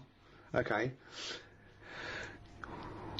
You haven't opted out, so your organs go to where they like. Now, unbeknownst to you, there's a big waiting list. There's a thing. They've got all your details, and you said, yeah, whatever. I don't want to know. You wouldn't want to know, would you, after you die, where it goes? You say, I don't, because you've said you don't want to know. If you don't know, you have a lovely life. When you die, they can go anywhere. They can do what they will. Okay. Now, unbeknownst to you, they have got it down. They've donated your arse, right, for use to a gay rapist with AIDS. Okay. So they are saving a life there. So when you die, they go, right, it's still warm, get that gay rapist with AIDS round here, because that's going to stop him raping someone and give him AIDS. He comes round, he's straight up there. He's shagging you, right? You're basically saving a life, right? We'll let him do that, right? Sorry, I'm confused here. What?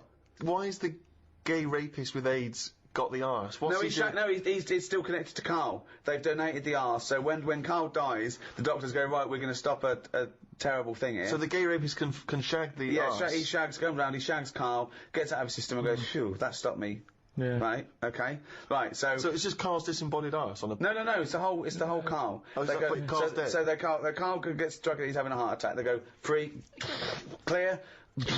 They go, no, we've lost him. At 10:01, they go, oh, he's a arse donor. And they go, okay, where's the nearest gay rapist with AIDS live? Next door. Get him round here. They go, okay, the gay rapist comes round and goes, where is he? Right? He goes, there he is, right? So Karl is face down. Now they turn him over, they go, there's the arse, you've got 10 minutes, then we've got to bury him. I'm surprised you didn't know this guy was living next door. Right.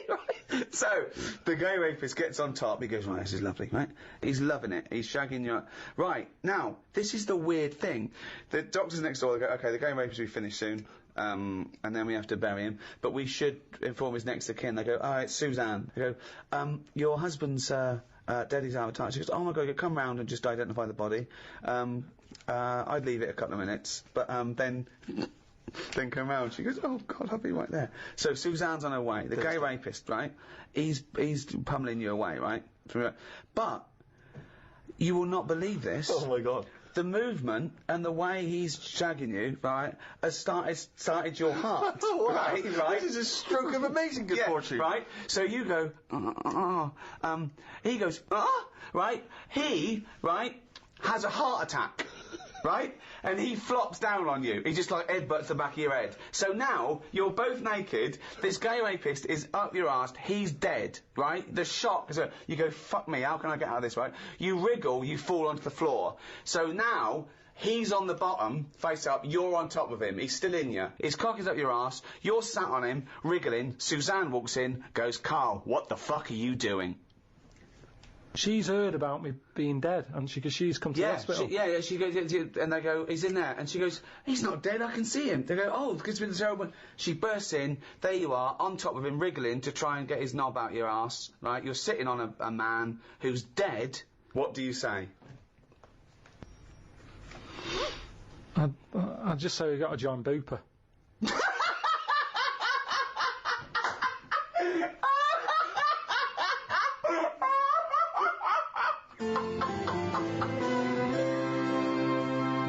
Very hard, isn't it, to imagine yourself at a different period in time and how you would have reacted. Now, if you think about America in the 1950s, black people still very much second-class citizens.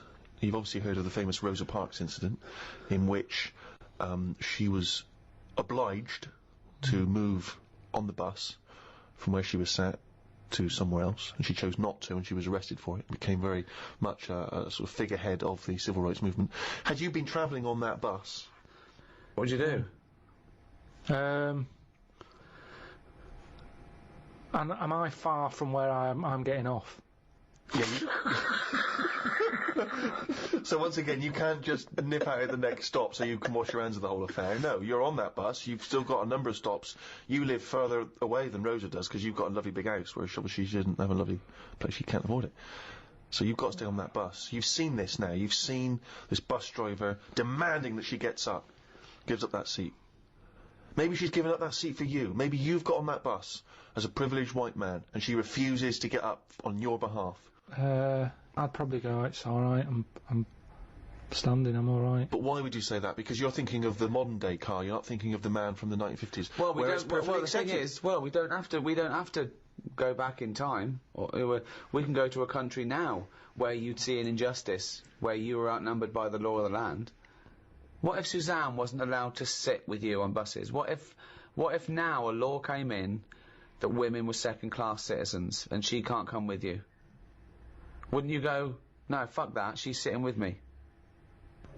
I'd say we're only going around the block. We've been to the shopping centre. Be home in 15 minutes. Can you take that bag with you? Because there's no one sat next to you down here. I'm a bit crammed in up here. There's more blokes on the bus. I'll see you in a minute. It's not a big issue. I've done it on the train, where I've booked tickets and they've ended up being different tickets. And I've gone, I'll see you in an hour and a half. I've got an iPod. But so you went first class and she was in the that's luck. That's luck. That's circumstance. One is policy. Surely you can see the difference between a principle and a bit of luck. But it's what you get used to at the end of the day. I mean, I'm not walking past them and slapping them on the back of the head. I'm getting on, and it's just that's where they sit, that's where we sit. Like men and women going into a separate toilet. Karl, let's put this I mean, obviously, this is too much for your head to... You're on a bus, right, and there's a few white people, and they're... I'm the driver. And they're being racist to a black kid. Right, I'd go, if I'm driving, I'd go, listen, lads, stop that, will you? If you're going to be racist, can you get off at the next stop and do it there? Well, you know, we've all had a tough day. It's the end of the day. We just all want to go home. We've all been working. Right. He's not in your way. He's sat in his own seat. Sit back. Calm down. Had enough. But what if they said, no, we usually sit there. We want that seat. Would you think either black kid's a troublemaker? Or just would you go, come on, just move, mate. It'd be peaceful. I'd go, what do you want to do? Do you want to move so this is calm down? Or No, you shouldn't say that. He doesn't matter if he wants to move or not. It's his right not to move. Do what you want, then. If you want to stay there and fight your own corner. No. He wants to stay there. Don't you surely you want to be on the side of right. I'm just doing my job here. I'm sat driving a bus. I'm driving a bus for 30 quid a week here. I'm getting a load of grief off some people at the end of the day. But think bigger than the bus rule. It's not just a bus thing, alright? Just imagine that you're not a bus driver. Alright? No, but that's what we're talking about here. But yes, but Ricky's trying to make a point. It's an analogy again. It's about you taking some kind of responsibility that could put you in harm's way. Yeah. That could mean that you've got to stand up to danger or to bullies or to aggression. If someone's attacking Suzanne, she goes, Karl, help. You go, no, I could get her here. Because I know the full story here. But this is what I'm saying about Rosie, what's it? I'm just saying, she sat on the bus. How did it work? She got on the bus, she sat where she wanted. No, I'll tell you how it worked. The middle section of the bus, black people could sit there, but it was up to the driver's discretion to change where black people could sit, depending on the number of white passengers that got on. So she sat in a seat, some more and more white passengers get on, so this bloke decides, well, no, actually, this is no longer the black section, there's no black section, because there's enough white people, you've got to stand up. Right. And she decided, no, I'm not going to get up. It's my right to be able to sit on this bus, as a person, as a human being, not whether or black or white. And that was why she got arrested. Well, she lost in the end, didn't she? What do you mean she lost in the end? There's a black president. Yeah, but it's not because of her getting on a bus. That's just because times changed. Yes, in a way it is. I don't know. Because she became a spearhead of the civil rights movement that was spearheaded by Martin Luther King. But all those little things go towards change. On a different bus, on a different day, it might not have turned out that way. That's what I'm saying. It might have been, you know, someone else who goes, get off, who's been in a right mood, might have been in the pub all afternoon. And she's there going, I'm not moving, and he's fed up, he's up to here with it. Sorry, so she's pissed up now. She's pissed up now. No, the person sat next to her. Yeah. Might have even been a black bloke. He's been working hard. And he's like, I don't want this. But it's interesting you say that. The bus pulls over, the police are called in. But you say this, it's interesting you say that, because in the Rosa Parks incident, there were a number of other black men, all of whom did stand up. I think 5 of them were there, and 4 of them stood up, and she stayed sat down. So there was 4 people there who did choose the easier route, the easier life, and she stayed sat down, and she's the one who went to prison, and she's the one who's remembered, because of what she did on that day. It's difficult, isn't it? If I was on there, I'd weigh her up. You know, is this woman doing this as like a good cause, or is she just a trouble causer? Because she just seemed like, you know, I'll do what I want. Now that's fine. You'll always get people who do what they want, and they do change the little rules along the way. But I bet when she was doing it, it wasn't like a big stand up. This is the day I'm going to do it. It's just happened to. She was fed up that day. She didn't want to get up. Lazy. She might just go around law breaking all the time, and she's remembered now because she'd made a change about bus seats. But when she got up that morning, did she say I'm going to do that, or has she been fly tipping before she got on the bus? This is what I'm saying. Is she just you know? No, she's not a troublemaker. She's someone who already had a burgeoning interest in the civil rights. I mean, I really thought the Rosa Parks incident was pretty cut and dry. The fact that Carl's managed to find an ambiguity in it is extraordinary. I love it. Tell me something else about Rosie Parks. Oh, for God's sake. I don't know what she's got to do to win you round, Carl. Honestly, I didn't realise it would be this difficult.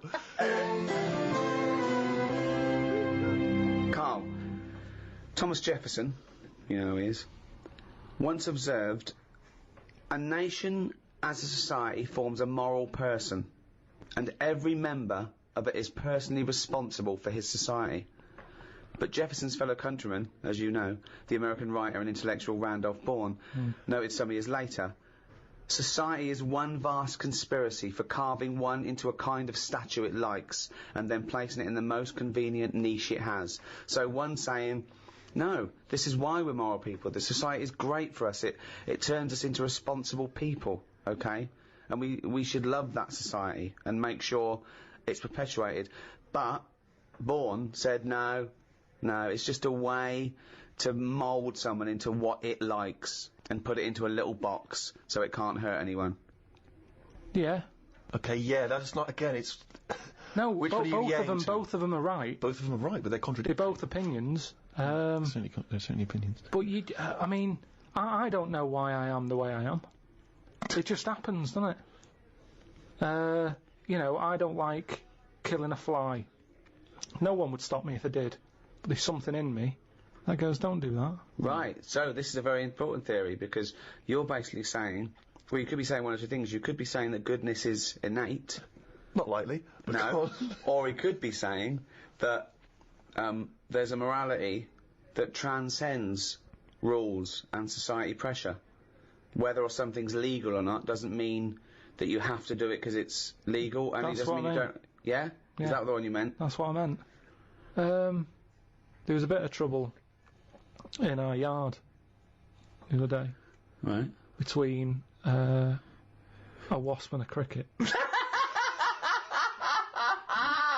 Now, the thing is there any point to this at all, or are you just going to tell us you saw? Are you going to extrapolate some analogy from this? I think so. Okay, yeah, let's see. So there's a wasp. Yeah, well, so look at the whole scenario. As you said, sorry, just to clarify, as you said, it was kicking off. Right, okay. Whole scenario. So you're looking out your window. No, I'm in the kitchen by the sink. Yeah. Washing up, we've got a new sink. We've got a dishwasher as well, but I said, well, I'll use a sink, we paid for it. Let's give it a go. So you're like a Luddite threatened by the technology. You're thinking your worth will be taken away, your reason in the world will be taken away by the dishwasher. So you're like, no, Suzanne, we've got a dishwasher, but I am going to carry on. You're going to need me. I want to show I'm needed. I wanted to use it. It's like, I don't understand it if someone's got a really nice car but they have a chauffeur. Drive it. It's yours. Enjoy it. Enjoy your car. Well, feel a gear change. Yeah, but you don't drive. No, I know. Yeah, so that's all right. But what I'm saying is, I've got a sink, I've got a dishwasher. What am I doing? If I put the dishwasher on, what am I going to do? I'm just going to sit down and do nothing. Probably. Wash up then. Do something useful. I do a better job than the machine does. Well, get rid of the machine altogether then? No, because sometimes I might want to go for a walk or something. Well, why don't you go for a walk all the time? It's good for you. I've had a walk in the morning. Anyway, so I'm washing up. That was all the prelude to the wasp and the cricket story. It better be fucking good to top that. His life's so complicated. For a man who does nothing at all, right, his life is so complicated. No, because it's the same thing. The kitchen's fairly new. All right, you're washing up for Christ's sake. You're using a new sink, the dishwasher's there, it's not doing anything, it's not even plugged in, it's pointless. What's going on? I'm washing up the few plates. Right. The kitchen door's open. Right. Suzanne says, oh my God, look at that. What? There's a wasp and a cricket having a wrestle. I've never seen it before. Right. Wait! Are you sure this wasn't Mexican television and it actually was a sporting event? 2 people dressed up. Yeah. So they're there wrestling, and I was like, well, stop them then. So stop! Whoa! You don't interfere with fucking Rosa Parks. Why are you interfering with a wasp and a cricket? Because one, I didn't even know they didn't get on, to be honest. So this is much bigger metaphor than black and white. Because listen, this is more important than apartheid and segregation. Because I didn't even know they didn't get on, to be honest. Because they were sort of wrestling. I said, and my hands were wet, so I couldn't do anything. I always overdo it with the fairy liquid. Yeah, sure. So she's there. I say, separate them. Poor Suzanne. So she uses a tea towel, flicks them. Clever. Good thinking. The wasp goes its own way. The cricket's sort of jumping about a bit.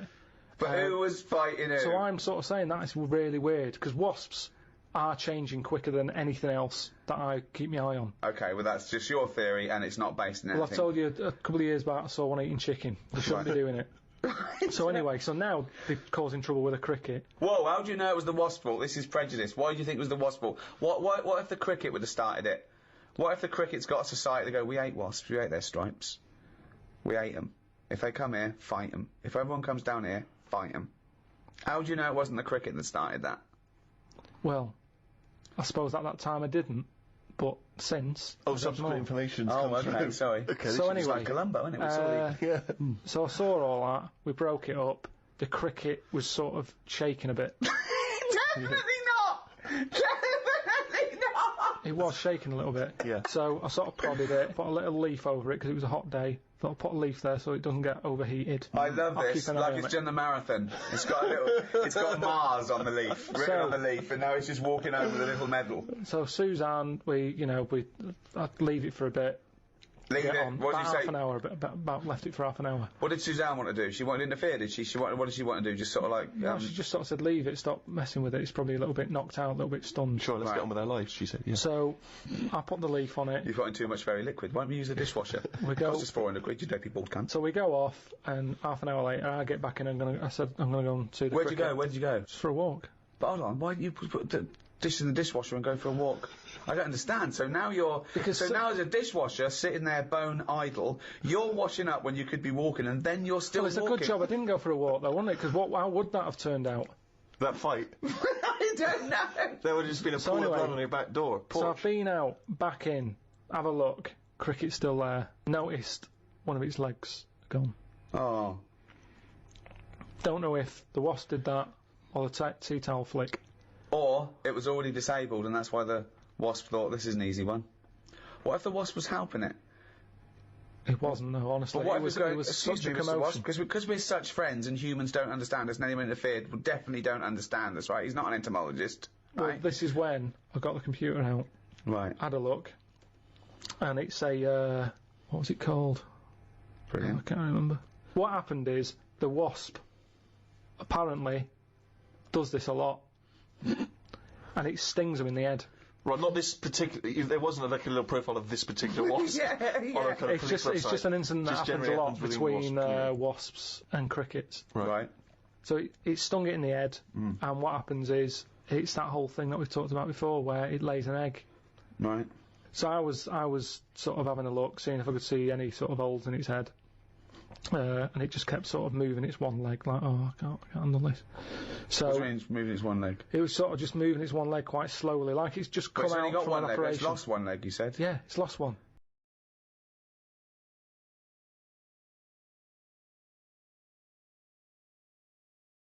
Yeah, it's moving 5 legs slowly. No, it's one big one. It's got one big leg. One big leg at the back now. It's normally got 2 that it uses to jump. Oh, I see. So, okay. So it's only got 1. It's sort of like, oh, it looks groggy. Is it not a grasshopper if it's jump? Is it not? What colour was it? Is it like sort of beige? Oh, it's probably a cricket, yeah. So, so anyway, it's important. So you were worried that crickets aren't aware of the dangers of wasps. You did a bit of leafleting amongst the cricketing community. I just had a look online and saw that, it's a popular thing that happens. It's sort of like a bit of a mugging. He said you can leave them for about half an hour. They normally come round and they don't know they've had an egg put in their head. But there's no way it said leave them for half an hour and they come round, they don't have an egg put in. There's no way it said that. Well, he said they're normally stunned for about half hour. Have you had an egg put in your head? Fucking ostrich egg, by the look of it, it's coming out the top. So anyway, I picked it up, I placed it under a little tree, I said it's in the shade again, no wasps can see it there, let's just leave it. But you've just left that cricket to now die in agony when that maggot goes round his head and comes out a wasp and leaves the carcass. Well, this is when Suzanne came up and said it wasn't moving. I sorted it. What do you mean? Sorted it? She sorted it. What did you do? What did you mean? Well, I said, what do you mean you sorted it? She said, it's best that I don't tell you. What, sorry.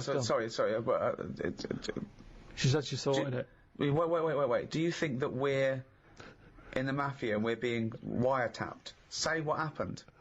No, well, she just said she sorted it, and I said, what, sorted what? Because I'd forgotten about it at that point, I was painting. And she said the cricket. Right, what do you think she meant by sorted it? Well, by the look on her face, the way she said it, I've known her for long enough, so I know that she meant it's not good news. Yeah, so what happened? So from that, I took for granted she means... Say it! I've stopped it being... it's no longer in misery. So what do you mean? What? What did she do? She crushed its head. Because she said it was moving about... specifically just the head? She just crushed the head? With a stone. She got a tiny head-shaped stone... Squashed it. Because that's where all the action is, isn't it? So she said it was too cruel watching it, sort of shaking about with its one leg and stuff. You had to kill it. I imagine I had this vision that one day Suzanne just having to say to his parents, I've sorted it. I had to put him out of his misery. What? I just couldn't bear to see the twitching anymore. I know you didn't like to know, but I just took a rock. Yeah, and just squashed its head. What was in it? There was nothing in it. It just caved in. Was there an egg in it from a No. It was like when you get a blown egg and then you crush it and there was nothing. Nothing in it at all. I just think he seems happier. I'm certainly happier. I was happier because I'm much happier because he's sort of he's more sensible without the head. Yeah, we're still happy together, but now we use the dishwasher instead of him washing up. When we've only got one that costs 400 quid. What metaphor are you taking from this? Just the way. Yeah, so that's at the beginning. There was going to be a point you were going to extrapolate for this, like a fable. So what did you learn from that? I thought I was doing right at the time, and that's important, isn't it? And is it objective or subjective? You know, one person's evil is another person's good. Some people think abortion is the worst thing you could do. Others think it's a woman's right, and it's a kindness. Some people think that you should never kill under any circumstances. Other people say that some killing is morally right. Again, should an action be judged on its intent or its result? If someone said to you, "Oh, I thought I was doing a good thing," but, you know, they opened the windows and your cat fell out. They thought they didn't even know you had a cat. Did they knock it, though, or did it just jump out? It just jumped out. Well, I'd say it's not my fault. Your cat's daft. No. It was hot in here. Right. I've opened the window. Yeah. Well, I'm not getting the blame for that. No, that wasn't my point, was it? That if you open the window, right, and they come home and you go, oh my God, the cat jumped out and killed itself. You go, oh my God, I'm so sorry. I opened the window because I wanted to let some air in. I was doing a good thing. So did I know it jumped out? No. No. I'd probably say, you sure that you didn't do that before I got here this morning? Did you have the window open? Right. I don't think looks like it's been there a while. So That's a bit already, hard. you instantly don't want to be culpable for your own actions. I mean, it is Hang your on a fault. minute, it wasn't me who did it. It is your fault the cat's dead. Yeah, it's an accident, but nevertheless, it's still your Oh, fault. if it's definitely me, yeah, I'd say, yeah, it jumped out. I opened the window because it was hot in here. The cat jumped out, it's dead. Let's go and get another one. Right. I wouldn't worry that much about a cat. Right, but what if it was a baby? Well, it's a bit awkward, isn't it? Yeah, I suppose it is.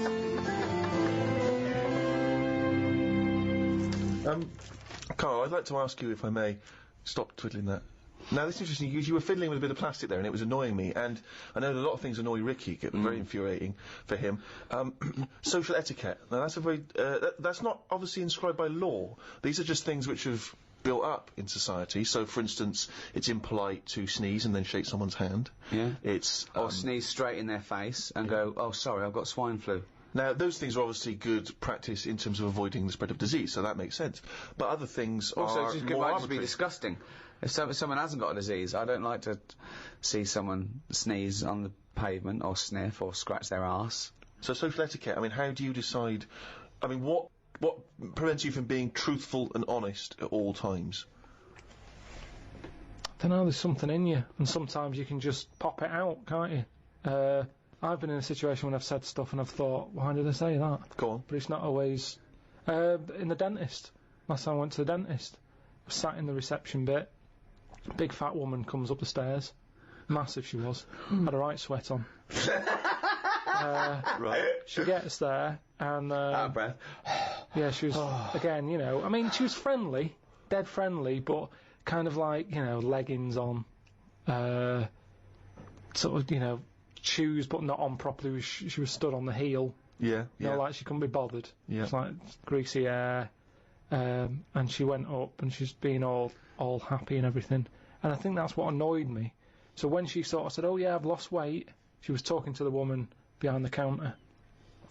And she sort of said, yeah, I find it really difficult, especially living where I live and having to come down this high street because there's so many cake shops and everything. And she sort of said, you know, today I've walked past, normally I always have a coffee and a donut, but today, you know, I didn't have a coffee and a donut. And I just said, why was it shut? Right? No, you didn't. I did, honestly. Honest to God, on my mum's life. I said, why was it shut? She said, oh, Hold on, why did you butt in? She wasn't even talking Honestly, to you. I know, it's really, really weird. It's really did you have weird. to shout across the dentist's waiting room, or were you No, stood it was next just, to it? it's a small waiting room, so you got the stairs, you go in, you've got about 4 chairs, and then this old desk, and I get on with the woman behind the counter, and I always sit close to it, and it was just me there, and I was talking to her about going to Corfu or something. She comes in sweating like some bison up the stairs, and she's there, and because she was showing off, it was like, well, you should have done it a long time ago. I think she annoyed me that she wanted some sort of pat on a big hefty fat back. That she hadn't bothered having a donut that day.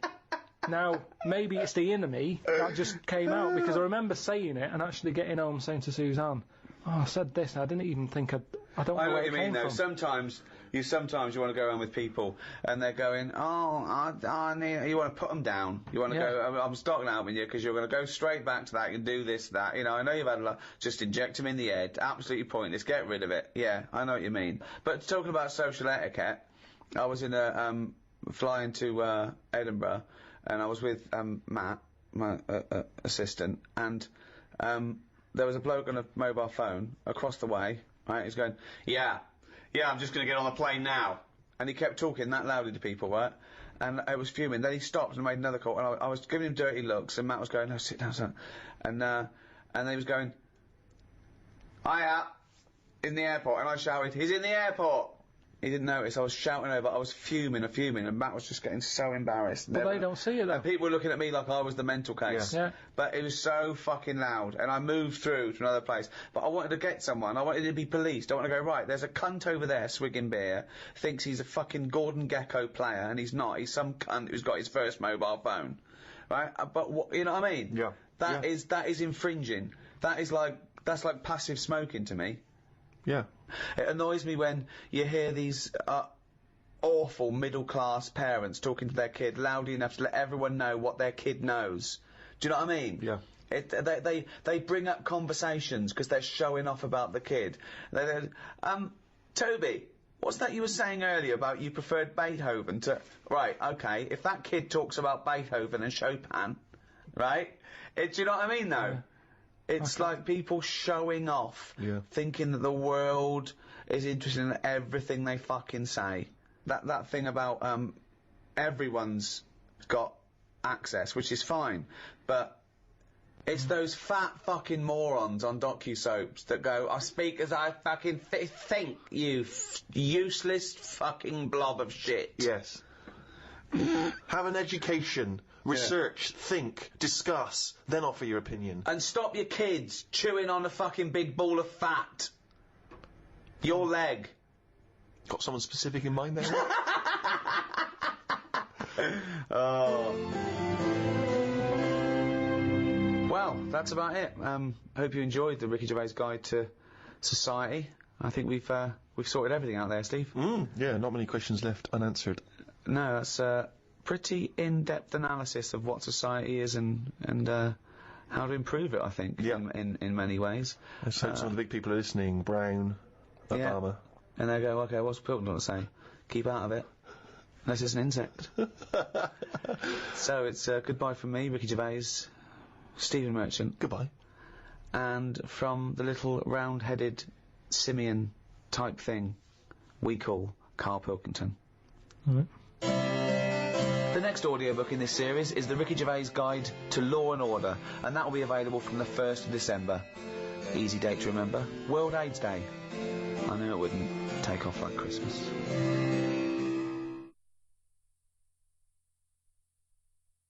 Audible hopes you have... The Ricky Gervais Show on Guardian Unlimited. Welcome to the 7th Ricky Gervais Show on podcast. I'm Ricky Gervais, with me Stephen Merchant. Hello. And Karl Pilkington. All right. Now, talking of that, that's only 5 to go then, isn't it? 5 to go in this series of 12. Oh, still seems a lot though, doesn't it? We'll take a little break. I'm sure we'll come back through popular demand, I'm hoping. Yep. I'm hoping to put that on the poster, back by popular demand. Well, I'm hoping it's by overwhelming public demand. Yeah, which is exactly. My favourite. Yeah. As we're doing it for nothing. Yeah. We want to get a little bit of a pat on the back, don't exactly. Please, someone. Do they give awards out for podcasting? Oh, if they do, hello, I am already writing my speech, baby. I was thinking that everyone listening, if you want to register your email with us, we'll let you know when we're back on air. Maybe later in the year. Go to rickygervais.com and just register, and then when I do a general mail out, I'll let you all know when Karl Pilkington is back. You are a good guy to these people, Rick. No sweat. Now, there's been an awful lot of correspondence. It's backing up there. We've got acres of it to get through. It is a bit mental, actually, but it's very flattering, and thank you all. And people have sent such brilliant things in and spent so much time doing them. There's someone sent in this mock-up of... We were talking about the those Russian sort of iconoclastic artefacts, and someone's mocked up Karl Pilkington as Saint Karl the Bewildered.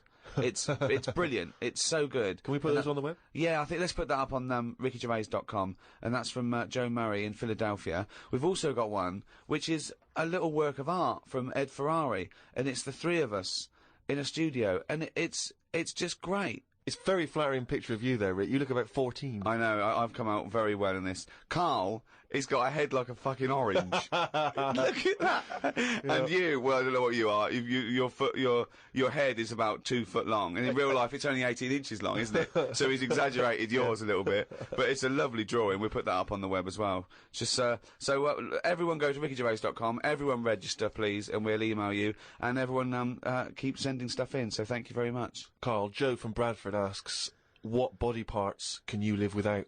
He wants to know. He's obviously having sleepless nights thinking about this. What, so...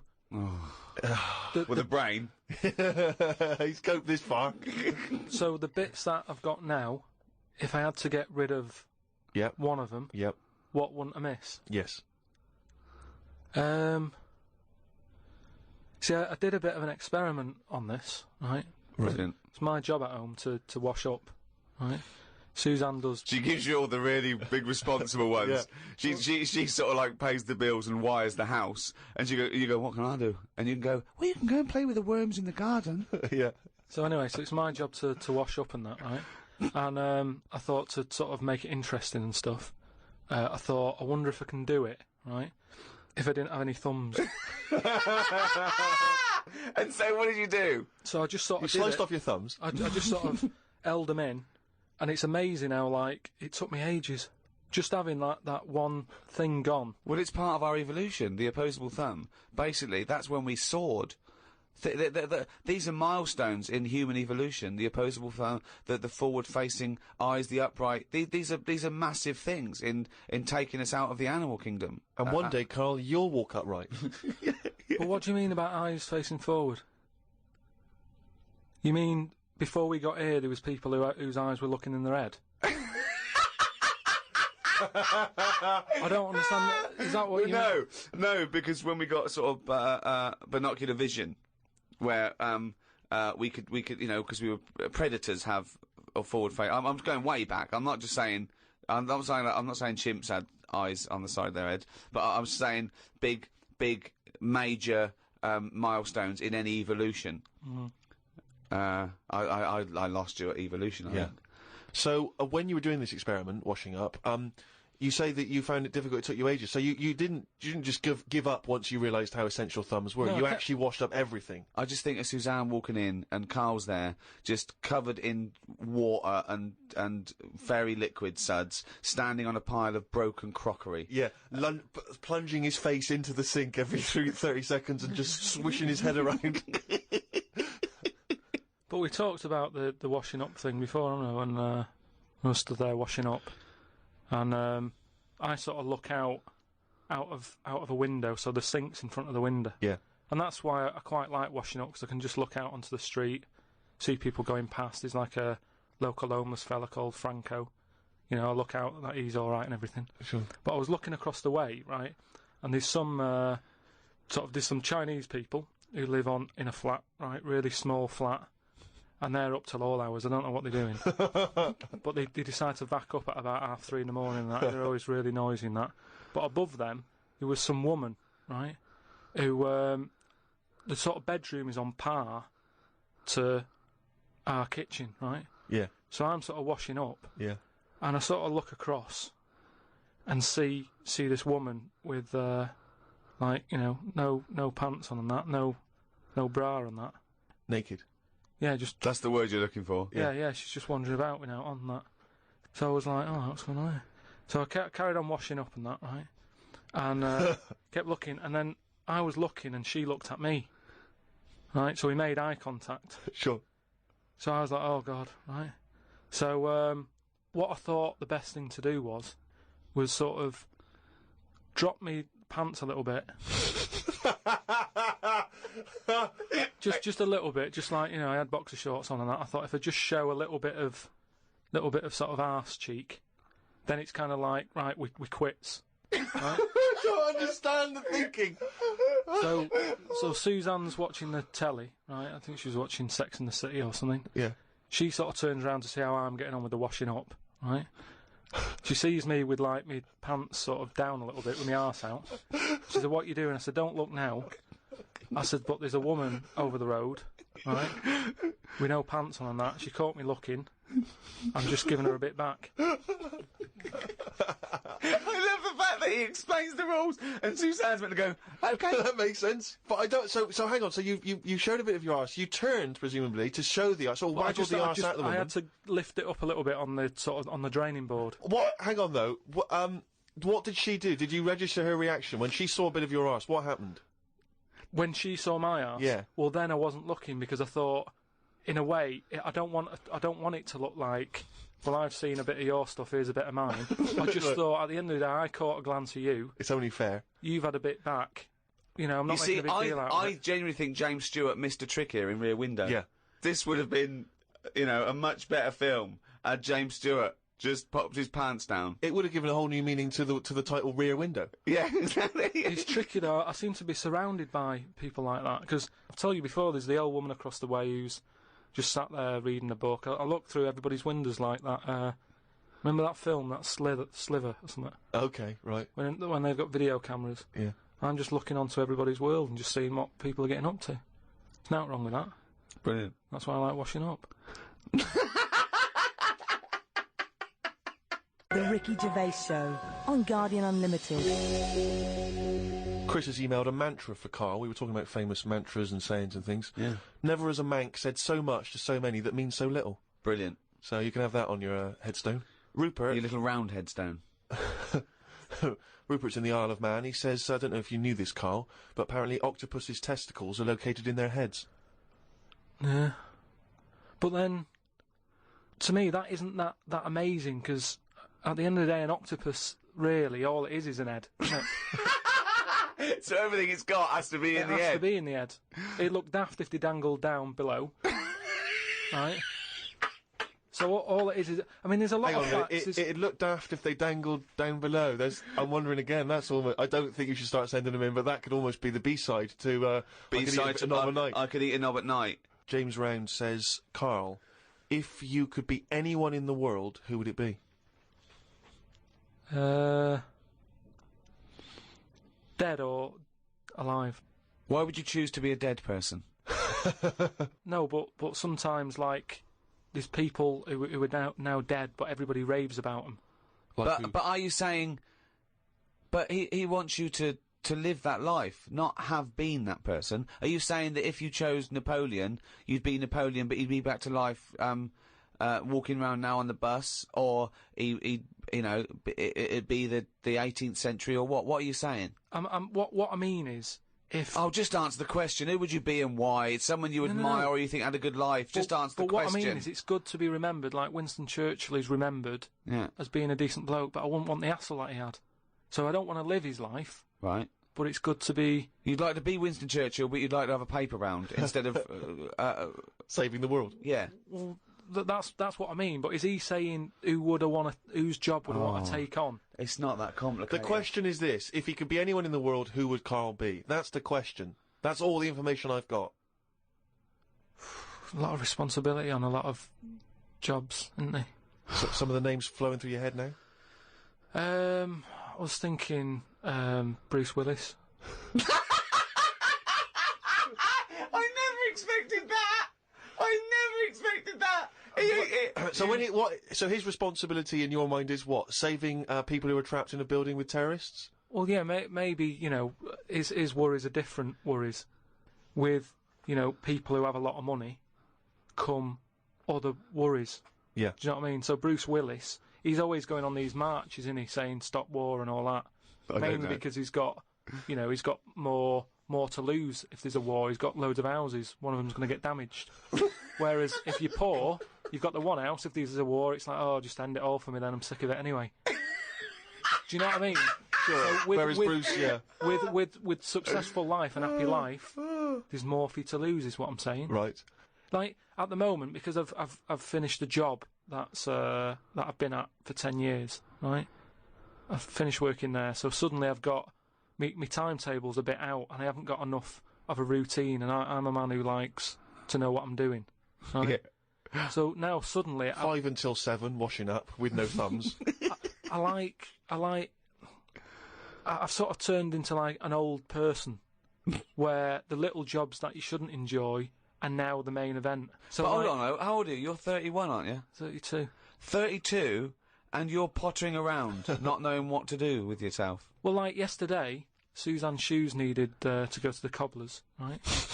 I haven't heard the word cobblers. I didn't even know cobblers still existed. I only ever see that in Christmas films made by Disney. Well, I had to go and do that, and that suddenly... Because last time you were going to the toffee shop. And now you're going to the cobblers. Next week it's the candlestick maker. But all I mean is, that suddenly is a nice little day out. I'm sort of putting my coat on, going, right, I'll go and see the cobbler now and go and have a chat. Tell me about the cobbler. You didn't come back with 3 magic beans, did you?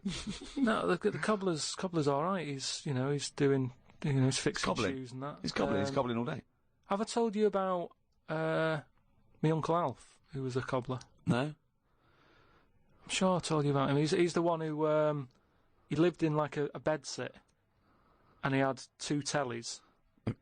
He had like one that the sound didn't work on, and one that the picture didn't. But both together, it worked. Oh, right, okay. So as long as he was watching the same channel on both, sound came out of one telly, and he'd watch the picture on the other. Brilliant. And he slept in like a rubber dinghy, right? But he was... Whoa! You can't just let that slide. Why did he sleep in a rubber dinghy? He just like boats and stuff, and he sort of... Yeah, I like boats, but they're better on the water. Beds are better to sleep on. Boats are better to sail on. Well, he just had it in there. It's a bed sit. It was really tight space. Boat sit. He's got this. He moved into a dinghy sit. He's got this dinghy, so he's thinking, well, rather than it get in the way, I might as well use it. Yeah. Right? But he was a cobbler, and he used to like repair like my shoes and that, right? Yeah. But he'd always sort of overdo them. Right, so what do you mean? Like, fancy. Do you know, like, Pimp My Ride on MTV? Yeah. Because he does up shoes, he'd go mental on them. What do you mean? There was the stereo. Yeah. Well, no. There was horns. It sounds... Here comes faster stripes down the side. Yeah. Here comes Mr. Pilkington. He's got the fastest shoes in the land. No, it just makes shoes that would last forever. So instead of putting like 1 sole on, he'd put about 5 on. So it looked like shoes. That you never see. It just put loads of stuff on. They'd last forever.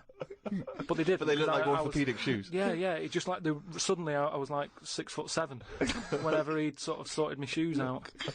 But he's a cobbler, and it's work that's always there for you, isn't it? I suppose so.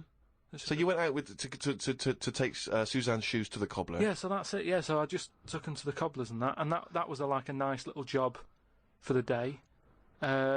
I got a leaflet through the door saying, if you want to walk a dog, the rates are good. I don't know what they pay and that, but I got a little letter in my little letterbox saying, if you're free in the day, what they pay you to walk a dog. They pay you to walk a dog and that. And I thought, if I do that and get a paper round, 2 in 1. Sorry, you just went from a job, right, where you were the head of production at a radio station. Dare I say it on. Can I discuss your... Well, it was an alright wage, yeah. It was very good. But I wasn't happy, so it's pointless. No, I know that.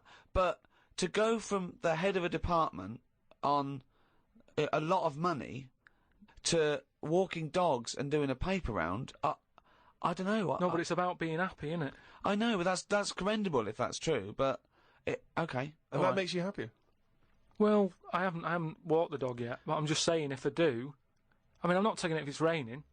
I'm just thinking if it's a nice sunny day and I fancy a potter, I'll go round to her and say, well, how much are you paying? I'll take the dog a walk and stuff. But I can't believe some of the words that have cropped up in this. It's 2006 now. Potter, cobblers, toffee shop. It's very, very strange. Do you live in Narnia? The Ricky Gervais Show on Guardian Unlimited. Right, a lot of people are sort of emailing in sort of brainy stuff. Brilliant. Right, which, the more the merrier. I'm happy getting all this stuff, and if it grabs me eye, I'll run it by you, and you can sort of tell me about it and that. And getting a lot of stuff about philosophy. Oh, yeah. And all that. Descartes, that's another one that's mentioned on an email. Descartes. Yeah. The French philosopher. Yeah. What's your question? Well, he sort of cropped up on an email. Someone said, what do you think of him? And I was like, oh, I don't know. He, famously, he pondered his own existence, cogito ergo sum, I think, therefore I am. He was thinking about that. He was thinking, how do I know all this is true, everything around me? And he thought, well, I can see it, and I can smell it, and I can hear it. And he went, oh yeah, my senses can be fooled. I could be dreaming. And he thought, well, that's true, I could be dreaming. But if I'm dreaming, then at least I'm alive. At least I have some sort of consciousness. So if I'm even thinking about anything, you know, I exist. I think, therefore I am. Cogito ergo sum. But we don't need to know the Latin bit. Why is everyone always going back to Latin? It was ages ago. Why is that language always being... And were Latin people always in a rush? Because they seem to be like words for full sentences. Why couldn't they just take the time and say what they want to say? And it's just like, what was the rush? To teach Latin! What about Plato? Right, Greek. Right, now, would you say he's a bright bloke? Yes, I would. I'd say he's a very, very bright bloke. Right, let me tell you this. Right, if he's that bright, you know how he got killed? No. Got hit on the head by an egg. Fucking hell! Well, he's not so clever then, is he? That's what I'm saying. Boo! What's the story with the egg?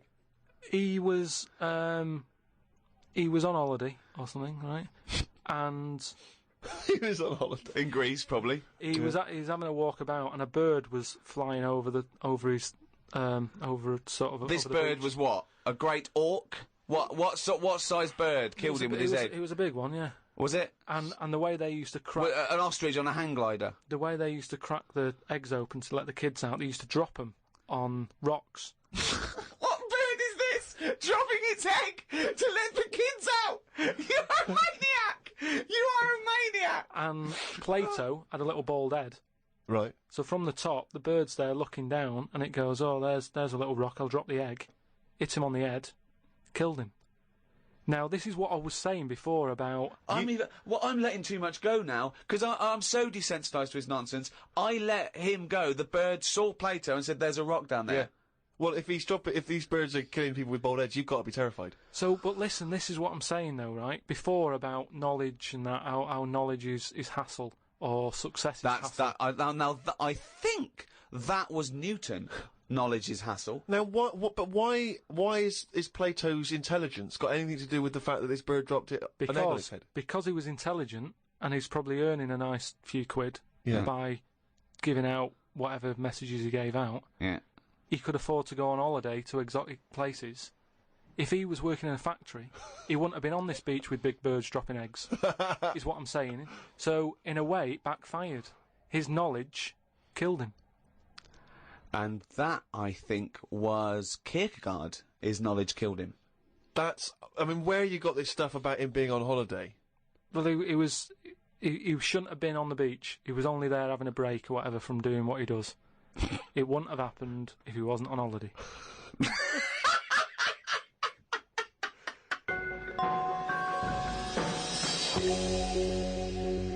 Again, I can't remember which show this was that we were discussing this, but we talked about well-known phrases and quotes from the past. We talked about Benjamin Franklin. People have... this is an email we've had saying, Carl, what do you take by the well-known saying, a stitch in time saves 9? A stitch in time saves 9. Oh, a stitch in time saves 9. Yeah. See, it's another one that I don't think I've picked up on a lot of these sayings that are being sort of thrown about willy-nilly. Willy-nilly? Willy-nilly. Okay. Willy-nilly. No, but again, it's one of them like last week. I've heard of it, but what does willy-nilly mean? Just sort of like throwing it about all over the place. What do you mean? But what someone said? What does the term willy-nilly mean? It just sort of means, carefree. That's right, yeah. Okay, So but what does a stitch in time save 9 So you mean? understood willy-nilly, so you used a phrase. but it sounds you nice, used doesn't it, it? you said it willy-nilly, but you sort of got the gist of it. So what does a stitch in time saves 9 mean? I don't know. What do you mean you don't know? Think about it. A stitch in time saves 9. Is it to do with sewing? Well, yeah, sort of. So it's not that clear. So if you've got a jacket, Yeah. and the seam starts coming undone, oh, there's a little bit of seam. I'll leave it. Oh, it's getting worse and worse. Soon your sleeve falls off. So you just need 1 stitch there. That'll do it. If you do it now, later you'll need 9 stitches. And that, of course, is an analogy to other things. If you leave something that needs attention or repair, it'll get worse. So do it now. Do it in time. Yeah, but they could have said a tile in time saves 9 on your roof. They just used a sewing analogy. But it depends if you're busy at that point, because if you've got something else that needs doing, that means that isn't being done because you're messing about sorting out a hole in your coat, is what I mean. Yeah. You can't always do stuff straight away. So maybe, I don't know if there's a sort of a middle ground where you don't have to do it straight away, but stitching a stitch sometimes time, today, say in 15 or whatever, meaning you don't have to do it straight away, but just do it before it gets really bad. Brilliant. Do you think yours is less poetic than A Stitching Time Saves 9? So yours is, this is what you wanted to be a quote, right? Where, well, you could do it now, but if you're doing something else, then, well, don't do it immediately, but do it soon so it doesn't get really bad. Karl Pilkington. No, but it's the same, that's the same way I treat most things in life. It's like, I never go to the doctors unless it's really bad. That is sensible. That is very good advice. No. That's brilliant advice for anyone listening. Never go to the doctors. Unless it's really bad. But that's why a lot of people, particularly working class people, die because they don't want to bother the doctor, or they're mildly embarrassed, or they don't know symptoms, bad symptoms. Go to the doctor if you're not sure about something. Like you were terrified to go and have your prostate. Still not doing it. Why not? I wish you wouldn't talk about it, because now Suzanne will listen to this and she'll go, "Oh yeah, you haven't been," and start dragging it up again. But why are you worried about a little a qualified doctor? I don't know what they're doing up there. What they just pop? What year are we in? They. What are you talking about? They pop their finger up. That's what I mean, though. Why? Well, it's 2006. Yeah. Why are they still using the index finger? What would you prefer, the forefinger or the thumb? Would you? No, what I mean is, we've got... Or a thumb on a stick, some kind of thumb on a stick. Would you prefer it to be... A mechanical thumb, a robot thumb. Why isn't it just a little camera? Or something that can... Well, they put the camera up if they initially discover something. But just put the camera up straight away. No, they don't need to. They pop the finger up, feel that the prostate isn't swollen, wiggle it around a little bit up your back passage. What are you worried about? I don't think they need to do that. Are you embarrassed? Are you embarrassed about being in a room with your trousers around your ankles and little fellas popping? A little bit, yeah. Why? And the other thing is, it's not just that, is it? So you go in there, they check your heart out and that, which to me is the most important thing, because that's what keeps you going, isn't it? Yeah. Right? You've got to go there. You sat on the bus stressing out, thinking, oh, in less than half an hour I'm going to have a finger up the arse, right? And they go in, they check your heart, they probably check your testicles and that. What's up with that? They check your testicles, yeah? Yeah, but it's all building, and you've sat there going, oh, soon that'll be happening. Yeah. And that's what puts me off. So if they just came round when you were asleep, Suzanne just let them in and goes, he's over there, right? Yeah. And they crept up and went, bang, you go, what are you doing? I just don't understand why they don't teach you how to do it yourself. How can they? Wow! How can they teach? Imagine you squatting in a corner with one hand on your bollocks and the other finger up the arse going, it seems to be alright. Carl, you don't understand the phrase "a stitch in time saves 9." I don't think you should be doing any kind of invasive medical research in your own human body. But then... Who knows what trouble you're going to cause? No, but then at least... You would get stuck. Yeah. You would get stuck. Susanna would come out, your fist would be up your own arse.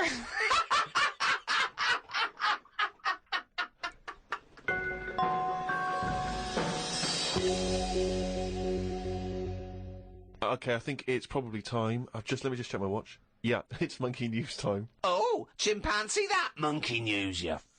Right, last week we talked about, the one who was good at getting up buildings and that for putting out fires and stuff. Ended up working for the fire department. Yeah, not true, but sure. Yeah. But if the building had good grippage, he was right up there. Yeah, it's not true, but go on. So this week, anyway, it's more about tall buildings and stuff. Oh yeah. It was this bloke who was a builder. Oh yeah. Right?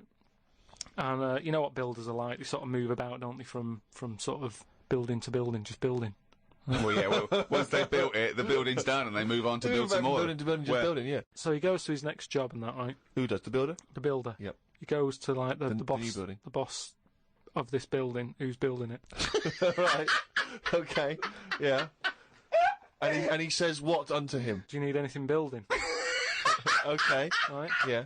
So anyway, he says, yeah, there's plenty of work and that going about. Yep. He said, we're working on this one here. He said, get going on it, like, there's your bricks and your cement and stuff, get on with it. Yeah. Any plans?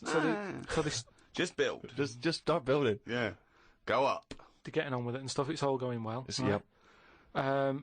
But he notices that there's someone working high up, right, on the top bit. Sure. Because do you know, like, there's girders and stuff on these big buildings. Yeah. And he's still building the bottom bit, and which he's is still, weird. Yeah, well, that's the way they do it there apparently, just to sort of speed it up, work from top to middle, from top to bottom. Sure, that's in imaginary land. We put the spire on, and we better do the foundations, Yeah. and then put some stuff in the middle to keep it up there. So anyway, he's saying to like the other workers, he's going, who's that up there? Who's that up there? Who's working on his own? The little fella, was he? And The little hairy fella up there. Who's the little hairy fella up there with the hard hat? And the other fellows are going, look, don't ask questions. The boss decides who he takes on. We're happy to be getting paid here. Don't ask questions! Well, I'll see him when he comes down. So he said, well, it's pretty impressive, the work rate he's doing, the way he's getting from one girder to the other. Swinging, is he? He doesn't seem to be scared of the heights or anything. He said, no, just let him get on with it. We work well as a team.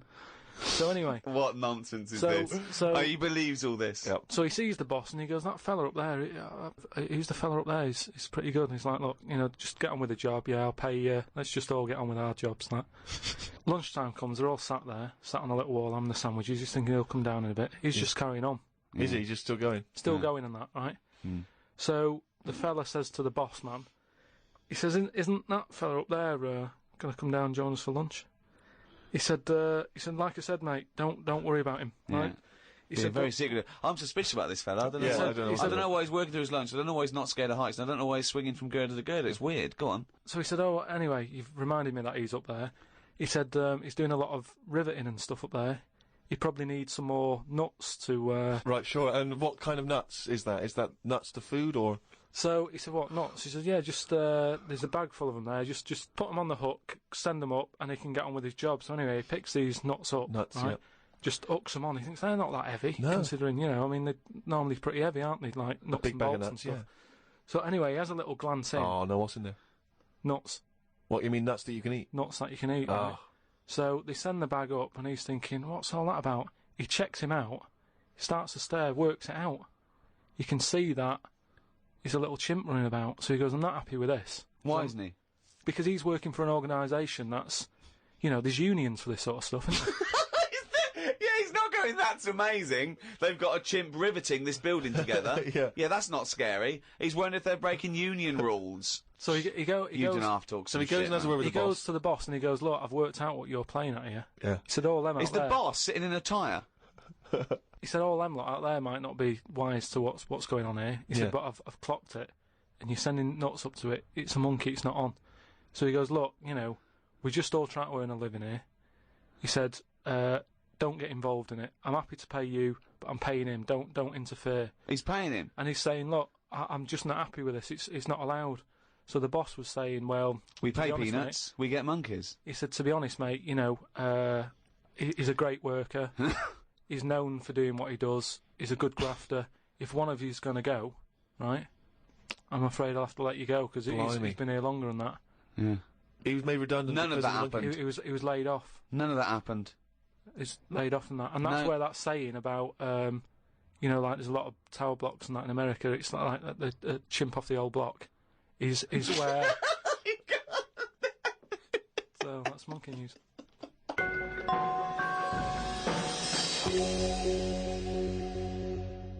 Thanks for listening to this podcast. Who was it hosted by? It was hosted by a great bunch of guys called Positive Internet. They host the #1 podcast in the world, The Ricky Gervais Show, with me, Ricky Gervais, Stephen Merchant, goodbye, and Karl Pilkington. The Ricky Gervais Show on Guardian Unlimited.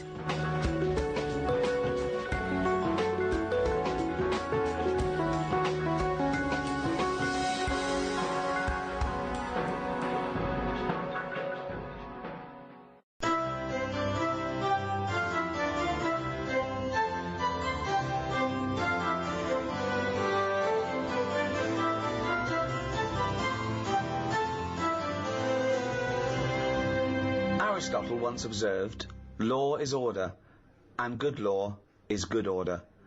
A seemingly simple concept, but the realities of making those good laws and enforcing them have troubled society since time immemorial. From community service to capital punishment, everyone has a view on how we protect the innocent and punish the guilty. Is one man's law another man's tyranny? Is justice available to all? Does prison work? Should we lock up lawbreakers and throw away the key, or does that fail to address the root causes of crime? To discuss these questions and more, I'm joined by Stephen Merchant, award-winning writer and graduate of the University of Warwick. Hello. And Karl Pilkington. Look at that fucking head. Right. So, Karl, Law and Order. Not that interested in it, to be honest. What do you mean? I've got no interest in Law and Order whatsoever. It's not part of my life. That's the problem. You keep picking topics that don't buzz me. Of course they do. They don't. Well, let's talk about this. Let's talk about this. You're a man quite obsessed with Law and Order. Based on what?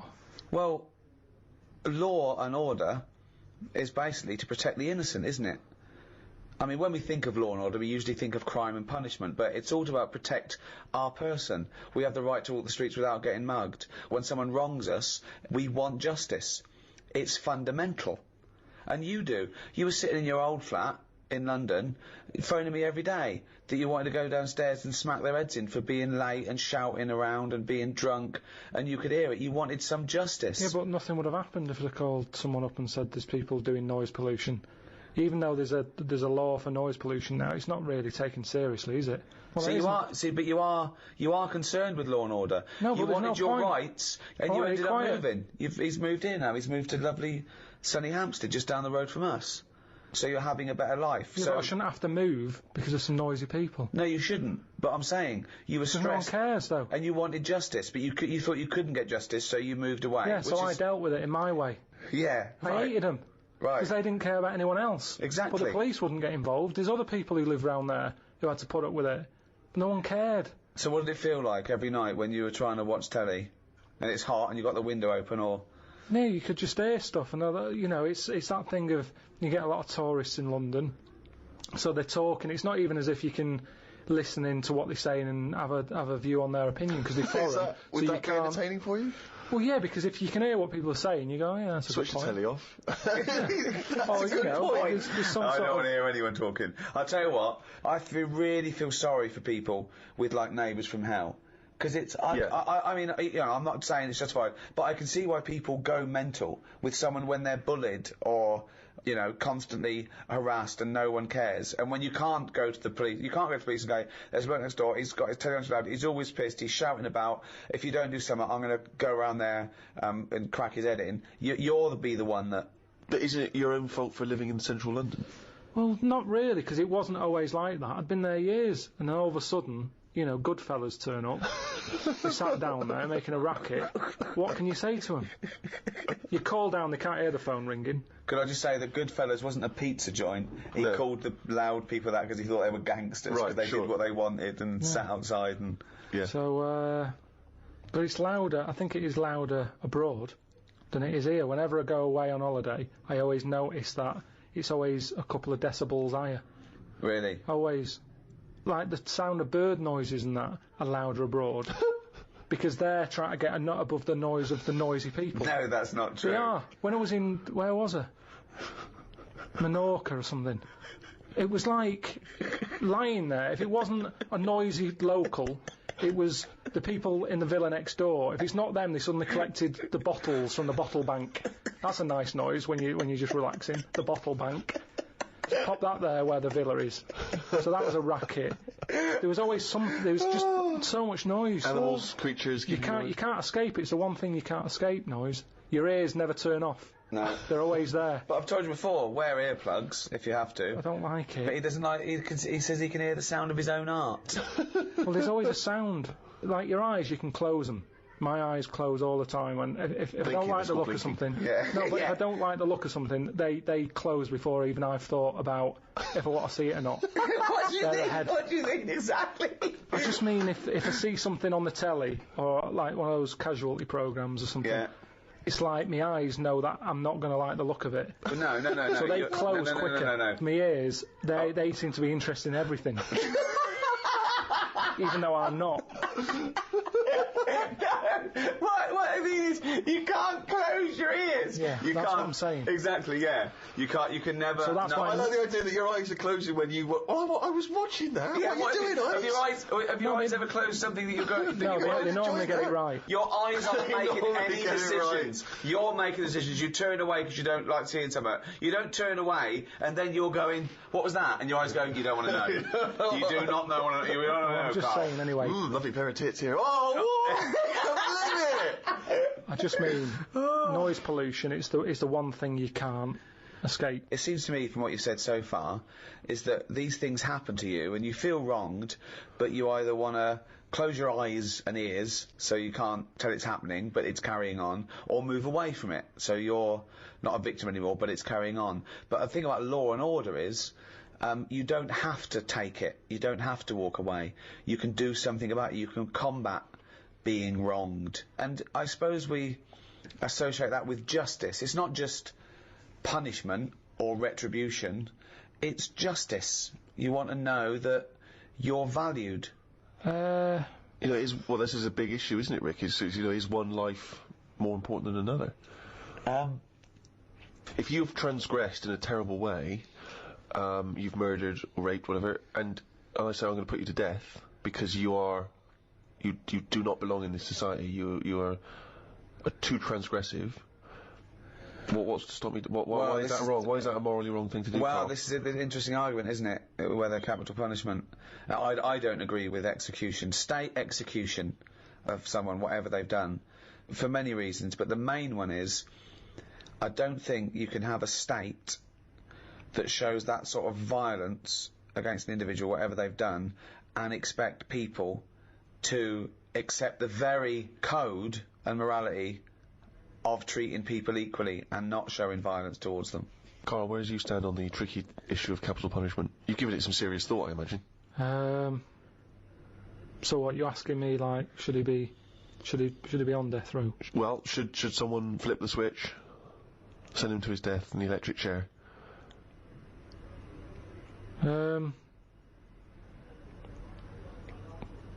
Yeah. That was the least considered. Yeah. I mean, I saw a little bit of flicker behind the eyes. I don't know what. Well, just take us through the mental process that you arrived at the yes with there. So I remember that because there was quite a brief gap there. I just was thinking, it's not a nice job if you work in there and you've got to flick the switch. Right.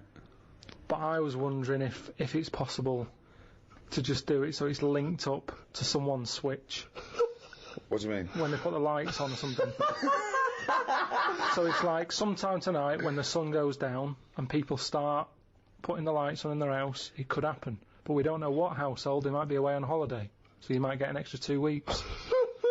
But at least that way, because for me, the worst. You should say that. This is not the question I asked was whether we were talking about the morality of whether you put someone to death. But he was thinking about. He was thinking about literally the practicality of flipping the switch. Well, no, I think that aren't you talking about the integrity of the person who knows or knows not that they've put someone to death, like a firing squad, like what they used to do sometimes in the First World War when they had 6 riflemen, but only 5 were blanks and one had and no one knew if they were the person that killed them. Yeah. So, but my point is, you do agree that someone should be put to death for a terrible crime, do you? You've got to have something there to stop them people who don't care, haven't you? Nature's done it in a way with bees. They've gone, we'll give you a weapon, but if you use it, you die. And that's like the bee. Well, so they're worried they're going to go, I'm not going to do it. We do, won't we? We have people saying, 1, you can't do that. That's step 1. Here's the law. Don't do it. But there's a lot of people who go, I'm not bothered about the law. I'm not bothered about annoying people. Yeah, that's true. So for them, at the end of the scale, you've got the chair, and you stick the wires on their head, and we'll fry your head. And they go, oh God, I don't want that. That doesn't always work, does it? With being put to death, because as a deterrent, most of the crimes aren't just crimes of gain.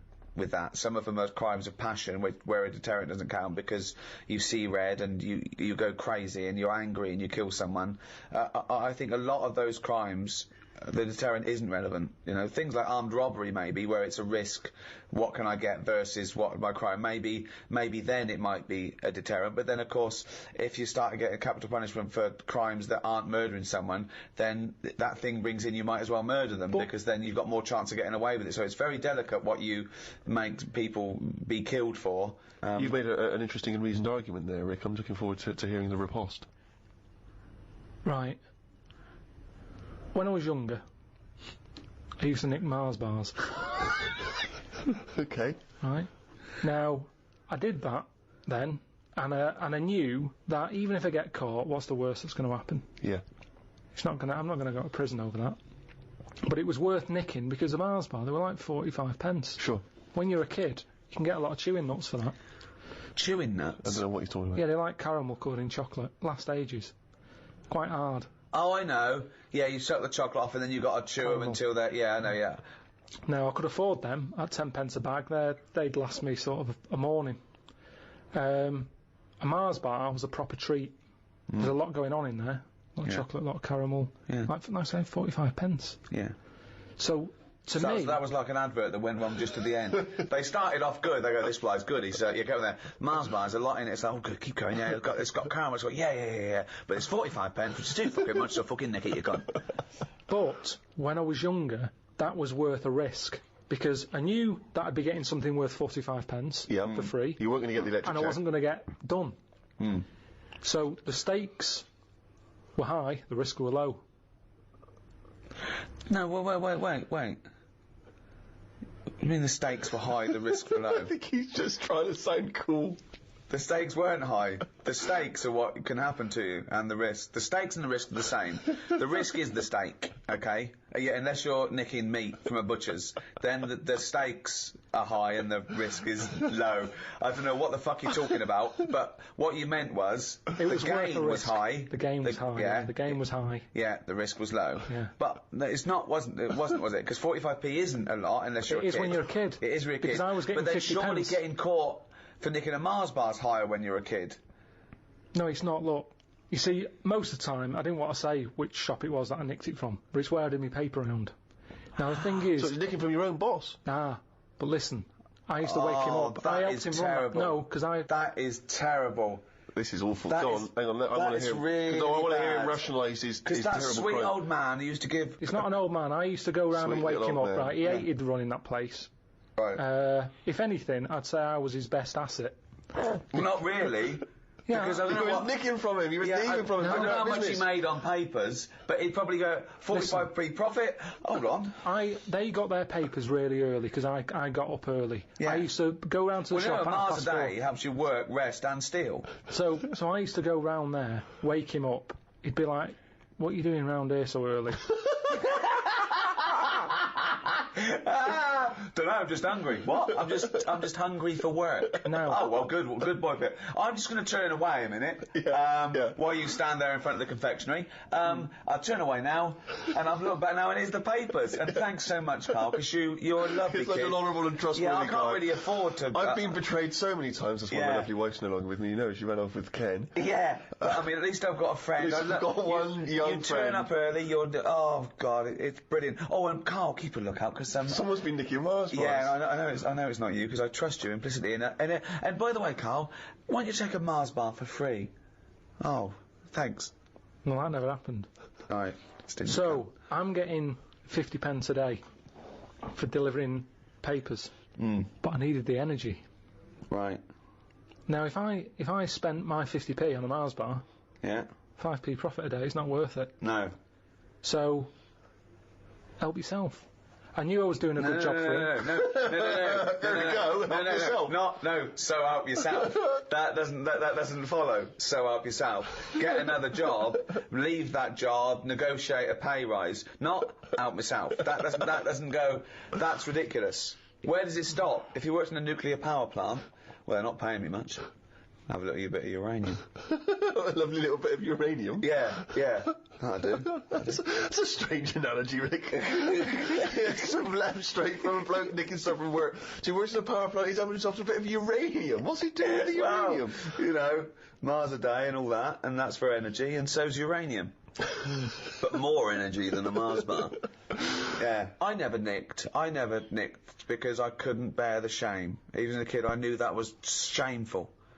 I want a clear conscience. I want to go to bed and sleep at night. And I do, Carl. I haven't got restless leg syndrome or people shouting out my window. So I sleep at night because I've got a clear conscience. And that, to me, is what guides me. Well, it's like when I first moved to London and I was travelling, when I was living in Oval, I was travelling across London all the way to Shepherd's Bush every day. That's a big, long, 45-minute, hour-long journey.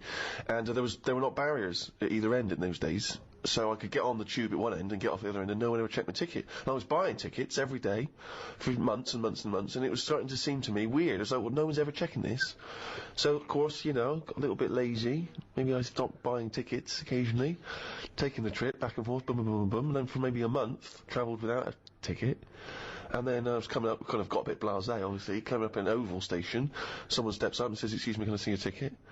And that's terrible because when you're in your mid-20s, it's not like a kid anymore. No. I mean, you are an adult. You've made a reasoned decision there. You can't plead ignorance. So I said, I'm sorry. Yeah, can we see a ticket, please? I went, yeah. I was looking through because for some reason I used to keep a lot of old tickets. I was looking through, pretending to look for my ticket. I went, I don't know what's happened to it, but I did actually. I bought one at Shepherd's Bush, and they went, okay. If we phone up Shepherd's Bush and there's no evidence of you buying a ticket, you can go to prison. I'm going to ask you again, have you got a ticket? No. Oh, no. How embarrassing. It was unbelievable. Being told off is worse. It's worse, Well, isn't it? it's because there's people walking by and I'm being told off by a woman who is at least a foot and a half shorter than me, wearing a uniform. And it was so embarrassing. It was so cripplingly embarrassing. Yeah. And I asked you again, have you got a ticket? No, I haven't. No. So you lied? Yes, I did, yeah. Okay, we're going to have to take your details. But honestly, being told... And that's it, there's the shame. Maybe it's a good bit of upbringing, unlike Karl, obviously, who's a man who's got no guilty conscience at all about the whole Mars bar incident. But whereas you and I, Rick, are raised, obviously, by better parents, and we are... It's been drummed into us, you know... How much was that train journey? We do feel that guilt, and that's maybe one of the reasons why we don't transgress. Like, and this is an interesting, we were talking earlier about the murder thing. Well, of course, there's that sort of idea which has often been used in films. In a godless universe, and if you do not feel guilt, what's to prevent you from committing a murder? If you can get away with it, if you could commit a murder, let's say you wanted to, and you could get away with it, there is no one to judge you in a godless universe, and you can live with the guilt. What's to stop you doing it? Well, I'd just like to say now, it is a godless universe. As an atheist, there is no God, and I'm a good person, not because I'm going to get rewarded for it in heaven, because that's the way I want to live my life in a society that treats people like that. So, a lot of the laws of the land, not just in this country, in many countries, are from the Bible. I mean, that kicked it off. I mean, there was laws before, obviously, and there were different gods before this one. Was invented, but let's have a look at the Ten Commandments. I think that lays down most of the. A lot of them are good rules of thumb. We've got to go along with them. They certainly didn't invent those rules of thumb. I think that mankind were adhering to most of them before it was handed down. So let's have a look at them. There's a website here, a Baptist Christian website forum, and this guy, maybe I shouldn't say his name. I mean, he's put it up there for public, but I don't want to embarrass him. He says, brethren and sistren. What? Yeah, so never heard that before. I've learned a word. Yeah. Brothers and sisters. Could have said that, but he's not. He's just the classic. He could have said people. Could have said people, could have said folks, say folks. It has come to my attention that not only are many of our members unable to correctly recite all the Ten Commandments, it's probably a big problem. I don't know, he goes around testing them going, number 3, get out. Go and learn it. But those who can remember, even a few, invariably get the sequence wrong. Is that important? Oh, well it is. He says, let me set the record straight. The commandments do not come in a random sequence, with the exception of 7th commandment, an obvious anomaly. Why? Well, he reckons that thou shalt not commit adultery at number 7 should really be 6th in terms of severity. Let me explain. The commandments appear in order of severity. Right. The harsher the punishment, the closer to the top. I hope this handy colour chart will make the intrinsic beauty of God's word more comprehensible to all. So this is it. He's laid it out. Commandment. Number 1. Thou shalt have no other gods before me. Okay? Alert level. Severe. Punishment, genocide. Whoa. Entire cities with men, women, children and animals must be killed. So that's a lovely, nice Christian view there. So, if you worship another god before the right god, he doesn't name him by name, he just uses the term god. Sure. But there's only one, according to, this... Genocide. Yeah. Anyone who worships another god, genocide. Entire cities with men, women, children and animals must be killed. I don't know what the animals have ever done, but... yeah, okay, so that's number one. That's the most severe, worshipping the wrong god. Sure. Okay? Number two, thou shalt not make unto thee any graven image. Okay, no graven images. That's, I assume, so druids, devil worshippers... anything like that, isn't it? Well, I think it's also just, I suppose it's kind of images that mock or degrade the Almighty. Okay. Severe. What's the punishment there? Genocide. Genocide again, wow. That's his favourite there, genocide. Entire cities with men, women, children and animals must be killed. What worries me is we're a couple of smart guys and we're not entirely sure what that commandment means. No. So we could go, but we could accidentally... Yeah. 3. Thou shalt not take the name of the Lord thy God in vain. Okay. Okay. I assume God made these, did he? He's used the first 3 talking about himself here. Alert level high. Capital punishment. Capital punishment, so not genocide, thank God. No, you're just going to be... God. Yeah, you're just going to be put to death there, not all your friends and family and dogs. Sure. Leave the budgie? No.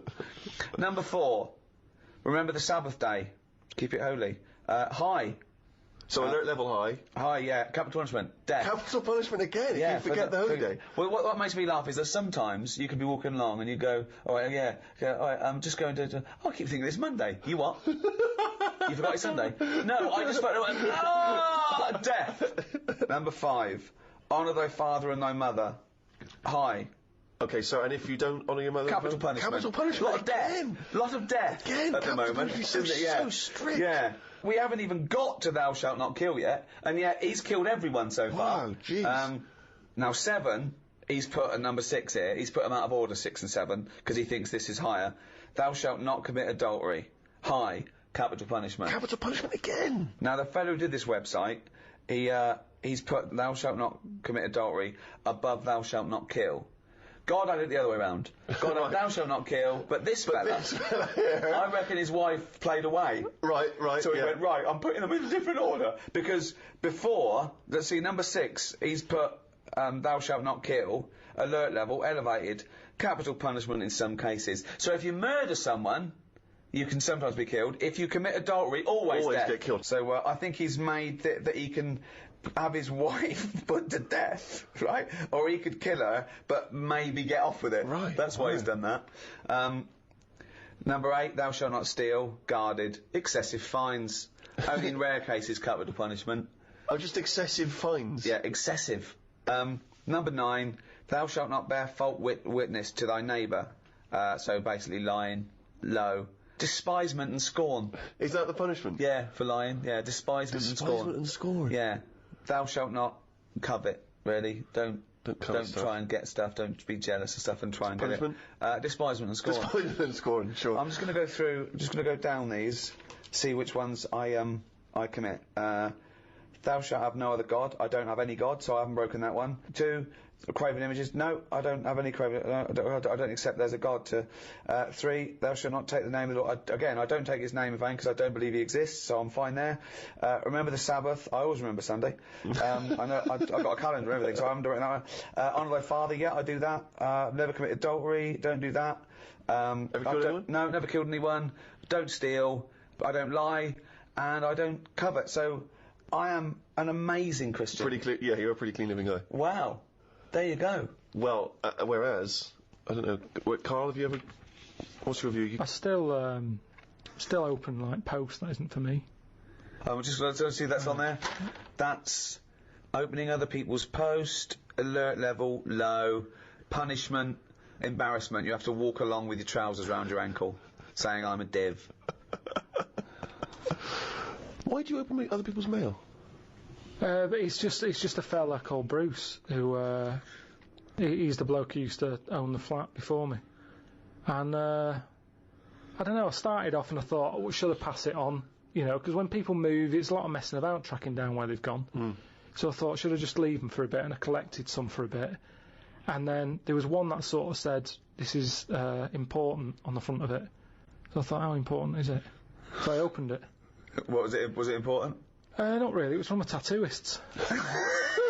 What did they say? It was just something They about... said, "Oh, we used the AIDS needle on you. Can you come in for a little test?" So I just started. I just kind of thought, oh, I'll start opening it, having a look, and it was weird because, do you know, like how you get fed up of being yourself? No, but go on. Well, I'm intrigued. Of course. No, you can just have days where you're like, what is going on? Yeah. Well, you know, and Bruce Willis in your case. Well, this bloke was Bruce. So I just go, oh, let's see what, you know, if I was Bruce, would I be happier being him? Do you know, like how I've said to you before, you never know if you don't feel well because they can't put you in someone else's body to sort of compare. No, most people can just use their imagination. Yeah, sure. So I sort of think... They don't actually need to physically go into someone else's body to understand that. Yeah, like Ghost. Yeah, exactly. So I think, well, would I enjoy being Bruce more? Sure. And what have you gleaned from Bruce? He's got a tattoo, we know that. There wasn't that much. It was mainly busy at Christmas. A lot of Christmas cards, which were good because I didn't get that many. Yeah. So you put up these Christmas cards. You had Christmas cards hanging in your flat to have a lovely Christmas, Bruce. Auntie Jean. That's crazy. Well, hang on a minute, because when you put them on your mantelpiece or your shelf or whatever, you're not looking at them every day. It's just a picture of Father Christmas. It doesn't matter who it's to or from. But why have them up at all? Well, why not just buy some make blank... it a bit Christmassy. You can just buy some blank cards and put them up. Use them every year. year. No, I have to. Bruce has got a lot of friends. It was more awkward, right? Because the bloke downstairs, because I used to always collect the stuff for Bruce, I got talking to a bloke who's in the same block, and like he used to see me picking stuff up for Bruce. He'd always say, you know, all right, Bruce. No! You've never told him that you're not Bruce? Well, no point. In the pub I used to drink in, the landlord got it into his head that I was Steve, right? And you don't mean me? No. Exactly, Steve. yeah, no, this was before I met you, this was like 25 years ago. And he called me Steve. And it got to the point I couldn't correct him. Yeah. Because it would have been embarrassing for him. And so after about 2 years, we were playing cards, and someone said, Ricky, and he went, who's Ricky? And I went, Ricky, and I just went red. He went, what do you mean, Ricky? I went, yeah, that's my name. He went, he said, what do you mean, fucking Ricky? I went, Ricky, and I looked at him, what do you mean? Steve. I went, no, it's not Steve. He said, well, I've been calling you Steve for 2 years. I went, have you? Like denying I'd ever heard him call me Steve. Oh, this guy, right? He But hang on, did he? What happened? What was the fallout from it? He's just sort of like he was a bit confused, yeah. and then I think he still called me Steve for a little while. But sometimes it was Ricky, sometimes it was Steve. It was fine, right? But this guy, right? He was a bank robber. Okay. Really? Yeah, he'd done 17 years in all. In prison? In prison, yeah. And I was a bit scared of him. I'm fascinated. He was fine. He was done now. He'd gone straight, totally straight, and he was running this pub. And I remember once he'd tell me stories about it, and he'd go on about his. He did it with 4 people, and they all did time. And he said, but you wouldn't recognise them now. He said they are the most respectable people you'd ever seen. He said, yeah, they're just lovely businessmen, height of sophistication now. Said you'd never guess, right? And then one day he came over to me. It was a busy pub. He went, Rick, Steve. He said, you know those geezers I did the crime with, the other 3. He went, yeah. He said, they are in the pub here now. See if you can guess who they are. I said, you'll never guess who they are. I looked around. I saw 3 blokes in sheepskin coats with tinted hair, covered in gold sovereigns and gold necklaces. And I went, no, who? He went, those 3. I went, you are joking. You are fucking joking. That was his idea of total sophistication. They had tinted beards. But they looked like fat Bee Gees covered in gold and sheepskin. It was unbelievable. I went, oh, that is a surprise. That is a surprise. I thought they were barristers. Oh, unbelievable. I was always terrified of being mugged when I first moved to London. And you remember, Rick, I had a wallet with all my stuff in, and then I took to carrying a fake wallet. That's lovely. Okay, which I had some sort of old library cards and DVD cards, you know, video shop cards and stuff. And like I put a £5 in there, you know. And then I got really anxious because I thought, what if I hand over my fake wallet, and he goes, well, it's a fake wallet. Okay, then I got to hand over the real wallet, but maybe he also punishes me, you know, takes it out on me because he's angry. So then I took to carrying a second fake wallet. So I spent about 2 months carrying 3 wallets around, 2 of which were fake, right? And then, do you know the reason I stopped? Because I thought, what if I give him both fake wallets, I give him one fake wallet, he opens it, he goes, well, this is a fake wallet. I give him the second fake wallet. Now he's going to be twice as angry as he would have been if he only had the one fake wallet. And then I was thinking, what if I do give him the fake wallet, and then he just starts using the library cards and the video cards, you know, and he could run up a huge fine. Yeah. I'd be in the same position where I give him the money. Yeah, I don't believe you'd ever put a £5 in the fake wallet. You wouldn't be willing to. Yeah. I had a run-in with crime. I was ripped off. Really? In a big sting operation a few years ago. I was at home and I was rushing out, and the phone went, and it was my bank. Yeah. And I went, is that Mr. Gervais? I went, yeah. He went, have you recently bought £200,000 worth of gold bullion? And I went, Jane, have we bought £200,000 worth of gold bullion? No, of course not. I went, no. Well, someone's taken that money out of your bank account fraudulently, and they've purchased gold. And I went, right, okay. They went, we'd like your permission to get the CID involved. I went, well, yeah. I said, of course. I said, but hold on, you know it wasn't me then. So do I get the money back? And they went, yeah, all the money will be put back into your bank account. I went, fine. I said, yeah. I basically went, yeah, fill your boots. And they went, and can you come down? I went, oh, yeah. So I arranged the time.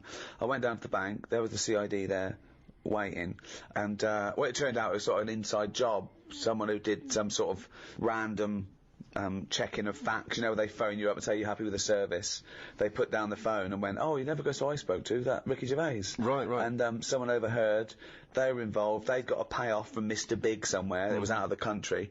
And, isn't there more... I mean, you can't just... Even if you work in a bank, you can't just walk off with cash, can you? There must have been a more elaborate... Yeah, they did a transaction, didn't they? They okayed the transaction like it was me for these people, and then these people bought gold with it, and now all they have to do is go and collect the gold. Now, this is the tricky bit. So, what they don't know is, now the bank know that it's not me collecting it. Right. So whoever turns up for the gold, they said they'll probably just be... They might even be innocent couriers. Yes. But then we get, you know, the go-betweens or whatever. And where's gold bullion kept? I don't know. It's just... I suppose you go and get it from a vault somewhere, right. and take it away and take delivery of it. I don't know if it literally changes hands or not. So what they need is obviously my passport.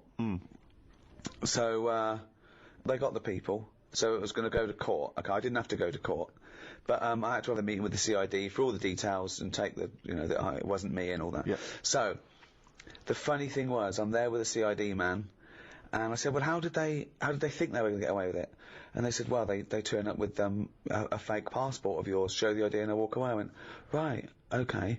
And they said they get a passport from either a dead man, or they steal one, and they replace it with your details and your picture.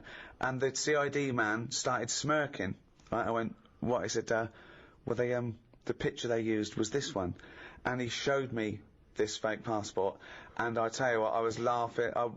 Then he started chuckling, and we laughed for about 10 minutes, because all they did was they cut out the picture on the first series of The Office from the DVD. So it's a picture of David Brent sitting behind the desk with that little smug look on his face. That's my passport and this thing. So, I mean, they might have got caught anyway. Yeah, it's nice to know that even such, you know, elaborate operations as this, it still comes down to just idiocy, criminal incompetence. Who was left in charge of getting a photo? Yeah. I mean, they go, you know, Dave, you're doing so and so and so. Julie, you're on the inside. Bertie, can you get a picture? Yes. You can get a photograph of Ricky Gervais, can you?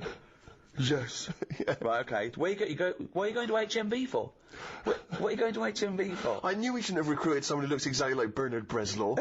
It's unnerved me. Carl, have you ever been conned? There's always someone doing well out of me. There's always someone, if they're a little bit short, we go around to Pilkington. But I mean, Rip him 3 off. or 4 times a day. Sometimes I call him up and he goes, right, the washing machine's broken, they came round, they've done this, right, they couldn't fix it, but they had to call it, charged 90 quid. I called the bank and said, no, they can't do that. Turns out they can't do it. It's like a string of things where it looks like Carl's handing out money, like the end of a comic book. He goes, that's for the broken window, and there's for my sausages. It's like a queue of people just taking money off Carl. I don't know, they're normally alright if I'm face to face with them. Really? Yeah, if I can sort of, if I can go in a place, but a lot of stuff now is done on the phone. Yeah. It's all phone, isn't it? Because it's all over the world where you're speaking to these people. Yeah. I was talking to someone the other day about the alarm system, right, in the flat. Called them up, thought, oh, it'll be good to get this going again. Have an alarm system, I haven't had one for years. Might as well use it, it's there. So, I called them up and said, yeah, there's an alarm system in this flat I've bought. I want to get it going again. What's the situation? So they took a load of details and stuff, and they said, right, what you have to do, it's 400 quid a year. I said, what? So 400 quid a year. I said, what's that for? He said, if the alarm goes off, we can guarantee that a couple will be there in like a minute and a half. I said, I don't want that. I said, I'm just happy with the alarm just going off. I'll give the keys to the neighbour. No, you can't do that. You've got to have this way. I said, 400. I said, I thought alarms are meant to stop you being robbed. Did you what, sir? Don't understand sarcasm when you're talking to them people. Yeah, just to get out your system when you know you've been conned, you just laugh in the face of adversity. I remember it was a couple of days before Christmas. I was going away, but I had a dripping tap, and it started dripping more. So there was nothing I could do. The maintenance people were away, the caretaker was away. I couldn't get in, and so I called out an emergency plumber. I knew this was going to cost, but bloke came round. Honestly, he made you look smart. He was like one of those kids who looked like a lumpy child. He was probably 20, but he just looked like, you know what I mean? They'd scaled up a sort of 13-year-old big-faced lad, right? And he came in, and he didn't know how to stop it. He couldn't unscrew it. He went, I don't know what to do. I called my brother. He's there. Just like I said, Bob, what can I do? He said, you could crush the pipe and then get it cut and fixed when you go. I said, great idea. So I said to the plumber, I said, can we crush the pipe? Oh yeah, I'll go and get a tool. We went down the van, came up with this thing, like a fat sort of little pair of pliers. He wasn't strong enough. So I went, I had to go. I said, well, how do we both do it? So we both put our hands on it, and we managed to crush the pipe, flatten the pipe, cut it off. He put a little thing on the end of it so it wouldn't leak, right? I went, great. I said, how much is that? He went, 180 quid. So I went, right, okay. So I wrote him out a cheque for 180 quid, and I thought I'll have a little bit of sarcasm. So it wasn't his idea. I helped him do it. I went, how much was that tool? He went, about £5. I went, that's paid for itself, isn't it? Silence. He went, yep, just nothing. Tough crowd, right? Of course. Right. So I signed the cheque. Right? He went, oh, he said, I forgot to charge you for the little washer on the end. I went, how much is that? He went, £2.50. I went, can I give you that in cash? He went, yeah. I went, there you go, there's the £2.50 for the washer on the end, and there's the £180. And he went, and that was it. I didn't even get a little chuckle. He didn't even think. He should have gone, well, let's split that, because we both did that. Yeah. Yeah, that's 90 quid each. I go, okay, that's really brilliant, mate. Cheers. Here's a Christmas bonus. I have a fascinating tale to tell you, Karl. I think you'll be intrigued. When I do junkets for films in America or Toronto Film Festival, I was assigned a security. And I've had security before. I often have security. They just sort of get you in and out of the car, and usually just to control sort of autograph hunters and things. But this time I was given a security, and he came in a suit. He looks about 30. He looked quite unassuming. I thought he was from just a security firm, and there was a couple of them. And first of all, they were talking to each other, and I thought, wow, the stakes are higher here. I don't know. I don't know why, and they drove us to the hotel, and there was loads of people going to the hotel. I mean, much bigger stars than me. You know, there was Ed Norton and George Clooney, and they were going in and out. And he goes, we can go past these. And he called ahead And he knew everyone. He just knew everyone. And we went down in the car park. We were met by another security guard in the hotel that let us go past everyone. I mean, Clooney's having to queue up and sign. I'm thinking, this is weird. And I was feeling a bit guilty because I was there to promote the film. And I'm thinking, this security guard's so good, I'm never going to ever have to pump into anyone. It was amazing. And they was there the next day, and he took us to the junket and back, and he put us on the thing. And then it turned out that he was actually LAPD, who was doing this for celebrities because he earned more money. And then I found out he had a gun, so I can't come in the airport with you, I can't take my gun. So he's armed. So I've got a security who's an LAPD who's armed, and I'm fascinated. Now I'm fascinated. This man is walking around with me with a little earpiece, talking to everyone. He seems to know everyone, and he's got a gun. I think, oh, this is amazing. Then one night he said, he dropped me off at the hotel, and he said, I've actually been called, I've got to go on a mission, they need my help. I said, really, what is it? He said, it's a hostage situation. He said, and I'm also SWAT. So now this is amazing. He's now officially the coolest man I've ever met in my life. So he goes off. Then I'm thinking, oh, I'm worried about him. I was talking to Jane, I was thinking, wow, he does this, he gets this extra cash, he's risking his life, and now he's going to a hostage situation. And I was thinking, oh God, it's just a silent hero. So next day, I said, how was it? He said, I was fine. He said, I just turned up. He said, I had to do it in my suit. He said, because I'm the negotiator. What? So now he's an armed security guard who's an LAPD, who's special SWAT, and he's one of 9 negotiators in LA. We're in LA now. We'd come from Toronto, went via New York and LA. So I went, oh my God. And I just asked him questions for 2 hours. So the first thing that happens is, so someone runs in with a hostage. This guy was just a kid who was 19. He'd done a robbery. He'd panicked and he'd run away. The police were after him. He ran in and he took his kid with him. It was just a 3-year-old kid. Okay. That often happens. Most hostages that people take are their family, because it's all they've got. And they go, I'm going to kill my wife or my kid and that. And they don't mean it. They're not going to. But they need a hostage. They've got a gun. So he talks to them and he says things to them like, you know, you didn't mean this to happen, did you? They went, no, I just... He said they got out of hand. It just got out of hand. And he has to let them trust him, because they've got a hatred for the police, of course. They don't trust the police. And the first thing he does is call the phone company and say, what's the number of this address? He goes, change it by 1 digit. So now only he can call that number, because of course you can't have an engaged signal. If they haven't got a phone, they have to throw a phone through a window. So they've got to have contact with this guy. I said, what happens if this guy says, you're never going to get me out, I'm going to kill all the hostages? He said, then my sole purpose is to get him to stand near a window. And I went, wow. Now apparently there's a police marksman ready, of course, if they think they've lost him. The important thing is you've got to take him out, because you've got to protect the innocent. So how they shoot him is they shoot him in the top lip, and it takes out the brainstem, so there's no reflex. And I'm just being absolutely... I'm captivated. What do you think of that, Karl, as a job? It's amazing, isn't it?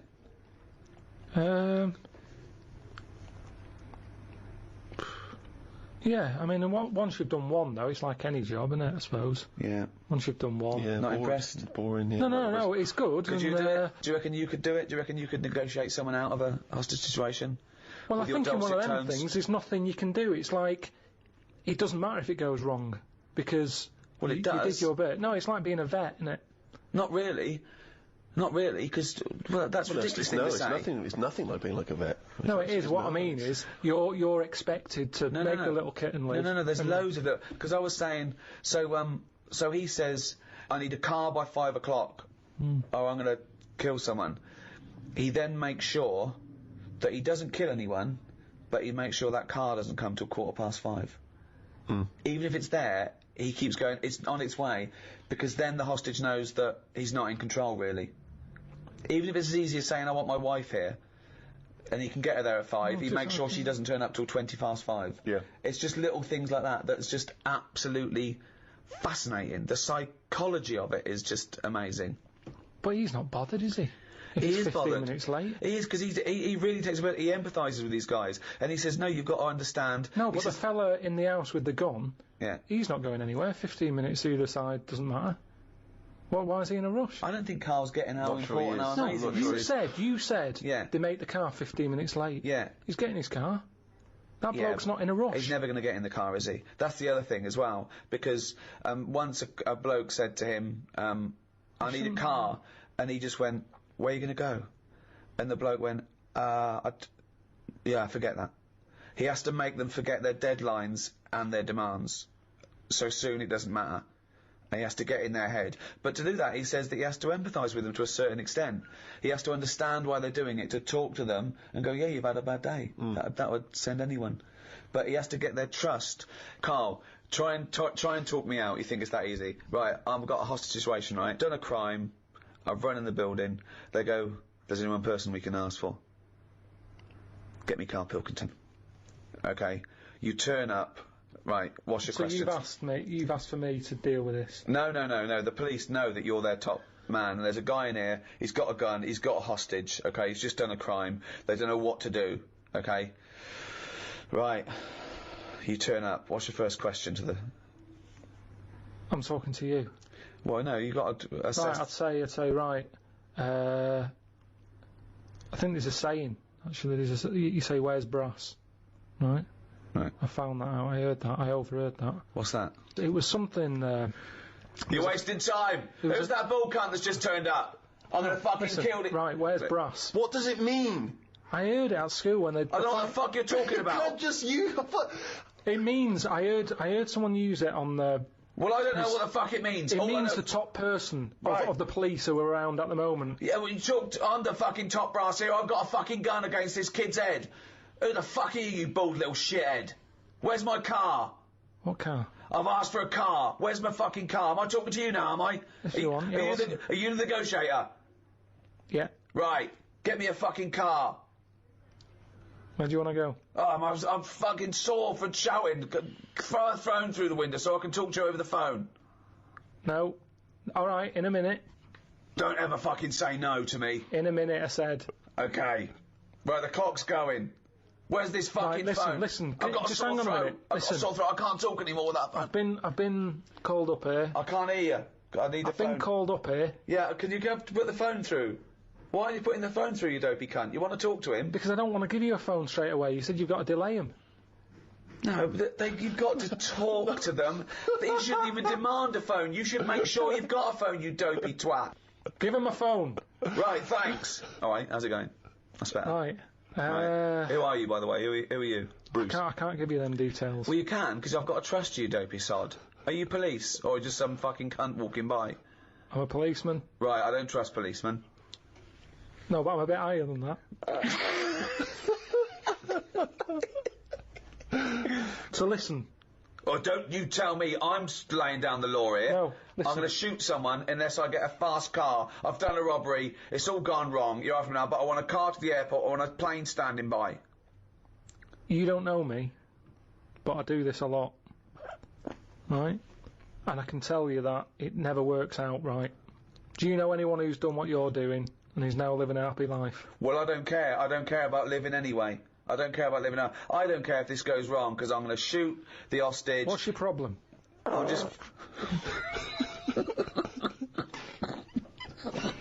think you've got the wrong attitude, mate. I think you've got the wrong attitude here. No, but this is... to be honest with you, this was my last week. Why are you telling him that? Because I want to bring him down to my level. Right. What's that got to do with it? Well, you know, I've done this job for a long time. Right. And sometimes I felt like you. I've been, you know, even though I'm on this side, you know, sometimes I feel like, oh, I've had enough of this. Right, well, I have had enough, but I'll tell you, I don't care about living or dying here, so if I don't get a car to the airport, all bets are off. I'm killing everyone and then myself, so you'll be a big loser. You will be a big loser, son. There you go, I've given you the clue now, Carl. He doesn't care about getting away with it. Now you've got to get him to stand near a window. You've got to take him out, because I've got a gun to someone's head. You can't burst in, right? You've got what? Come on, how do you get him to stand near a window? Oh, I bet you're hot in there.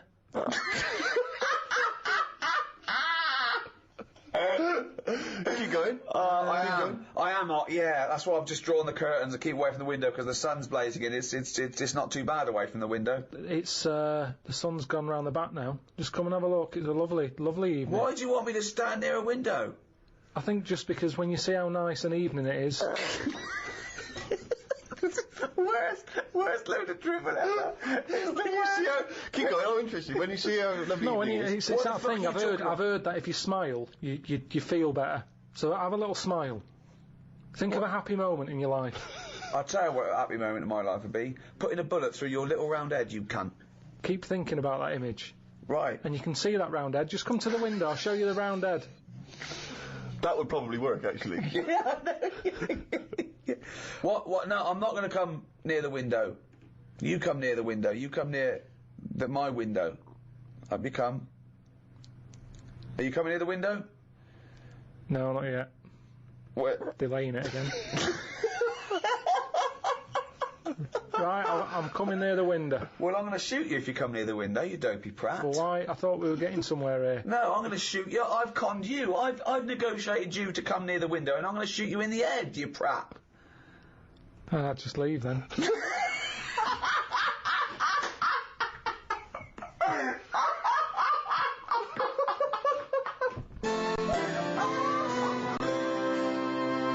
Well, that's about it.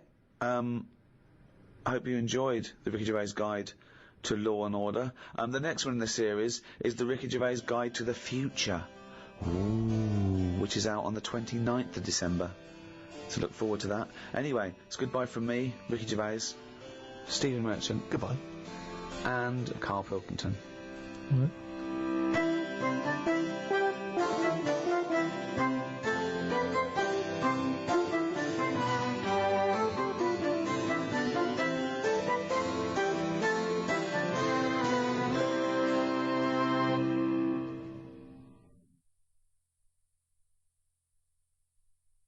Audible hopes you have enjoyed. This is Audible.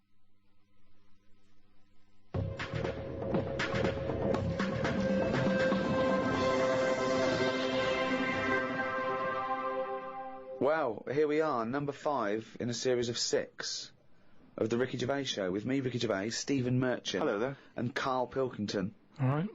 Well, Karl, you are officially a published author. Your book came out, The World of Karl Pilkington, and a copy will go in the British Library. Will it? Well, they have to take every rubbish. I think it'll go in the British Library lavatory. From what I understand, it'll be in there with like a collection of like novelty postcards and maybe a Viz compendium. You know. Yeah, so they take everything. Just think of that. But is that a rule they set up when books were more important to people? And now it's kind of like, I wish we never said we'd do that. Well, they have to add 2 miles of shelves every year, apparently. That's what I mean. Now, surely, they change a lot of other rules, don't they? They used to allow people having their head cut off. And now they've gone, we shouldn't do that anymore, so we'll sort that. Why don't they just say, only so many books a year, make it in there? Ones that are important to the future. But who knows what's important to the future? Well, normally, when I say something that I think's a good point... but you're always wrong. No, but what I mean is when I say something that I think I have got a point there... Yeah, but you're always wrong. But why do they do this? Why do they think they've got to keep everything? Because we're living in a world now where everything is sort of binnable. And, we use stuff for what it is. Well, I think you could say that. That's fine, that's fine. There was a sort of poetry to it, but I think he stumbled across that. I don't think it was intentional. Yeah, I mean, I still haven't got over last week him saying foodage. Do you know what I mean, though? That the world's changed, so why is that rule still hanging around when... Well, it's not a rule... I mean, it's not a rule that, the country's going to, live and die by. It's just that it is seen as a repository for knowledge, for information, and I don't believe any old Joe can wander in there and get one of these books. I think you have to either be a scholar, I think maybe it's open for a brief window for students, but you can just wander in there and see your own book, Karl. There are some books that they have to turn the page for you in gloves, so the amino acids... I'd hate that. With yours, it won't matter. They just go, it's over there, or they throw it to you. No, it's just... Or they slide it along the floor. Well, they say, I can't give it to you, Karl, because it's propping up this desk. Yeah, they kick it to you and say, put it in the bog when you're finished with it. It's just that thing of being timed, though. I hate it when people go, "Oh, have you read this?" And then I can't read it properly because I'm thinking they're thinking I'm taking ages here. Do you know what I mean? So I have to scan read it, and I go, "Oh, it's good that," and they go, "What do you think?" And I go, "Oh, about what?"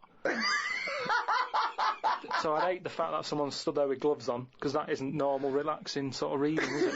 But it's not, you don't go in to read the Doomsday Book, let's say, in order to just have a relaxing read. You're going in there to study They're it, historically. say they're professors and scholars and scientists and historians. They don't wander in because it's raining and they go, what's a good read? There's not a man wearing white gloves turning the pages of the latest Jackie Collins. Exactly. Do you have heat? Watching your lips move as you read to see if you can turn the next page. I suppose I shouldn't really feel guilty, because at the end of the day, right, I mean, people always rave about Shakespeare, saying, oh, his work was good. But brilliant. At the same time... He'll probably put that on the book when he brings another one out. He'll put your review on it. Yeah. Oh, that was good. Karl Pilkington. But at the same time, like, some people will have a go. I'm ready for people having a go, like that Wendy did about me little films I made. There's always people... Wendy Robinson? Yeah, Sarah Opinion. For those of you who didn't hear last week, she slammed Karl. No, well, each to their own and that, and, if everyone liked the same thing, I don't know what we'd do, right? Sure. You don't know anything. So all I'm saying is, everybody raves about Shakespeare, when, if you properly looked at what he did, he invented a lot of swearing words, right? Effing and jeffing and that. Now, That was one of his. Well, it's effing and jeffing and effing and jeffing part 2. Did he make up a great deal of swear words? I don't know that I'm aware of this. A lot of them are Shakespeare invented. But all I'm saying is, for some reason, when things are brought out years ago, people say they're good even though they're not, is what I mean. But let's not mistake the fact that Shakespeare is not... He's not... people seem to confuse him as though they think he wrote these things in order to be read. He wrote them to be performed. They're plays. They're not books in the traditional sense. He didn't bring out the latest book. No, but just when something's old, it gets a bit more respect, is what I mean. When I was watching that documentary about the real Indiana Jones, brilliant. They dug out some rocks with drawings on, and they were like, "Oh, don't damage them, don't mark the paint," and it's like, it's rubbish. It was like a stick fella with a yak. And now, if that was found now, or if a kid showed me that, I'd go, "Hey, it's not that good." So what I mean is, because stuff's old stuff gets respect. But you're not judging it on its aesthetic merits. You're judging it on its historical importance. I don't think that's fair, though, because when that fella drew that, it wasn't old. He did it when he was knocking about. No, yes, but you must see the difference between you doing a stick man on a wall with a bit of chalk near your local and a cave painting that they date to 10,000 years ago. Yeah, so in 10,000 years' time, when they find my story about the monkey fireman, will it gain more respect then than it is now? No, less. But why is it? Because people will more and more realise what a buffoon you are. The more research we do, the more these podcasts we do, the more you expose yourself as an empty, egg-headed moron. That's a friend speaking right there, Ricky Gervais. No, he loves you like a brother. I just think, you've mentioned him before, Steve, this Peeps fella. Yes. Has he done anything else apart from a diary? Because now I've done a book and a diary. That means you're better than Pepys, well, is what you're thinking, Well, isn't it? I'm not going to say that until I know, but what else did he do? Well, Pepys wasn't a writer predominantly. I believe he was, like a bureaucrat or something. But he kept a diary which has since become a historical landmark. And what did he say in it? What did he say in it? Well, it's again more because it's both well written and it's also an amazing insight into... A social document as well. Document, yeah. It's a social document of that yours period. is a social document, but it sort of revolves around having egg and chips and a calf and seeing a ladybird, which, But that's today's living. That's well, his describes the Great Fire of London, which is what it's most... But we haven't had one of them. If we had one, I'd write it down. I'm only writing what's happening. The ladybird happened, right? I wrote it down. He was just lucky. He was about in London when that happened. So you're a little angered that you've not witnessed one of the great disasters? Because the thing is, if they read your diary, they'd think, well, nothing happened that year. Nothing important in the world happened that year.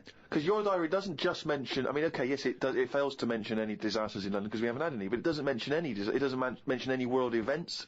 It doesn't mention wars in Iraq, terrorism. It doesn't mention anything. But that's all been wrote about anyway. If you're saying there's a museum that's keeping everything, there's loads of other books for that. Who's looking at the fella whose skulls fell off? What? We see. It's interesting, isn't it? What do you mean the fellow whose skulls fell off? Well, that's what happened the other week, so I wrote about it. What? A fella's skull has fell off. What do you mean his skull has fell off? It's something to do with circulation. But what do you mean his skull fell off? It's in the diary. But how can a skull fall off? Because it's surrounded by tissue and it's got a brain. How can just his skull? How can it detach itself from all the stuff surrounding it? He mislaid all his dreams. But all I'm saying is that's not getting a look in. No, because it's not significant or probably true.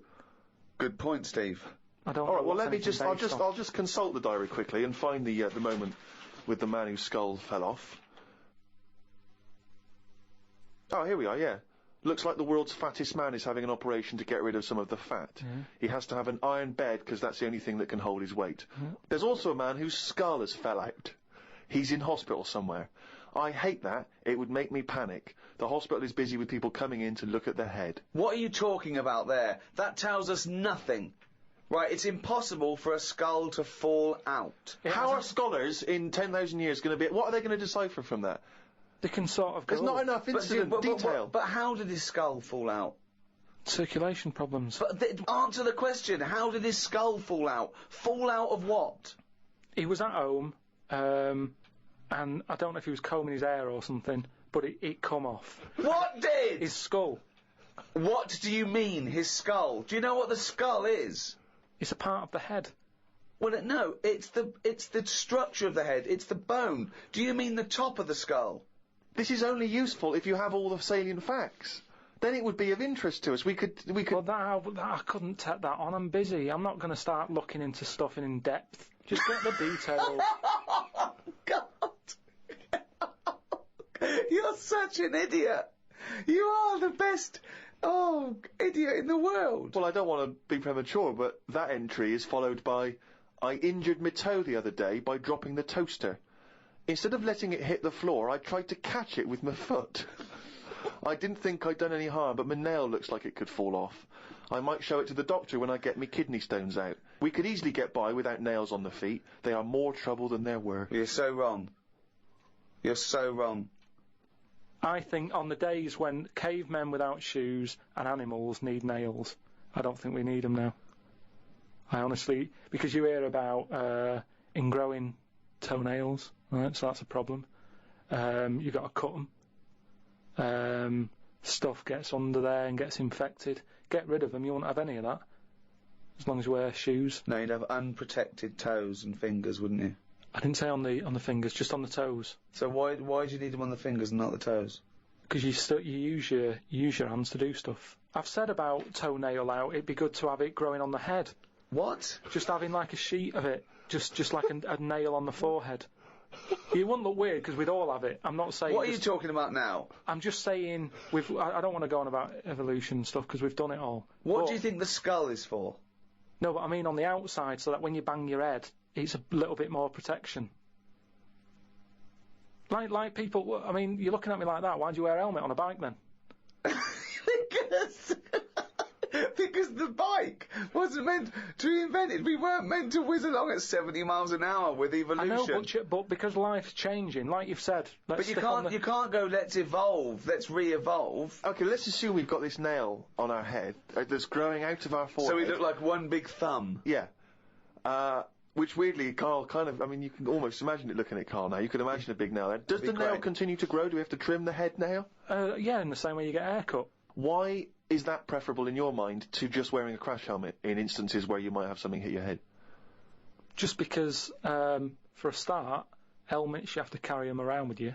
That's one thing that's put me off having a motorbike. Whenever you see someone on a motorbike, it's all like the clothes they've got to wear. And it's like a big upheaval, isn't it? It's you know, if you have a car, you can get in with your shorts on, your flip-flops on. A motorbike, it's like you're an astronaut or something, and you're only nipping down the road for some milk. Do you know what I mean? So, what I'm saying is get rid But does it annoy you having to put shoes on every day, and underpants, and a vest, and I don't know. No, but once they're on, I'm not carrying them. They're on me. If I had to then take the shorts off for whatever reason and walk around holding them, I'd go, I can't be bothered. I don't like holding a bag. I don't like bags. We carry too much around with us now. I don't like carrying stuff. It's just a hassle, isn't it? It's just endless things he doesn't want to do, doesn't like doing, isn't like carrying bags. Who the hell has a gripe about carrying bags? Why is that a concern? Because it's stuff that's on I love the way that he wouldn't mind having a nail going out of his fucking head, but he doesn't want to carry a bag. What's good with it is, everybody's got one of these. And but it's not going to happen, Carl. And the most important thing in your body, apart from the heart, is your brain. So protect that, not the toes. The toes we can get by without the toes. But your head's important, isn't it? There's a lot of stuff in your head. And I know all this just after seeing the Bodyworks thing. I went to see it's a show on where there's a load of, like, dead bodies and that. And you can see how much stuff's in the body. And there's loads of stuff. There's nothing in there that you don't need. It's all doing stuff. Everything in your body. We've been telling you that for years. But you reckon you don't need the toenails? Yeah, that's on the outside. I'm saying everything that's on the inside of your body, right? You don't need the appendix. No, but doesn't that depend on what lifestyle you have? Well, it's a hangover of when we probably ate a lot more cellulose, and it's. Yeah, well, they might come back. Things are always coming back, aren't they? So if people start eating them again. What about male nipples? Sort of looks all right though, doesn't it? Because the chest is quite plain, so with nothing on it, you'd go, oh, what's this? It just balances it out. I think it looks all right. I think it works. So leave it. But what were we talking about? But wouldn't you rather have maybe a little like a rib cage around the testicles? Because you get a whack in them and it. Oh. Yeah, that's pretty good. Not an invention, Carl. It's not an invention, and we can't do it. But would you be able to sit down still? Because that's the good thing with them at the moment, is movement. So it sort of works. But don't they say, they said something about testicles, at the Bodyworks thing. Well, they're on the outside. Put yours away, Carl. You're not one of the exhibits. They're on the outside because they have to be a few degrees below body temperature for the Sertoli cells to So that's an odd design. That they had to go there, because it's a bit of an odd place to have them. Where would you suggest? Dangling from the throat? Sort of. I want to redesign you, right? You can possibly do this now. This is something you can actually do, probably. You could probably have your testicles anywhere. So where would you want them? You've got a giant forehead nail. Yeah. You could have that. It probably wouldn't grow, but we could certainly have that. I just mean, like, because if all it's about is temperature, you don't want to get them too hot. Yeah. Well, they're getting hot down there because you're wearing pants and what have you. So have them nearer to the outside of the body. Well, they are on the outside of the body. No, but we wear pants over them. So you wear pants over them because their testicles, and polite society suggests that you don't show your testicles. That's the odd thing, isn't it? That's what's happened somehow. That we've said testicles shouldn't be seen. Well, then just cut a hole in your trousers. If it's only about, keeping them cool, and because they're too hot, why don't you just hang them out your shorts? Because there's too many sort of seats that are shared these days, isn't there? But what I'm saying is. Well, what are you saying? Where would you put them? Somewhere like sort of under the ears, so it sort of just looks like lobes. So you would redesign your body to have a pair of testicles hanging from your ears. And when people are sometimes talking, they do sort of mess with their ears, and they're always saying check for lumps. More handy. Does the penis remain where it is at the moment? Leave that where it is. Yeah. Well, I don't know about you, Rick, but I would love to see, perhaps on the web, it's very easy to put stuff on web pages now, some kind of illustration, could be computer generated, could be drawn by hand, of the new model Carl. Bear in mind, people, that he's got some testicles underneath his ears. And a big thumbnail on his forehead. Talking to Carl, I want to see Carl's head everywhere. It's the roundness that I like, okay? So, do a viral campaign. Anyone out there with a picture of Carl, just get it everywhere. Because I want, eventually, everyone to, as they walk past him in the street, to shout, "You shaved monkey," or "Look at that bald head," or "Look at fucking coconut face coming this way. You got a head like a fucking orange."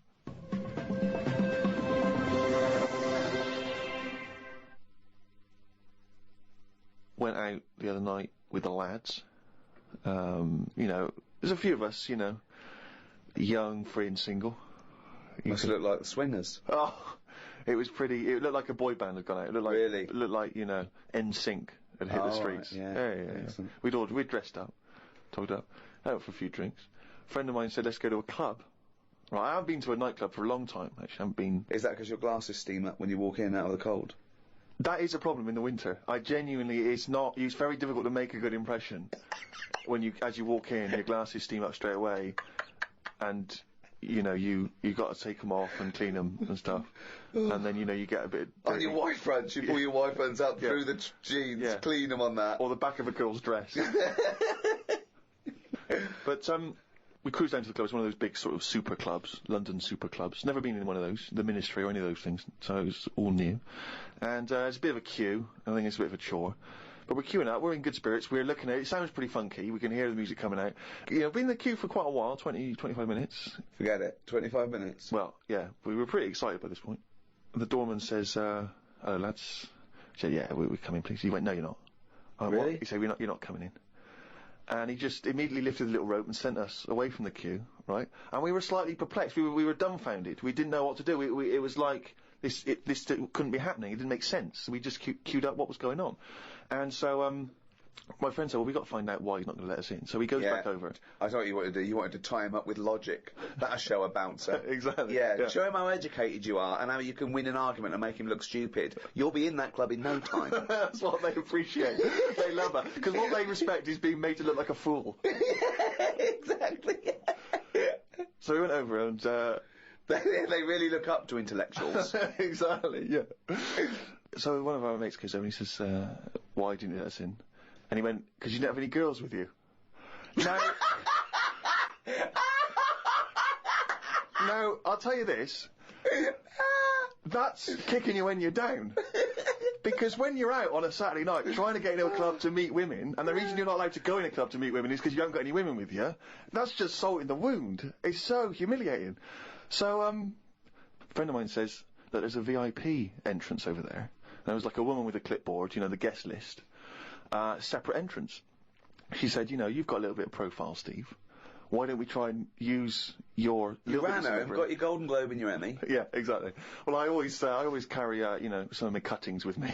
Yeah. And I felt a bit self-conscious about it. I was thinking, I'm not into this, you know, it's a bit awkward. But he said, look, don't worry, you just stand here. Just stand here, just like you're having a conversation.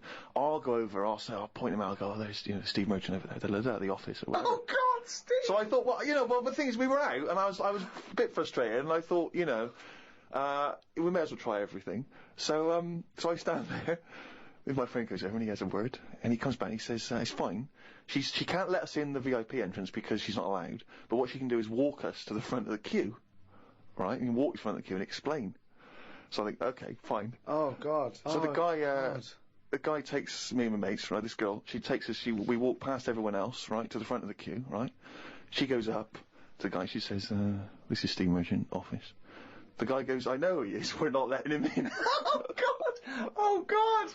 By now, of course, some people have recognised me, so they're trying to have my photo taken. So there's people inside the line that's being allowed in the club. I've got to lean across the rope to have my photo taken with them, even though I'm not allowed in the club.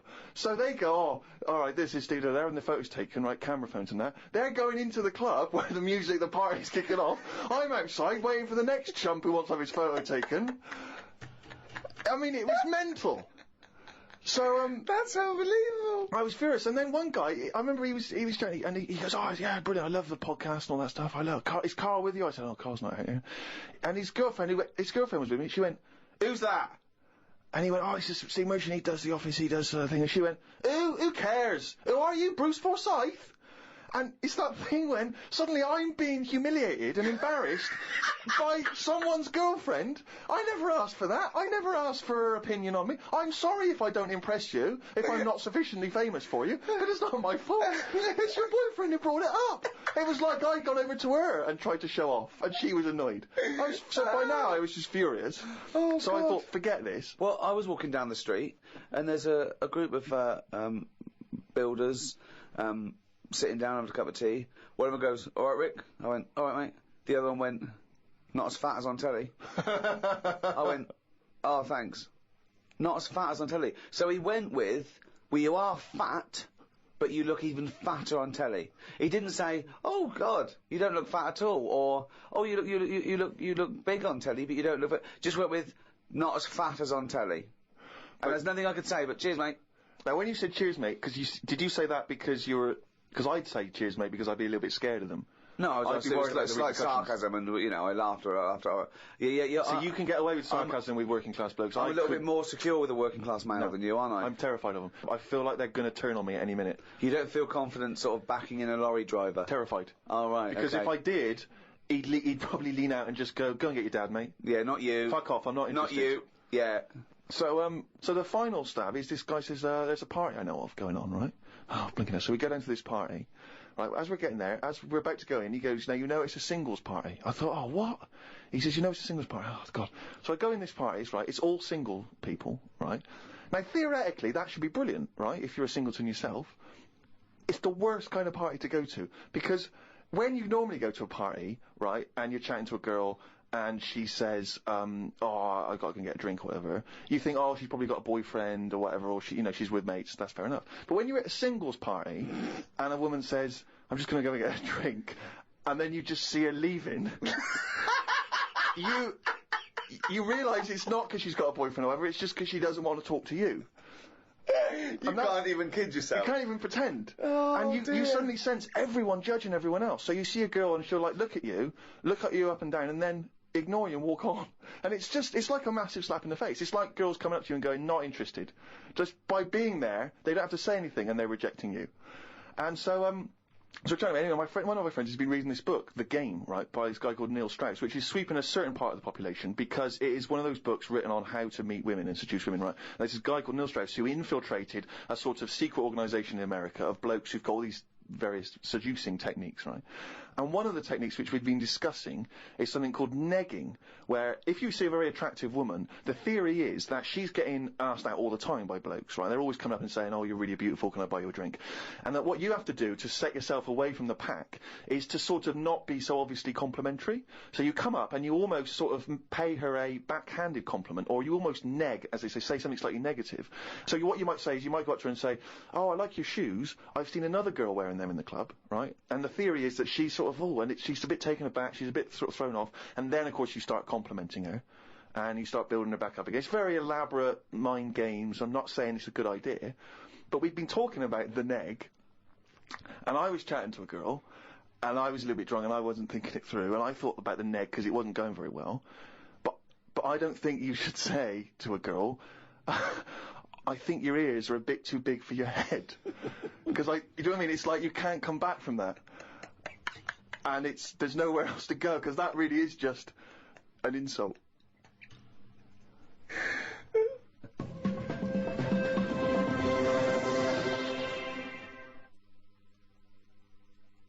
Oh, he's only gone and listened it down the little fucking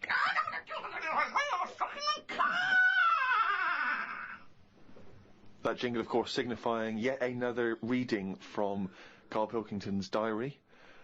As always, packed with rich insight into the man's mind.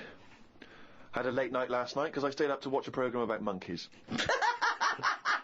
It's already good! Of course you did. It's already good! Now, before I read on, I mean, is this not some kind of monkey news? Is this not a late return to monkey news? Well, it's not that good.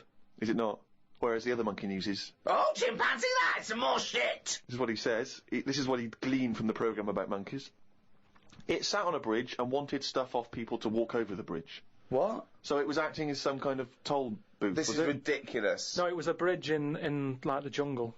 Oh, shut the fuck up! And it's a monkey that sat on a bridge, and a lot of tourists go through the area. No, it's a monkey who realised that if he sits there, he'll get stuff because it look like it's a cute little chimp begging. No, but every time.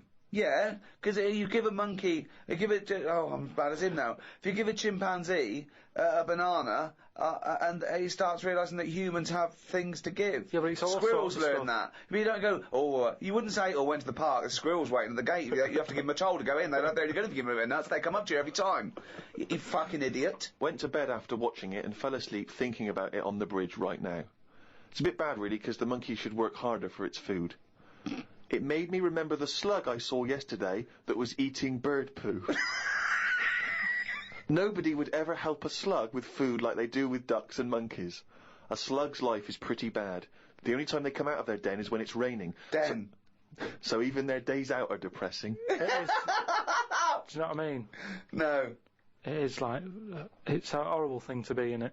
A slug. Love him talking about what is it like to be a slug. No, just because, like, the monkey, even though it was being quite aggressive, everyone was like, oh, give it some water, and it was well, like, kitted out. It had, like, you know, chocolate bars, bottled water, some, like, you know, fizzy stuff, and all that. An iPod, it was listening to Monkey News. It could have had one if it wanted one. It was getting away with murder on that bridge, and that's just because it was furry. Yeah, if that was like a blob, like a slug, there's no way people would be that friendly towards it, and it just annoys me how you get this pecking order for, like, no matter what creature you are, favouritism.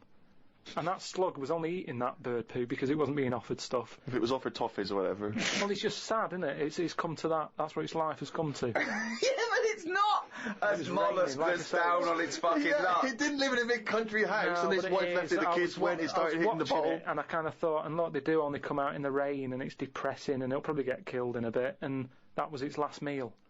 I just... last meal? But it wouldn't prefer steak and chips, Carl. It doesn't have... It must like a leaf or, you know, at the end of the day, it's an insect. They love it. It's not an insect!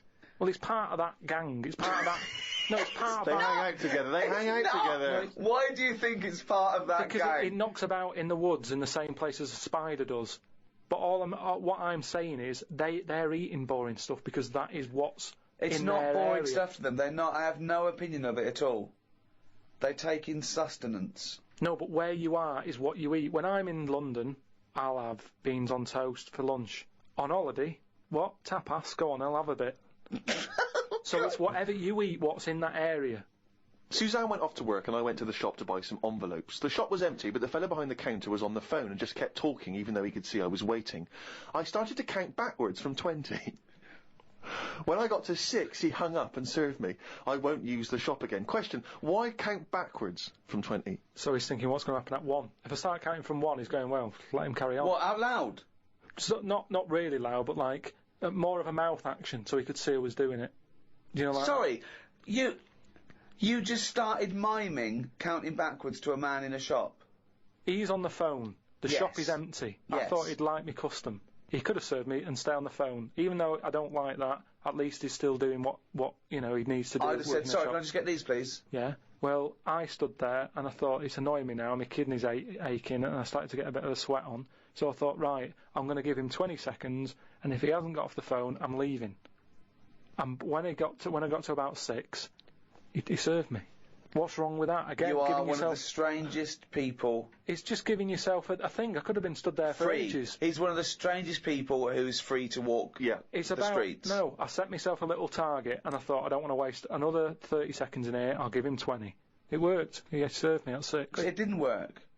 Yeah, but did he do it because you were doing that, or did he finish his phone call? I don't know, I was busy counting.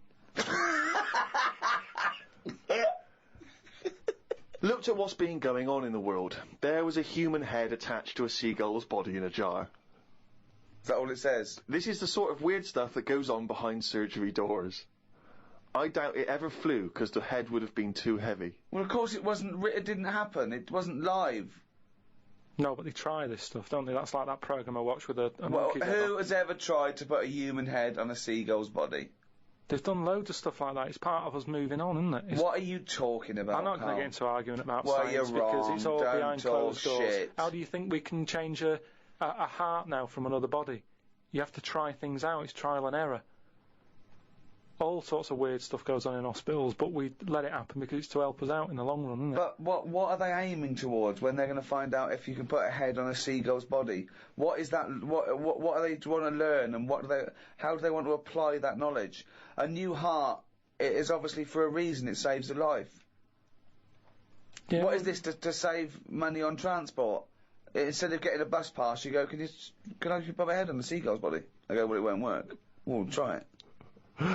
Yeah, but there is odd things like that. Like, I saw a fish the other day, right? And honestly, it's the weirdest thing. It was just like a blob with a face. Now, I would never have said, yeah, let that swim about. I'd have killed it from day dot. I would have gone, get rid of that. Oh, God! Under what circumstances would you have killed that from day dot? I'm just saying, looking at it, I'd say that does not work. And it looked sad. It looked like it didn't want to be about. Have you got her number?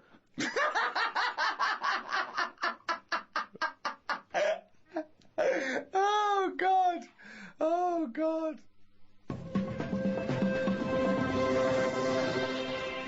Well, that's it for another week. The end of episode 5. One more to go in this series of 6 of the Ricky Gervais Show.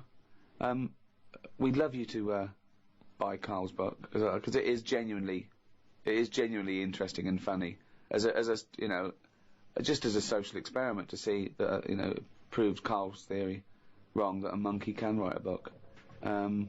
So it's bye from me, Ricky Gervais. Goodbye from Steve Merchant. Goodbye. And goodbye from the little shaven monkey that is Karl Pilkington.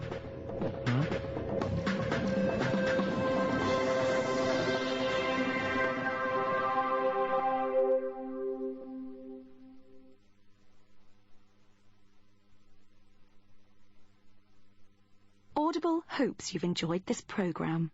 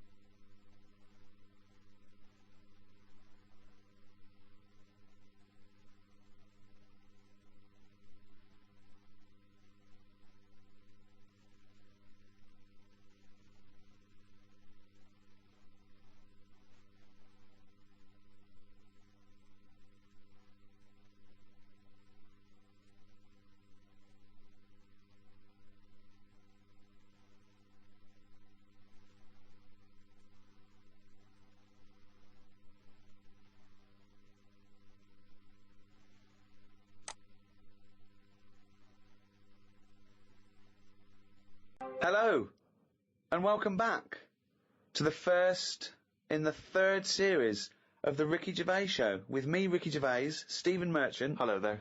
And the fool, the round-headed buffoon that is Karl Pilkington. Alright.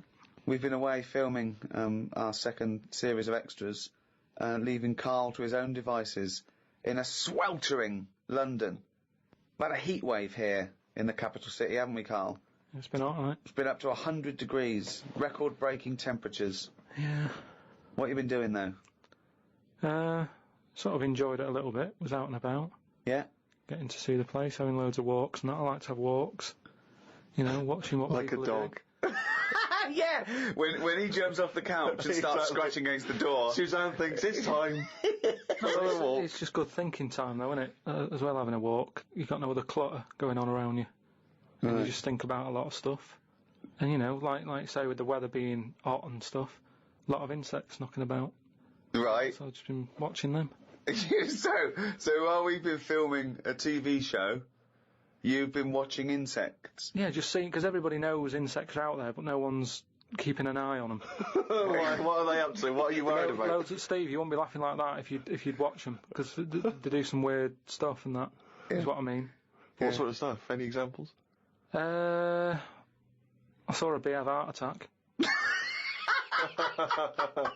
You saw a bee have a heart attack? Yeah. How were you sure it was a heart attack? Because what happened, I'd been... Did it clutch its chest with all 6 legs? No, Were there some other little bee paramedics? No, I'd just been out in the park anyway, just looking at, you know, caterpillars knocking about.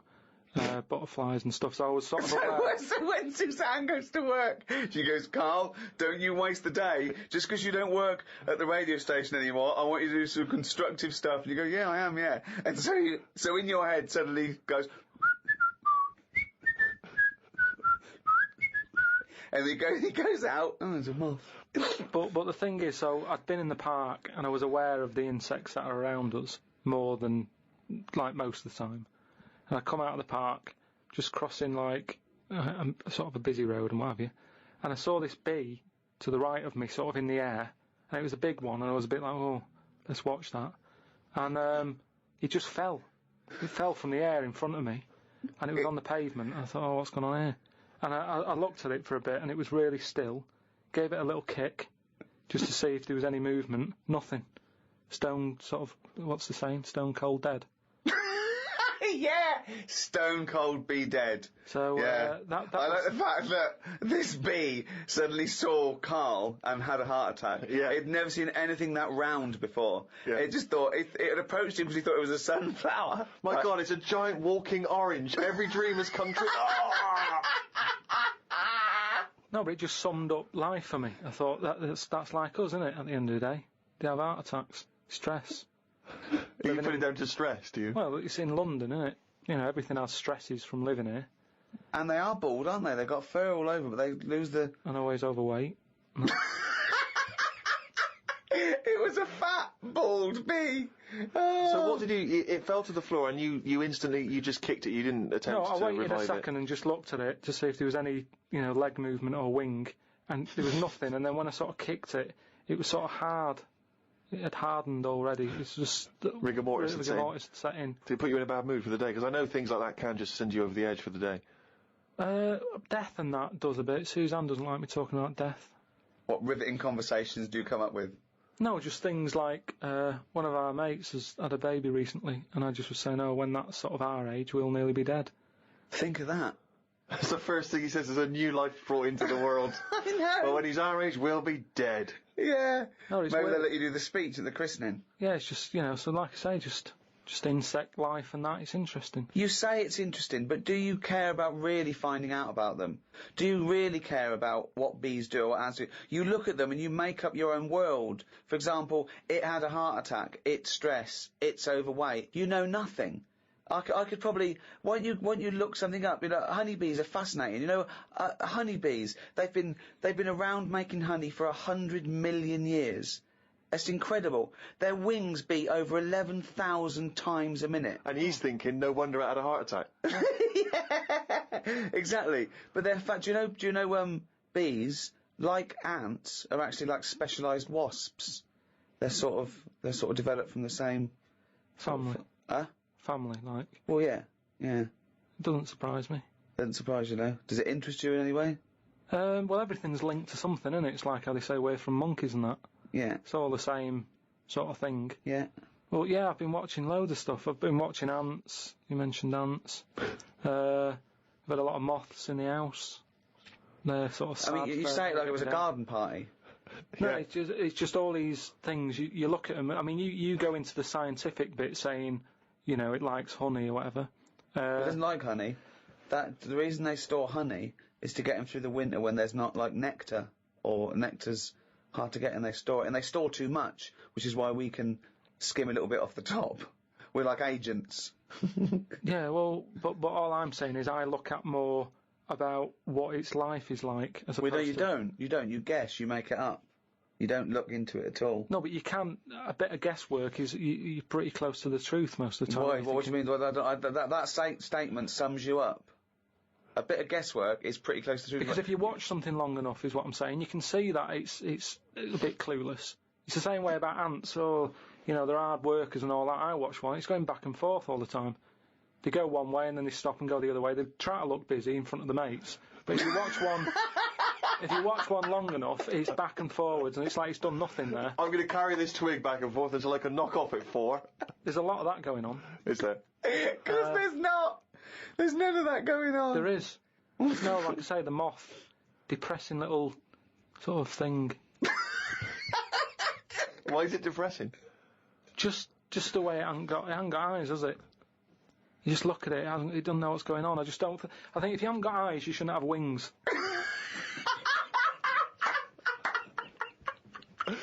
That's a rule. If we could put that into practice, please. That's a great rule. That's a fantastic rule, isn't it? Yeah. If you haven't got eyes, you shouldn't have wings. Certainly true of people thinking of becoming an air pilot.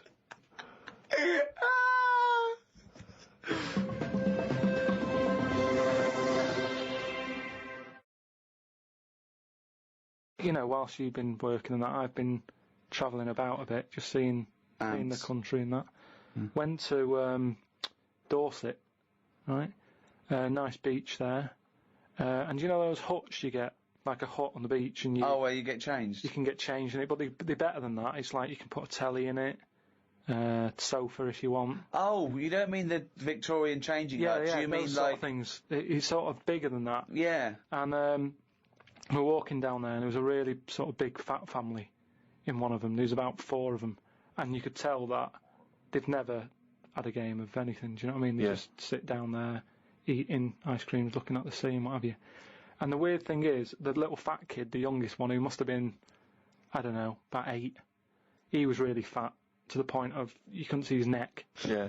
And he sat at the front of his mum and dad and his older sister. He sat there, and he had a frisbee, and I thought, look, they don't want to play with him. I mean, that's an active game to play, isn't it? Yeah. Frisbee. As we got closer, he was just using it to eat Maltesers out of. I just thought, even, again, you know, the one active thing he's got, he's using it to eat out of. Yeah. Extraordinary. And that just sums up what people are like now when it comes to keeping fit and activities. Oh, that's fantastic. Were you sporty, Rick? I was, yeah. I loved it. I absolutely loved it. Were you good at it? I was good at some things. Was never good at rugby. Never good at cricket. Was all right at football. But those things were the more competitive things that were scary. So at my school, when you're surrounded by, like, people the fun is hurting someone. Well, it's weird you say it, because I remember the first day I went to play cricket, my mum said, as I was leaving, I was really excited about playing cricket, she went, be careful. I was walking across a playing field once, a cricket ball hit me on the head, I was unconscious for 2 hours. Freaked me out. On the way to play cricket, I thought, okay, always scared of the ball, because it's obviously, as you say, rock solid. I remember a couple of seasons later, I had to play rugby for the first time. As I was leaving the house, she went, be careful with rugby. I knew a kid once broke his back playing it. I was terrified of rugby. I was terrified of rugby. It's such a scary game. The ball came to me, I got rid of it immediately. It's mental. Yeah. I don't understand. What I remember is, I remember a teacher saying you've got to play it very carefully because you can get seriously injured, you can hurt yourself, you can be crippled for life. I remember thinking, why are we allowed to still play this game at school? I was worried about cracking heads. Yeah. And a finger in the eye. How is it not bad? That worried me all the time, a finger in the eye. But they removed the asbestos from schools in the 60s and 70s. Yeah. But rugby, it's allowed to play. It's mental. Yeah. See, I had a mate called Mark who liked playing cricket, right? And when I used to say to my mum, oh, I just want to go out with Mark and his dad to play cricket, and she never used to let me go. She'd go, oh, I prefer, you didn't. And I used to always think that, it's because it's a dangerous sport. You can get hit on the head by the ball and it's hard. Put an eye out or whatever. But it was because his dad used to drive us to the place to play cricket, and he had, his eyelids were too big. So, he used to have to sort of have his head right back. Like one of those old-fashioned dolls. Right. They clunk back and clunk forward again. And she didn't like me getting in a car with him. Sorry, who's this? Whose eyelids are too big? Growing up, you had a woman who had her head like a bag of spuds. I didn't know her. No, you had 2 kids at school with webbed hands and feet and big heads. Yeah. You had a pigeon chest boy. Nowadays, you're walking around with insects and moths like something from James and the Giant Peach. Yeah. And you had a bloke whose eyelids were too big. One thing I've noticed, that because I occasionally go to the gym, and those guys who work out constantly to give themselves extraordinary physiques, they're on the trip, they're on the weights, and they're really... I've noticed in the summer particularly, those guys cannot wait to get their shirts off. Yeah. Everywhere you see, they're walking around. If they've got a good torso, they are walking shirts off. Even, I think, if you go to nightclubs, I notice there's always one guy who's thinking, well, I have put so much work into this body, I have got to get my shirt off on the dance floor. A vest, yeah. And it comes straight off. A brand new tattoo. I'm not covering that up. Exactly. I've paid a lot for it. Let's see it. Yeah. But that's what we were saying about bodies. I can't remember why we were talking about it. We've got to a point in science now that you can change your head. Right? No, well, that doesn't make any sense at all. It was a programme on. It was done in the 50s or 60s where they stuck a monkey's brain on a stick and had it wired up and it still worked, right? Right, okay. And that was in like the 60s or Right, whatever. okay. Well, So- to say to change your head makes no sense at all. Because if you put a different head on a different body, you're changing the body. Yeah, I know. Well, that's what I'm about to say to you, though. What? That's what I'm saying. That I'd be more confident if I had someone else's body. Because if anyone dissed it, I can go, no, it's bad, innit? But it's What not are you mine. talking about? Well, it's like, say... As opposed to someone else's head? Yeah. Well, What, it you'd wouldn't be me, would it? The head is me. Well, of course it is. That's what I mean. Yeah, So the what do you head's mean? me. You'd be happier having someone else's body? What, than your own? What I mean is, say if you're wandering about, for some reason, there's an incident. You have to take your top off and that, and everyone's looking at you, right? And you're a bit sort of, you haven't got the muscles and that, you haven't got the six-pack.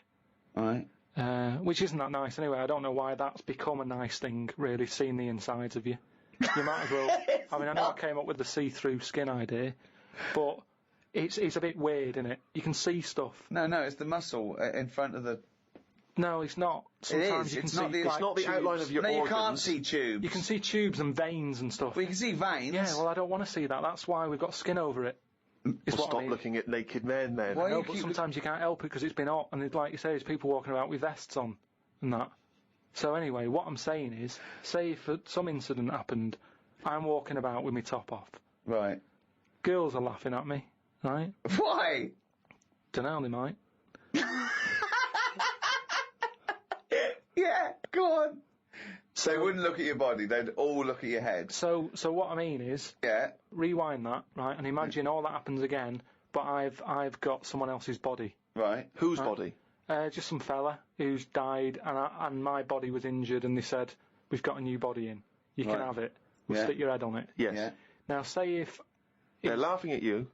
they are laughing at the they're body, laughing yeah. at the body, Yeah. but at least I'd be able to sort of go, I know it's a mess, but it's not mine. At least I don't have to claim ownership.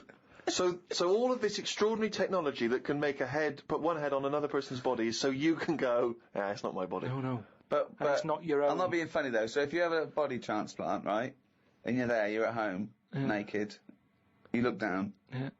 lovely penis and a set of testicles, Yeah. right? What do you do with them? What do you mean? What am I doing with them? Well, do you like them? Well, you wouldn't mess about with them as much as if they were your own.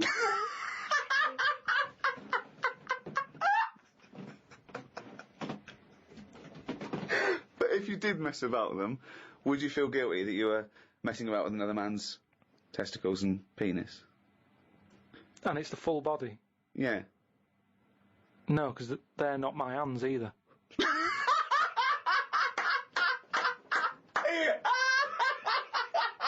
You're a genius! You're a fucking genius! So what you're doing is watching someone else wank.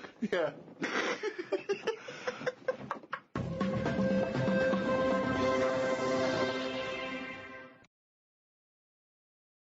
Well, one thing Karl has been doing over the past few months is writing his diary. He's kept that up. I don't know what he's had to write about. All he's been doing is looking at moths and ants and bees and going for walks. But I'm sure it's all in the diary. So, let's have a look at that. Oh, I don't believe he's only going to write it down the... We went to the park and had a brew. Suzanne read the paper while I played with a ladybird. I mean, it's like a child, isn't it? It's like what a child would do. Suzanne read the paper while I played with a ladybird. His only friend is a beetle. It climbed up my arm. It struggled on me hairs. This is in detail then? Yeah. It kept stopping every now and then and was rubbing its head with its right arm. It did it about 4 times and always used its right arm. It rested for about 5 minutes, then flew off. Sunday. Had a bit of a to-do with Suzanne because she wanted a lion today. I ate this. Once you're awake, you should get up. I got up and put the radio on really loud. She eventually got up. I told her insects don't have lions, so we shouldn't. Why are you obsessed with insects? You must be fucking unbearable to live with. You must be a nightmare. No, I've just started, because I've watched insects a lot, I don't want to keep going on about them, because we're a bit insect heavy. But at the end of the day, if we copied insects, we wouldn't go far wrong. I don't know what you mean, though. 1 minute you're saying they're great, then the next minute you'll slag them off. Yeah, I'll slag some of them off if I don't know what they're doing, but because I've studied them a bit longer, I just think they do it You haven't right. studied them, though. He thinks he's like Darwin. But you just slagged them off again. Don't you think that insects are doing stuff? They're not. It goes there, then it goes back again. The ant was messing about, but only that one. The others were carrying stuff. That's what I'm saying. There's snidey ones in everything. In everything in the world, you get a hierarchy. Oh, long words! Ooh. The bookshelf was dusty, so Suzanne asked me to dust it if I get a minute. I ended up looking at every book. Just the spine. Yeah. Just for a few seconds each. Yeah. Didn't open them. I looked in the dictionary to see if the word dictionary would be in the dictionary. I didn't think they would bother with it being on the front page, but it was in the book as well. It's a good point, though, isn't it? No, it's not a good point, because you didn't tell us anything. Dictionary is in the dictionary. Well, of course it is. Well, why? If you go, how do you spell dictionary, you look at the spine and you go, oh, there it is, D-I-C-T, and all that. So what does dictionary mean? It's a book full of words, isn't it? That's what it means. All books are full of words, you idiot. How to spell them. And if you don't know no, what it's it not is... how to spell them. All right, then we'll... I'll just look up something. No. It's not a book full of words to tell us what... No. It's the meaning. Give us the definition of dictionary. Meaning.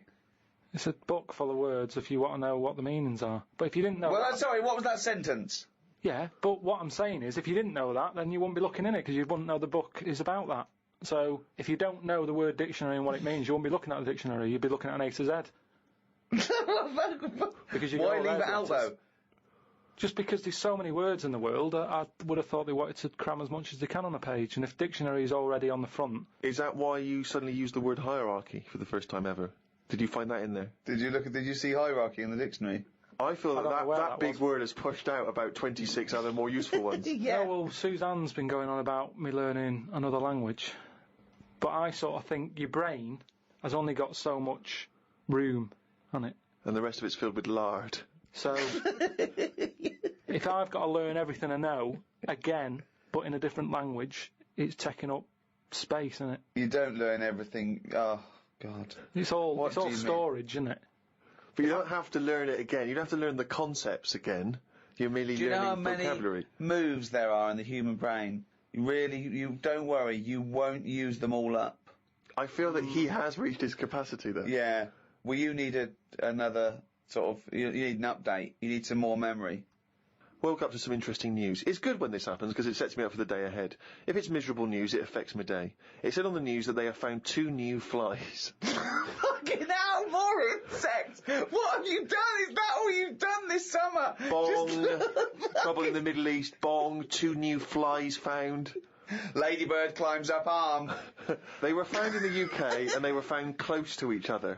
Maybe this happened because they were different than the other flies and weren't expected to hang about together, so that's why they knocked about with each other. That would happen, wouldn't it? What do you mean? There's 2 new flies. What do you mean? Does it mean there are 2 new flies that are a different species? Yeah, 2 new species, and they found them close to each other, right? Yeah, and but they didn't mean there was one of each. No. Yeah, they did. They found 2 different ones. No, they have. Seriously, I know that. That's right. That's a fact. So you've got, like, I don't know the names of them. They give them odd names, don't they? Well, say call it A and fly B, right? Yeah. Fly A, I don't know. Say that's orange. This is just... B. Fly B, yeah. No, this is painful. No, but I'm just making it easy. But Fly B wears a little hat. He's got a little hat. Right, yeah, fine. Now, they found the orange one. I went, look at this over here. This is a bit weird. And they've gone, oh, that's a new species. Log it, whatever. And then the other one went, oh, keep your pen handy. Look at this one, it's got a hat on. So then they found them both within the same distance. I don't know what that sentence means. Keep going. They found them both within the same distance. But without interrupting him, let him finish this point. Let me just make one thing clear. Karl Pilkington just said they found them both within the same distance. Think of that! Don't know what it means, but go on, let him finish this point. So what I mean is, they weren't knocking about with other normal houseflies, because they were probably sort of going, oh, he's a bit weird. leave it. Yet, because the other one was also odd, they're hanging about with each other. Don't you understand that? Why is that such an odd concept? Because you think of it as like two little new kids in school. Yeah. They find out they're both new and they've got something in common. They're both goths, so they start hanging out together. Yeah. And this was on the news, was it? Yeah, just on the radio, yeah. I know if I looked into that story, it would be 90% wrong. Bit tired today, because didn't get to sleep as early as I wanted due to a moth getting in the bedroom. Fuck me!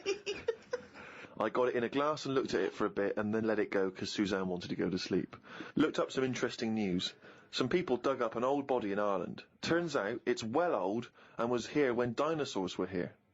The really weird bit is it had hair gel in its hair. Right, what is it? A fella. Well, no, it wasn't around when dinosaurs were here then. Just a bit after. Right, fine. A lot after, yeah, go on. I think any hominid, anything that could even be linked to anything that may become man, is only about 1 million years old, and I think Homo sapien is probably only about 150,000 years old. Dinosaurs are about 150 million to 250 million. Yeah, no, it's not the age bit, that's amazing. It's the fact of, there's a fella, won't have even had shoes on his feet. Right. And yet he was worried about his hairstyle. Right, well that's definitely not true either. This is unbelievable. Well, there was a man on the radio doing poetry, says Karl in his diary. I thought I'd have a go at doing a poem about today. Not really. Steve, I'm a little bit queasy. He hasn't really written a poem. He's written a small poem. No, he hasn't really. Yes. If moths had eyes... Fuck me! let me read the poem, okay? Oh, fuck. You wouldn't interrupt T.S. Eliot. Okay. Oh, okay. If moths had eyes, would they be happier? How do they know they're not dead? Cavemen hunting for food, but not before they style the hair on their head. What would last longer in dinosaur times? A blind man didn't stand a chance. Not with all them rocks about. I'd rather be a blind moth. Right, it may be the greatest poem ever written. Just you know, dissecting it briefly, you attempt to rhyme in the first 4 lines, but abandon the rhyming system in the last 3. Is there a creative decision for that? Can we have Karl read that? By all Sorry, means, yes. just you read it as you would like to. So this is, imagine this, right? Okay, this is going out all over the world. This podcast. And now, Karl Pilkington, a new poet from Manchester, now living in London, England, would like to read a poem. If moths had eyes, would they be happier? How do they know they're not dead? Cavemen hunting for food, but not before they style the hair on their head. What would last longer in dinosaur times? A blind man didn't stand a chance. Not with all them rocks about. I'd rather be a blind moth. He said it as though the last bit was going to rhyme. He said it like it was going to rhyme. Oh, God. No, It's amazing. I think he feels as though the final line, I'd rather be a blind moth, it's going to be one of those great, you know, a summation, that somehow the moth is a metaphor, the caveman... No, but there's no metaphor in that. He really does mean he'd rather be a blind moth. Yeah, well, just because I've looked at the day's news... Can we always do that, Karl? Can we always find a day, right, and always sum it up in your thoughts, a poem? Just like that. I love that structure. I love that structure. If there's any English students or professors or novelists or poets listening, please email us what they thought of that poem, why it's good, why it's bad. So, you know, give us your thoughts on that. I mean, we would love expert opinion, poets, English professors. Just email us at podcast@rickygervais.com. Now, Karl, apart from being a poet, you are an author now. You've written a book, you know, which surprised me and Steve, because as Steve said, we thought you'd read a book before you actually wrote one, but you've proved us wrong, and all your teachers wrong, and everyone in the world who thinks you're an idiot. It is actually a very good book. I mean, a lot of it is transcripts from, you know, the podcasts, but you've answered some of your critics, haven't you? And you've tried to prove some of your theories. It's everything about Karl. It is like... All the drawings. All the drawings. There's new stories, isn't there? I mean, there's so much effort. I can't believe it. He's been working on it for months. And it's out on the 18th of September, but you can order it now, can't you, on Amazon.com and Amazon.co.uk. What's that book called? It's called The World of Karl Pilkington.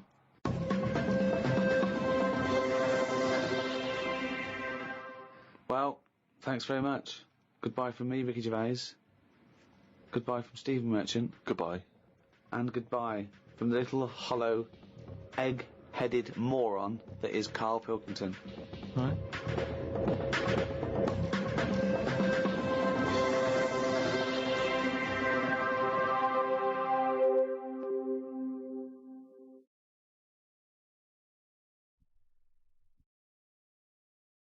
Audible hopes you've enjoyed this programme.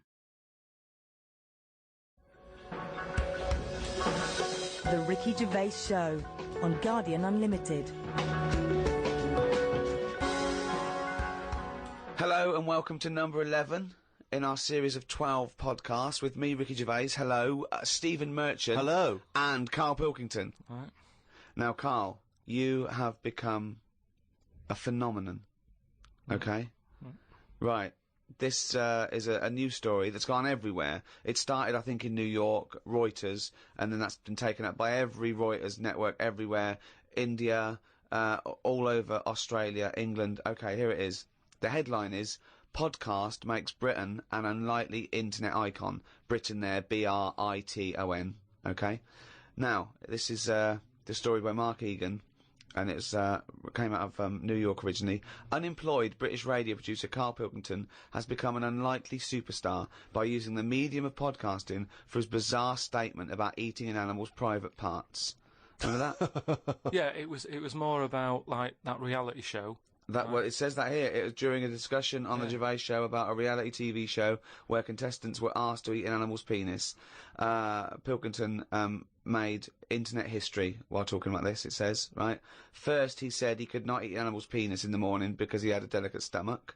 He then proclaimed, using the British slang for penis, I could eat a knob at night. Okay?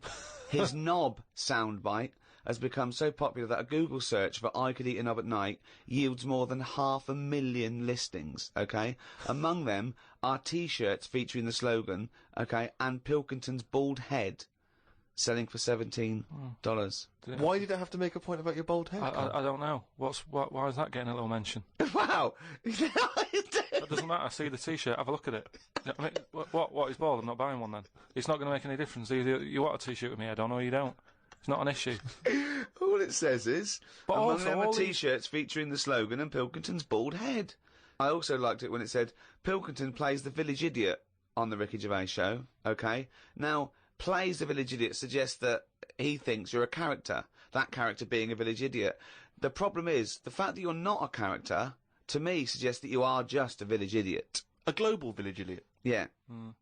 Now... Just on the websites, though, when it said... There's loads of websites about eating a knob at night. Yeah. Have they looked at each website and gone, yeah, that's to do with the podcast? Yeah. Or is it just like gays and that saying, oh, I love a bit of knob at night? It's a valid question. It's a valid question. That's why you're an internet icon, Karl, because you say things like that. After Gervais mused on the show that the soundbite could be used in a dance remix, it took just a few days for the internet to be awash with songs using the soundbite as a hook. So what do you think of that, Karl? Oh, I mean, is it big in India? Well, I don't know. It goes around the world. This is a story. I know, but I just can't believe world... the problems that if I was in India, I wouldn't be getting upset about someone in London talking about a knob at night with the problems they've got. Well, I don't think anyone's getting upset in India. No, he's just saying that the information's... I can't imagine people walking around India. Have you heard that song, Knob at Night? I can't imagine that happening with the, they're hungry and that, and it's dusty and everything. That's your image of India, is it? They're hungry and it's dusty. I assume it's, the parts of India that aren't dusty and in poverty. There is a lot of poverty in India, but there's also, Yeah, but these parts it's still a major civilization, and the people that live in apartments with computers, they probably might tune in. But I don't think it's an issue all over the world, is it? Because there's some places where they eat dogs. They'd go, no, at night, not a problem. Might not be a bad thing. You go, why was that out on a T-shirt? I had one last Wednesday. Not an issue. What do you mean? No, that's what I'm saying. Yeah, again, if there are cannibals listening, if there's, you know, in places that you wouldn't travel to, and they get hold of a little laptop and an iPod, and they listen to that, I can eat a knob at night, then they're going, what's the problem? What's the big deal? We love a knob at night. Yeah, we love a little knob at night, yeah. Bollocks in the morning, knob at night. That's the rule. But what about the fact that they're saying you're a phenomenon, a global phenomenon? Because when you were, you know, a tiny little round-headed mank growing up in Manchester, you could not surely have ever anticipated that you would one day be described as a phenomenon, an international phenomenon. But, you know, at the end of the day, I went to that school, you know, with a kid with a big head and webbed hands. Now he should be being talked about. Well, his name, he doesn't want to be talked about. If you've grown up with a big head and webbed hands, the last thing you want to be is talked about. He wants to put on to blend into society. He wants to put on a bit of a pair of mittens and paint his head like a crash helmet, so people think, oh, it looks like a big head, but it's probably just a crash helmet. Yeah, just go about his business. Yeah, unnoticed. Won't get stopped on a bike or anything. Yeah, but I say if you've got something that's a bit weird, use it. That's what we're doing. That's exactly what me and Steve are doing. We have got something that's a bit weird, and we're using it. And I want to speak to the people all around the world. Thanks for listening. But how famous can you make Karl Pilkington? Are you a journalist? Please write about this for people who probably haven't listened to Karl. Talk about Karl Pilkington. Put a little poster up in your window. I love Karl Pilkington. Print a badge. Give it away. Email your friends. Tell one person about this podcast and let them discover the amazing beauty that is Karl Pilkington's mind. Right.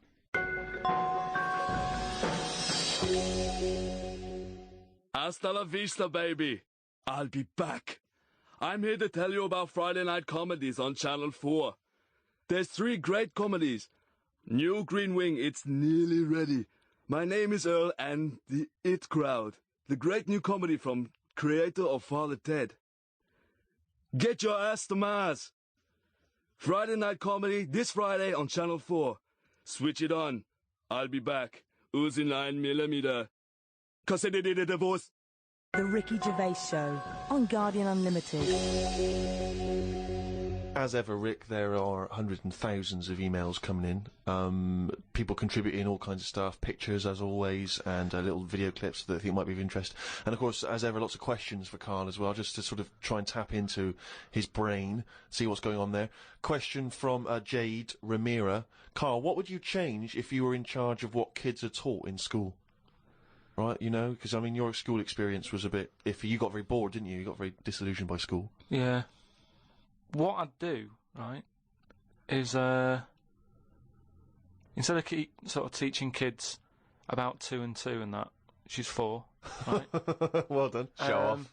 I think they should be asked more questions that make them think rather than something that has just got an answer. I totally agree. Right? So, to teaching them the quest for knowledge, inflaming their imagination. But just freaking them out a bit as well, just going like... See, I knew that's where it was going. Because as soon as you started talking, Rick, I was thinking you're thinking some of the big existential or philosophical questions. You know, what does it mean to be human? What does it mean to interact with other humans? To be a human. Or teaching them sort of like philosophy on a basic level, that, you know, teaching them the love for learning. So, you know, get them up to a roots level so they want to learn and then they will learn, as opposed to just teaching them facts. Whereas... He was thinking, freak them out a bit. Yeah. No, just like, you know, like I read the other day, and someone sent it in on email, like, how there's a dishwasher that's been found on Mars. Rubbish. Whoa, what? Right? But it's not true. So tell them that. But it's not true. Go home and write about it. How did that happen? But it didn't happen. Well, it did happen. It was in a science magazine. No, it didn't happen. There's not a dishwasher on Mars. Why not? Because... What do you mean, why not? How did it get there?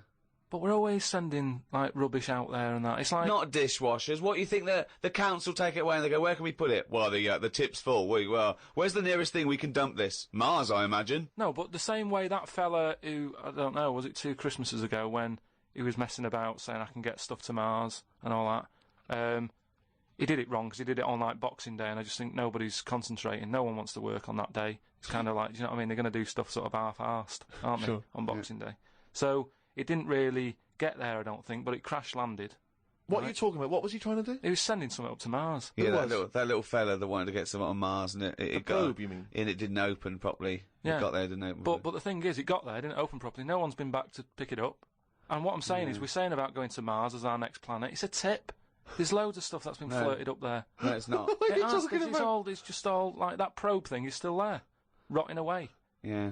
So, ipso facto, there is a dishwasher on Mars. We've settled that. Why would they have a dishwasher on Mars? Would they take the dishwasher up in the space shuttle in case they had dinner parties? What are you talking about? I just think they would have a little dishwasher in there. There's a lot of them. Tight space. You don't want to... Who's going to do that? You know, that means... Do you know how much fuel it takes to move a kilogram? Yeah. Out of the Earth's atmosphere? So they're going to take up a dishwasher, are they? Sorry, but what are they cooking up there, Carl? How many people does it take to fly a rocket? How many people? Tell me how many people. Well, it's either one monkey with a banana shoot that feeds it, or probably 2 or 3 humans. Right, say it's 3 humans. Yeah. Now, there's 3 humans, because they need one to steer it, one to, like, be going, yeah, we're all right. Yeah, one to make some hors d'oeuvres. One to stop at the petrol station to get more. What I'm saying is, if you're going to start having a sink, then whoever's washing up... They haven't got a sink. I know, because they've got a dishwasher. He's got you there. But anyway, I'm not going to go into that, but all I'm saying is, teach kids things about... Say to them, right, when you go home tonight... There was dinosaurs knocking about ages ago. How would you have lived with them? Get on with it. See you later. Well, they didn't. I've told you this before. You got a lot of your information from the Flintstones and 1 million years BC with Raquel Welch. There weren't dinosaurs knocking around where there were little fellas knocking around in furry pants. No, but just sort of saying to them, all right, then, here's a different question. Go on then. Would it be better to have dinosaurs knocking about now whilst we're here? Because I put that in my diary the other day, that when you think about it, there's a population problem. Yeah. There's too many of us. Yeah. We're saving people all the time. No one's allowed to get injured anymore. You've got to, wear a helmet when you're on a bike. There's speed bumps to slow people down. Zebra crossing. Cures for illnesses. No one's dying anymore, right? Well, I think they are. Not as many as they should be, because the world's crowded. All I'm saying is there's still people dying. I think there's still people dying. Not that many, though. Yeah, I think there's still millions of people dying. Apparently, a handful. Loads of people are living longer. And that's the problem. So what you I'm feel that you should introduce Tyrannosaurus Rex into, say, London, just have him wandering around, just picking people off. That's what, just sort of random and that, because I don't know, I mean, I'm not wishing that anyone I know dies and that, but all I'm saying is, I don't know anyone who's died for ages. Right. Whereas if a dinosaur was knocking about, you'd go, Neil's gone missing. Yeah. And Nora's had her head bitten off by a... Whatever, I just think then it is survival of the fittest, which is, we've lost all that now. You don't even have to be fit to survive. You just keep sticking a new lung on you. Or... Do you know what I mean? They can do too much now to keep people going. They just keep sticking a new lung on you. Question from Kevin. He says, Carl, other than the famous boxing match that you've often talked about, I know that took up about 20 minutes of your time, have you ever been in any other kind of fight? I don't suppose a slanging match. I think they're talking, have you ever been in a physical fight? Once that I can remember. It was over a woman. Well, a girl. I was at school. Yeah. And it was because, like, it's hassle, innit? Right? Relationships when you're younger. How old were you? About 7. It was over a woman.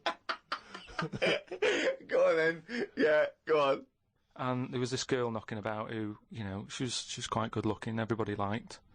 And my mate, he really liked her. And I didn't sort of ask her out on that, but she just sort of took a shine to me and stuff, right? And didn't really go out with her properly. It's at that age where going out with someone is just like sort of going, all right, in the morning. Do you know what I mean? You just sort of nod your head. Yeah. And that. Anyway, there was some sort of school disco. And they were playing Spin the Bottle or something, right? And I sort of wandered over to see what was going on. And I stood on this girl's dress and put a hole in it. And she started crying. I was like, oh, I can't be doing with this, right? What's up with you? It's old, what's up with you? And everyone's going, Carl, what are you doing? That's meant to be your girlfriend and that. You should be sort of saying, oh, I'm sorry, and giving her a hug and all that, and saying it'll be all right, we'll sort the dress out. I said, oh, I can't be dealing with this. No. Right? So she's crying her eyes out. I said, it's over, right? Oh, it's over, you saying, right, in the morning. Yeah. No more of that. Yeah, there's no more. Right. In the morning. So I go to the toilet, right, and this lad who fancies her comes in and goes, "You're out of order," you know. And I'm saying, "What are you on about?" Sorry, there's two 7-year-olds. Yeah, you're out of order. Keep out. Yeah. Cut it out. Show her a bit of bloody respect. Sorry, were you wearing trilbies? Yeah. He put his cigarette out in the sink, and he just said, "Leave it." Get out of my face. So I just sort of said, "Look, why are you getting involved?" and all that. Yeah. Two 7-year-olds. Yeah. Why are you getting involved? And it was obviously like because you know he fancied her and that. We had a bit of a fight in there. Yeah. I accidentally, you know, sort of chipped his tooth on a sink. Right? Wow, is it like a proper... Sorry, this is like someone from Lock, Stock and Two Smoking Barrels. Yeah. What are you talking about? Two 7-year-olds in a toilet. So you put a hole in her dress. I don't know how that happened. What were you wearing, football boots? How did you make a hole in her dress? I don't know, it was like that sort of material. You were wearing winkle pickers. Like crepe, you know what I mean? It was like a crepe dress or something. Yeah. Right. And that got a hole in it. So you're having and when you say you're having a fight, I mean, are you wrestling with it? You got arm locks and head head bit of locks? wrestling and shoving about and that, and it was an accident. I didn't sort of go, right, I'm going to break your teeth or anything. It's just that I happened to push his head down, and his tooth hit the sink, right, and it chipped and what have you. After that, like I sort of left there and stuff, and we had to go into assembly, and there was a copper in there doing some presentation saying, "Listen, kids, you know, don't get into trouble, because we're out there and we'll get you." Right, so sort of try to teach the kids young not to get into any trouble and stuff. So I'm sat in the assembly room thinking, oh God, there's a copper here talking, and like my mate's going to come in a minute, like with a chipped tooth and everything. And questions are going to get asked. That's what kind of happened. I mean, the coppers didn't get involved. Yeah. Did you turn your back on violence after that then? Yeah. He said, "You'll never take me alive, copper." Yeah. So yeah, that was the sort of last fight. Brilliant. The Ricky Gervais Show on Guardian Unlimited. Some of the questions coming in now, Rick, are just, I don't know what they're intending, what response they're hoping for, really. This is one from Rob. He just says, I was just wondering, what are Carl's views on the human appendix? What do you think, Carl? What do you think of the human appendix? Never worried about it. Well, no, I think Rob's point is that it's sort of pretty redundant now. Yeah. The appendix used to be an organ that was packed with these enzymes that help break down things like cellulose, but because of our diet now and because cooking and other things, we don't need to eat a lot of cellulose. We don't eat very, very low grade things like rabbits, for example, huge appendix and cecum, and they use it to break down cellulose. They actually eat their own feces to get it through again, but we get a lot of nutrients out of food now. We eat very rich food, so we sort of don't need the appendix. And also, when something goes wrong with the appendix, if it bursts, it can infect you and you can die from it. So sort of what's the point in having it? We don't need it, and it can only cause us harm. That was the question, I think, that Rob was putting to you. So now what are your thoughts on the human appendix? So this is kind of what we've talked about before, where... He always says that. He always says something like, "Oh, we've talked about this before," and the thing that he's talked about is nothing like it. Yeah. There's never... Go on. No, but just like, in the way that we've messed with our body, and we've messed with the world too much. Yeah. If we've got an appendix, we must need it. If it's dangling about, right? Well, no, because such is the human evolution is, that as you said before, you know, it's no longer based on survival of the fittest, because we can fight nature and combat it. So our evolution, if you like, socially and everything else, it has been much faster than our biological evolution. What I mean is we've obviously interfered somewhere along the way, and we have interfered. Yeah, we shouldn't have done, because it's the same way. Like if we didn't have planes and that, would we have wings now?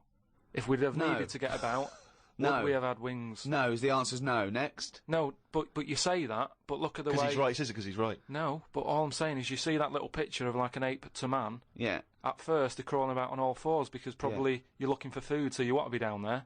So right. if you're on both legs, you're missing stuff that's on the floor. What sort of time period do you think this... Because, I mean, we started, dabbling with a plane maybe 100 years ago. So what sort of time period do you think this little thing who was scrabbling around looking for food stood up and walked? I don't know. I sort of don't worry about time. Sort of well, I'll tell you now, we wouldn't have wings now. If the Wright brothers had said, forget it, we wouldn't have wings now.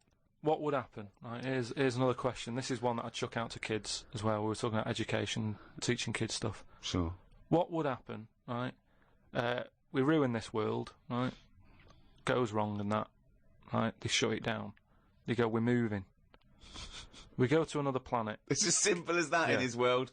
It's as simple as that. We can't go to Mars because it's full of stuff that used to be in Dixon's. It's like a tip. Yeah, it's a nightmare. So we can't go there. We go somewhere else. So you find another planet, wherever it is, right? Wherever it is. Easy.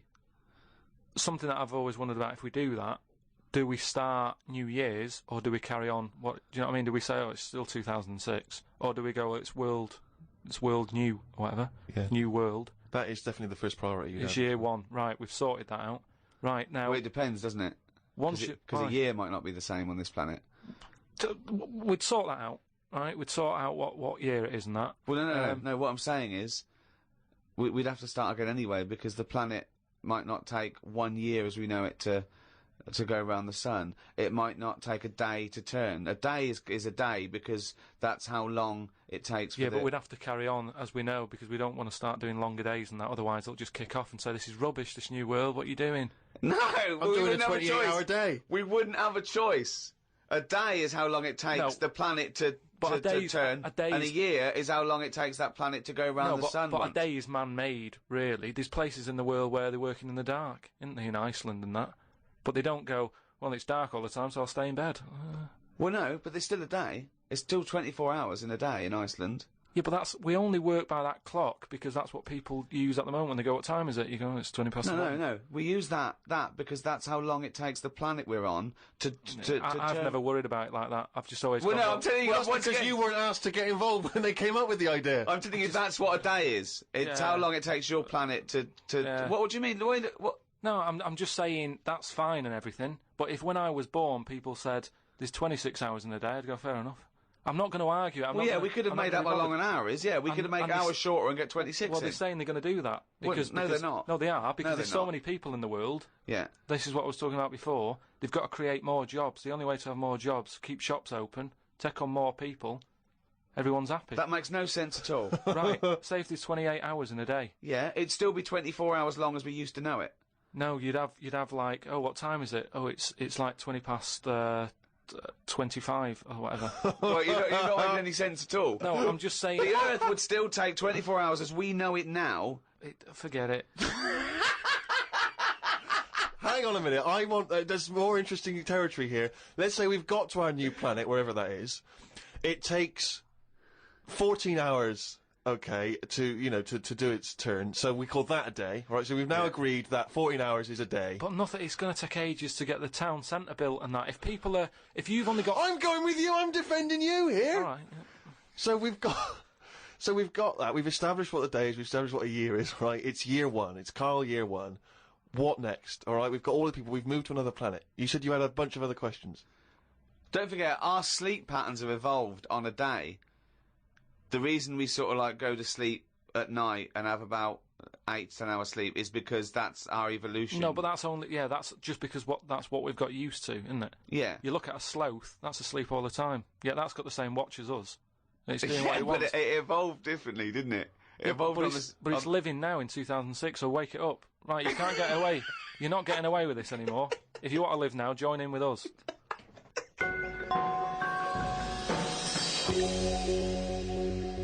Well, it's that time again.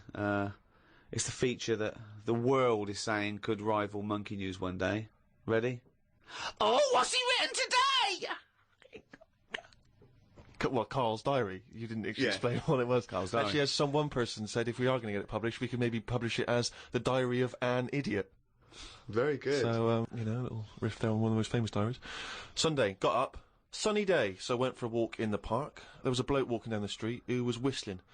Some kind of annoying tune. He seemed quite happy with himself. Do people only whistle when they're happy? I don't whistle very much. It's a good point.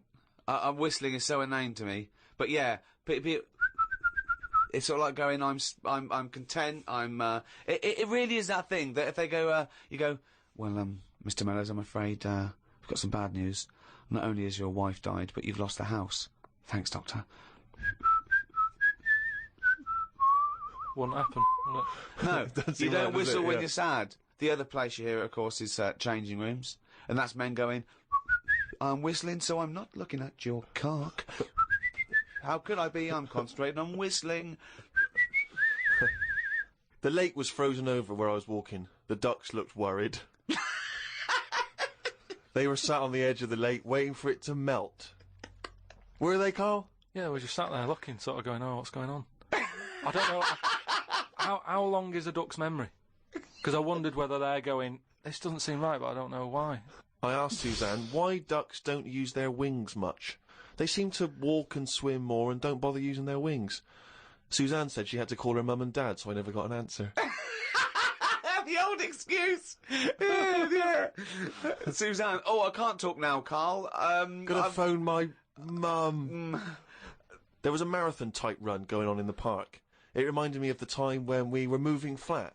It was the day of the London Marathon.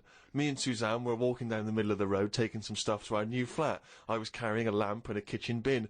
People were clapping me, thinking I was doing some kind of fun run.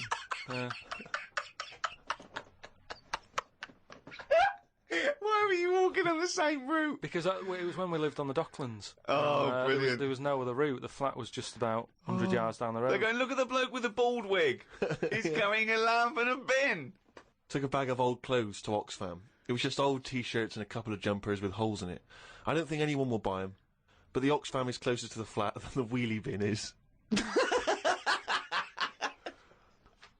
On the tube on the way back home, saw an advert for a book about a woman who works in a funeral home.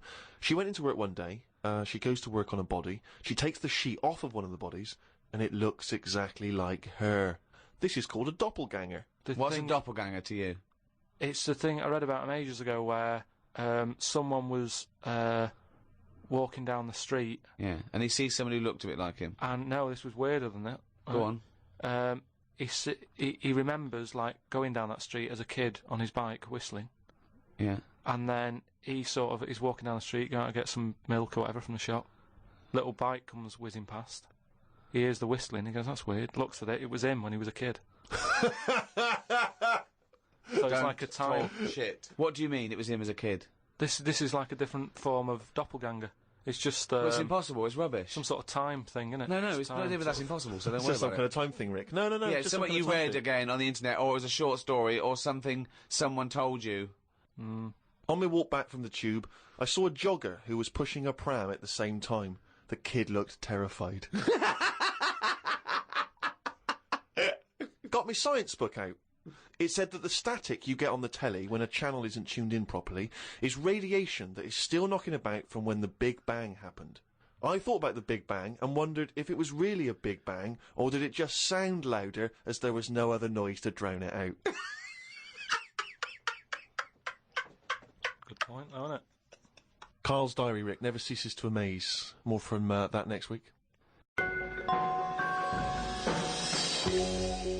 Hey, fool! Don't give me no back chat, sucker! I ain't here to mess with you, I ain't getting in no plane.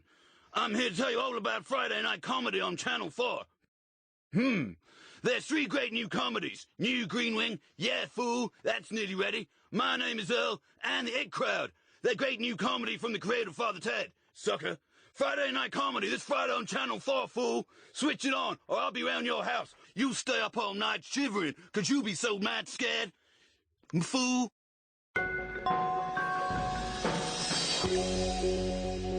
Oh, well, it's that time now. Yeah? It's the big one. Oh, chimpanzee that monkey news! Right, there was this, monkey? This fella, right, who, he had a problem with his eyes, right? Yeah. So, he goes to the doctors, and he goes, oh, I've got a problem with my eyes. And he goes, yeah, they're bad then, right? He goes, it was in America, you know, like how you have to pay for medical stuff and all that. Mm-hmm. And the doctor said, oh, if I fix them, it's going to be like 10 grand, right? Mm. He's like, but I haven't got the money, doctor. He goes, well, I can't help you then. You know, there's a lot of people with bad eyes like them. Can't do anything for you. Mm. So he goes, oh, it's getting worse. I can't do anything. Oh. So anyway, so he goes home. Is that the price of human eyes, is it? So he goes home, he's looking in the paper, right? And he sort of sees in the adverts at the back. And there's a little advert there saying cheap doctors, right? No, bollocks. Oh no. No. So he's thinking, oh, maybe that's what I maybe that's what I need, right? So he calls him up. Woman's there. She's like, wait, what can I do? He goes, I've got bad eyes and that. She says, oh, come in tomorrow, we'll sort them out. She's like, brilliant, I'll see you then, right? So he goes down there, and he says, right, you know, I can hardly see, my eyes have got in really bad state and what have you. Right. Need to have them sorted out. I don't know what you do, whatever you do, Right. I need Now, doing. his eyes are so bad, can he see the doctors? He can... Not really, Can't sort really- of he's squinting squinting. and that, but, you know, so he's like, do I need to see the doctor to, you know, have a word and tell him what problems? She's like, no, don't worry about that. Don't worry about just, No, I'd be comfortable if it's a... just, you know, just let me inject you, and we'll knock you out, and we'll get on with it. And it's like, get the well, doctor in. Can I just tell you something about chimps as well, just before you continue? Go on. You know, they don't have opposable thumbs. Now, which is why what- are opposable thumbs useful, Rick? Well, to grip something, to do anything like, you know, even simple stuff like writing, so let alone surgery. So without an But opposable can I just check Go now? on. So if I was a doctor and I was doing any form of difficult surgery, would I need opposable thumbs? You'd need opposable thumbs To be a doctor, And without okay. you couldn't do anything. You could. Thanks for clearing that up. Because the opposable thumb allowed something in our evolution called the precision grip. Right. So without that, you couldn't do anything. I'm just glad they've got that cleared up, thanks. So anyway, so he's had the injection, he's nodding off and what have you, right? His eyes are sort of closing and that, he hears the door open, he sort of just sees this little fella coming in, he's like, hello, doctor. And he's trying to, like, make a chat with it. Sure. But, like, he's just nodding off. No, just Oh, he he's never or she, called a was doctor. it he or she? These people have done 7 years medical Deeply training. respected people. How could you call it it? So anyway, he thought, oh, it's weird he didn't answer, but, you know, doctors can be quite moody, you know, they're highly intelligent, they don't need... Especially little hairy ones. Well, just idle chit-chat. There's no room for that, do you know what I mean? It's like, I'm here to do a job. Yeah, but if I'm going in to have my eyes done, I want a little bit of idle chimp chat. So anyway, time passes, right? He sort of wakes up and he opens his eyes, right? And it's brilliant. He can't believe it. Eyes are perfect? He's had the op. He can't believe the sight. He's like, nurse, right? And the nurse comes in because I can't believe it. This is brilliant. I've never had this such good sight. Do you know what I mean? Even when I was a baby, Yeah. and my eyes were new, Yeah. I didn't see this good. Great. So she's like, well, you know, that's You realise the nurse is a panda. that's what we do, right? So he said, right, so can I just see the doctor and just say thanks and that? And she's like, well, to be honest, you know, he's specialised in what he does. There's a lot of What work. a load of bollocks this is getting. Please. Where did you get this from? No, come on, let's hear the end of the news. There's a lot of like operations he's got to do. Yeah. So you know, leave him to it. He's just having a kid. You know, I'll let him know that you were grateful. You know, pay us a check. Off you go. Go and enjoy looking at stuff. Yeah. So he said, no, I just what's wrong with that? I just want to see that. She's No, like, that's no, fine. leave it. Just leave. Yeah, exactly. Leave it. If And he he's says like, pay yeah, check. but I can't. You know, I want to thank him. So he's done such a good thing for me. So they're getting into a bit of an argument and what have you, and the voices are raising, right? Door opens. Going to wake the doctor up. Well, that's what they did. They woke it up, right? They woke it up? It? So the door opens, right?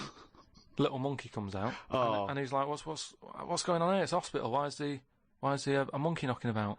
Yeah. So the woman said, "Well, what do you mean? He's the doctor, right?" So he's like, "You are having a laugh, aren't you?" She goes, "Look, don't complain. Your eyes are sorted. Yeah. You know, the doctor's done it. What's the problem?" He said, "Well, if I'd have known that, I wouldn't have come here." She said, "Well, what do you mean you didn't know that?"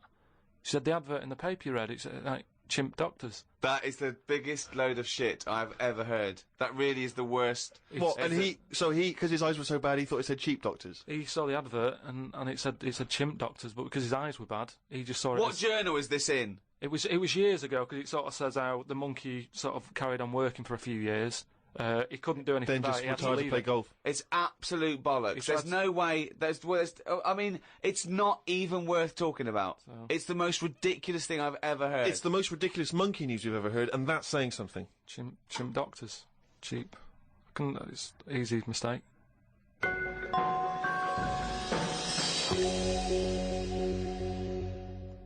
Well, that's the end of another podcast. That's week 11. We've got one more to go next week. So go to rickygervais.com, see some of the things we've been talking about, register, so we can let you know what's happening when we're back. Who hosted this podcast? It was the great guys at Positive Internet who host the world's #1 podcast, The Ricky Gervais Show, with me, Ricky Gervais, Stephen Merchant, bye-bye, and Karl Pilkington. The Ricky Gervais Show on Guardian Unlimited.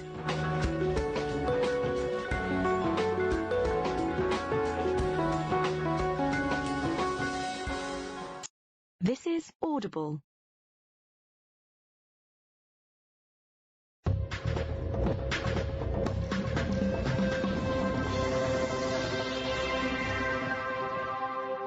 Hello. Hello, welcome to number 6, the final episode in this season 2 of the Ricky Gervais Show with me, Ricky Gervais, Stephen Merchant. Hello. And Karl Pilkington. Alright.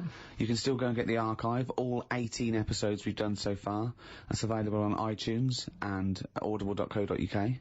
And there's a little video diary we've done, a little free podcast. We may go into free podcasting, but in video, Steve. And there's a little free taster up there. So check that out. Go to rickygervais.com to find out all news and everything. But come on, let's get on with this episode. We're here and now. This is right. Yeah, absolutely. Here we are. Good. Carl, go. I've got some bad news to start off with straight away. The world's oldest tortoise, a 250-year-old tortoise, died last week. Did it? Yeah, in a zoo in India. 250 years old. So would that have had that thing that they say about how you get a flashback of your life? You mean your life flashes before your eyes? Yeah, they say, don't they? Just like on your last breath or whatever. You like see you coming out of the womb and everything. Well, one, I don't believe that's true. I don't believe your life flashes before you. I don't know what evidence we've got. People who die say, you never guess what's happening. No, but there's loads of things that have happened where people go, oh, that's weird. That goes to show that we've been around before, or no, it doesn't. There's none. I have no evidence for that. Well, I told you that time when it happened to me when I was younger. Go on. Your life flashed before your eyes? Well, it wasn't like a flashback, but it was close. It's the next thing next to flashbacks.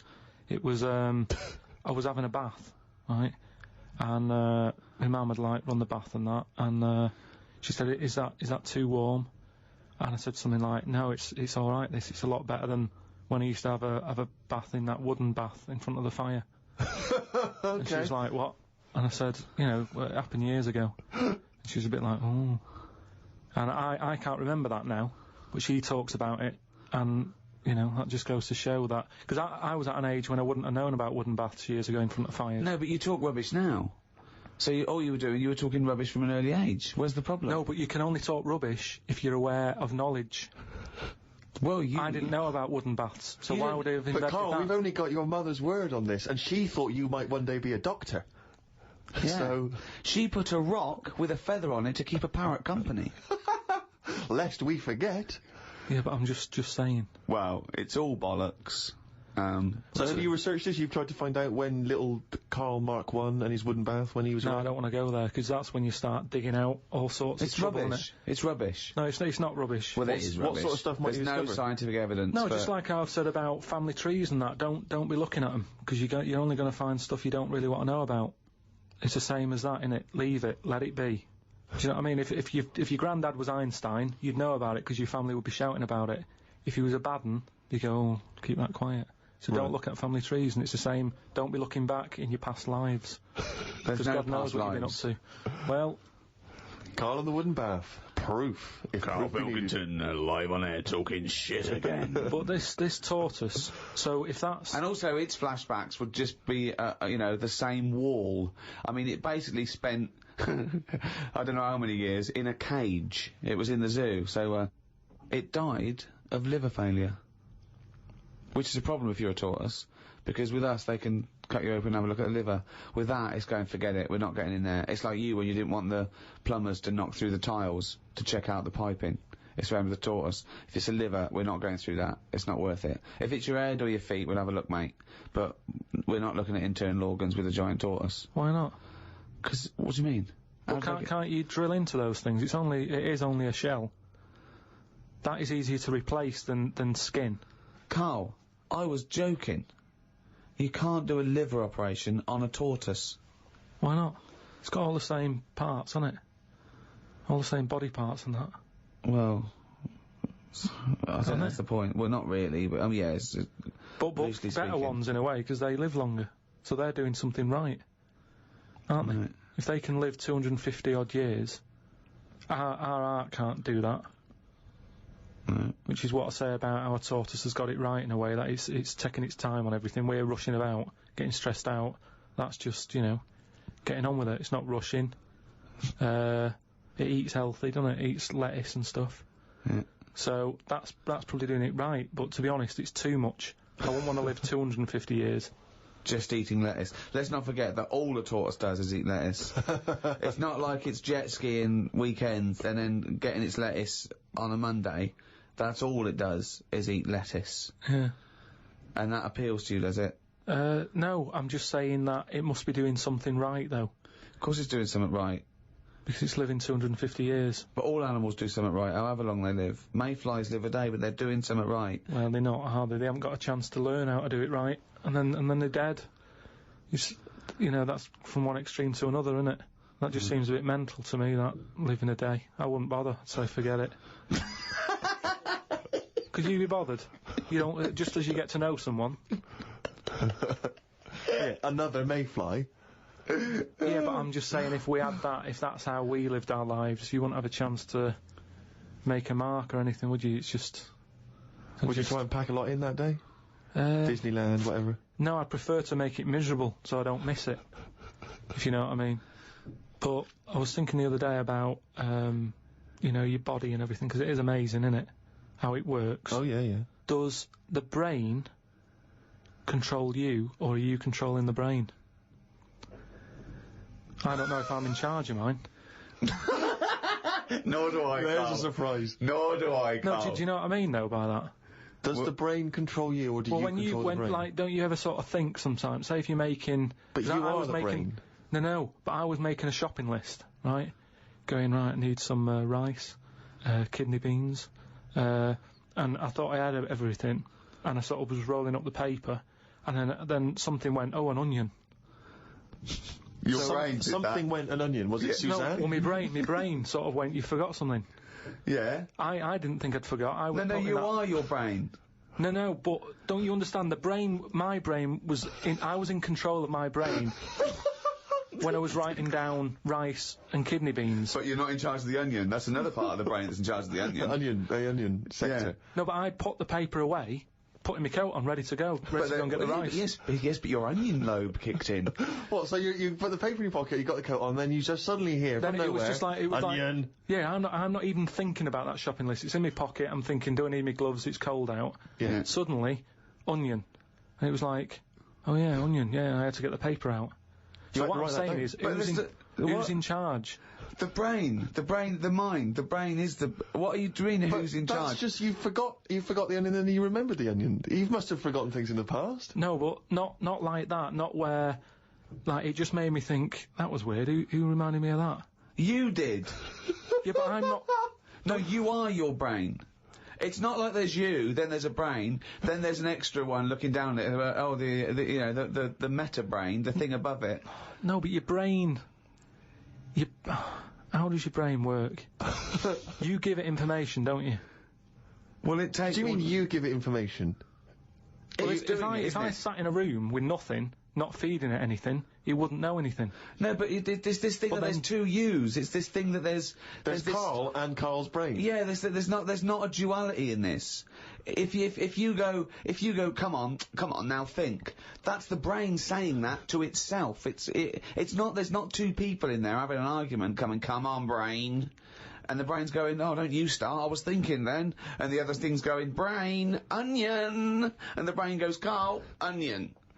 You are your brain. If you are anything, you are your mind, your brain, your collection of memories, your personality. You're not what you look like. Does that answer your question, Carl? What do you think of then? You were thinking of a tortoise on a skateboard then when I did that last sentence, weren't you? I, like you, Rick, I'm always annoyed and embarrassed when we have to concede something to Carl. And it seems though each week I look on the emails that we've got, and once again someone has found some evidence to support some of the nonsense that Carl has come out with. Now, you remember we were talking about his concept of putting a giant mirror on the moon, because why should we have to go into space? Then we could just look up at the moon and we'd see the Earth reflected back at us, and we'd think, ah, that's the Earth. Isn't it great? I can't see myself backing down on how ludicrous this is. No, indeed. Although also, someone, I think they're really being very picky. They were picking you up on a technical point because I think one of your criticisms was the idea that the moon is moving and thus the mirror would, you know, be absent from view for some time. Although people have been claiming that the moon, there's always the same face of the moon that's shown to us. There's always the same side of the moon is always visible to Earth. That's when they talk about the dark side of the moon. It's not just light. It's the fact that we can't see. It's the other side of the moon. But we move, so it's not always present. Well, no, but it would always be present to someone on Earth. Yes, I know. Wait, this is the thing. These people don't know what I know. I know that Karl is thinking of looking up there and seeing himself looking back. That's what he's hoping. Like when you're going along in a car and you see a shiny building, you go, oh, that's my car. And you wait. That's what he's hoping to see. He's not doing it to gauge the speed of light and think and change like that. He's not doing that. He wants to look up through a telescope and wave. Yeah. That's what they don't realise. I know what he's thinking. Do you want to respond, Karl? He's got the problem with the moon is. Here's a statement. The problem with the moon is ... Yeah. The problem with the Earth is there's too much water. Yeah. No, the moon. It's been around ages, hasn't it? Yeah. But it's got no history. It's got nothing to show for it. Just a load of old rocks and stuff. Yeah. And for me, history is created by stuff happening on it. So really, the moon, even though it's old, in a way it's new. Because it's untouched and that. But we don't go to the moon to visit museums or arcades. No, but say like Henry VIII, right? You watch Antiques Roadshow or whatever, and some woman goes, "Oh, this plate you've got, this was Henry VIII's." And as you can see the knife marks on it. Oh look, there's some chicken on it, right? And you go, oh God, yeah, that's amazing. Then someone goes in and goes, here's a plate of Henry VIII's, but it hasn't been used, it's still in the box. You'd go, well, it's not as good, that. It's got no history. No, because very often on the Antiques Roadshow, they have Henry VIII's plate with a bit of chicken on it. They kept that. Don't throw that away. Why? Arthur Negus are like that in a few hundred years' time. No, but do you understand what I'm saying? Things are only good if stuff's happened on it. The moon, you're up there, you're having a look, you're going, no one else has even been here. But you go to the moon for research purposes, for scientific research. There, Steve. What do you mean there's nothing there? They're examining the soil and the environment and the air. It's just a long way to go. Well, they're not doing that, are they? They're just not doing that. Well, they're not, are they? Because last time they went up, they were playing golf or something. There's golf balls up there that they've been whacking about. What sort of research is that? That's what I'm saying. There's nothing up there, so why else would you go all that way and go, oh, nothing here. Fancy a knockabout? Why are they knocking golf balls about if there's really important stuff to look at? You don't see people in museums going, fancy having a knock some golf balls about? No, I'm looking at this vase. Oh, right, that's interesting. But on the moon, nothing. Nothing to look at. What other games have you brought? That's what I mean.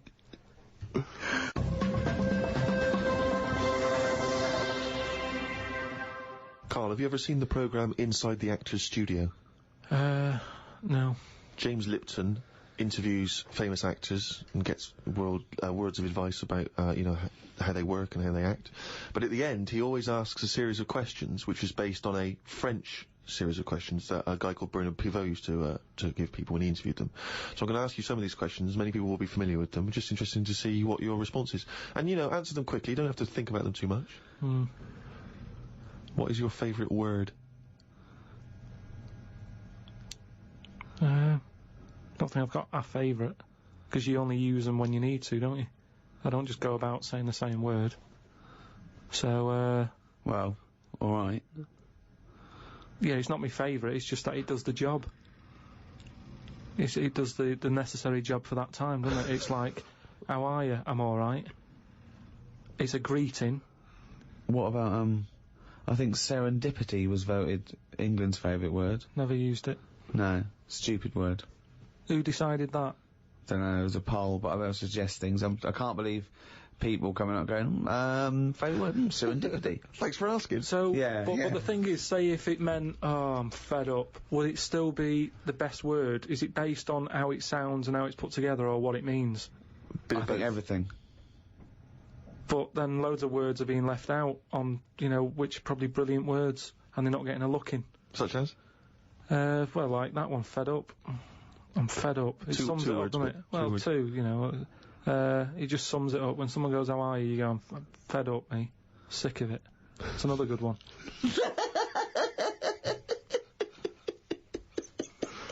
Oh, we're getting somewhere. Come on, some of your other favourites, right?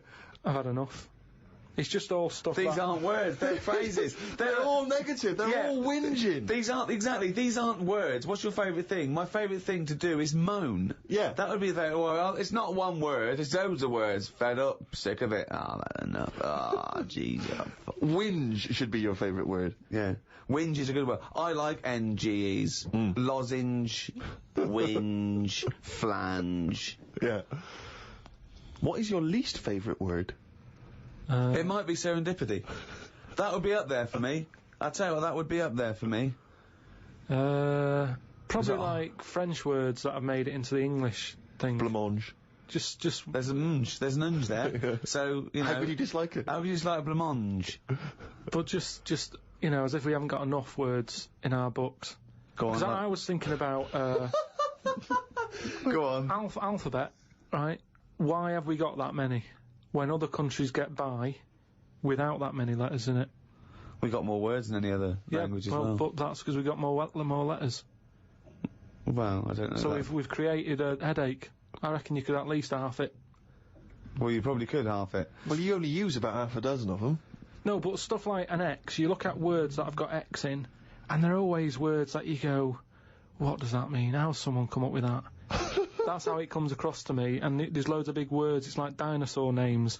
It's like, well, look, nobody was about when they were knocking about, so let's make up some names for them using the letters that hardly get used. They've all got Y's and X's in them.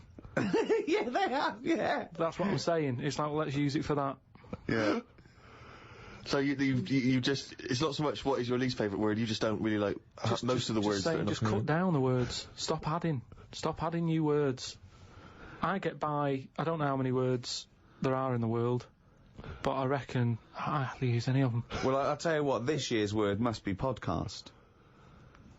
Yeah, but that'll be in the dictionary, and but it's made up, innit? It wasn't here before, it's just another one. This is what I'm saying about... But what else would you call this? You know, there is a new concept called podcasting. That is a podcast. But it's also a broadcast. We had a word for it. It's still a broadcast. Yeah, but they go, oh, you're a broadcaster. Oh, what radio station? No, I don't work on a radio station. I do a radio show, but I don't understand. Well, I do a radio show and I upload it, and I don't understand. It's called a podcast. Done. Here's another idea. Add a new one. Get rid of an old one. Last one in, first one out, or whatever. Do it that way. That's a good way. What would you get rid of then? So we've brought in podcast this year, but what word would you lose? Well, what's the name? Those birds that died out. Dodos. Get rid of it. If the bird's gone, the word can, surely. It's almost profound. Oh, it's amazing. It's great. Oh, God. What turns you on, creatively, spiritually, or emotionally? Learning. That's a nice answer. Yeah. Excellent. Will you say that? Yeah, but everything you teach me, I take it in. It's just that sometimes I go, I don't get it. But that still counts as far as I'm concerned. Well, no, it doesn't. Learning is knowledge is. There must be some sort of retention. You can't say I've got a great memory for a second. You can't say that. It has to stay there, and then knowledge has to be, applied. You can't just have all this knowledge that isn't applicable because it's useless.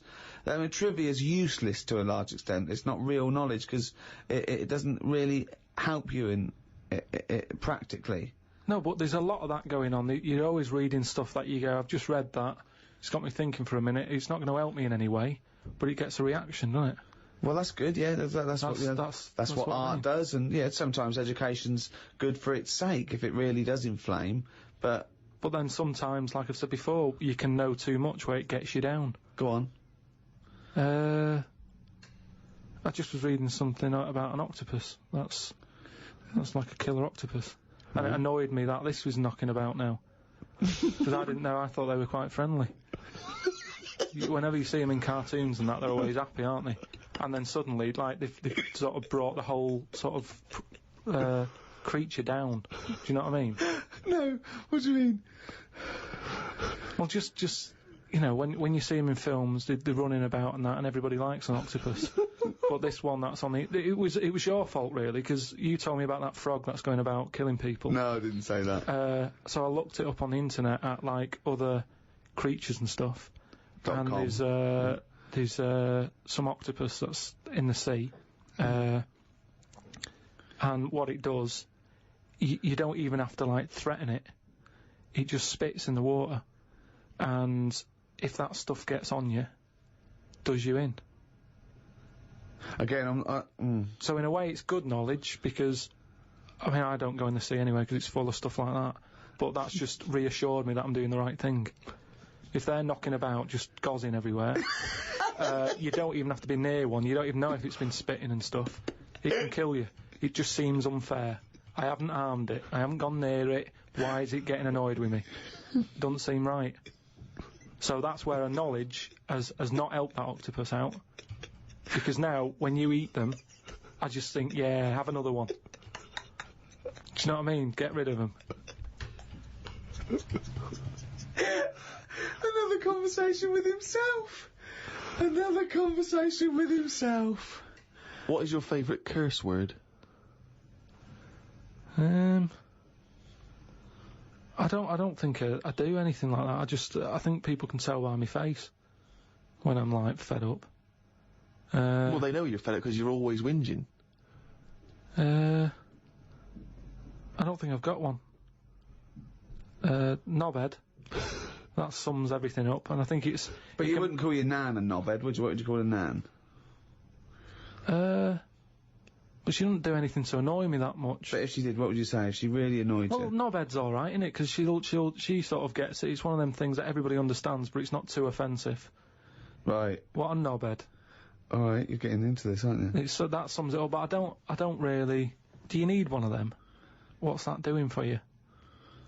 It's better to think, innit? Like, okay, I've just slagged off that octopus, but at no point was a effing and jeffing about it. You know how annoyed I am with it. I don't have to start swearing about it, and that's... What would you do, though, if you were swimming, right? It was a nice little thing, you're on holiday, right? And there's this octopus there, and you're going around, right? And you just see it start spitting at you, poison. What would you say to it? Well, it's too late then, innit? And I'd kick it. And I'd say, you knobhead. I would, but what's the point? What's the point in getting annoyed now? Because it's done its stuff, hasn't it? He's kicking and calling it a knobhead under the water. What is this octopus thinking? Oh, God. Oh, okay, you fucking eight-legged shit. I'm not bothered. I don't know what you're saying. Fucking cunt of a mollusk. I'll just spit at you again. It's not bothered. You slimy little fucking boneless wanker. This is why the face Are you still talking to the octopus?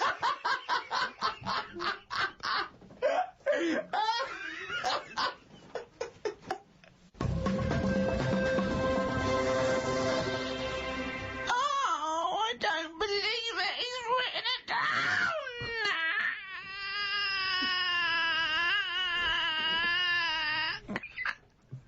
That's downloadable as a ringtone. And it's also the jingle for Karl's diary. Just reading excerpts of Karl's diary. Went home and looked up Freud on the internet. Didn't find him that interesting, so looked at some other philosophers instead. Socrates, Aristotle. Why have you just listed some philosophers? Just to show that I'm learning. Well, that's not learning. That's just learning their names. That's a list. You might as well write 1 to 100. Yeah, but if someone says, "Oh, what's your favourite philosopher?" I'll go, "Hang on a minute," and I've got them written down. But why? You can't just Wait a minute, I'll go home, get my enormous diary out. Yeah. Get a wheelbarrow, bring in my workings, and say one of the names I've written down. And when they say, "Well, why do you like him?" Yeah, why do you like, just run away. Well, I noticed you put Socrates first. Why is he your favourite philosopher? You throw the diary at them and leg it.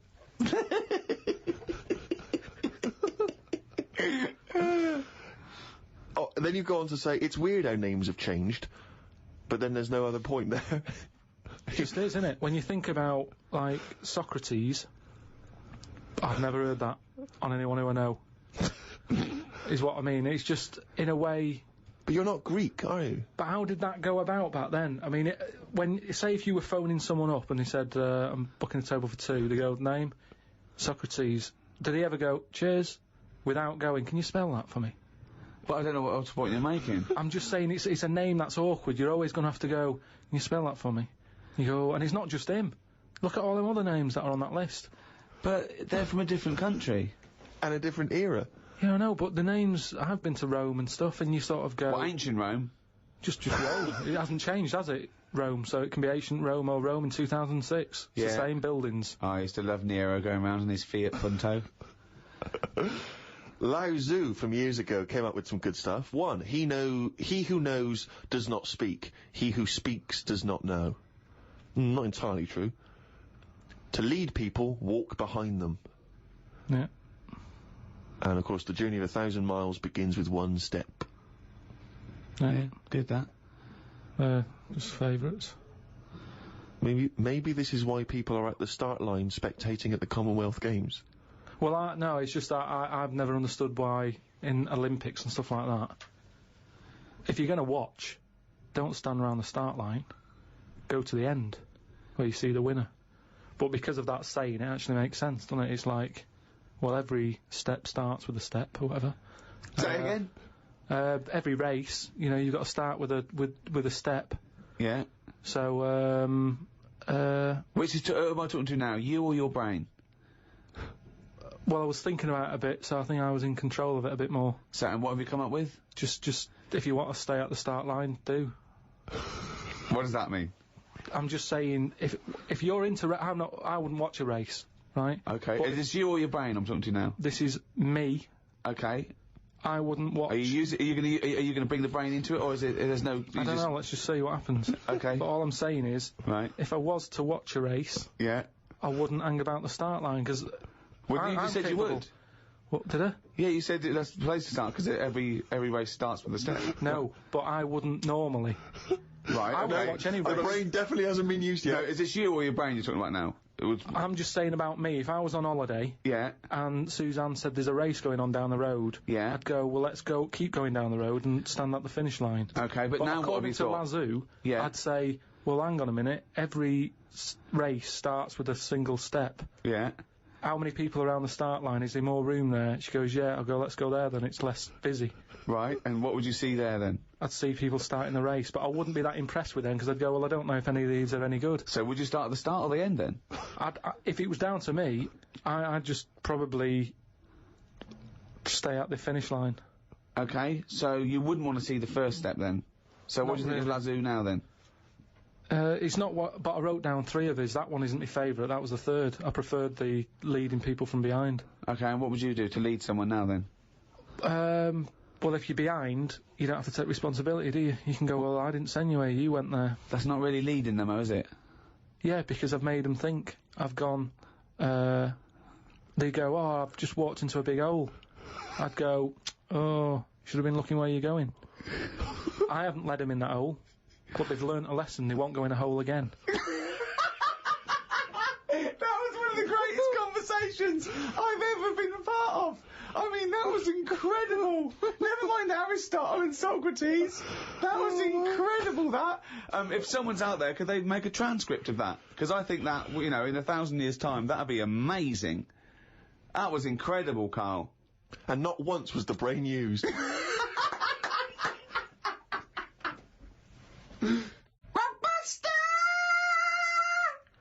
That's a jingle there for Rockbusters, the one of the most hated quizzes in the history of mankind. Joking, aren't you?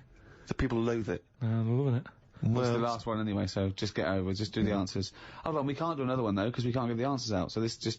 Yeah, this is the last one, it's just the answers for last week for people who are doing it. Okay, well, small mercies. The first one that I gave you last week was, the initials were CK, right? Yeah. The clue was, do you know the songs that you sing at Christmas? Yeah. That bloke over there is the best at singing them. So what are the songs you do? Carol King. Carol King, yeah. Right, That works. Yeah. That works. Very Right. well done. The second one, MG. I told the homosexual man that the grape tree was mine. Right? MG. Gay. Yeah.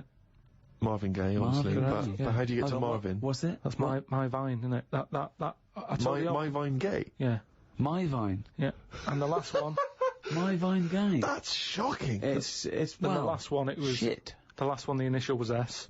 I said, I asked you if you believe in Father Christmas, what would you say? What's the name for Father Christmas? Santa Claus. Right, so if I said to you, do you believe in Father Christmas, you'd sort of go... No. Yeah, but what's his name again? Santa. Right, so what would you do? You'd go, Santa. No, I don't... No. That's it, that's what you do there. You go, Santa, nah. Santa, nah. Santana. So that was the last one. Well done to Bob in Yorkshire. Got all 3 of them right. He'll get a little signed picture. Oh, well, that's it. That's the end of season 2, Ricky Gervais Show. We're back soon. Check out rickygervais.com for information and upcoming news. There's a free video cast we're doing. We're also bringing out a book of the podcast. Yeah, that'll have a lot of the best conversations we've had with Karl, and I think there have been some of them in this show. And Karl has illustrated all his points and his memories I mean, that he thinks that's proof, pictorial evidence. So, I mean, it is the ramblings of a maniac, but you can pre-order that on Amazon. Well, thanks very much. It's goodbye from me, Ricky Gervais, Stephen Merchant, bye, and Karl Pilkington.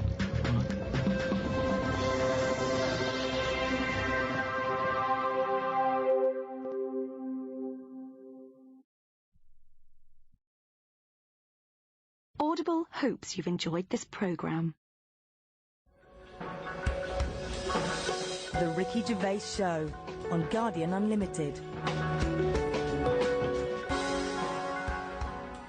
Hello, welcome to the 10th podcast in a series of 12, Ricky Gervais Show, with me, Ricky Gervais, Stephen Merchant. Hello. And, of course, Karl Pilkington. Right. Now, thanks for all your emails. We've really started a community here, I think. Yes. We're all brought together by one aim. The fascination of the brain of Karl Pilkington, basically. Yes, absolutely. There's thousands of people who are equally as obsessed as we are with it. I really don't know why it's called the Ricky Gervais Show anymore. I mean, I was cynical at the beginning, but it's farcical. Welcome to the Karl Pilkington Show. Well, people say they'd like to hear more from you and I, but I don't see why when you've got this specimen in the room. I feel like the ringmaster, but the real star is the shaved monkey in a jar that we bring out. Do you know what I mean? That's it. That's the star of the show, you know. Yeah. Well, we've had loads of emails, actually, and we've had one from Nige, who's done this brilliant cartoon of Karl on the beach. I think we should sell those as postcards. But someone's beaten us to selling merchandise. If you go to www.cafepress.com/Mr. Pilkington, someone is selling everything with Karl Pilkington's head on it. Now, these are bootleg goods. We're not making any money from it, but I'm strangely proud. I just love to see millions of people wearing a little T-shirt or a baseball cap or drinking out of a mug with his little round head on it. He's made a clock, which is perfect because it fits absolutely, you know what I mean? The sides of the head go right to the edge of the clock because it's perfectly round. I'd like to see maybe as well those sort of rubber or plastic face masks that you can buy for Halloween with just Karl's face. Oh, just millions of people all look like Karl. Oh, that would be amazing. What a world that would be. James Bevan has emailed in. He's from Abergavenny in South Wales. I'm going to read this verbatim. Me and my partner Ellie Richards are both huge fans of the podcast, and as she's not aware of this email, I would love it if one of you, please, on the podcast, would ask her to marry me. So please ask Ellie Richards from Abergavenny if she will marry James Bevan. Cheers, keep up the great podcast work. Well, that's done then. Well, no, you see, now, I was thinking about this, and I know that I'm the one who's read that out, but I'm thinking they're almost certainly going to want you, Rick, to do the questioning, because they don't want to go in years to come. Do you know who asked Ellie to marry me on my behalf? It was that lanky bloke you sometimes see stood behind Ricky Gervais at an awards do. It's too complicated. They want to go, it was the comedy legend Ricky Gervais. But I think Karl's a comedy legend. He is, but once again, Karl, you know, he might be a passing fad. You know, we might all get bored of him, you know, in a year's time. It could be like tie-dye T-shirts. So I'm thinking maybe whereas you know, you've made your mark on the comedy landscape. Maybe I don't want to endorse this. I don't know what he's like. I don't want to suggest to a woman to marry this man I don't know. What if she comes back and sues me for selling some? It's like me selling the rest of her life to this bloke on the podcast. No, because you know it's more fool her if he's a loser and a weirdo and she agrees to marry him. She knows the guy. She's already got herself in a position where this man's emailing some people he's never met before. So she already understands what James is like. Okay, based on your own experiences, Ellie, make the decision whether to marry, who is it? James or not? I think just could you well, once more, because that's probably not quite as eloquent as they were looking for. So get on one. Ellie. James says, will you marry him? This does not reflect the views of the management. So obviously, James, you will obviously let us know what Ellie's response is, and we look forward enormously to finding out whether she's seen sense and said no. Could he marry in again about 40, 50 years to say if the marriage is still going? And also, we should just point out as well that if because I think 1 in 3 marriages end in divorce. All right, don't bring the tone down. All I'm saying is, if they do end up getting divorced, we should not in any way be responsible for that. No. We can't be held responsible. We shouldn't have to pay any kind of child support if there's a kid involved. We're not paying any alimony. We are merely the messengers in this. Yeah.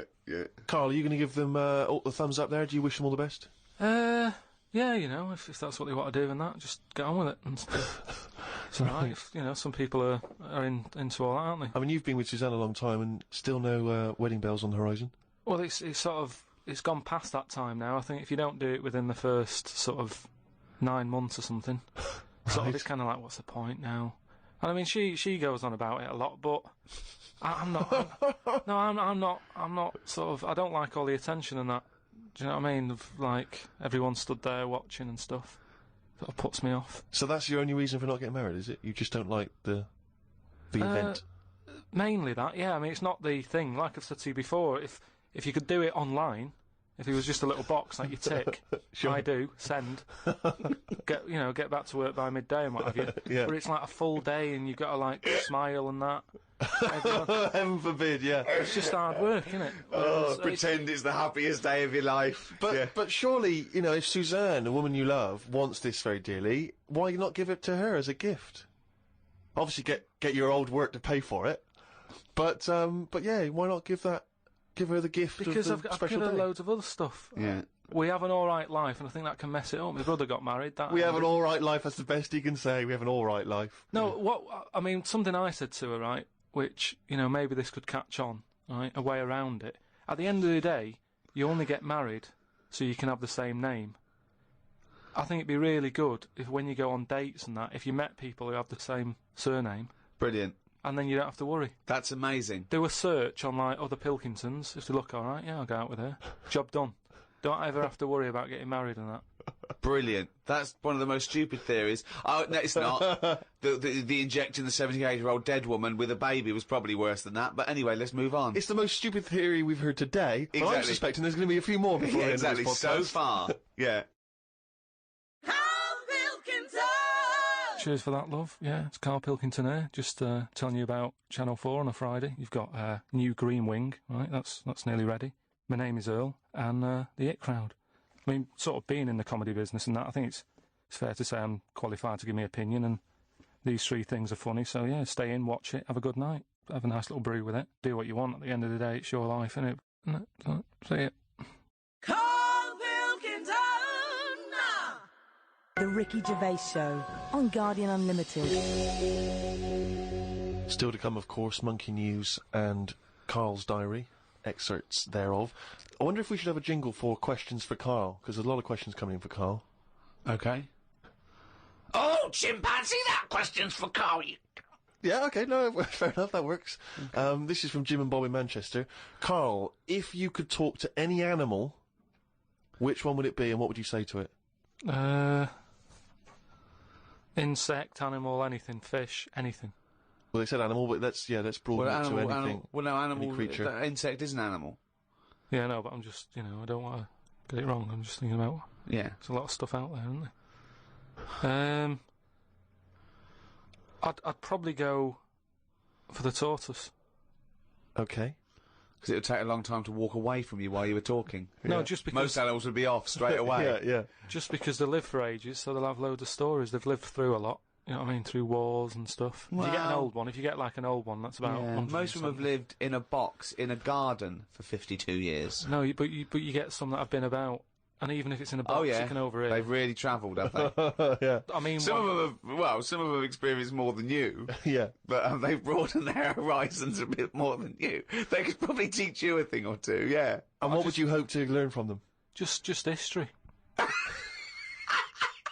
Right. From their very specific tortoise perspective. Other emails. We've had a lot of questions about time travel. People are fascinated about your approach to time travel, and I know we've talked about this in the past, but this is a very specific time travel question. If you had a time machine, Carl, to what event in your childhood would you travel back to, and why? What's the point in going back to things that you thought? No, it's just that it's never as good, is it? It's like a place you go on holiday, and you go back thinking it'll be as good as the first time. It never is. So I don't believe in going back to places. What do you understand the question as? Do you think they're asking, would you go back like a ghost and spy? Would you go back and you've got your childhood back? You are that child again. You're in the body. You are the child, or you've got your adult head and experiences. On, you know, Rick, I really don't think Carl was thinking there was any of those variations. Let's be honest. But now that you've flagged him up, I think he was thinking of him as he is now in school with a cap on. yeah. But Too big for the chairs. yeah. Come on. No, I don't think I would go back. It's all happened now, isn't it? Yeah, but it's an email to a podcast for our own amusement. Well, okay. Choose an event. Okay, forget the time travel thing. No, hang on. I think let's clarify one of Ricky's points. What if you could go back and you could live that moment again? How would you do it differently? There's been times where I've gone, oh, that was a bit out of order or whatever. But then you learn from your mistakes, don't you? So I don't want to go back and change stuff, because it's like that thing that they go on about, innit, where they blame the butterfly on an earthquake. You know, it's going to happen. If it wasn't that butterfly, it's another one. So why pass the buck, is what I'm saying. So you've got no regrets. There's nothing in your past you'd want to change or do differently? What about if you went back and you spied like a ghost on something? You couldn't change anything, but you could have a look at someone and just sort of look, like Ebenezer Scrooge does with the Ghost of Christmas Past. He goes back and he's sort of like looking at himself dancing and stuff. Or what would you do? What would you go back and have a look at? Yeah, but you're asking me to change. I don't want to change. You're not changing. You're just observing. It's impossible. All right. This question, it's not going to happen. You're not going to have to do this. It's impossible. Right. Yeah. I nearly died once, didn't I? On an ice pop. Right. Right. Now, maybe if I would have died, I'd say, well, let's go back to that, and I won't have an ice pop. You wouldn't be doing the podcast if you'd have died. You wouldn't be having this email put to you. What are you? That's absurd. About? You're now saying you're rewriting history and then going back to change it. Yeah. There's no need. You didn't die. Well, and we've changed it. You can't change anything. You're just going to go back and watch them. Would you like to go back and watch yourself choking on a Mr. Freeze? No, that's what I'm saying. That's why I wouldn't go back now, because I'm all right. I haven't had one since. I've learnt a lesson. I'm not missing them ice pops. So I don't think you're making the most of this opportunity to fantasise. I don't see the point in going back in anything. I mean, do you mean go back in time to the point of you can see, like, Rome in its working day? What, in your childhood? Was Rome about when in your childhood? Were there gladiators in your childhood? Well, that's what I'm saying. Everything I've been through, so why see it again? Forget it. It was just a nice little question. I mean, that shows the lack of imagination in Karl Pilkington. Your mind can't fathom something unless it's, like, you know, got two heads. But I don't see the point in doing something twice. Because the thing is, say if there's one good moment when I was about 6 that I loved, I'd then have to go through all the other 20 years. Again. Well, why? Why have you imposed that? It's a fantasy. Make it up. You could go back and come back again. Yeah, whiz back and fast forward 35 years. Nah. Brilliant. No. Like it was on offer. Like this was really on offer. Move on. Migrant workers in South China are wearing adult diapers on packed trains heading home for the New Year holiday because they've got no access to the toilet. Many supermarkets in this particular part of China have reported a 50% increase in sales of adult nappies for the train trips. Now, what do you make of that, Carl? You're on a long, long train journey, 3 hours, 4 hours. You know there's no toilet. You know you're going to need to go. Pop on a... Why isn't there any toilets?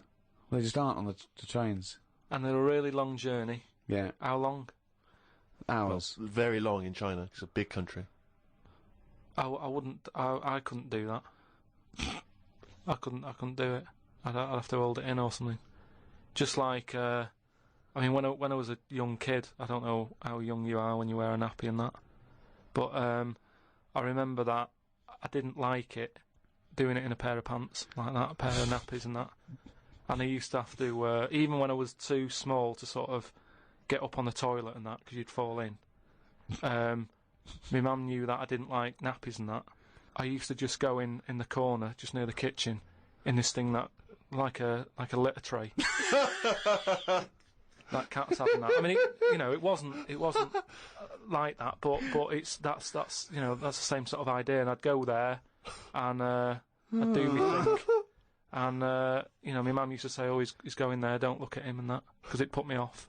You know, like cats don't like being watched when they do it. When they go in their litter tray in the kitchen. No, they don't. They don't like it. I've tested it What again. are you, just like a little feral kid, just running around and going to the litter tray, covering it up, and then running up the curtain and eating a sweet at the top